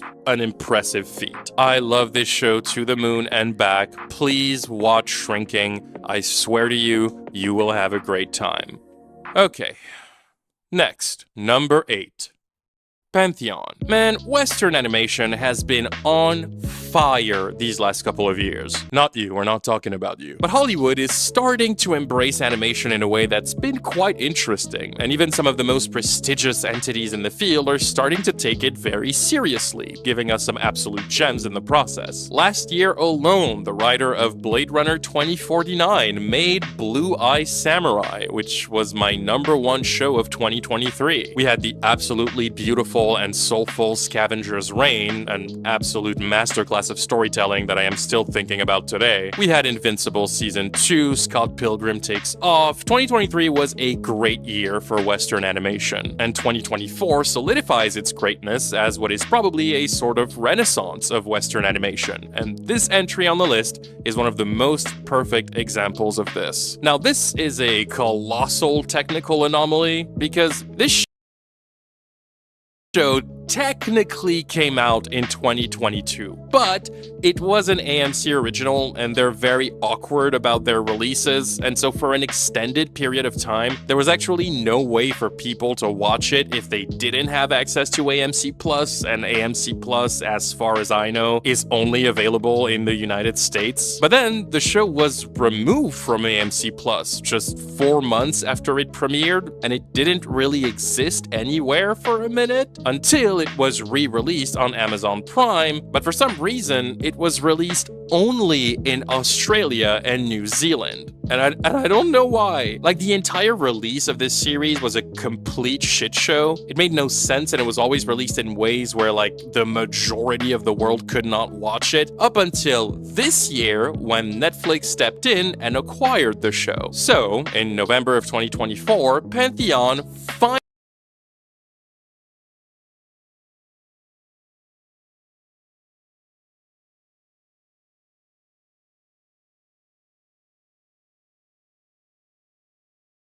got a true global release on Netflix, which can be considered its real outing. And of all the shows on this list, this is the one I watched the most recently.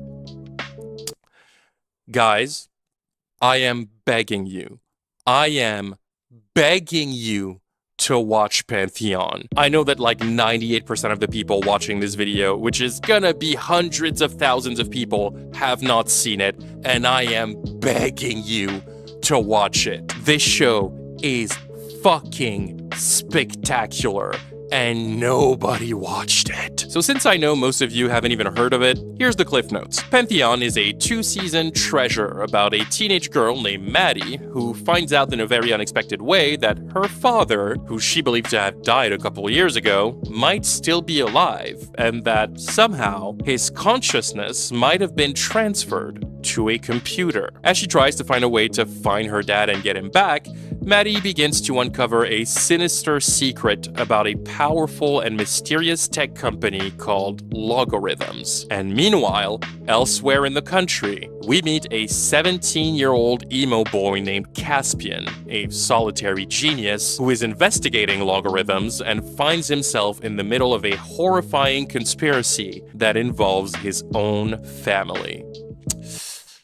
Bro, this show is insane. This show is so fucking good, it makes no sense. It's another one of these shows that came out of nowhere and just blew me away. By the time the first episode was ending, I knew this show was gonna be special, and it never disappointed me. And it's kinda crazy that this show flew under the radar so much because, bro, when I tell you the cast of Pantheon is fucking bonkers, I am not kidding. Daniel Day Kim, Aaron Eckhart, Paul Dano, Taylor Schilling, Maud Apatow, Rosa Salazar. Bro, this cast is on fire. And let me tell you, everyone is showing up to play. The performances are insane. The story is wild. It has some absolutely crazy twists that left me totally speechless. The more you start to piece the mystery together, the crazier it gets, and the whole concept of the story in general is just so fucking compelling. There's a lot I'm not saying because the show is very spoilers heavy, but trust me when I tell you that the little synopsis I just gave you 3 seconds ago is just the tip of the iceberg. And I love that a show like this could be made. A weird conceptual sci-fi story that is original and animated. It's not an adaptation of a pre-existing IP. It's not a reboot. It's not a spin-off. It's an original story, and it is a fantastic one. Pantheon is a 2-season series. That's the entire story. Season 1 is now available on Netflix. The whole show is a grand total of 16 episodes, and it is fan-fucking-tastic. Go watch it. Number 7. Cleo. Still in the category of shows that I know 95% of the people watching this video have never even heard about, we have Cleo. Cleo is a German action thriller / comedy about an eccentric but extremely dangerous assassin named Cleo Straub, a highly feared individual who, in 1987, is falsely imprisoned for treason by her own agency. Basically, after spending years diligently serving her country, she is mercilessly betrayed and thrown into a hole to be forgotten, and she has no idea why. Completely broken and filled with rage, Cleo swears to get revenge on the agency and the system she once fundamentally believed in. She is released from prison in 1989 after the Berlin Wall is taken down, and she begins a brutal rampage on all those who contributed to the agency's betrayal while looking for answers as to why they suddenly turned on her. The first season came out in 2022, and season 2 came out this summer in July of 2024. I've talked extensively about how good the Germans are at making TV. My favorite show of all time is a German series, but some of my favorite shows to come out in the last few years have also been German. 1899 is one of the coolest mind-bending sci-fi concepts I've seen in recent years. Babylon Berlin is an expertly crafted noir-style crime mystery drama set in 1929. Dear Child is one of the best limited series to come out in the last 5 years with one of the best setups for a mystery I've seen in a long time. The Germans are on fire, okay? And Cleo is no exception. Cleo Season 2 is not only one of the best shows of the year, but just like Season 1, it is easily one of the most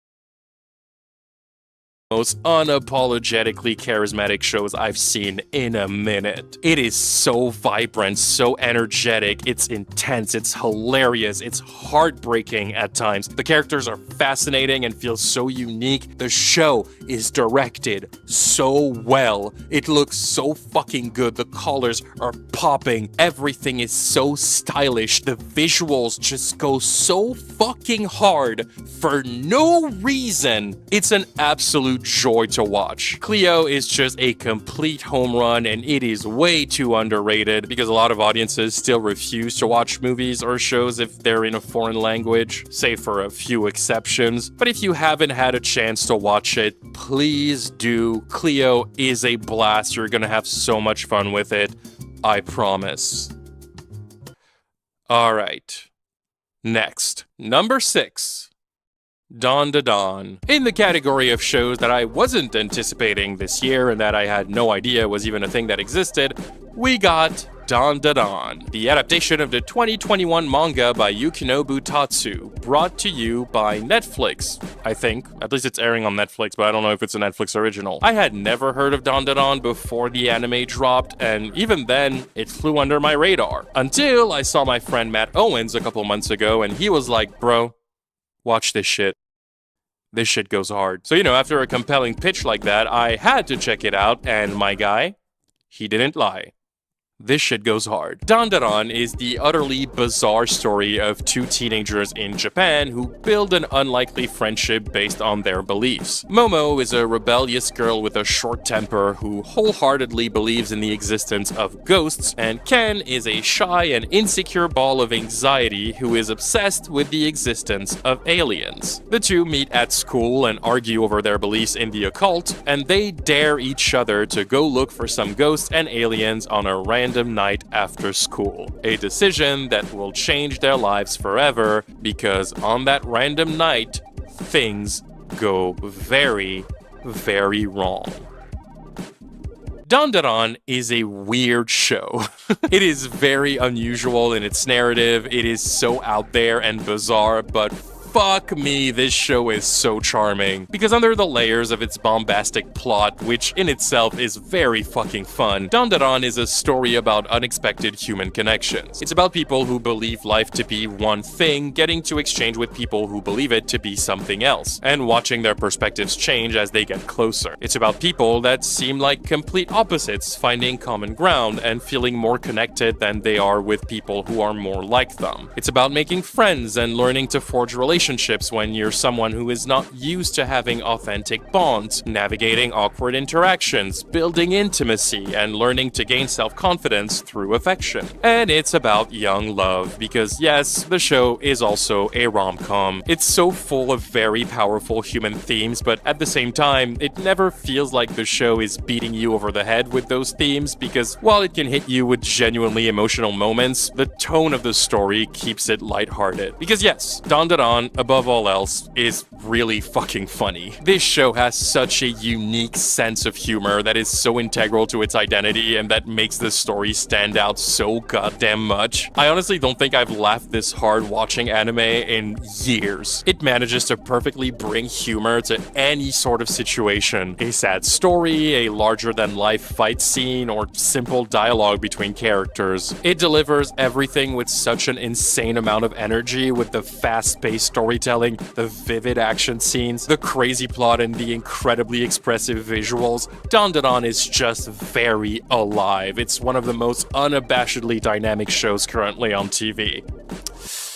And also, yes, it's really fucking weird. Bro, this show essentially starts with a demon stealing this guy's dick, okay? It's a weird show, and it has a lot of fun being weird. And the contrast between its deliberate absurdity and its fundamentally sincere and mature emotional themes is honestly fascinating to me. It's really difficult to balance these two things well, but this show does it perfectly. The writing is really crisp, the banter between the characters is hilarious and earnest, and the lore is just blissful chaos. I love this show. It's easily the most fun binge I've had this year. I cannot wait to get more of it. If you haven't seen Dawn to Dawn, do yourself a favor, watch it. Number 5. The Penguin. Well, yeah, no surprises there. In the category of shows I was pretty positive would make the list, we have The Penguin, the spin-off of 2022's The Batman. This series takes place right after the events of the movie and deals with the fallout from the devastation caused by the Riddler, killing large amounts of people and destroying larger sectors of the city. After that catastrophic event and the death of mob boss Carmine Falcone, the crime world of Gotham City is left in shambles and without a king, which leads Oz Cobb, the Penguin, with a chance to take over Gotham from the shadows. The show was created by Matt Reeves, but also by Lauren LaFranc, who is the showrunner. Lauren is a fucking gangster. She was a writer and executive producer on Impulse, an extremely underrated series I keep talking about. Watch Impulse, it's really good. And she also wrote episodes of Chuck and Hemlock Grove. She has a lock on telling strong stories with a lot of intensity and tension, and so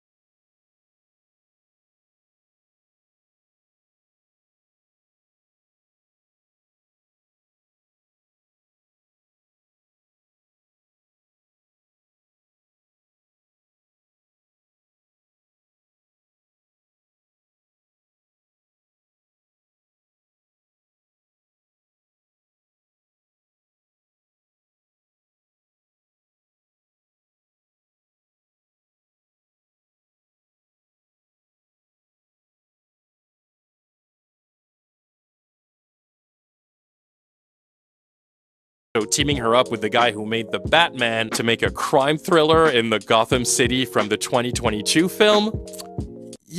Yeah, the recipe was immaculate. This show is fucking crazy, from the story to the aesthetics, the writing, the cast. Colin Farrell is unsurprisingly brilliant as Oz. He's probably gonna be showered in awards for this role. I consistently forgot I was watching Colin Farrell every episode. The incredible makeup and prosthetics paired with his insane performance make it that he simply disappears into the role. The Penguin feels like a real fucking person, and it makes the show fascinating. But the real star of this show is undeniably Kristen Milioti as Sophia Falcone. She fucking owns this show, and moving forward, this is probably going to be the role she's recognized for, even more so than her role as the mother in How I Met Your Mother. Episode 4, which is entirely about Sophia's backstory, is essentially just an hour of Kristen Milioti flexing her insane acting skills all over your screen, and it's probably my favorite single episode of television to come out this year. I was absolutely floored by her. But most of all,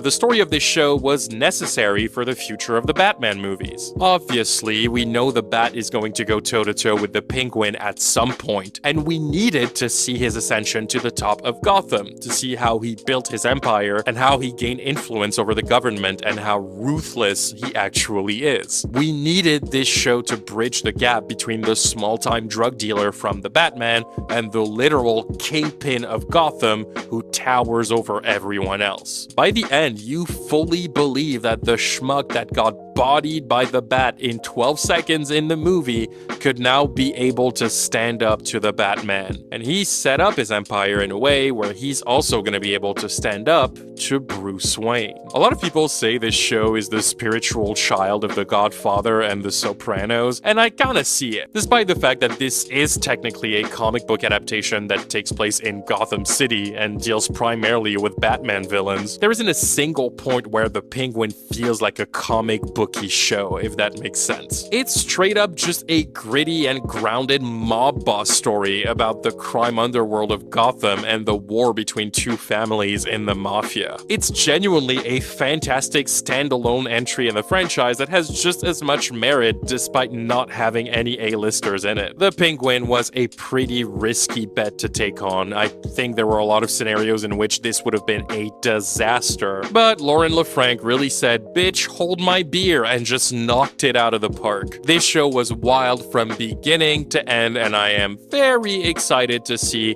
where they're gonna take this story next. Okay, let's move on. Number 4, X-Men 97. If you had told me a year ago that by the end of 2024, an X-Men series would make the top 10 list, but that House of the Dragon Season 2 wouldn't, I probably would have laughed in your face. But alas, the joke is on me, because it's been like 9 months since the show came out, and I am still digesting the absolutely stellar slap in the teeth that was this masterclass. If you really want to talk about Western animation renaissance, look no further, my guy. I never thought in a million years that an X-Men series would ever make the top 10 list. I like some of the X-Men comics, I like some of the 11 X-Men movies that came out. I mean, a minority of them. Really, there's like 3. But generally speaking, I've just never been that attached to the X-Men. I obviously watched the animated series as a kid. I also really liked X-Men Evolution as a kid. But of all the shows that were coming out in 2024, I can say with all the honesty in the world that I really did not give a shit about X-Men 97. I was gonna watch it for the nostalgia factor, but I would be lying if I said I had any expectations for it to be good, especially not with the state of Marvel in the past couple of years. I was wrong. Holy shit, I was so wrong. X-Men 97 is exceptionally brilliant. And even if everyone was excited for this thing to come out purely out of nostalgia for the old cartoon, I don't think anyone could honestly say they expected it to be this good. Especially considering the fact that the original cartoon is not that great and it aged really poorly. And the main reason why this continuation works so well is simply that it grew up with its audience. It takes a much more serious and mature tone than its parent series, because they knew the majority of people who would watch it are adults who watched the original series as kids. So the sequel series adjusted to that audience, and I like that. From the first episode, I was so hooked that it genuinely surprised me. And I was also shocked to see how excited I was to get through the week so I could watch the next episode for the entire season. I'm not gonna lie, this show had me in a fucking chokehold. I was properly obsessed with it. Every single episode is so well executed,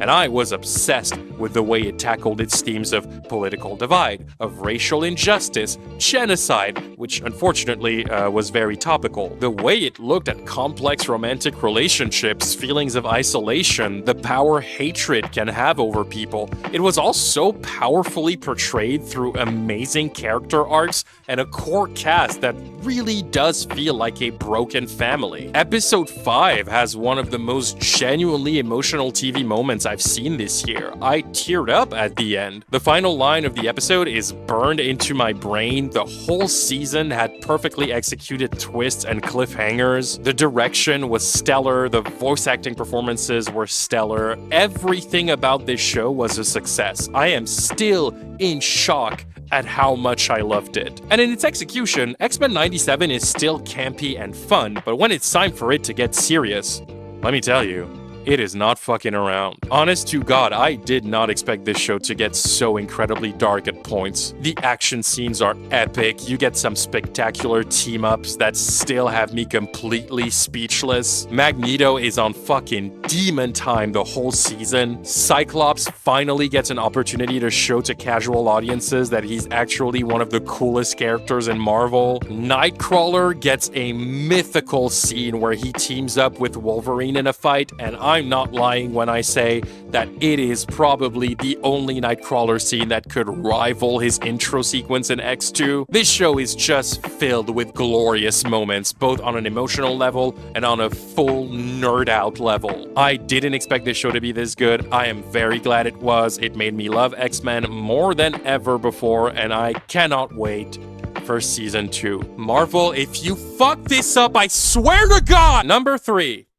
Baby Reindeer. Every now and then, there's a show that comes along that seemingly comes out of nowhere and just takes the world by storm with a general sense of surprise because nobody could have expected it to be this good, and it turns into an unexpected hit. A show that isn't an adaptation of pre-existing material, an original idea that shocks everybody and creates a phenomenon that sees everyone getting absorbed into it in unison. And I love those shows because you see them becoming a pop culture giant in real time, taking over the conversations online and generating a massive hype. Last year we had Netflix's Beef, the year before that it was Severance, the year before that it was Squid Game, and this year we have Baby Reindeer. Out of the shows that came out of nowhere in the last few years, this is the one that comes out of the nowhere rest, if you catch my drift. Nobody knew what this show was, nobody knew the story behind it, and yet it came out, and in like a matter of days, that is all people were talking about online. This show was like a ninja. Nobody saw it coming. For the like 6 of you who don't know, Baby Reindeer is a 7-episode limited series that tells the story of a struggling comedian and bartender named Danny, who one day meets a strange woman named Martha, who shows up at the pub he works at. Martha seems like she's having a bad day, so Danny offers her a free cup of tea to cheer her up. A decision that will turn out to be his biggest mistake, because this simple gesture causes Martha to develop an obsession with Danny, and she begins to stalk him.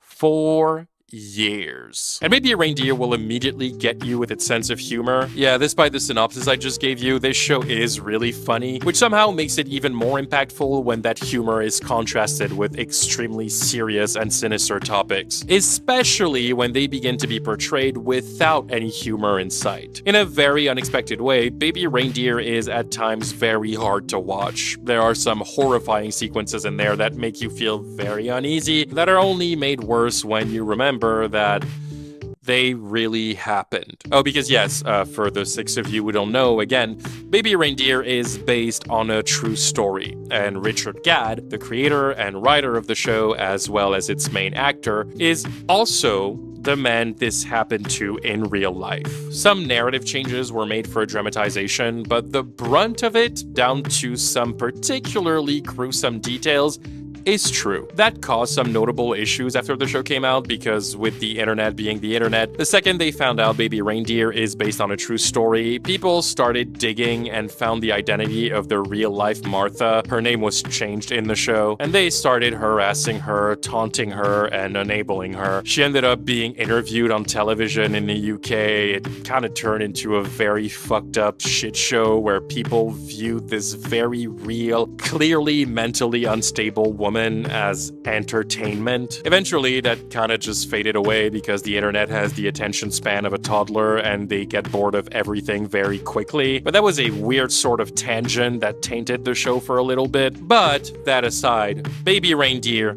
is incredible. It is impactful and introspective. It is a wild ride with so many moving pieces and amazing performances. I think it's the show that stuck with me the most this year. Like a lot of people, I assume, but by the time I finished it, I couldn't stop thinking about it. It's one of those shows that just burns itself into your brain and leaves you with a lot of thoughts and feelings towards so many things, but at the same time, it leaves you thoroughly entertained because this show, with all of its very authentic darkness, is incredibly entertaining. It's funny, it's charming, it's confident, it just hits different. I'm pretty sure most of you have watched Baby Reindeer. It's been one of the most watched shows of the year, but if you haven't, I highly recommend it. It's not always an easy watch, but it definitely is an experience that deals with some seriously complex and conflicting feelings, and I think that is extremely valuable. All right. Next, number 2. Arcane Season 2. Yeah, this is the one nobody's surprised about. Everybody knew this was gonna be on the list. It's the most obvious entry of the year. I'm not gonna dwell on this for too long. I've already made an entire video about Arcane just a couple weeks ago. All my detailed thoughts about the show are in there, so I'll invite you to go watch that video if you haven't. It's one of my personal favorites, but the bottom line is evident. Arcane is a modern masterpiece, an absolutely spectacular artistic accomplishment, a product of just pure, untamed creativity, and undeniably one of the greatest animated series of all time. It is basically perfect television, and every time I watch it, I am still in complete disbelief. We do not deserve Arcane. Season 2 was just as impressive as Season 1, if not more. It was rightfully criticized for being a little too fast-paced at points. Again, I go into that in way more detail in my video, but the story is astounding. The characters are remarkable, their arcs are sensational, and the visuals are fucking miraculous. It has some of the most exciting action sequences ever put on TV, one of the coolest dance scenes ever put on TV. I'm still recovering from episode 7, I loved it so fucking much. I could talk about it forever, but like I said, I made a whole video about it. Go watch it, and for the love of God, if you haven't seen Arcane for some reason, do not miss out, please. It is a monumental, genre-defining piece of art, and I am so glad that this story was able to be completed. Arcane ended on its own terms. It is a 2-season instant classic that is probably the ultimate triumph of Western animation. It took a decade to make these 18 episodes of television, and it was worth every second. I don't know when the next installment in this world is going to come out because there are going to be some spin-offs, but I will be seated. Thank you, Arcane. You will never be forgotten. Alright, you know the drill. Before we get to number 1, let's take a moment to acknowledge some honorable mentions. These shows that almost made the top 10 or that even were in the top 10 at some point during the year, but that ultimately did not make the final list. There is a number of them, so let's give them a bow of respect, rapid fire style. Fallout was a fucking blast. I had absolutely no expectations for this show because I never played the games and I don't really know anything about them, but I found myself so drawn to this world, and goddamn, Walter Goggins rocks and Ella Purnell is just fucking amazing.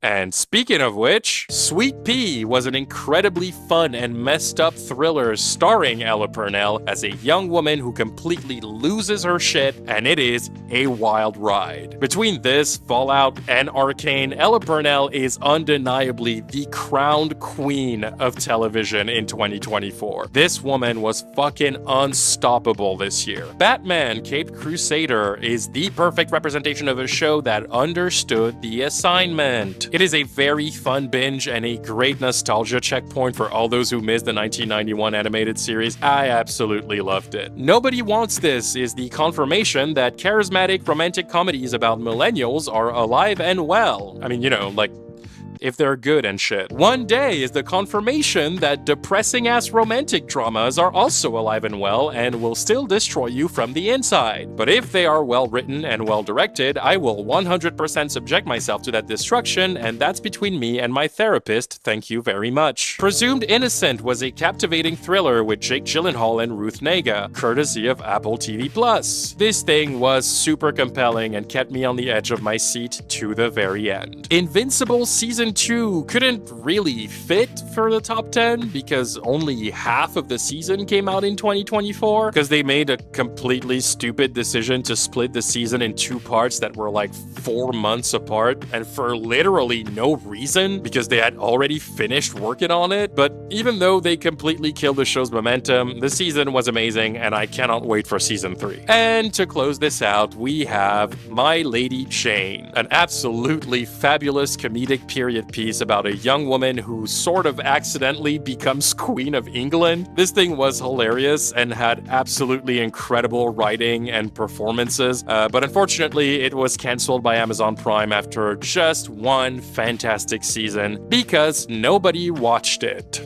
Okay, and with that out of the way, let's finish this. Number 1. Shogun. Yep, this is it.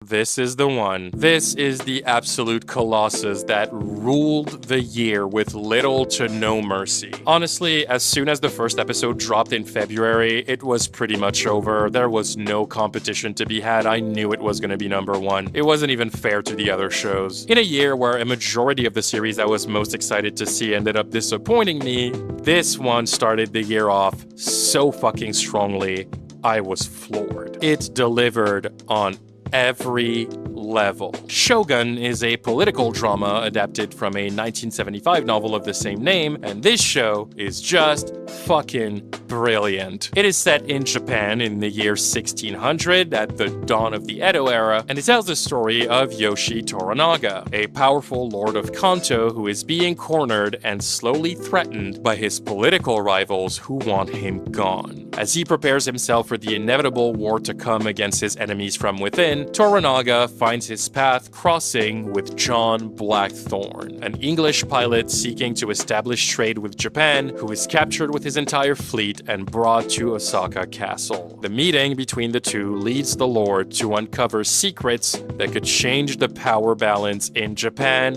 and help him take on his enemies. So basically they were like, hey, remember when Game of Thrones was really good? Well, we're kind of doing the same thing, but instead of it taking place in a medieval fantasy world, it's taking place in ancient Japan. The story is just so well put together. The way you see these characters be driven by religion and greed, watching them find loopholes in their own codes of honor. The way these people who fucking want to kill each other have to act when they are in the presence of one another. The machinations, the games, the political intricacies, the interwoven relationships of each character.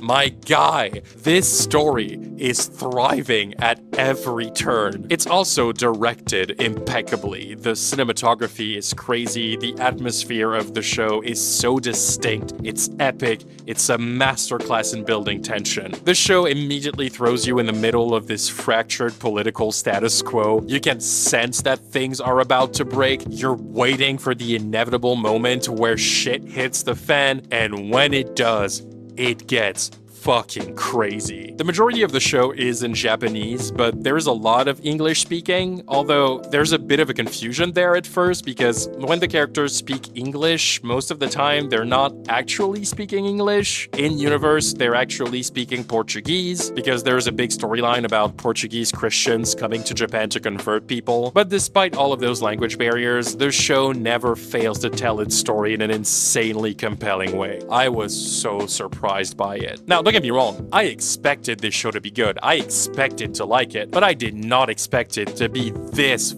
fucking amazing. Like, holy shit. Shogun has no business being as good as it is. The performances are all so Cersei actively does evil shit like chain women and children to key areas like the Red Keep and uses them as human shields.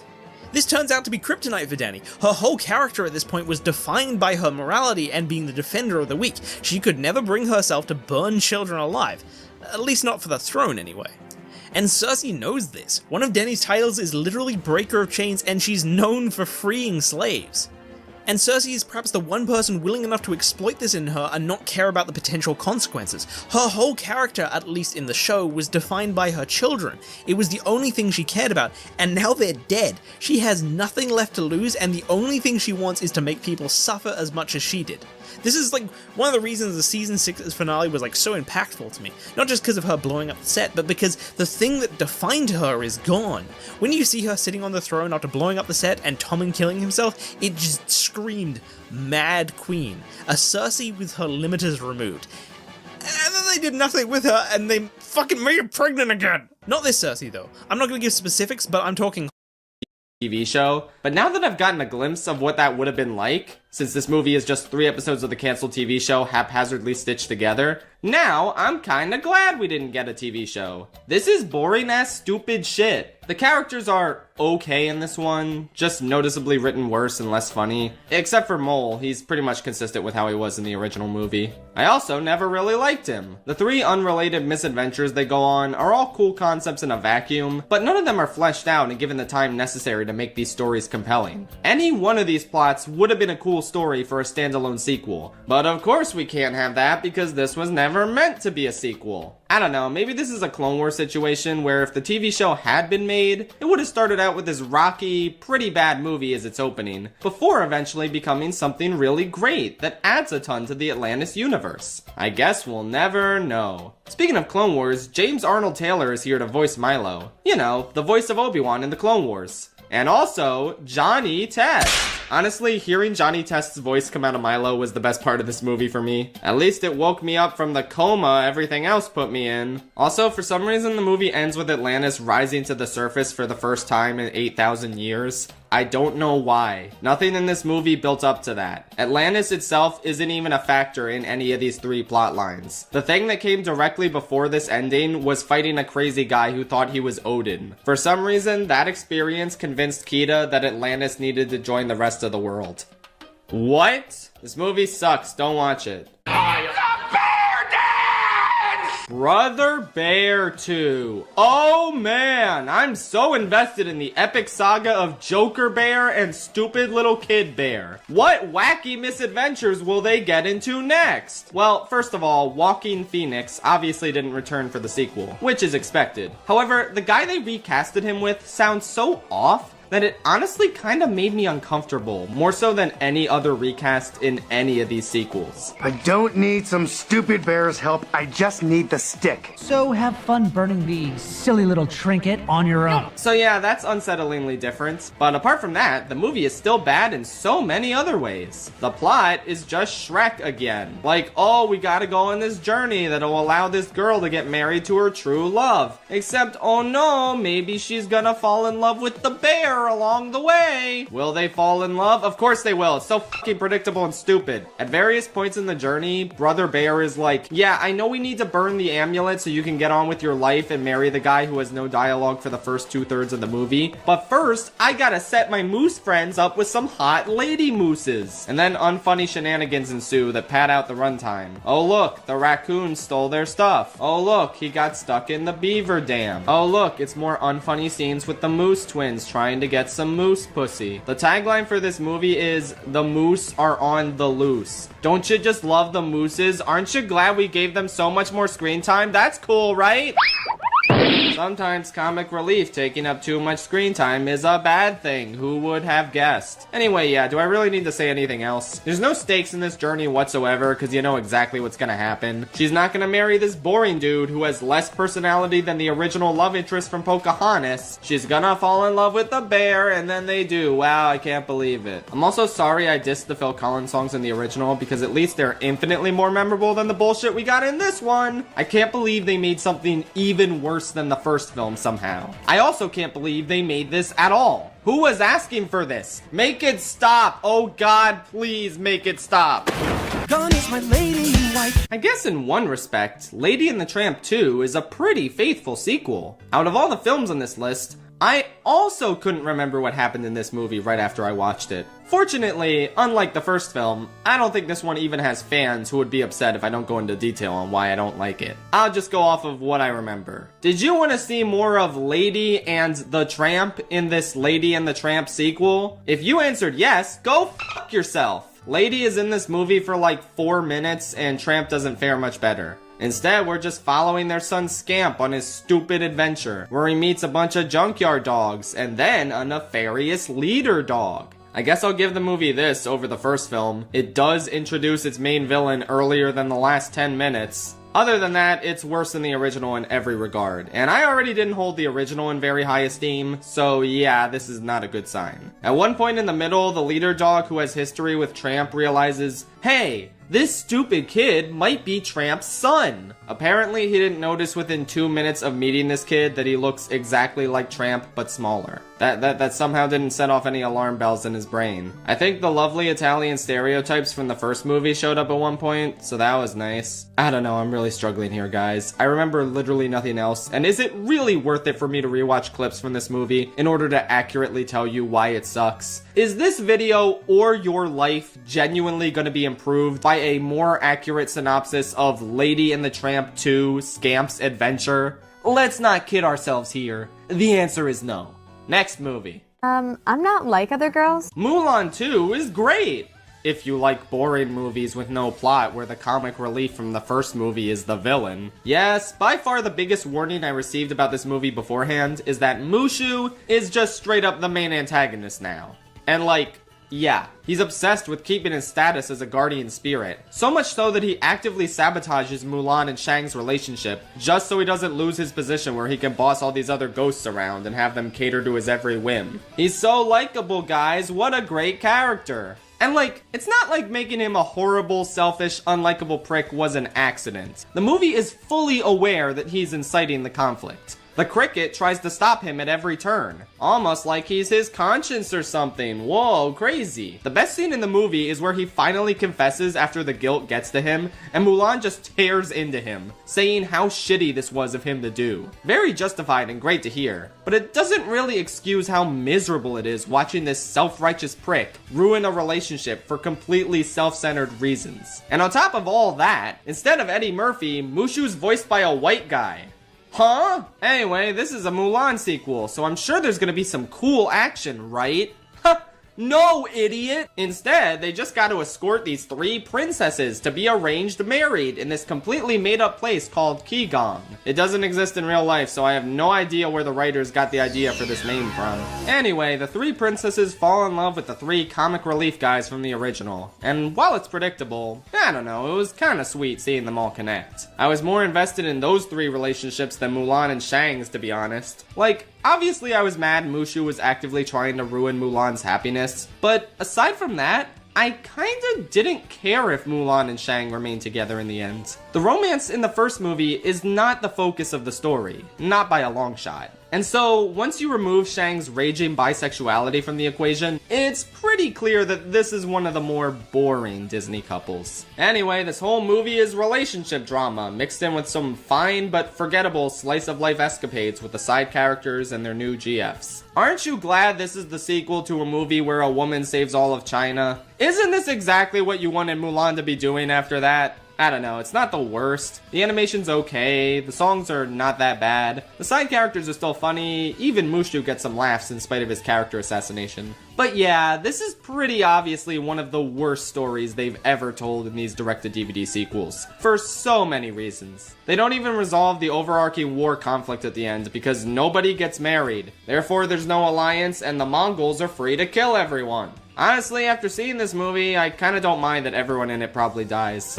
Overall, a supremely awful film that still manages to be 10 times better than the live-action remake. Incredible. The talking dog at the Shell Shack is singing! Okay, so I kinda have this tinfoil hat theory with the Disney sequels. You'll notice that they made a lot of follow-ups to the old-ass dog movies. Those being Lady and the Tramp, Fox and the Hound, and 101 Dalmatians. You'll also notice that none of these direct-to-dog VD sequels are actually focused on the original protagonists. They always either focus on their kids, or introduce a bunch of new dog protagonists for either the kids or the original protagonist to interact with. This is true of all 3 of these movies, which leads me to believe that perhaps Disney just had a bunch of dog movie scripts lying around the office, only for them to repurpose them and shove these existing dog IPs of theirs into them. Bada boom, you've got a new movie on the shelf based on an existing property. Even though when you watch it, it has basically nothing to do with said existing property. And don't get me wrong, while Lady and the Tramp 2 is definitely the worst of these, I think I'm personally more insulted by the Fox and the Hound 2, for a couple reasons. The first of which being, unlike Lady and the Tramp, Tramp, I actually liked the original Fox and the Hound. I thought it was a really bittersweet and engaging story about a friendship being tragically torn apart. But I guess now we have this midquel, which is completely tonally incongruent with the original film. Now the main characters are these singing stray dogs, and Copper wants to be a part of their band. But he spent one day away from Todd, so now Todd